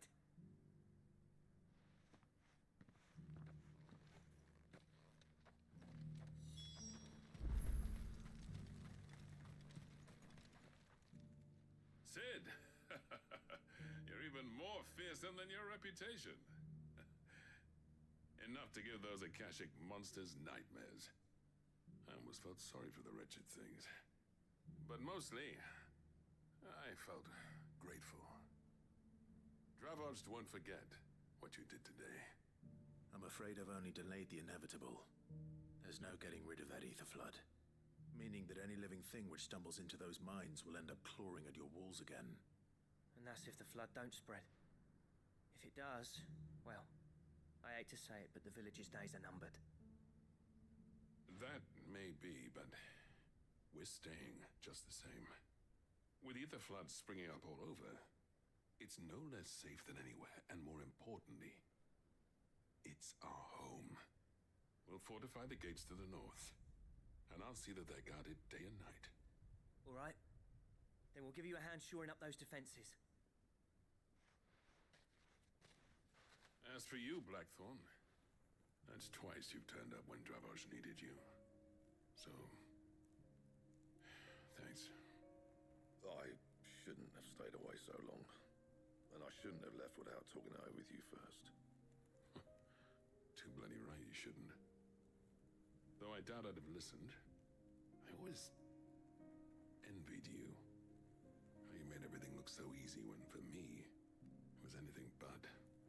You leaving gave me the perfect excuse to hate you. And from that day on, I never once stopped to wonder what it would have been like if you'd stayed. But what you said earlier, it was true. You'd have been the death of this place. Finally, something we can agree on. I hope you see the sense of it eventually. You kept this place alive.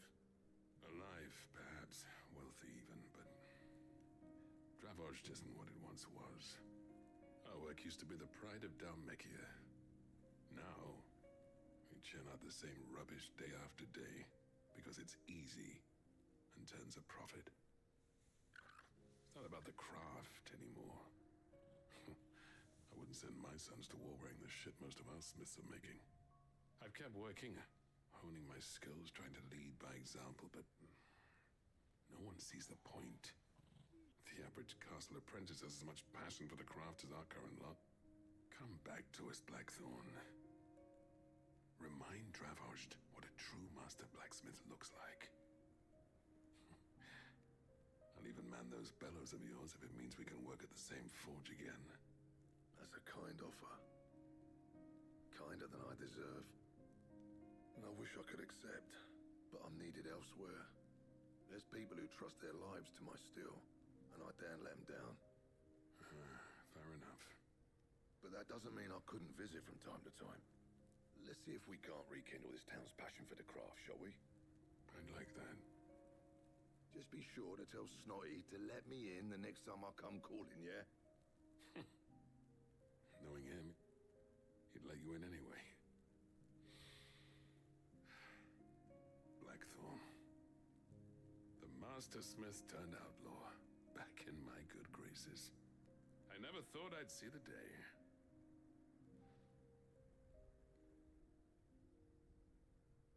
I'd say that went pretty well, wouldn't you? Even better than I'd hoped. Sid, I've got something for you.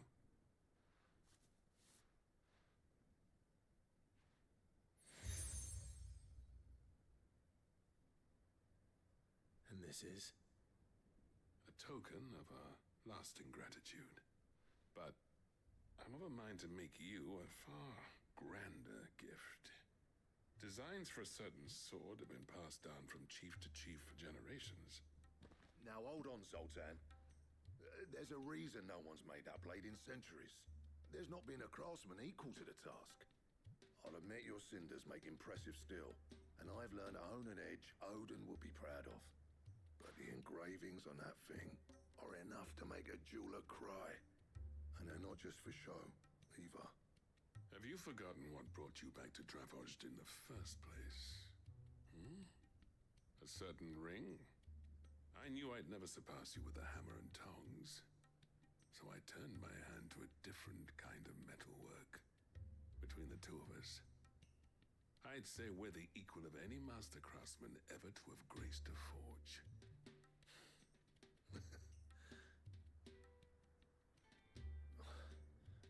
You know what? I think you might be right. Clive, you wouldn't mind if Zoltan came back to the Hideaway, would you? He's more than welcome. As long as he can keep our secret. Right. Zoltan, get your tools. We've got a legend to forge.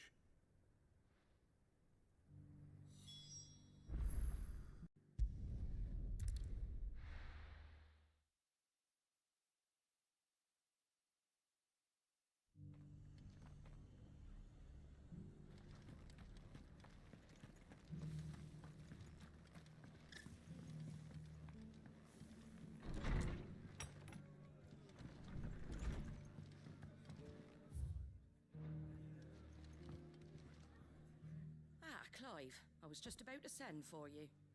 I'd like you to take something to Sir Wade up in Eastpool. Seeds for planting. Thought it was about time they started growing their own food. I'll keep providing them with whatever they need in the meantime, of course. But if Eastpool's going to survive, it's got to be able to fend for itself. As of those poor bearers. They've lived their whole lives in servitude, but now they're their own masters. Small wonder they ain't got the foggiest how to provide for themselves. So it's up to us to teach them. And if you're wondering why you, well, the Wagoneers taking supplies up that way have been coming back with more and more reports of Akashic around the village of late. Sir Wade's putting a brave face on it, but I think even he's starting to worry. And if he's likely to share those concerns with anyone, it's you. All right. Thanks. Wouldn't ask if I didn't have to. There. That should be enough to keep him in Gazal Greens for a few years at least. Gazal Greens? Not the most mouth-watering crop, I'll admit. But they're hardy, they grow fast, and they fill a hole. Better that than something that'll wither away at first frost. And chocobos love 'em too, which is no small thing. When I say all of us need to pull together to get Eastpool back on its feet, I mean all of us.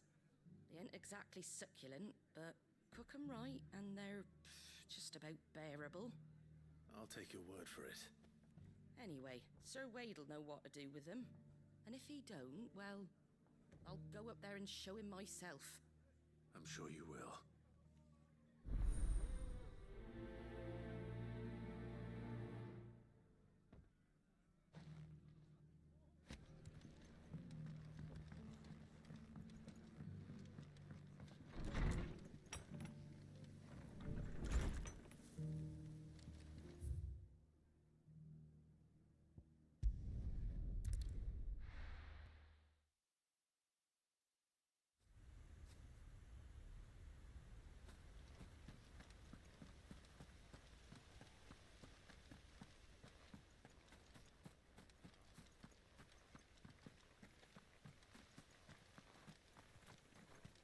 Ah, Lord Rossfield.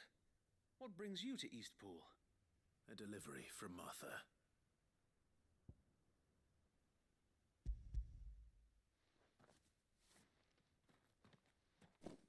These are Gazal green seeds. Martha's keen to cut the apron strings, then, is she? I jest, of course. You see, I had thought we might be able to revive the old wheat fields, but they'd long since gone to seed, only without the seeds. Martha was hoping you might be able to show the bearers how to plant and tend these, so that they'll be able to fend for themselves. That's not a bad idea. These bearers had only recently escaped their bonds before we brought them here. They know little of freedom, of providing for themselves and their loved ones. Unless we teach them how to live like free men, I fear that all we have achieved in bringing them here is to exchange one master for another.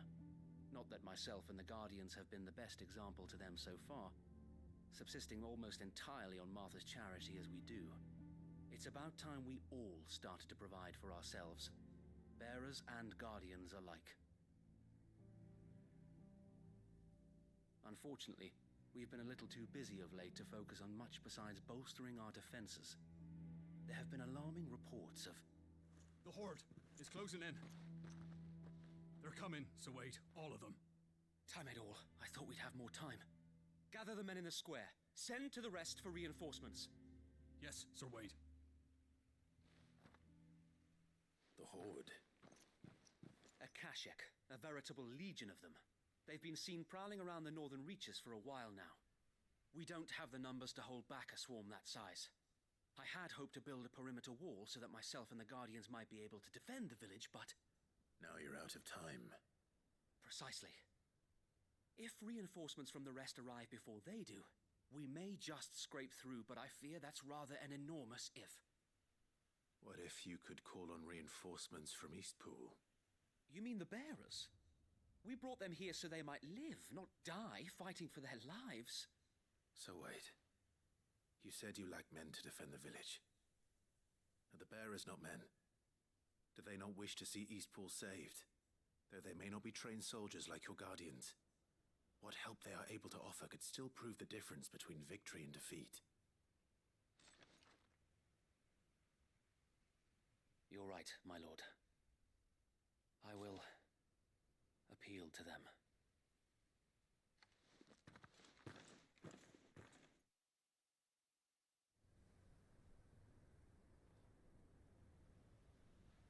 My friends, I humbly beg your aid. We Guardians are few and our enemies many. But I swear we can defeat them with you at our side. You would send us to the slaughter, to serve as bait for those fiends so that you and your men might be spared. And to think we trusted you. Say what you will. A home is not worth dying for. But it is worth fighting for. Sir Wade fights to give you lot a chance. Just like I do. Just like Sid does. We all wanted to give you a home where you could be free. And you got one, didn't you? This place, Eastpool. This is your village. Your home. And if you don't fight to protect what's yours, you'll lose it. You know I'm right. This world wants to take everything from you. Everything. Your homes, your freedom, your very lives. So then, are you going to stand by and let that happen to you?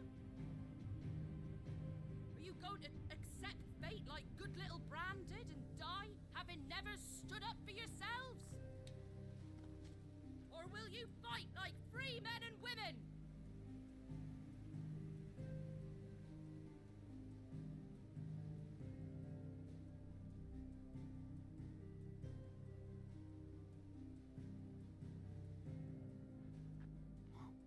What are you doing? All right. Give me a sword.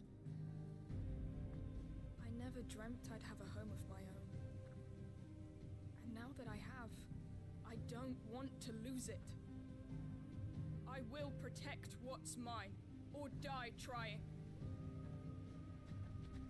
We all will. Free men and women, fighting together.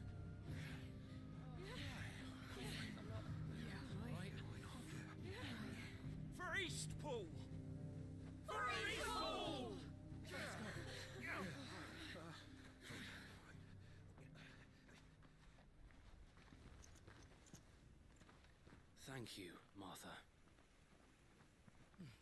Don't mention it. Just promise me one thing. That you'll show them how freeborn fight. Gladly.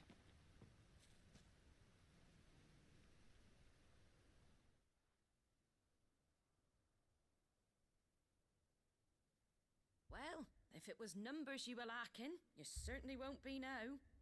Thanks to you. Me? Oh, I just love the sound of my own voice. Lord Rossfield, my lady, we're ready. So what's the plan of action? We'll divide our forces into several small detachments, each made up of guardians, bearers, and guards from the rest. These will position themselves at strategic points around the village. Upon engaging with the Akashic, each detachment will keep the creatures occupied as best they can, steadily retreating all the while. You're going to lure them into the village? I am. We will have neither the time nor the resources to treat the wounded, so injuries must be avoided at all costs. Instead, we will focus purely on defense at first. By coordinating our withdrawal through the use of messengers drawn from among the bearers, we will aim to have the swarm converge at a point of our choosing. With luck, that point will be the village square, the perfect place for our most able warriors to surround them and fall upon them, and for you and I to finish them off. A sound plan, but one that'll require a leader with a cool head and strong nerves to coordinate the retreat. I'd say you have both in abundance, Sir Wade, but you'll be needed. Please, leave the last of the fighting to me. Ha! And let you have all the glory. Sir Wade! They're here! Then you know what you must do. We work together, everyone playing their part, each shielding the other that no man might fall, that Eastpool might live on. For Rosaria! For Rosaria! We've no time to argue, my lord. I'll do as you ask. And I will do as you ask. Suppose we'd better do our bit too then, eh? Right you are, Martha.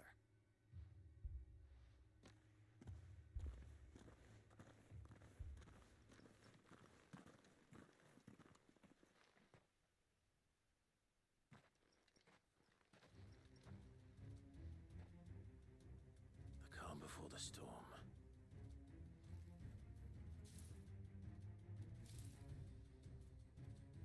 And here it comes. I will not let this village fall.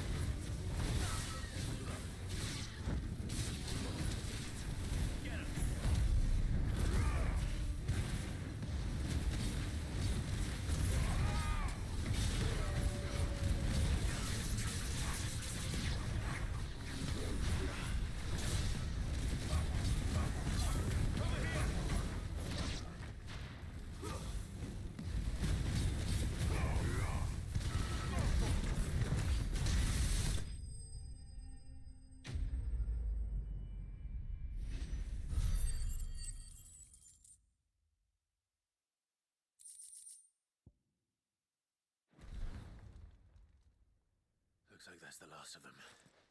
Lord Rossfield! Change of plan! What is it? Owl from the rest. An Akashic curl's been sighted on Rhiannon's ride and is headed in their direction. Well, the better half of her guard is here.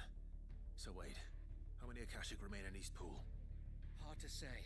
My men are still facing some resistance, but I think the worst is behind us. I could order a detachment or two to fall back and... No. Let them finish the job. You stay here too, Sir Wade. Your men need you. I'll go after the Curl. Join me only when East Pool is won. If you're sure, my lord. May the Founder protect you.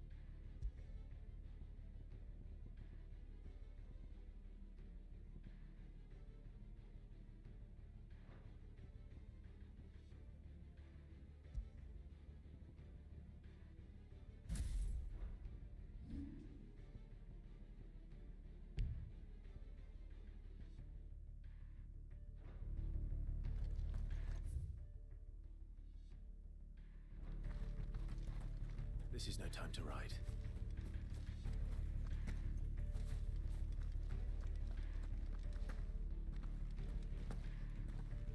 Next one's mine.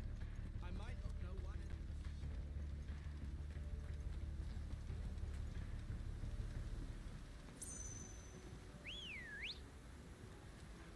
Good girl.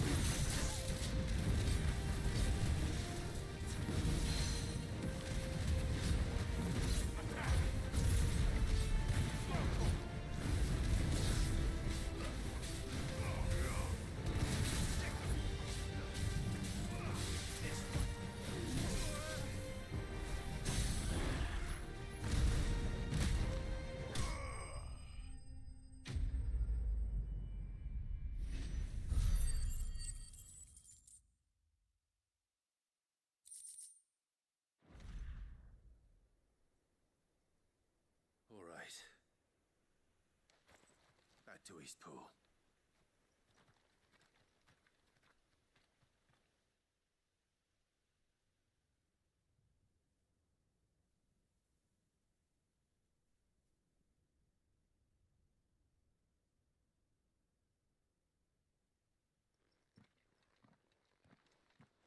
Lord Rosfield, the Curl, is it? It's dead. Thank the Founder for that. And for you, my lord. We were able to eradicate the rest of the Horde. I have guardians posted around the village to keep watch for further attacks, but all seems quiet for now. I hesitate to say it, but I think it might be over. I think it might.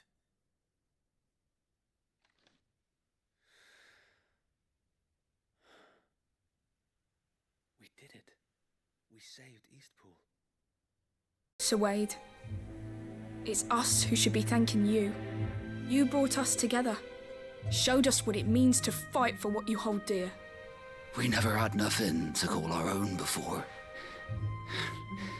We didn't know what it meant to protect it, but now we do. We really do. Forgive us, Sir Wade. You and your people saved us, and still we doubted you. But there's no doubt in my mind anymore. We're free men now, so we have to start acting like it. We have to fight to protect what's ours, to protect Eastpool. And we shall. We all shall. Together. This is our home. And if anyone or anything tries to take it away, they'll have us to answer to. Come on then. Let's get to work. This village isn't gonna rebuild itself.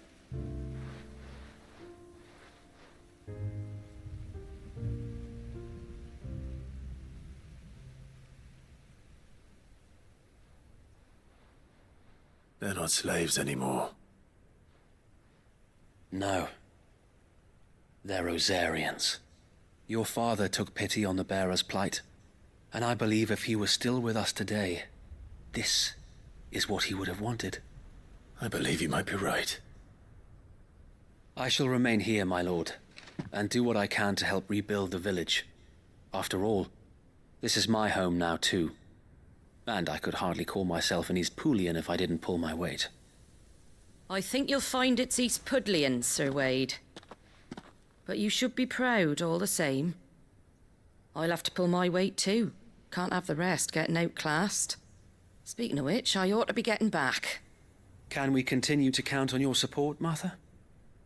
Of course, and I'll be counting on yours too. Us Rosarians have got to stick together, haven't we? Indeed we have. And Clive, come by the Golden Stables when you get the chance. I ain't paid you for delivering them seeds yet. All right. I will.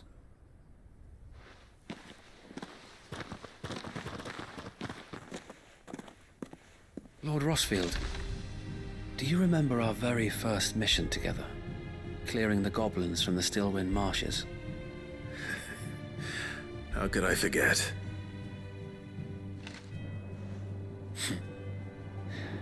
There's one sight that I shall never forget.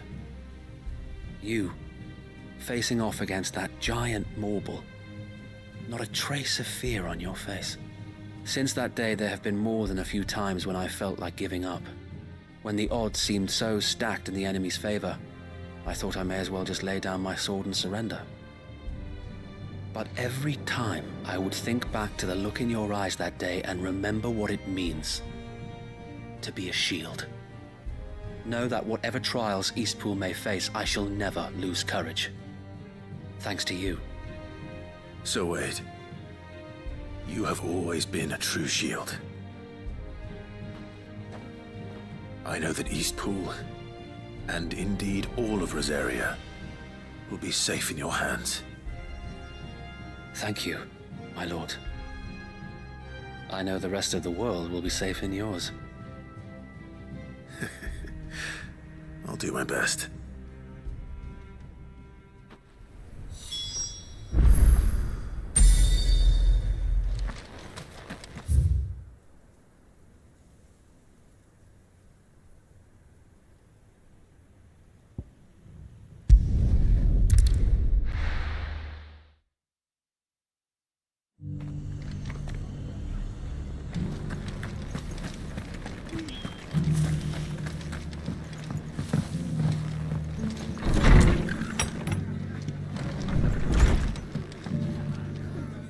hero returns.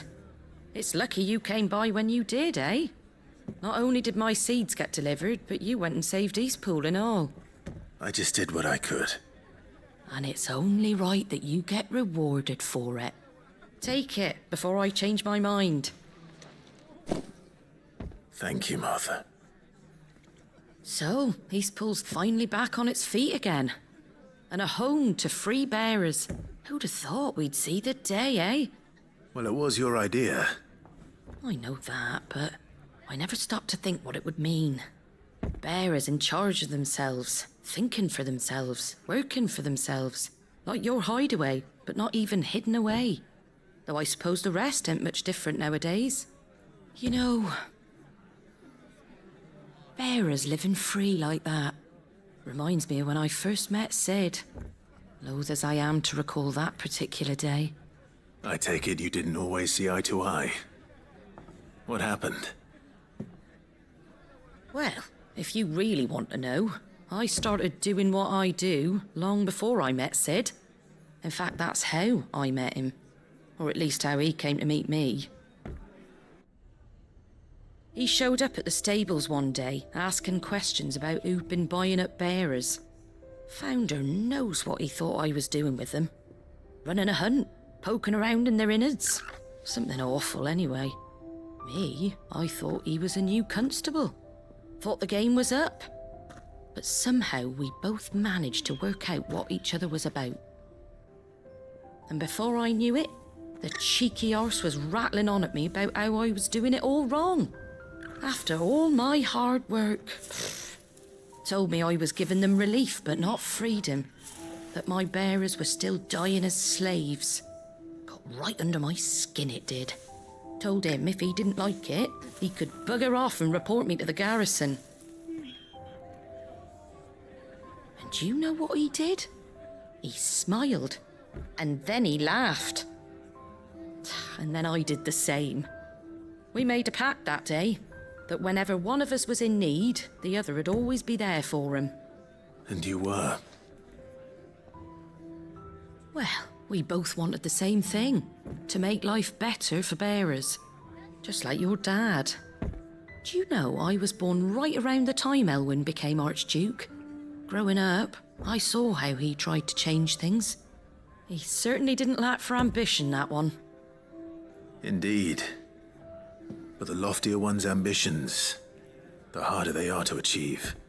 Which is why those of us who follow in their footsteps need to finish what people like Sid and my father started. Suppose you're right, aye. And if we don't manage it, there's always them who come after us.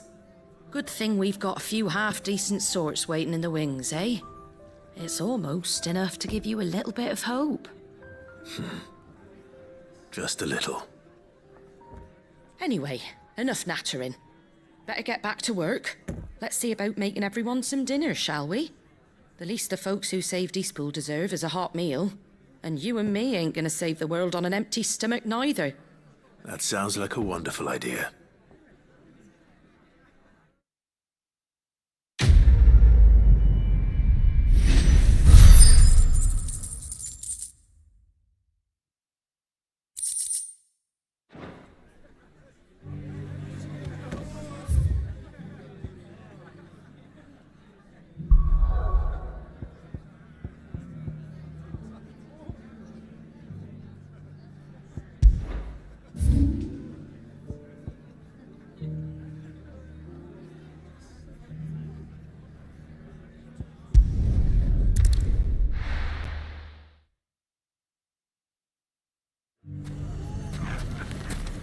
Everything's back the way it was. Take that, you naughty... Clive! To what do I owe the pleasure? I just wanted to see how the town's been faring since you brought everyone together. Since we brought everyone together, all is absolutely wonderful. Conrad and Natalie's hands remain safely away from each other's throats and firmly at the helm. Our stores are full, and the bandits still too disorganized to raid them. Just as the good Lady Jane and Lord Underhill intended. Are you a lord? Lubor's going to be one too. They're going to make him the Lord of Dalamil. Because of how he stopped all the grown-ups from fighting. It's the mayor of Dalimil, dear child, and the vote hasn't taken place just yet. But if the people wish me to lead them, I shall.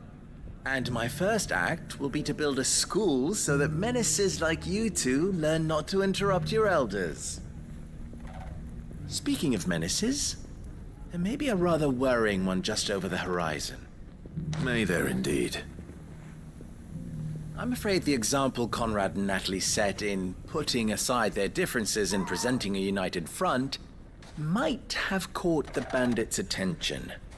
And they might have elected to take a similar approach. They have formed what one could call a League of Outlaws, and they grow more organized by the day. We'll fight them all off just like last time, no matter how many of them there are. Won't we, Lubor? Of course we will. If we continue to work together, we can overcome any challenge we choose to face. The longer we avoid facing this one, the more difficult it will be, until the only way to overcome it might be to run for the hills.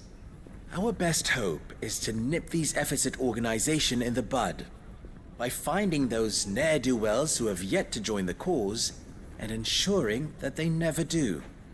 Perhaps a certain Lord Underhill might be willing to lend us his aid once more?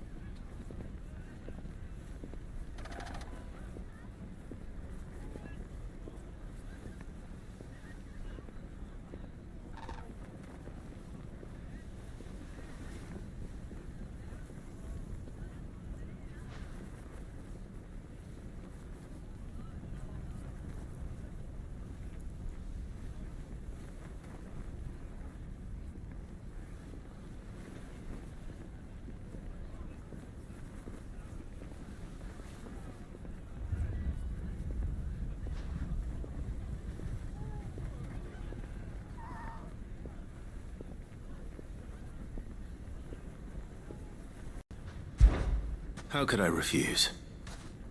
Thank you, my lord. Victor will fill you in on the particulars.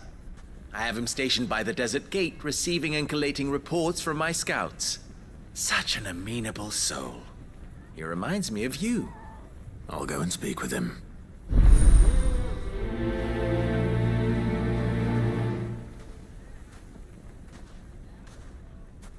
What's the difference between a lord and a mayor? That's easy.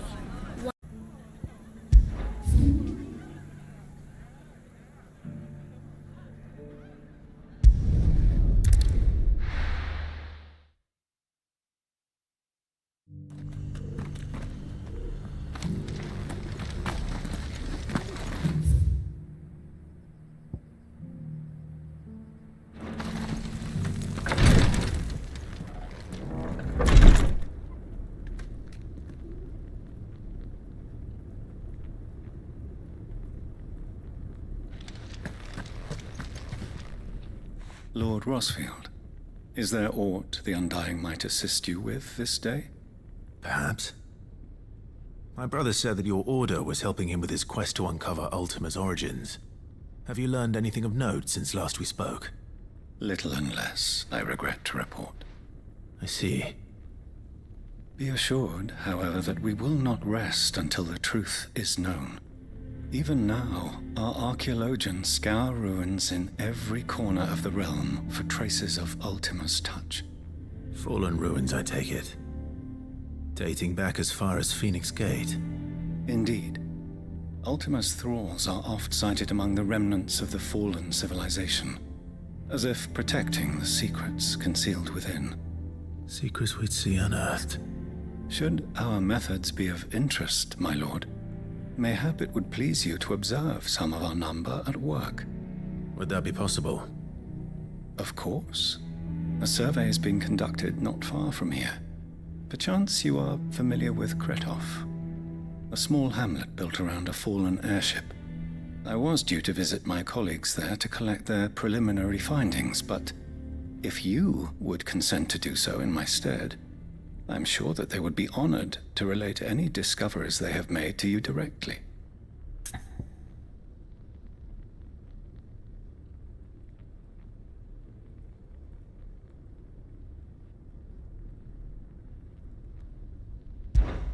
All right. I'll go and meet with them. They will be most gratified, I am sure. Might I suggest you take the road through Titan's Wake? It will lead you straight to the village after but a short walk. Thank you. I will. I wish you a safe journey, my lord. May the Firebird's flames burn ever in your heart.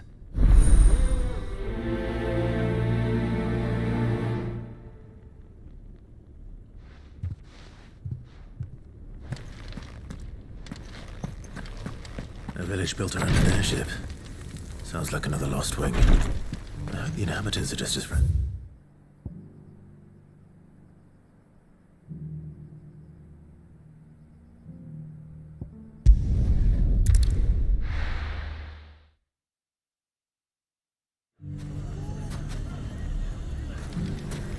Everything's back the way it was.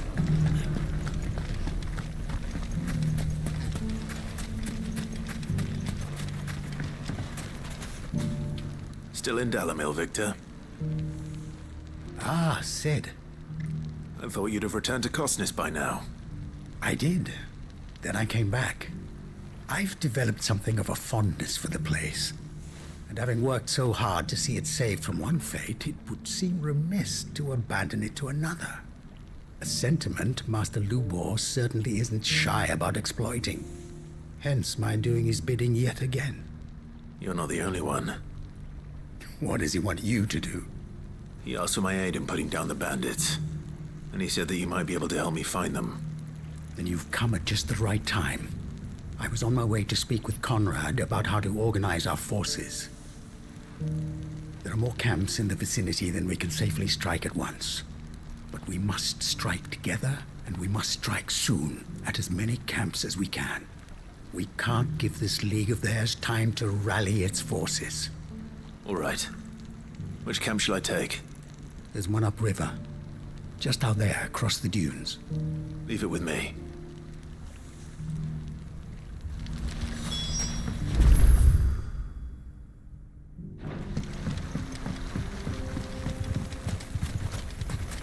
Those ne'er-do-wells want to band together.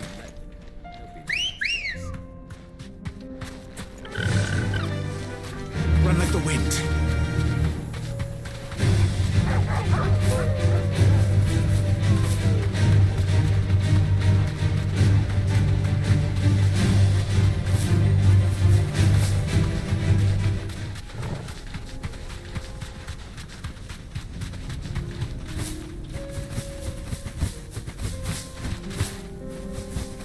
That must be the camp Victor mentioned. Come on then, Toggle. That's him! The one who killed Lot with his fingers!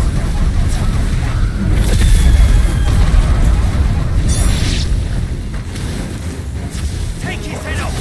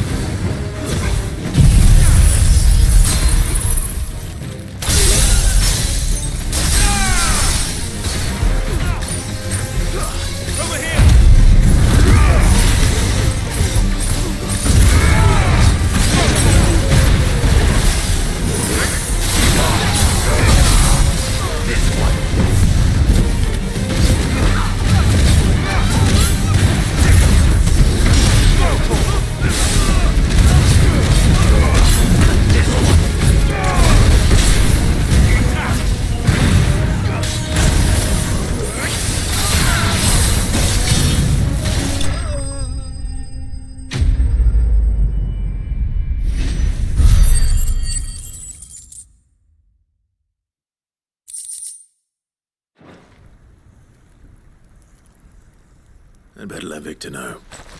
Sid, where are you? Ah, I see the bandits didn't pose you any trouble. No, but that's not why you're here, is it? No. Something's happened. We need you back in Dalimil. What is it? The whole town's in uproar. They're saying that Lubor is a bearer. What? Seems that one of our parties wasn't as thorough as they should have been. They let one of the bandits escape, and his escape route took him right through Dalimil. Some of the children spotted him, and he was about to silence them. And when Lubor felled him with a bolt of magic, and without a crystal. But that's not possible. It is, if he's a bearer and has been hiding it all these years, which is what people are saying. If he has, well, I wouldn't blame him. No man is branded by choice. Still, all those people see is a man who's lied to them all his life.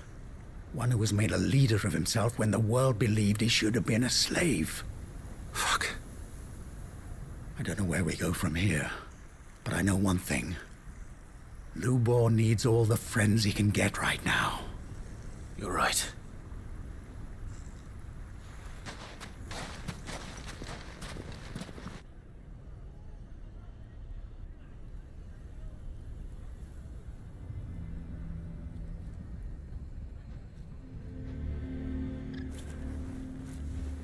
And now everyone knows. I made it a habit to keep a crystal close at hand for just such an occasion. And when that occasion arose, I forgot to reach for it. It was bound to come out sooner or later. We're sorry, Lubor. We tried to keep running, but we just couldn't anymore. There's nothing to be sorry for. I rather enjoyed playing the hero for once.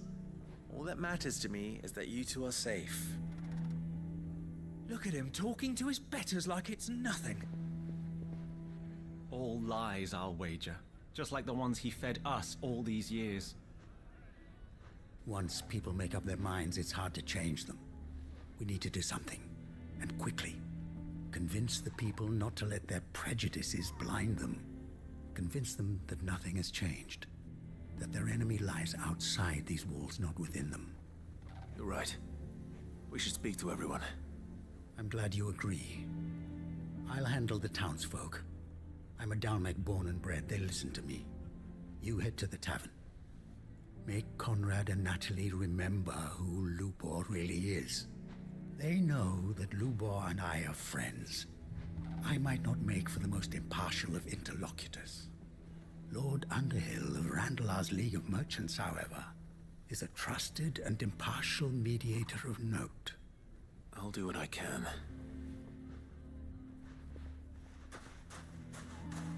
Lubor, stay here with the children.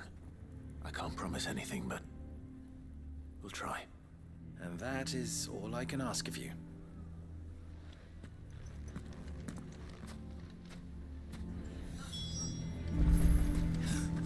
Why are you taking the bearers? Why do they always have to make such a fuss outside? You all along that... Forgive me for disturbing you, but could I have a moment of your time? I've seen your face before. As have I. Lord Underhill, wasn't it? Of the League of Merchants. That's right. I wanted to speak to you about Lubor. The rumors that he's a bearer. All true, I'm afraid. He'll never be mayor now. Not if I have anything to do with it. But what of his wares? Bearer or no, his steel is highly valued throughout the Republic. In this at least, he's done the town a service. Might that not earn him a little leniency? Leniency? He pretended to be one of us when he was laughing behind our backs all the while. I'm sorry, my lord, but he lied to us. He lied to you. He cannot be trusted. So what do you propose? Will you drive him from his home? Close his forge? Perhaps. That is a question for the people of Dalimil, and they will thank you not to get involved.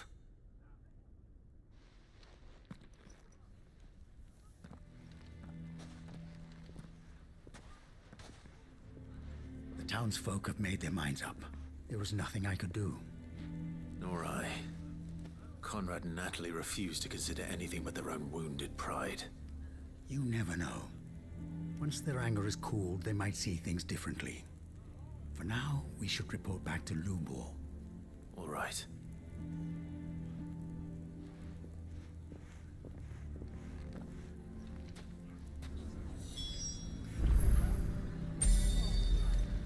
Why the hell would Victor take the bearer's side? I assume the situation is hopeless? There's still hope. But...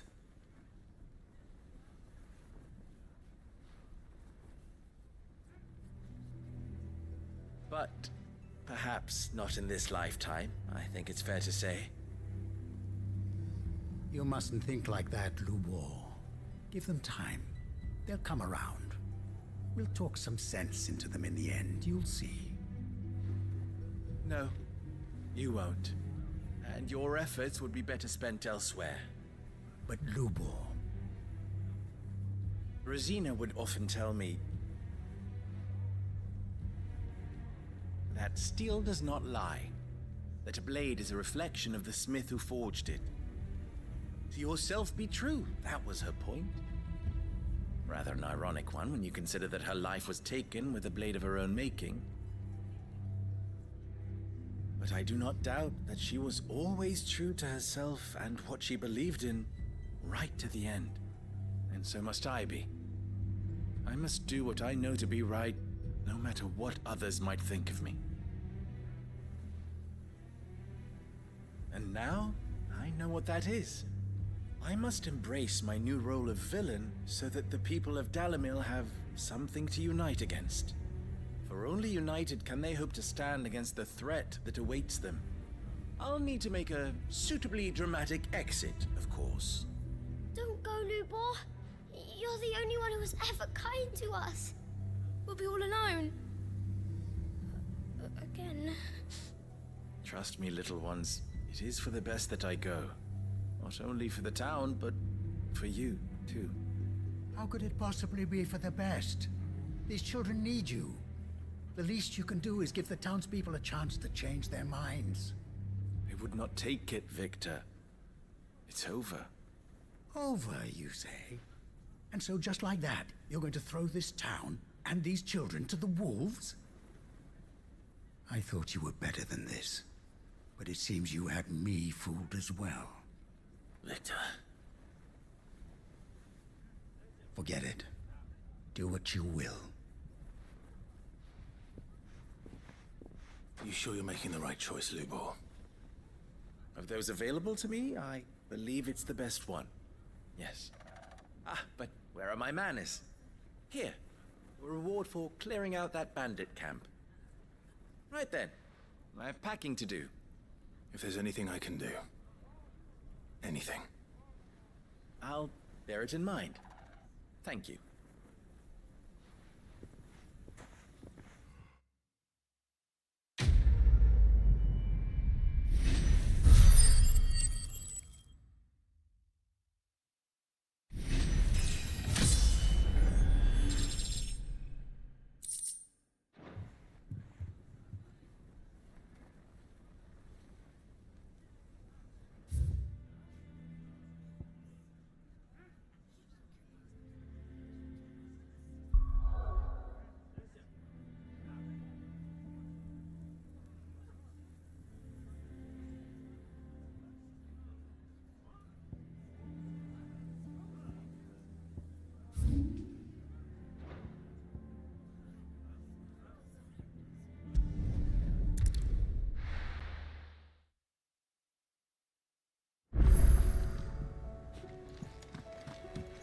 Come back.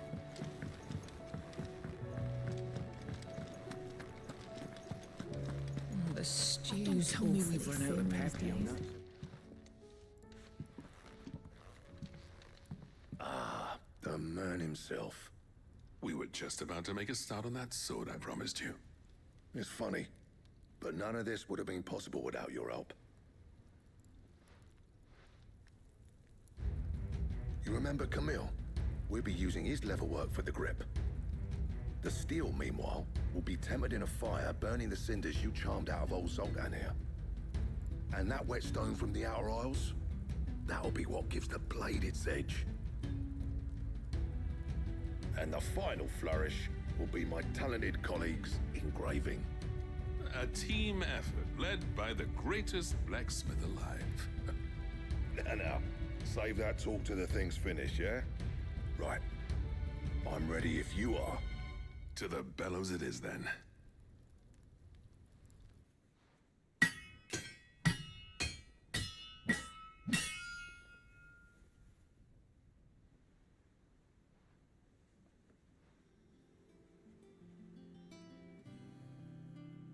Well, bugger me. We actually did it.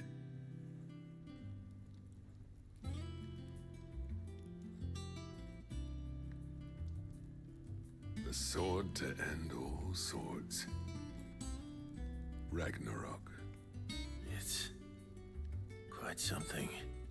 I, trust you'll take good care of it. Thank you. Both of you. So, does this make you pair the greatest craftsman alive, then? This? Nah. This was just following the footsteps of the greats of old. It'll take more than that to earn us our place in history. But we're up for the challenge. Here. A list of materials. Zoltan and I got talking on the long road back from Dravost. We reckon with those items there, we could craft something even better than the Ragnarok. Something worthy of a legendary outlaw like yourself. That's a weapon I'd like to see. You leave this list with me. I was hoping you'd say that. One legend at a time, eh, lads? Before you start on the next, who fancies raising a cup to friendship reforged? Good idea. No more drinking to forget my past. It's about time I had something to celebrate. Then tap the kegs! Vulcan's boys are on their way!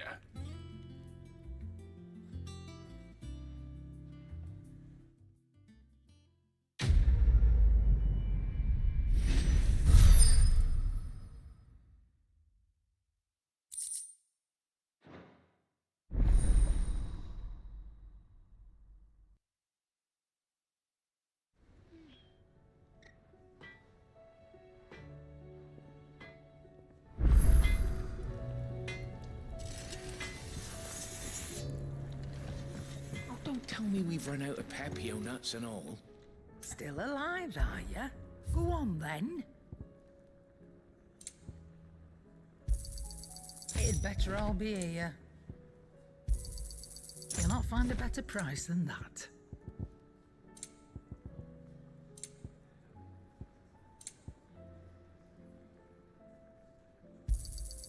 You're rubbing me blind, you know. It'd better all be here.